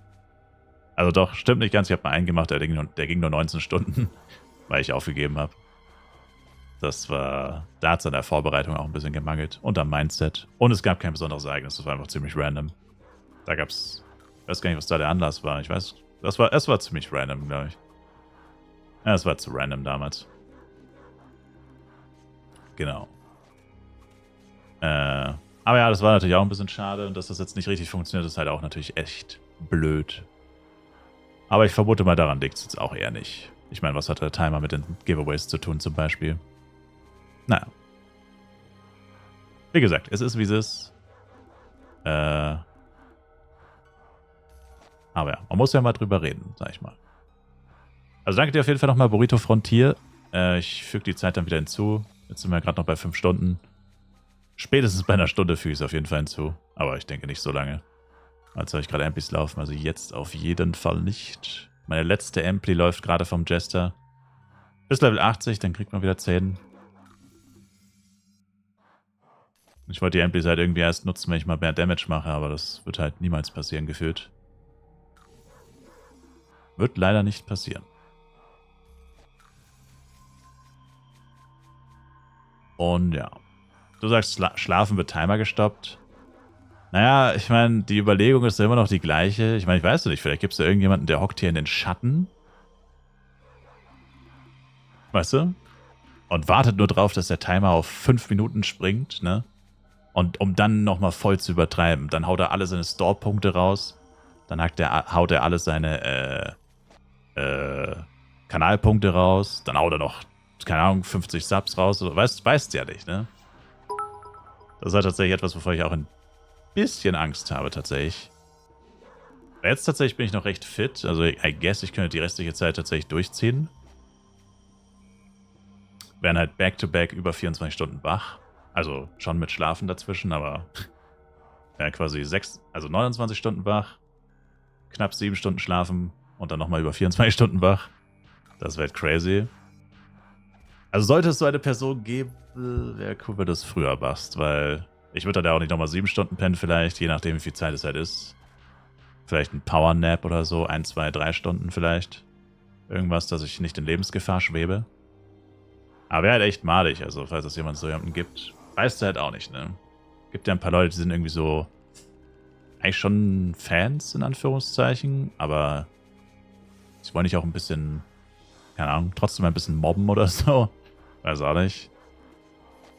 Weil es halt dann blöd ist, wenn so 1 Stunde Timer übrig ist, dann springt es auf 1,5 Stunden, dann wieder 2 Stunden, dann bist du wieder bei 1 Stunde, dann wieder 2 Stunden, dann wieder 1 Stunde. Das meine ich halt, weißt du? Das ist halt etwas, wovon ich von Anfang an so ein bisschen Angst hatte. Sag ich mal. Deswegen hatte ich gehofft, dass der Timer, wenn es so lange gehen sollte, halt dann auch immer so lange ist, dass man auch easy nochmal kurz pennen gehen kann.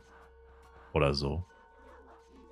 Aber wir haben jetzt halt den Punkt erreicht, wo das eben nicht mehr so ist. Wo steht Garden of Rises and Buff, Pengu? Wenn du im Garden bist, benutzt einen Town Blinkwing, dann stehst du direkt vor ihm. Und irgendwann kommt die 100-Sub-Bombe. Auch das weißt du nicht, das ist es halt, ne? Ich meine, klar, das ist ja auch irgendwo so ein bisschen der Hype oder der Spaß daran, I guess. Oh, ich bin 75 und benutze kein GT die ganze Zeit, weil ich so abgelenkt bin vom Reden. Ups. Ich hab's eh nur auf Level 3. Ja, Alter, das weißt du nicht. Das machst du natürlich auch so ein bisschen aus, ne? Aber wie gesagt, in terms of Schlafen gehen mit Timer und so ist halt schwierig. Aber die grundsätzliche Idee, habe ich ja schon öfter gesagt, also das habe ich jetzt schon sehr oft gesagt, war halt, viele Möglichkeiten anzubieten für Timer-Erhöhungen. Danke dir, Dorenchen, für die Bits übrigens. Vielen Dank. Für den Support. Eben das war ja der Grundgedanke eben. So viel Zeit wie möglich anbieten, so viele Möglichkeiten, so viele Dinge. Vielleicht sind es zu viele, vielleicht ist es schon zu verwirrend, I guess, keine Ahnung. Ich finde es eigentlich logisch, aber egal. Ich kenne es ja auch alles als Streamer. Es ist natürlich immer schwierig, sich in die Lage reinzuversetzen von jemand anderem, der es komplett anders sieht und wahrnimmt. Aber ja, also wie gesagt, ich dachte mir so, wenn so ein paar Leute zusammenarbeiten, können sie die Zeit easy mal schnell um einige Stunden erhöhen, ohne dass da eben jemand, wie gesagt, hunderte Euro direkt ausgeben muss. Das war jetzt so der Grundgedanke.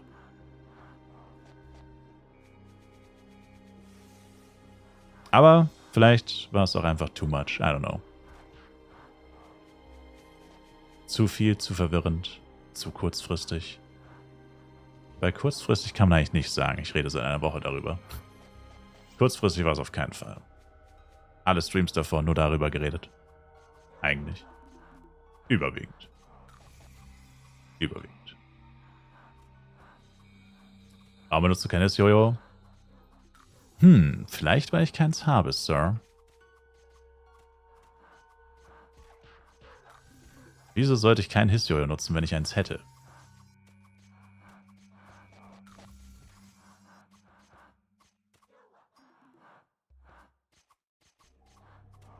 Der Psy-Bär. Nice. Wieder oder noch wach? Immer noch. Aber was heißt immer noch? Ich bin erst um 16 Uhr, kurz vor 17 Uhr aufgestanden.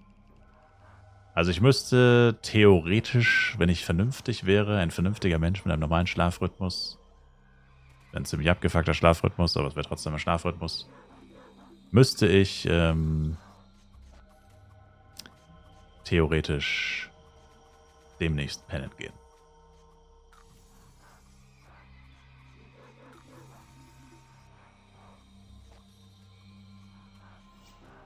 Warum kümmere ich mich nicht um eins?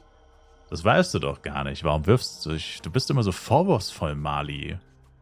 Weißt du, vielleicht ist das irgendwie ein Kommunikationsproblem zwischen uns, aber irgendwie, alle deine Nachrichten fühlen sich immer so an, als würdest du mich übelst fronten. Ich farme seit literally 10 Stunden an einem Hiss-Jojo und jetzt sagst du mir, warum kümmere ich mich nicht drum? Sir, chill doch mal. Bist immer so anti. Wir haben irgendwie ein Kommunikationsproblem, wir zwei. Ich mache nichts anderes, als gerade auf dem arschteures, by the way, Hiss-Jojo hinzugrinden. Tue alles, was ich kann, hab die ganze Zeit nur Pech und dann wirfst du mir vor, dass ich mich nicht drum kümmere, oder was? Crazy. Also, etwas freundlicher bitte vielleicht mal.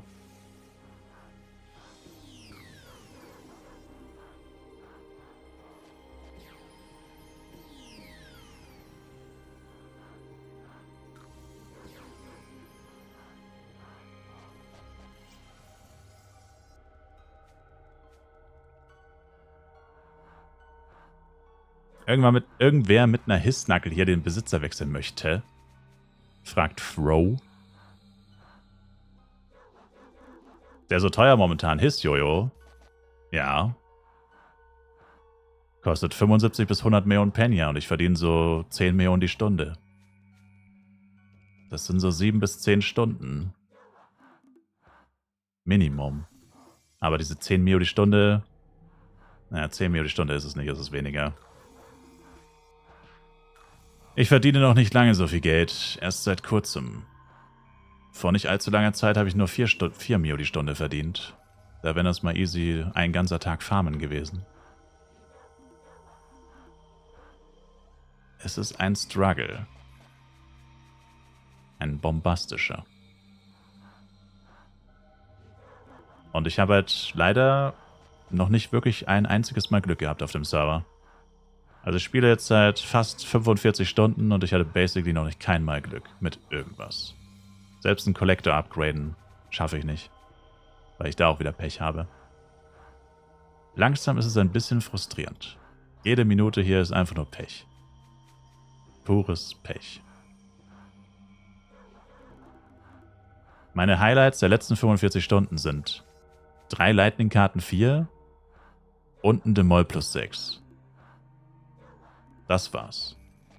Das war alles Gute, was mir in den letzten 45 Stunden passiert ist.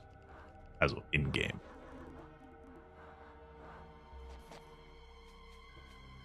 Ja, das ist schon pretty beschissen, muss man sagen.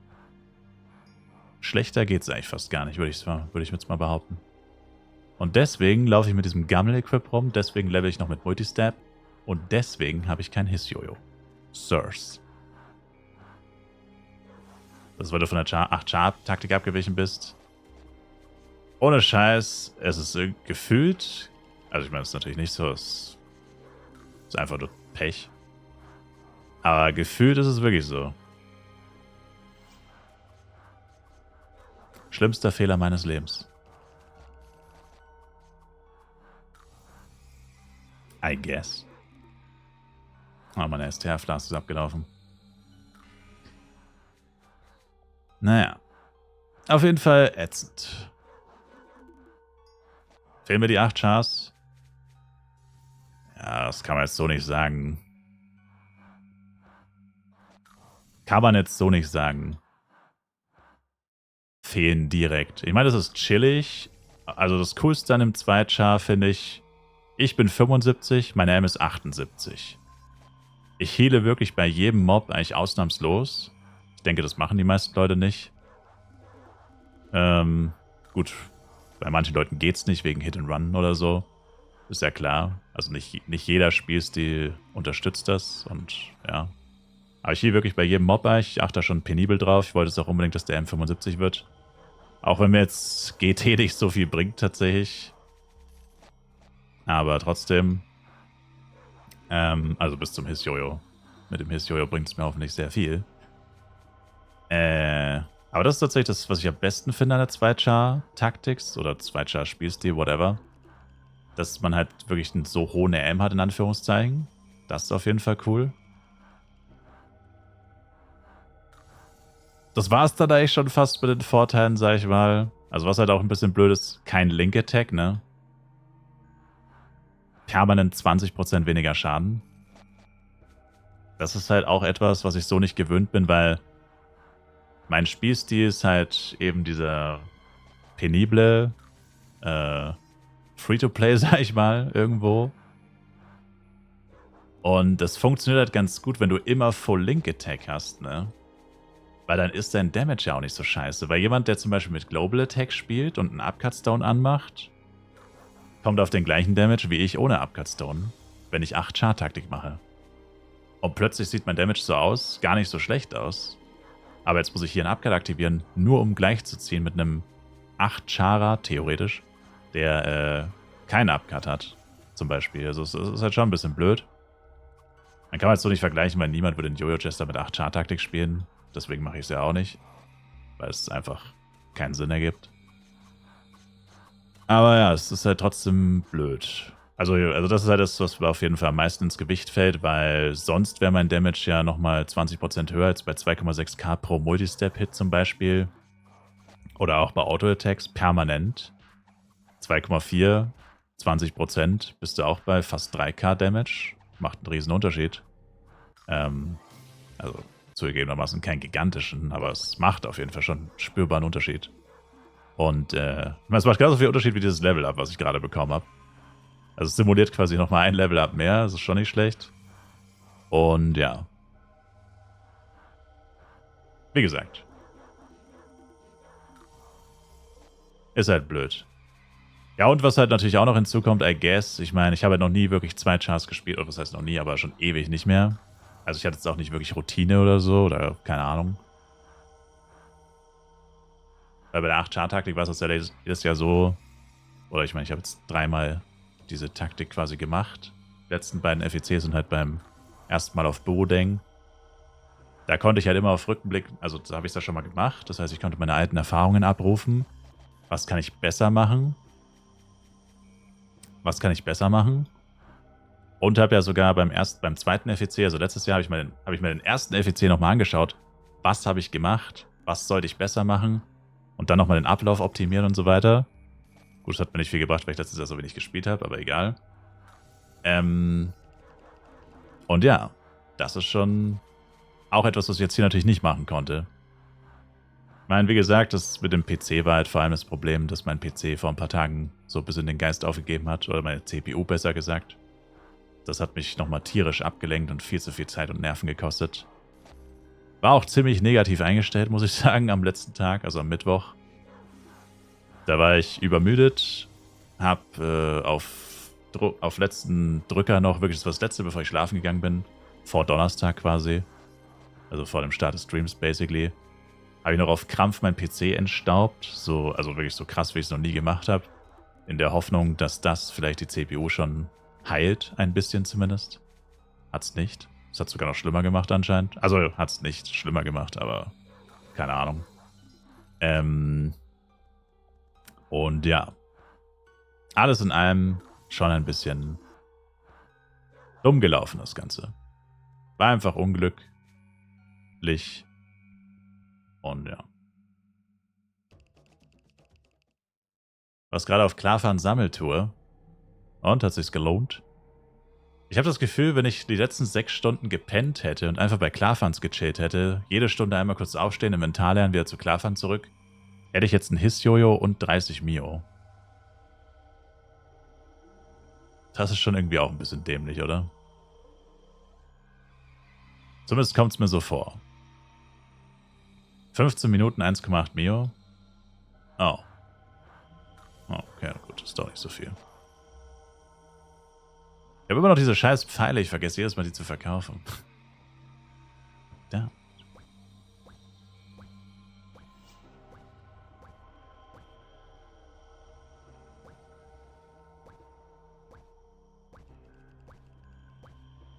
Oh, ich glaube, das ist das erste Mal, dass ich 85er Items drop, ne?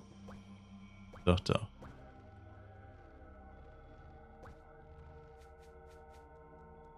Okay.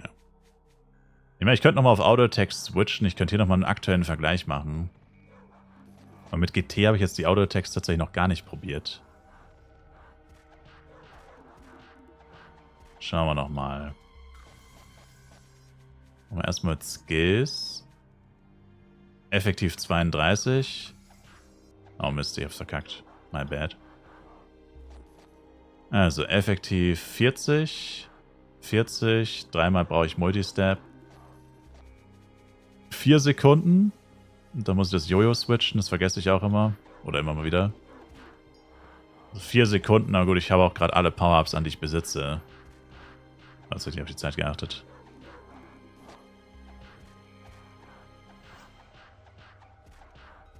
Na, auch 4 Sekunden. Pretty much the same.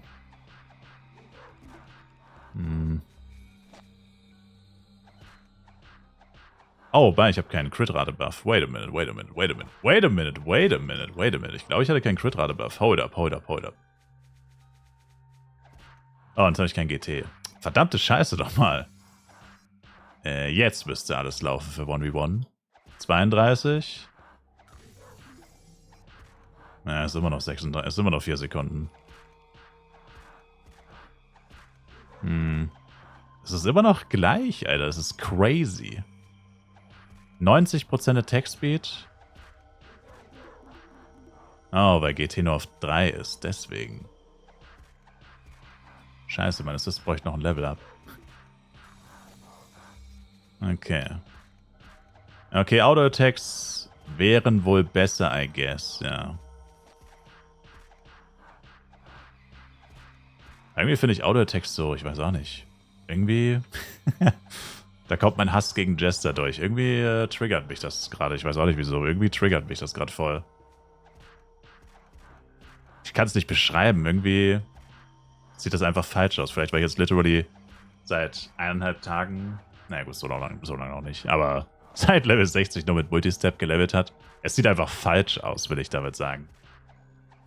Es sieht richtig komisch aus. Sehr merkwürdig. Ja. Ich habe halt 98% Crit-Rate. Deswegen schallert es halt die ganze Zeit Crits, die kaum Damage machen. Erstmal ein 45er Jojo gegen 84er Monster benutzen, by the way. Läuft bei mir. Ja, aber für mich ist die Killtime immer noch gleich. Also es ist tatsächlich echt krank. Aber auch krank ist halt, dass man einfach nicht auf 100% Attack Speed kommt. Also jetzt mit GT und G-Yo-Yo, ja. Sonst immer noch nicht. Das ist crazy. 100% nur mit G-Yo-Yo und GT. Unmöglich auf 100% zu kommen, ohne Power-Ups, die Attack Speed geben. Geistesgestört. Naja. Ist zumindest ein bisschen für die Hände entspannter, sag ich mal. Weil die ganze Zeit Multi-Step zu spammen ist immer so unentspannt. Da verkrampft man immer so. Oder ich. Gut, vielleicht liegt das auch in einer Tatsache, dass ich das seit einigen Stunden mache. Lidizama, danke für den Follow, appreciate it.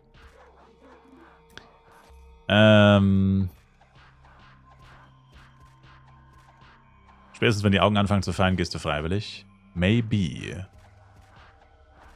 Maybe.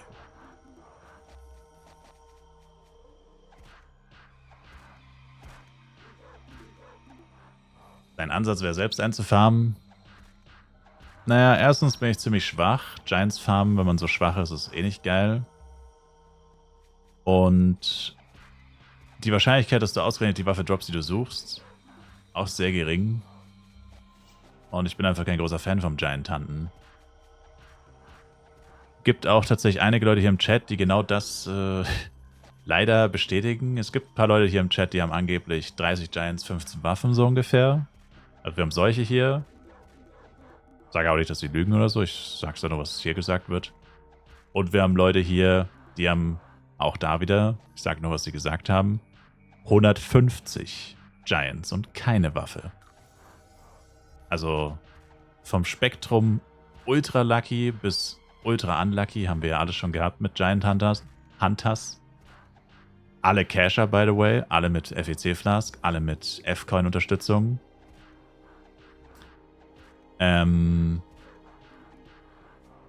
dann ist halt, worüber sich, glaube ich, die meisten einig sind, einfach so, dass die Giants halt extrem überfarmt sind. Und das halt nicht so viel Spaß macht. Also vorhin erst Throw, um mein aktuelles Beispiel zu nennen. Sorry dafür, dass ich dich als Beispiel nehme. Aber 30 Giants, 40 Waffen. Wo dann halt auch einfach gesagt wird, ja, ich habe jetzt kein, also ich habe einen Giant gecallt, der halt direkt bei mir war, den er die ganze Zeit gefarmt hat. Und dann heißt es, ja, kein Bock mehr, so ungefähr. Oder bin weg, kein Bock mehr drauf. So. Also scheint auch das nicht die Erfüllung der Träume zu sein. Kann es sein, wenn du Glück hast, aber wenn du halt kein Glück hast, ist es das halt auch absolut gar nicht. Das ist halt immer so, das weiß man halt nicht. Woher soll ich das wissen? Ich meine, wie gesagt, ich kann beim Leveln, ich kann jetzt eine 75er AM-Suit droppen. Ich weiß nicht, was sie wert ist. Müsste aber ein, sag ich mal in Anführungszeichen, Jackpot-Drops sein. Also auf einen Schlag halt 10 Mille oder so, die du sonst halt in einer Stunde machst oder so. Das kann dir die ganze Zeit passieren. Überall, die ganze Zeit. Das ist einfach nur pures Glück oder Pech. Das hat wenig mit dem zu tun, was man macht. Das ist eher einfach... Er nennt dich das Schicksal zum glücklichen Auserwählten. Oder bleibst du der madige Jester, der im Dreck versinkt? Das hat man einfach nicht unter Kontrolle. Wer was anderes glaubt, der ist ein Träumer, sag ich mal. Oder was war vorhin noch? Jemand hat gegeekt. Gedownlevelt sogar, weil er einige Male gestorben ist beim Gegen. Und trotzdem keine Unique-Waffe gedroppt. Also hat sogar sau viel XP verloren, dass er gedownlevelt ist. Und wurde nicht mit einem Drop belohnt.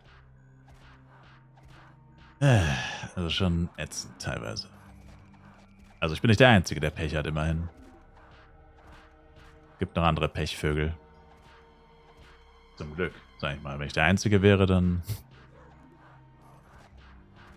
wäre ich schon ziemlich pisst.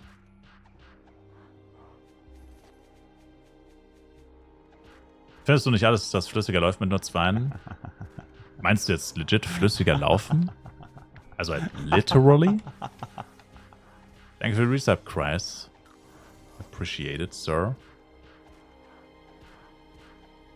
Meinst du jetzt für den, also meinst du jetzt einfach, ja, keine Ahnung. Also Gap-Gespenst, Leistungsmover, Spielerlebnis. Ich meine, Smoother läuft schon. Ich habe halt keine 8 Browser-Tabs mehr auf meinen Chrome sag ich schon. Firefox. Aber das ist mir ehrlich gesagt egal. Das ist mir tatsächlich egal. Weil daran bin ich ja gewöhnt, sag ich mal. Ich glaube, das blende ich mittlerweile schon aus. Tatsächlich. Das blende ich mittlerweile tatsächlich, glaube ich, aus. Auch als mein PC geleckt hat, gell? Schwöre. Er hat immer ein bisschen geleckt, hat mich nie gestört. Aber als es dann schlimmer wurde, dachte ich mir so, Junge, ich akzeptiere schon so viel, gefühlt wie Flive-Spieler in a nutshell. Man akzeptiert schon gefühlt so viel, lässt sich schon so viel gefallen. Und dann wird es nochmal schlechter und dann denkst du so, Alter, Junge, warum, ey? Es lief eh schon die Prickeln und jetzt läuft es noch schlechter, willst du mich verarschen? Triggered.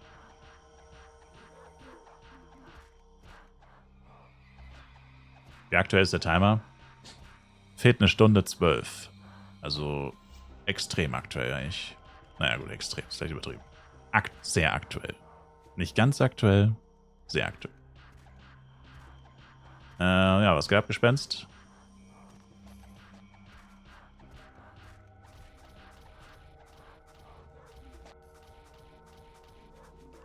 Was gab Waxhot? Aber der 60 in Pixel schaffe ich nicht mehr bis zum Ende. Zieht sich ganz schön seit Level 40. Damn. Nicht mehr schlafen oder habe ich geschlafen? Noch nicht, nee. Ja, ich bin ja noch nicht so ultra lang wach. Also theoretisch müsste ich jetzt innerhalb der nächsten Stunde so schlafen gehen. Also das wäre ein halbwegs normaler Schlafrhythmus.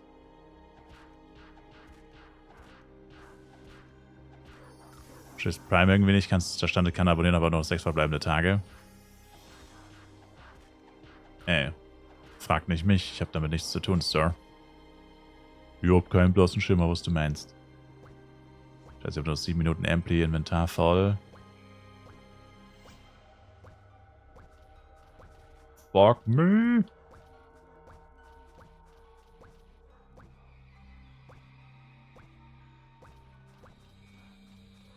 Stream neu starten in 45. Ja, angeblich passiert das automatisch, habe ich mir hier versichern lassen. Ich dachte auch, man muss manuell neu starten, aber es passiert wohl automatisch tatsächlich. Ich hoffe, das stimmt. Ich habe keine Ahnung. Ich habe das noch nie gemacht. Ich hoffe, ich wurde nicht angeschmiert, aber es haben wirklich viele Leute gesagt. Also der Mythos ist wohl, das habe ich halt so ein bisschen recherchiert, das waren halt nur so Reddit-Kommentare, offizielle Quelle also offiziell war da gar nichts. Da meinten wohl einige, dass man sogar gebannt wird auf Twitch, wenn man mehr als 48 Stunden streamt und so solche Geschichten. Hat sich schon ein bisschen unwahrscheinlich angehört, so grundsätzlich. Aber wie gesagt, das ist alles nur so Hörensagen. Keine Ahnung. Also da existieren so ungefähr 26 Theorien. Manche schreiben einfach, ja, die Streamer starten neu. Aber anscheinend stimmt das nicht. Hätte man Streamer fragen sollen, der schon mal über 48 Stunden gestreamt hat. Aber ich kenne tatsächlich keinen, also so pauschal. Also zumindest keinen direkt halt. Was gab Wahres? Wie geht's stets? Es gibt YouTube-Kanäle, TV-Kanäle, die mehr als 48 Stunden laufen. Ja, aber das ist was anderes. Weil bei diesen ganzen Dingern mit hier 48 Stunden Bann, also das ist was anderes. Also du meinst diese 24 Always-On-Kanäle, meinst du, oder? Das ist was anderes, weil die Livestreamen nicht. Das ist was anderes. Weil es geht ja darum, also es gibt wirklich eine Twitch-Regel, dass du dich so lange streamen darfst, weil es ja gesundheitlich schädlich ist. Also es gibt irgendwie eine Regel, dass du irgendwann schlafen gehen musst. Also du musst quasi nachweisen, dass du nicht 5 Tage am Stück live warst, sondern irgendwann geschlafen hast, sozusagen. Unter anderem halt, indem du einfach on-stream schläfst oder halt weggehst, sozusagen. Du machst irgendwas anderes hin oder jemand anderes übernimmt für dich oder so. Und du bist weg und kommst dann irgendwann wieder. Ich meine, ob du dann wirklich geschlafen hast, können sie halt nicht nachweisen, aber du warst da nicht die ganze Zeit da. Ne? Also das stimmt schon. Das hat jetzt mit 48 Stunden wenig zu tun, weil mit 48 Stunden geht es eigentlich um was Technisches. Dass Twitch-Livestreams halt einfach nicht 48 Stunden lang sein können dürfen. Aber wie gesagt, da gibt es halt so viele unterschiedliche Sachen. Also wenn du da googelst, findest du 50 verschiedene Sachen dazu. Das ist also so ein bisschen vage. Steht nirgendwo wirklich schwarz auf weiß. Also das Einzige, was ich weiß, ist eben das, dass du nicht einfach unendlich lange streamen darfst, ohne schlafen zu gehen. Wenn dich dann jemand reportet halt, weil du dir Lulu wirst und was weiß ich was machst. Und wir melden dann Leute und Twitch kriegt das dann halt mit und sagt, yo, der Typ ist seit 6 Tagen nicht mehr schlafen gegangen. Dann bannen die dich halt, beziehungsweise werden dich halt offline stellen. Es hat auch erst einer gemacht, vor einem Jahr oder so. Der hat dann auf Kick weiter gestreamt, weil er auf Twitch gebannt wurde. Und sein Stream war aber auch literally quasi, wie lange kann ich wach bleiben? Also er wollte quasi so lange wach bleiben wie möglich. Weltrekord. Nicht anerkannter Weltrekord oder so wollte er, glaube ich, machen. Ein absoluter Pfosten halt. Da kam dann auch die Polizei und so zu dem. Also genau sowas wollen die halt vermeiden, quasi. Genau sowas wollen die vermeiden. Mit solchen Regeln. Genau. Hat meine M kein Level-Up gehabt in der vollen Stunde Ampli? Ja, ist wieder der Nachteil daran, dass meine Chars so nah beieinander sind. Dass, die XP von dem M sind ziemlich kacke tatsächlich.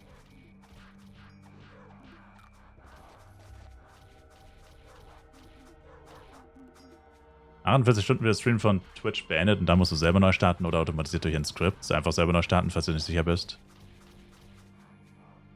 Also doch selber. Bist du sicher, Jax? Vorhin haben alle gesagt, startet von alleine wieder. Also Twitch startet einfach einen neuen Stream, haben die alle gesagt.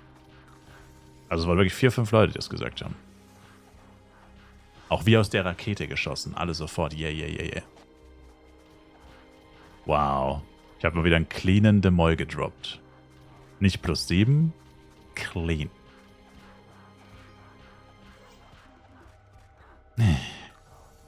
Nicht mal +5. Einfach clean. Selbst +4 wäre besser gewesen als mein einer.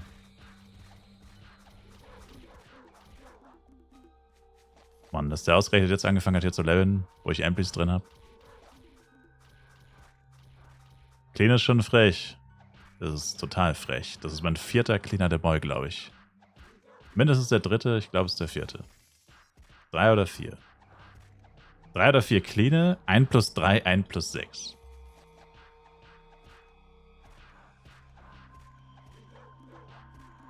Zufällig jemand ein Leaf-Set.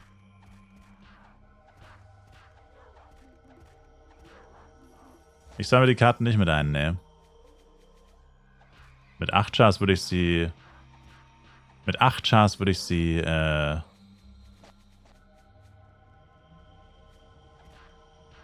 einsammeln. Mit 2 auf keinen Fall. Das war auch ein bisschen blöd, weil es ja auch Geld ist. Zwar nicht viel, aber... Weil die Leute sagen ja schon, X lohnen sich nicht. X sind 10k each wert. Karten, wenn du sie beim NPC verkaufen würdest, viel weniger. Also, keine Ahnung.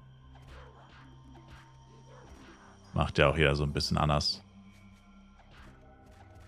Ist mir eigentlich auch nicht so wichtig, tatsächlich. Also Lightning 3 Karten immer wieder ein paar einsammeln für die nächste Suit zum Socken. Wobei bei... Achso, X 5k. Entschuldigung, halber Preis. My bad. Ja, aber du weißt, was ich meine. Also bei 5k auf FEC sind ja momentan zumindest effektiv trotzdem die 10k. Also effektiv im Sinne von Basispreis, Basisgeld, Basisinflation. Wovon die Inflation halt ausgeht. Wir sind ja noch ziemlich am Anfang. Irgendwas Gutes gedroppt in der Nacht, gerade erst wieder eingeschaltet. Und bei man sagen muss, wenn jetzt die Power-Ups wechseln, könnten die Auto-Attacks wieder schlechter werden, weil theoretisch gesehen habe ich noch einen... ich habe noch einen Vitaldrink zur Not. Okay. Ja, das war meine letzte Ampli. Schade.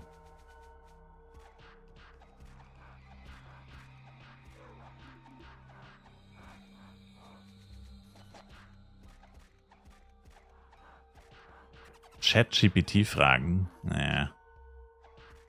Der labert so viel Unsinn. Oh, ich habe ein Set-Teil gedroppt. Okas-Gowns. Das ist das erste, was mal nicht ganz Arsch ist. nachdem ich 3 Arkan-Set-Teile gedroppt habe. Einfach 3-mal das gleiche Set, 3-mal im gleichen Geschlecht.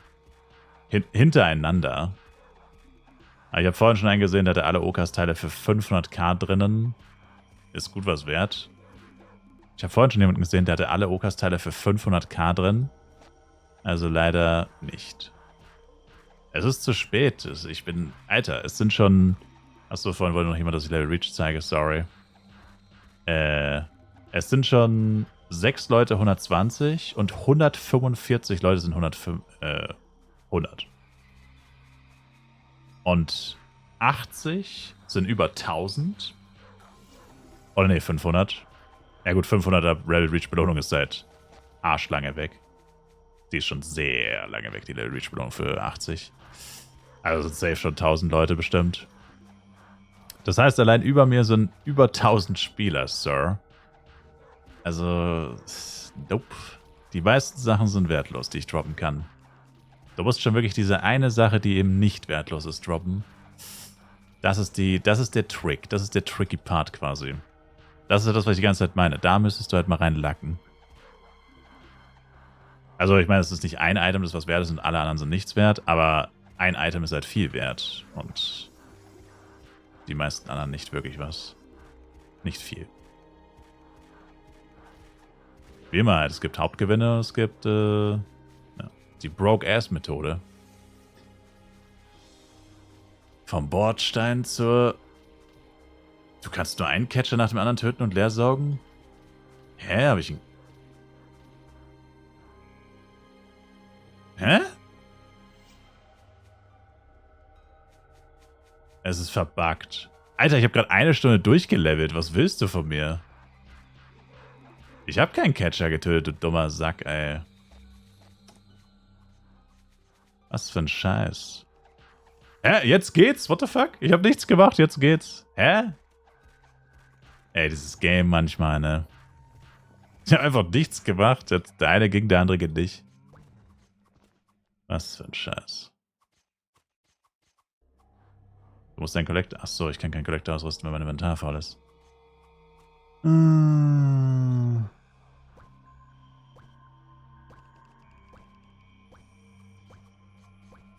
Das andere Invi ist tatsächlich auch fast Feuer. Aber gut, ich hatte natürlich auch einen höheren Killspeed als vorher, weil mehr Power-Up. Paar Tage in den Urlaub komme ich wieder und alles ist günstig. So ungefähr, ja. Also das Low-Level-Zeug kriegst du dann hinterhergeschmissen, das ist klar. Das Spiel gibt es noch, Clank the Stoned. Sure. Und es ist aktiver denn je. Gerade ist die aktivste Zeit des ganzen Jahres. Wo wirklich Tausende, Abertausende Leute zeitgleich Flive spielen. Und das alles auf einem Server. FWC, Flive World Championship, Flive Weltmeisterschaft Server.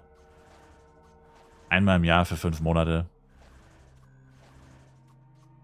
Gottloser Flive-Hype. Flive-Hype, der seinesgleichen sucht. Nee, ich will das Guardian-Jojo nicht mehr. Ich will direkt His-Jojo kaufen. Wenn ich jetzt Guardian-Jojo kaufe, dauert das His-Jojo noch länger. Dann kriege ich niemals ein His-Jojo. Wenn ich jetzt nochmal mein ganzes Geld für irgendwas anderes ausgebe. Könnt ihr euch auf die normalen Server zusammenlegen. Wenn sie die Channel entsprechend erhöhen würden, vielleicht. F-Coin bei 110, damn. Nein. Hä? Der schreibt 2k F-Coin, das sind 55, Bro. Bei 2k F-Coin 110. Das bedeutet 55 pro 1000, Sir. Bei 2000, Sir. Quick Math, Mate. Dachte each. Da steht da nichts, Sir. Ich wollte schon sagen, Alter. Wenn ich hier kurz mal ein bisschen über meinen Broke-Ass-Lifestyle rede, plötzlich doppelte Inflation oder was? Das wäre crazy. Kurz mal Retalk und direkt doppelte Inflation. GG. Crazy. Sir, ich rede von Flive, Sir. Nelly, Sir. Außerdem habe ich Millionen Krypto verloren, Sir. sir. I lost millions and billions in cryptocurrencies, sir. And I gotta make that back, sir. It's nothing left. F hat mich auch hops genommen. Hast du es mitbekommen? Wie heißt du doch mal? Eric? Eric Trump? Bei 2,5k oder so hat er so gesagt, ey, beste Zeit Ethereum zu kaufen.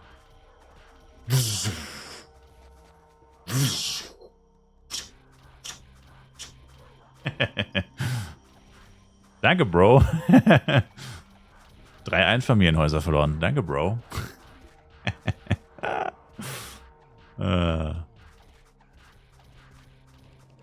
Jetzt wartet er 8 Jahre und wenn es dann wieder 1% drüber ist, sagt er. Told you.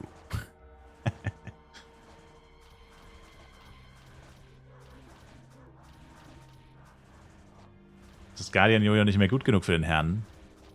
Naja, wie gesagt, wenn ich jetzt das Guardian-Jojo kaufe, läuft es jetzt kurzfristig besser, aber dann fange ich wieder von Zero an und das His-Jojo dauert wieder länger. Na gut, man könnte auch sagen, der Killspeed steigt, aber ja. Ich meine, mittlerweile weiß ich nicht mehr, was ein His-Jojo kostet. Das mit 75 bis 100 Mio ist nicht mehr der aktuelle Stand. Es könnte teurer oder günstiger sein. Also eigentlich müsste es günstiger sein. Hoffe ich.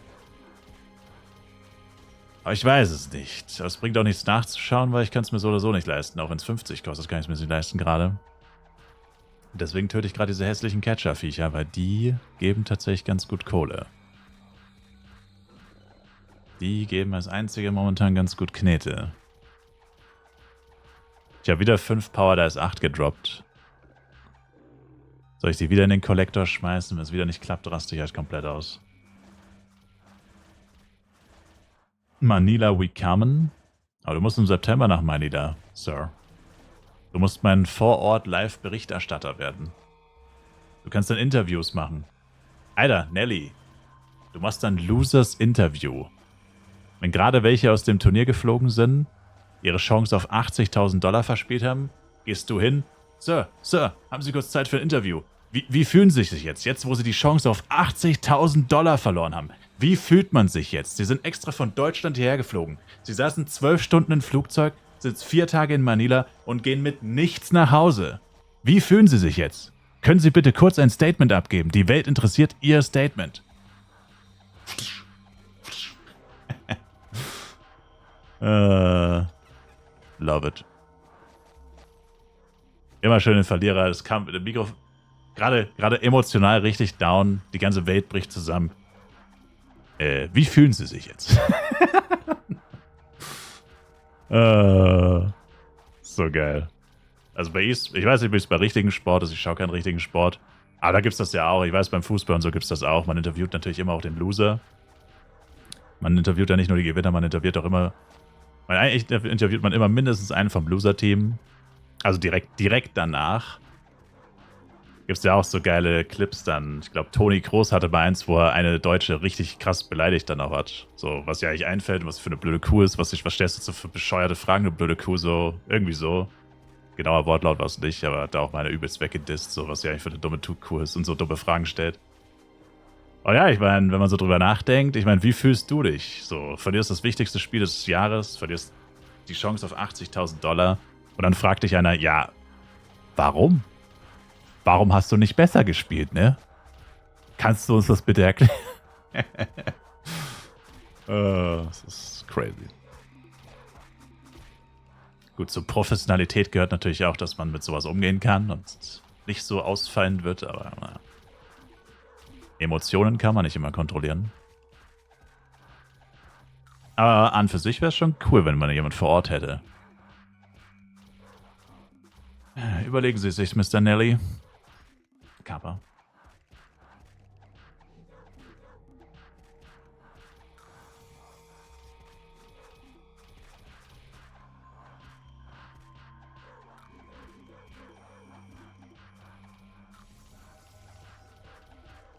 Jemand eine Party für 2?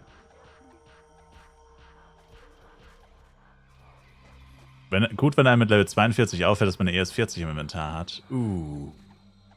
Das finde ich aber auch so scheiße, diese levelbegrenzten Amplis. Ich hatte zum Glück keine. Ich habe keine der levelbegrenzten Amplis mitgenommen.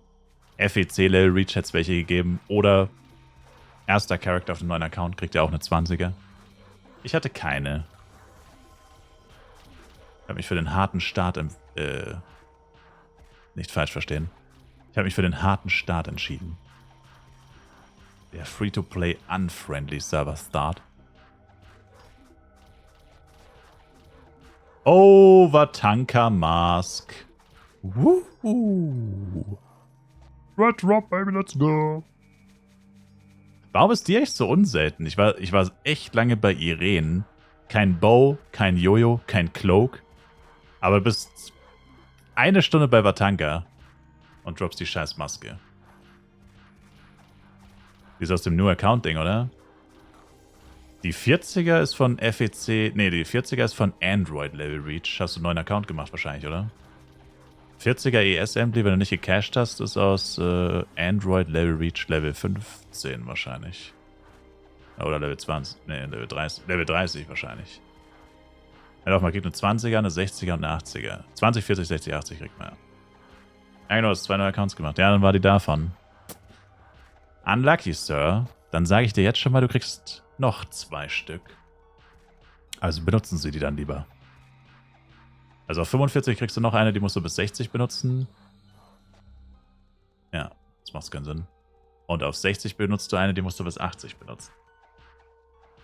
Also 20, 40, 60, 80 heißt immer, das ist das Level, wo sie verfällt. Also quasi benutzt sie vorher, sonst ist sie nutzlos. Ein bisschen irritierend, aber wenn man es einmal weiß, weiß man es ja eigentlich. I guess. Woher so viele Inventarplätze? Ich habe ein Double Inventory Bag am Laufen.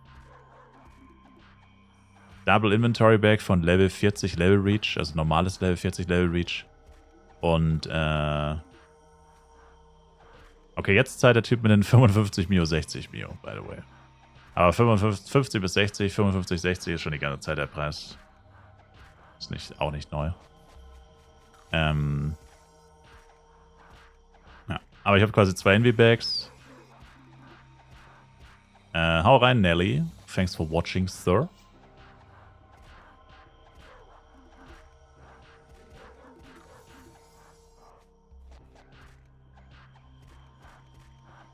Das Video, wo die gewonnen haben, aber der Typ fragt, wieso die dich dominiert haben und nur 2-1 gewonnen haben im Champions League Finale. Oh, das kenne ich, glaube ich, nicht. Aber ja, hört sich auch lustig an.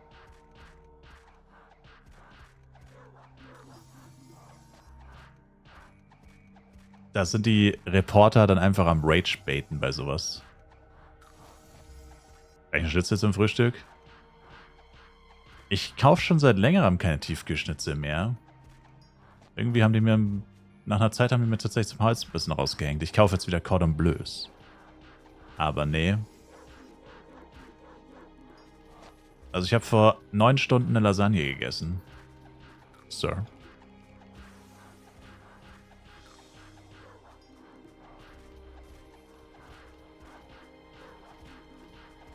Mist, ein bisschen Water gespillt.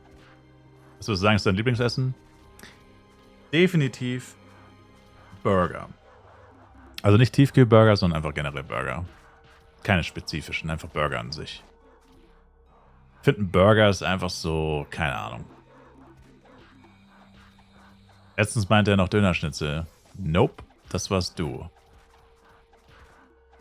Sushi 1 von 10.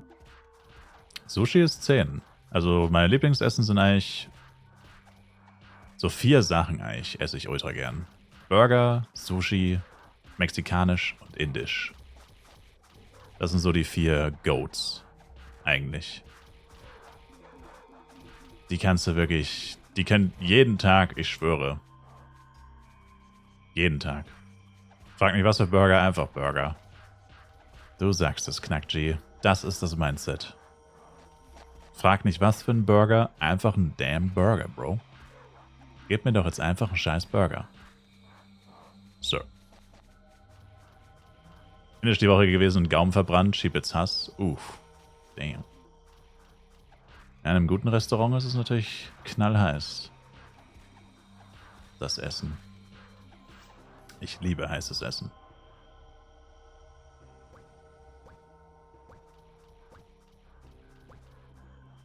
Die Lasagne auch runtergewürgt, die war auch sauheiß. 1 Kilo Lasagne in 15 Minuten runtergewürgt. Man muss ja weiter grinden. Man muss Prioritäten setzen. Also so heißt, also ich habe schon... ich habe sie entsprechend präpariert. Ich muss das bei Vaterdinge tun, bis später. Hau rein, Wachsort. Bis dann. Ja, und ich muss mich mal hinsetzen. Ich stehe schon wieder seit 2 Stunden, glaube ich. Ja, seit dem Päuschen. Das war vor knapp 2 Stunden. Seit dem kleinen Päuschen. Ich fühle sich an, die meist-hated-Klasse zu spielen. Es wäre nicht so bad, wenn mein Equipment nicht so schlecht wäre.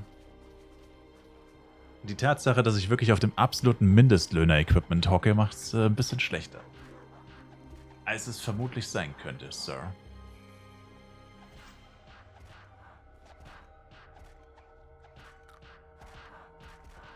Das Mindestlöhner 3000, was ich hier vorweisen kann, ist nicht sehr hilfreich dabei, Sir.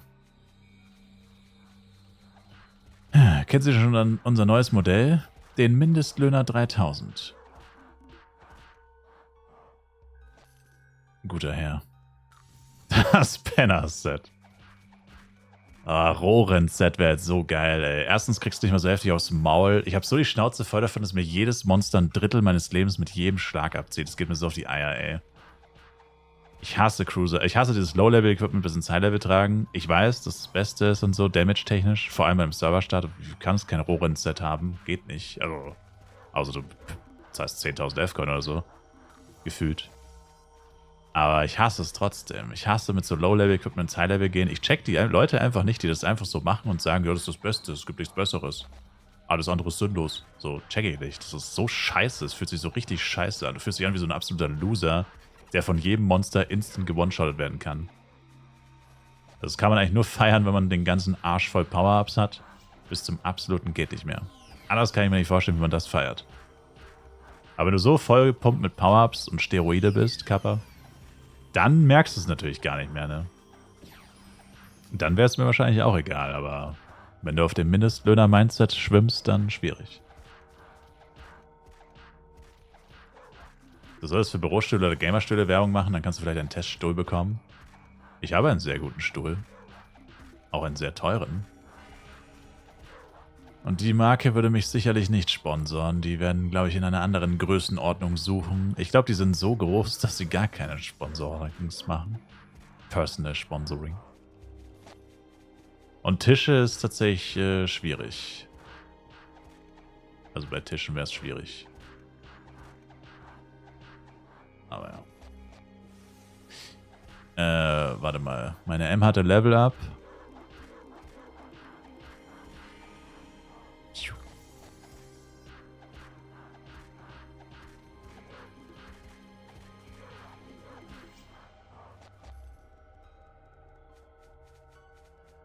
Ups. Naja, ich meine... Ey, ich habe nur bis Level 79 gebraucht, dass Auto-Attacks sich nicht mehr anfühlen wie absolut Arsch. War ich diesmal schlafen, Pokerface? No. Noch nicht. Also ich streame jetzt seit 47 Stunden und ich war davon 7 Stunden schlafen. Trotzdem habe ich das Gefühl, dass mir hier manche Leute vorwerfen, ich hätte zu viel geschlafen und würde sie irgendwie betrügen. Crazy.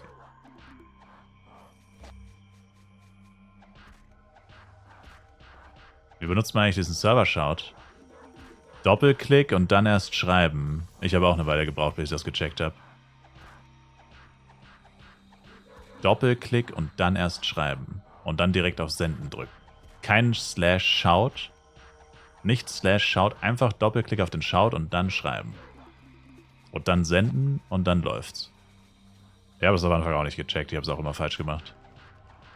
Etwas verwirrend. Die hätten eine Anleitung dazu packen sollen, weil irgendwie ist das nicht wirklich selbsterklärend. Na, die haben wohl nicht davon gedacht, dass jemand so blöd ist wie ich. Sind nicht davon ausgegangen. Haben nicht gedacht, dass jemand so blöd ist. Zu blöd dafür, einen Server-Shout zu benutzen. Aber normalerweise machst du immer /S für Shout und das ist halt, ja.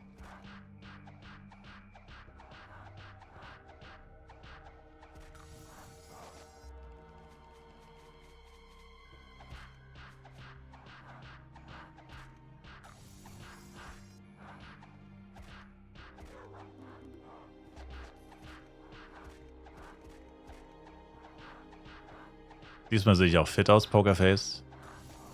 Naja, ich meine, ich habe zwar zu wenig geschlafen. Ich kann es dir ungefähr sagen. Also actually mache ich jetzt den dritten 24er in a row, kann man sagen. Oder ich arbeite gerade am dritten 24er in a row.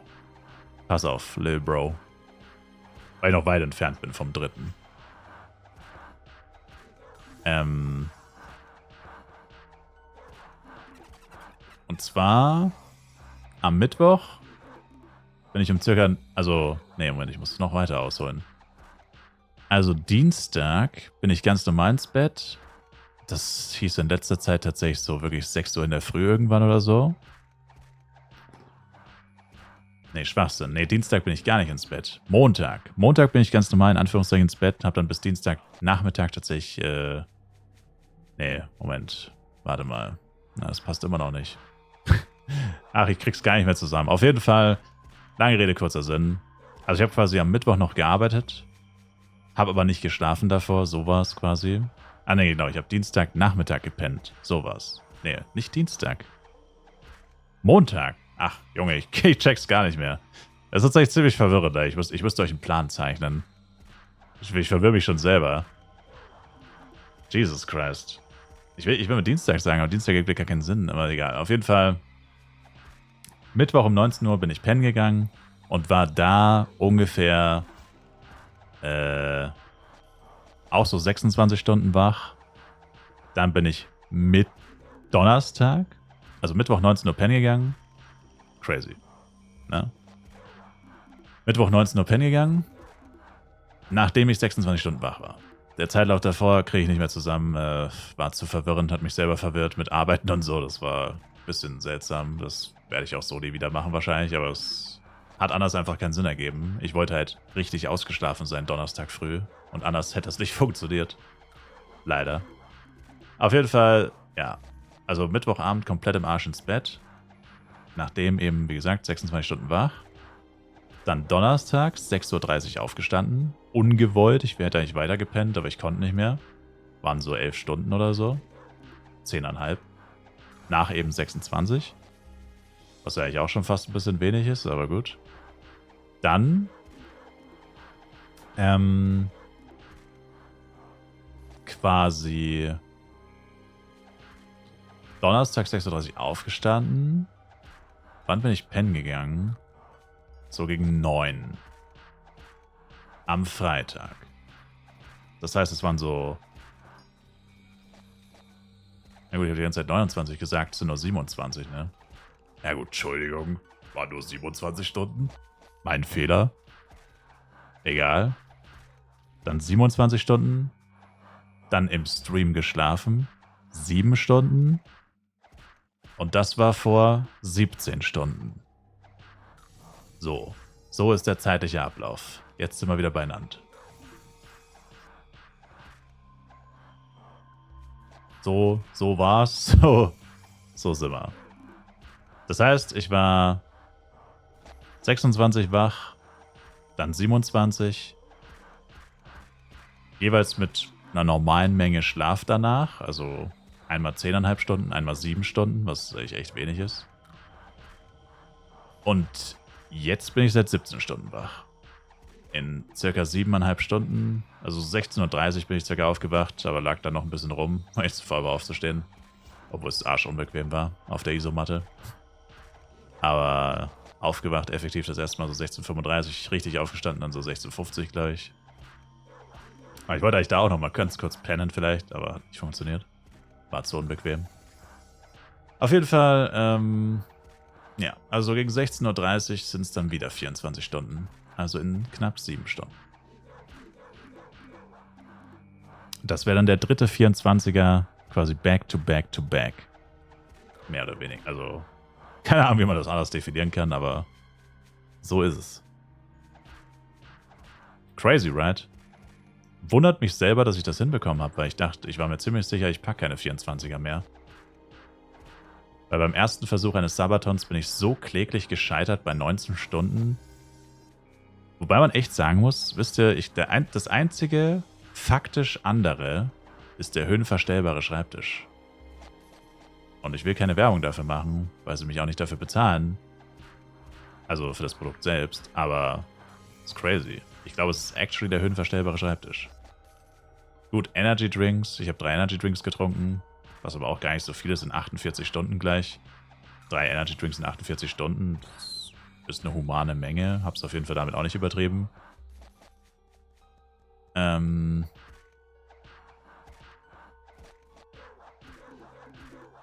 Ja. Aber ich fühle mich auch gut, also ich fühle mich jetzt auch nicht so im Arsch oder so. Alles besser gelaufen als gedacht. Also wach bleiben und so ist tatsächlich alles besser gelaufen als gedacht. Hätte gedacht, ich stuhl übelst rein und pack's überhaupt nicht.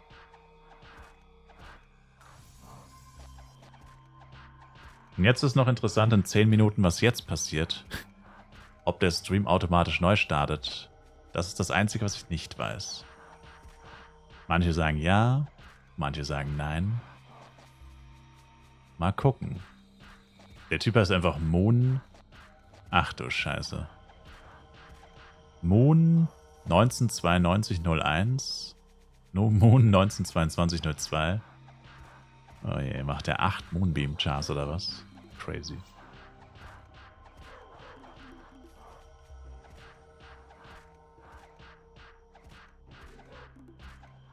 Meine Shops, by the way, auch richtig beschissen. Ich glaube, ich habe nicht mal eine Mille gemacht. Der hat ein paar mehr Accounts. True. War Pharos nicht vorhin hier im Chat? Ja, ich wollte mich eigentlich mit ihm treffen, aber irgendwie hat es nie wieder funktioniert und seitdem hat er sich nicht mehr gemeldet.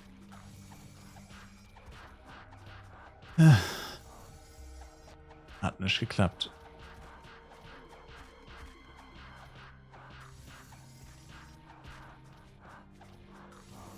Ich verzeihe, wenn du mir sagst, ob du schon was Gutes gedroppt hast. Nope. Nicht eine einzige gute Sache bis jetzt. Und mein Equipment zeigen Pulley of Clockworks plus 3. 2 AX plus 7, die ich mir sehr teuer gekauft habe. Demol plus 6 selber gedroppt. Demol plus 3, Clean Gore. Die Clean Gore triggert auch so, weil ich 5 Gores gedroppt habe. Alle clean. Ein cool gestatetes Cruiser-Set mit 6% ADK. Auch alles teuer gekauft. Oder was heißt teuer gekauft, aber alles extra gekauft. 6% habe ich selber reingemacht. Cloak, 8 Decks, auch gekauft. Teuer.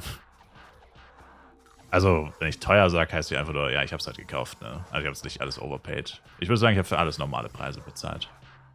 Ein paar Sachen waren von Zuschauern, ein paar Sachen waren von Randoms. So ungefähr.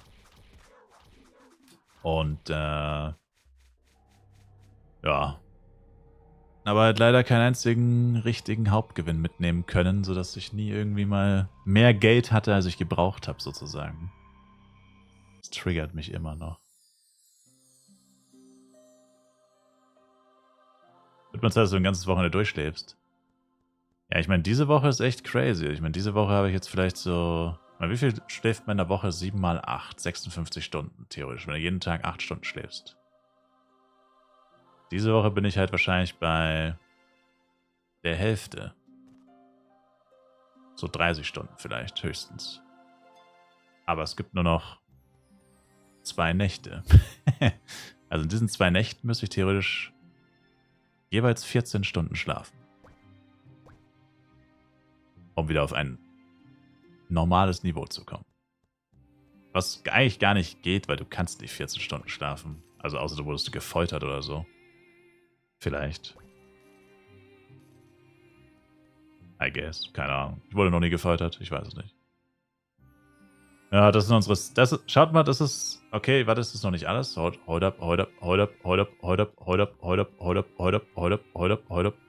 Aber ich habe meine M da nur so Sachen rüber getauscht. Der kann ja gar nichts Gutes haben, weil ich dem ja nur NPC-Shit immer rüber trade. Der kann gar nichts Gutes haben. Schaut euch das an. Das waren jetzt auch wieder so 1,5 Stunden klarfahren. Roundabout, bisschen weniger. 1 Stunde 25, Pi mal Daumen. Das ist meine Ausbeute. Ich meine, ja, was erwartet man? Nichts. Sage ich auch gar nicht. Aber so ist es die ganze Zeit, seit ich spiele, seit 45 Stunden. Nicht ein einziges Mal war ein Hauptgewinn dabei. In fucking 45 Stunden nicht ein Hauptgewinn. Immer nur Mindestlöhner-Scheiße. Keine Wedge-Suit, kein Flaming Bow, kein Cruiser-Suit, nichts. Nicht ein Item, was mal Kohle gebracht hat. Hab 2 Kabelhäuser und drop nur Müll. Und FEC-Flask wahrscheinlich. Und jetzt verkaufe ich noch meine Questies viel günstiger als alle anderen und nicht mal die werden gekauft. Ich habe immer noch keinen einzigen Bomb-Timer verkauft in 5 Stunden. Dabei sind meine wahrscheinlich die günstigsten. Das ist crazy.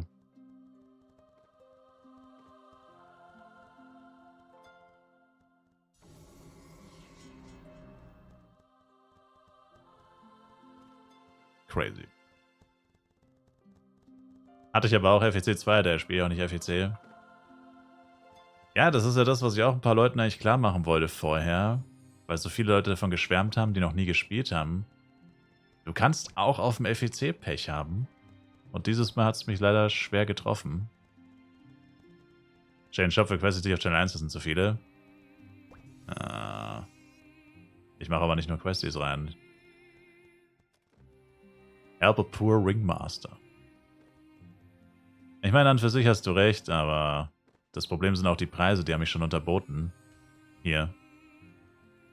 Es liegt auch daran, dass die mich unterboten haben. Ich war bei 4,4, vorhin der günstigste. Und jetzt machen die schon für 4K. Questies 3K. Ja, weil wir uns permanent unterbieten die ganze Zeit. Wer kauft für 4,4, wenn sie schon für 3 machen? Es ist crazy. 2,9. Und sie auch bald im NPC geben.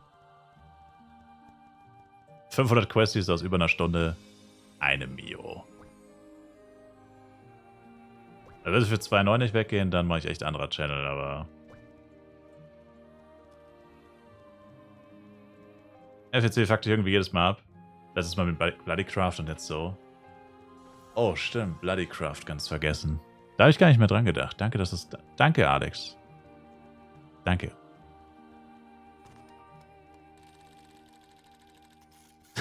Morgen gibt es Quest-Times für 500. Sowas verdrängt man. Also, ich meine, wir haben es schon ein paar Mal erwähnt, aber tatsächlich habe ich jetzt schon lange nicht mehr dran gedacht. Ja, da hat man doch direkt wieder Freude. Da ist man doch direkt wieder top motiviert, weiter zu farmen. Na, da steigt auch die Motivation sofort. Da fließt wieder Kraft in die müden Knochen. Danke dir. Das ist halt alles Müll. Ich kann nur Müll in den Shop stellen, weil ich nichts habe, was irgendwas wert ist. Ich verkaufe einfach ich bin so desperate. Ich verkaufe einfach cleanende Mäus. Wurde ich vorhin schon für ausgelacht, dass ich cleanende Mäuse in den Shop stelle. Ich habe aber nichts anderes.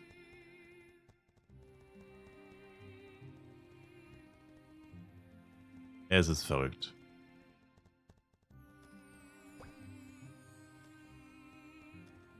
Lohnt sich doch überhaupt reinzupacken. Wieso? Der NPC gibt mir... Keine Ahnung wie viel. Auf jeden Fall weniger. Ocean 4 lohnt sich nicht reinzupacken. Nimm deinen Karton und zieh weiter. Hier gibt es schon genug Obdachlose. Geh woanders betteln. Uff.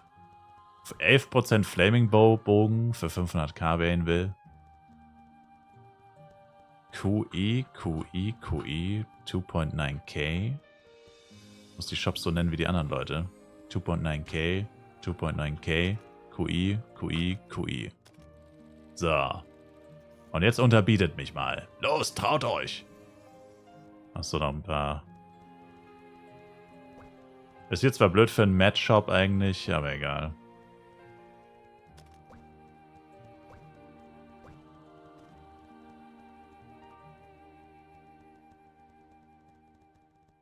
Einfach mal ein Dirty-Ass-Casher werden.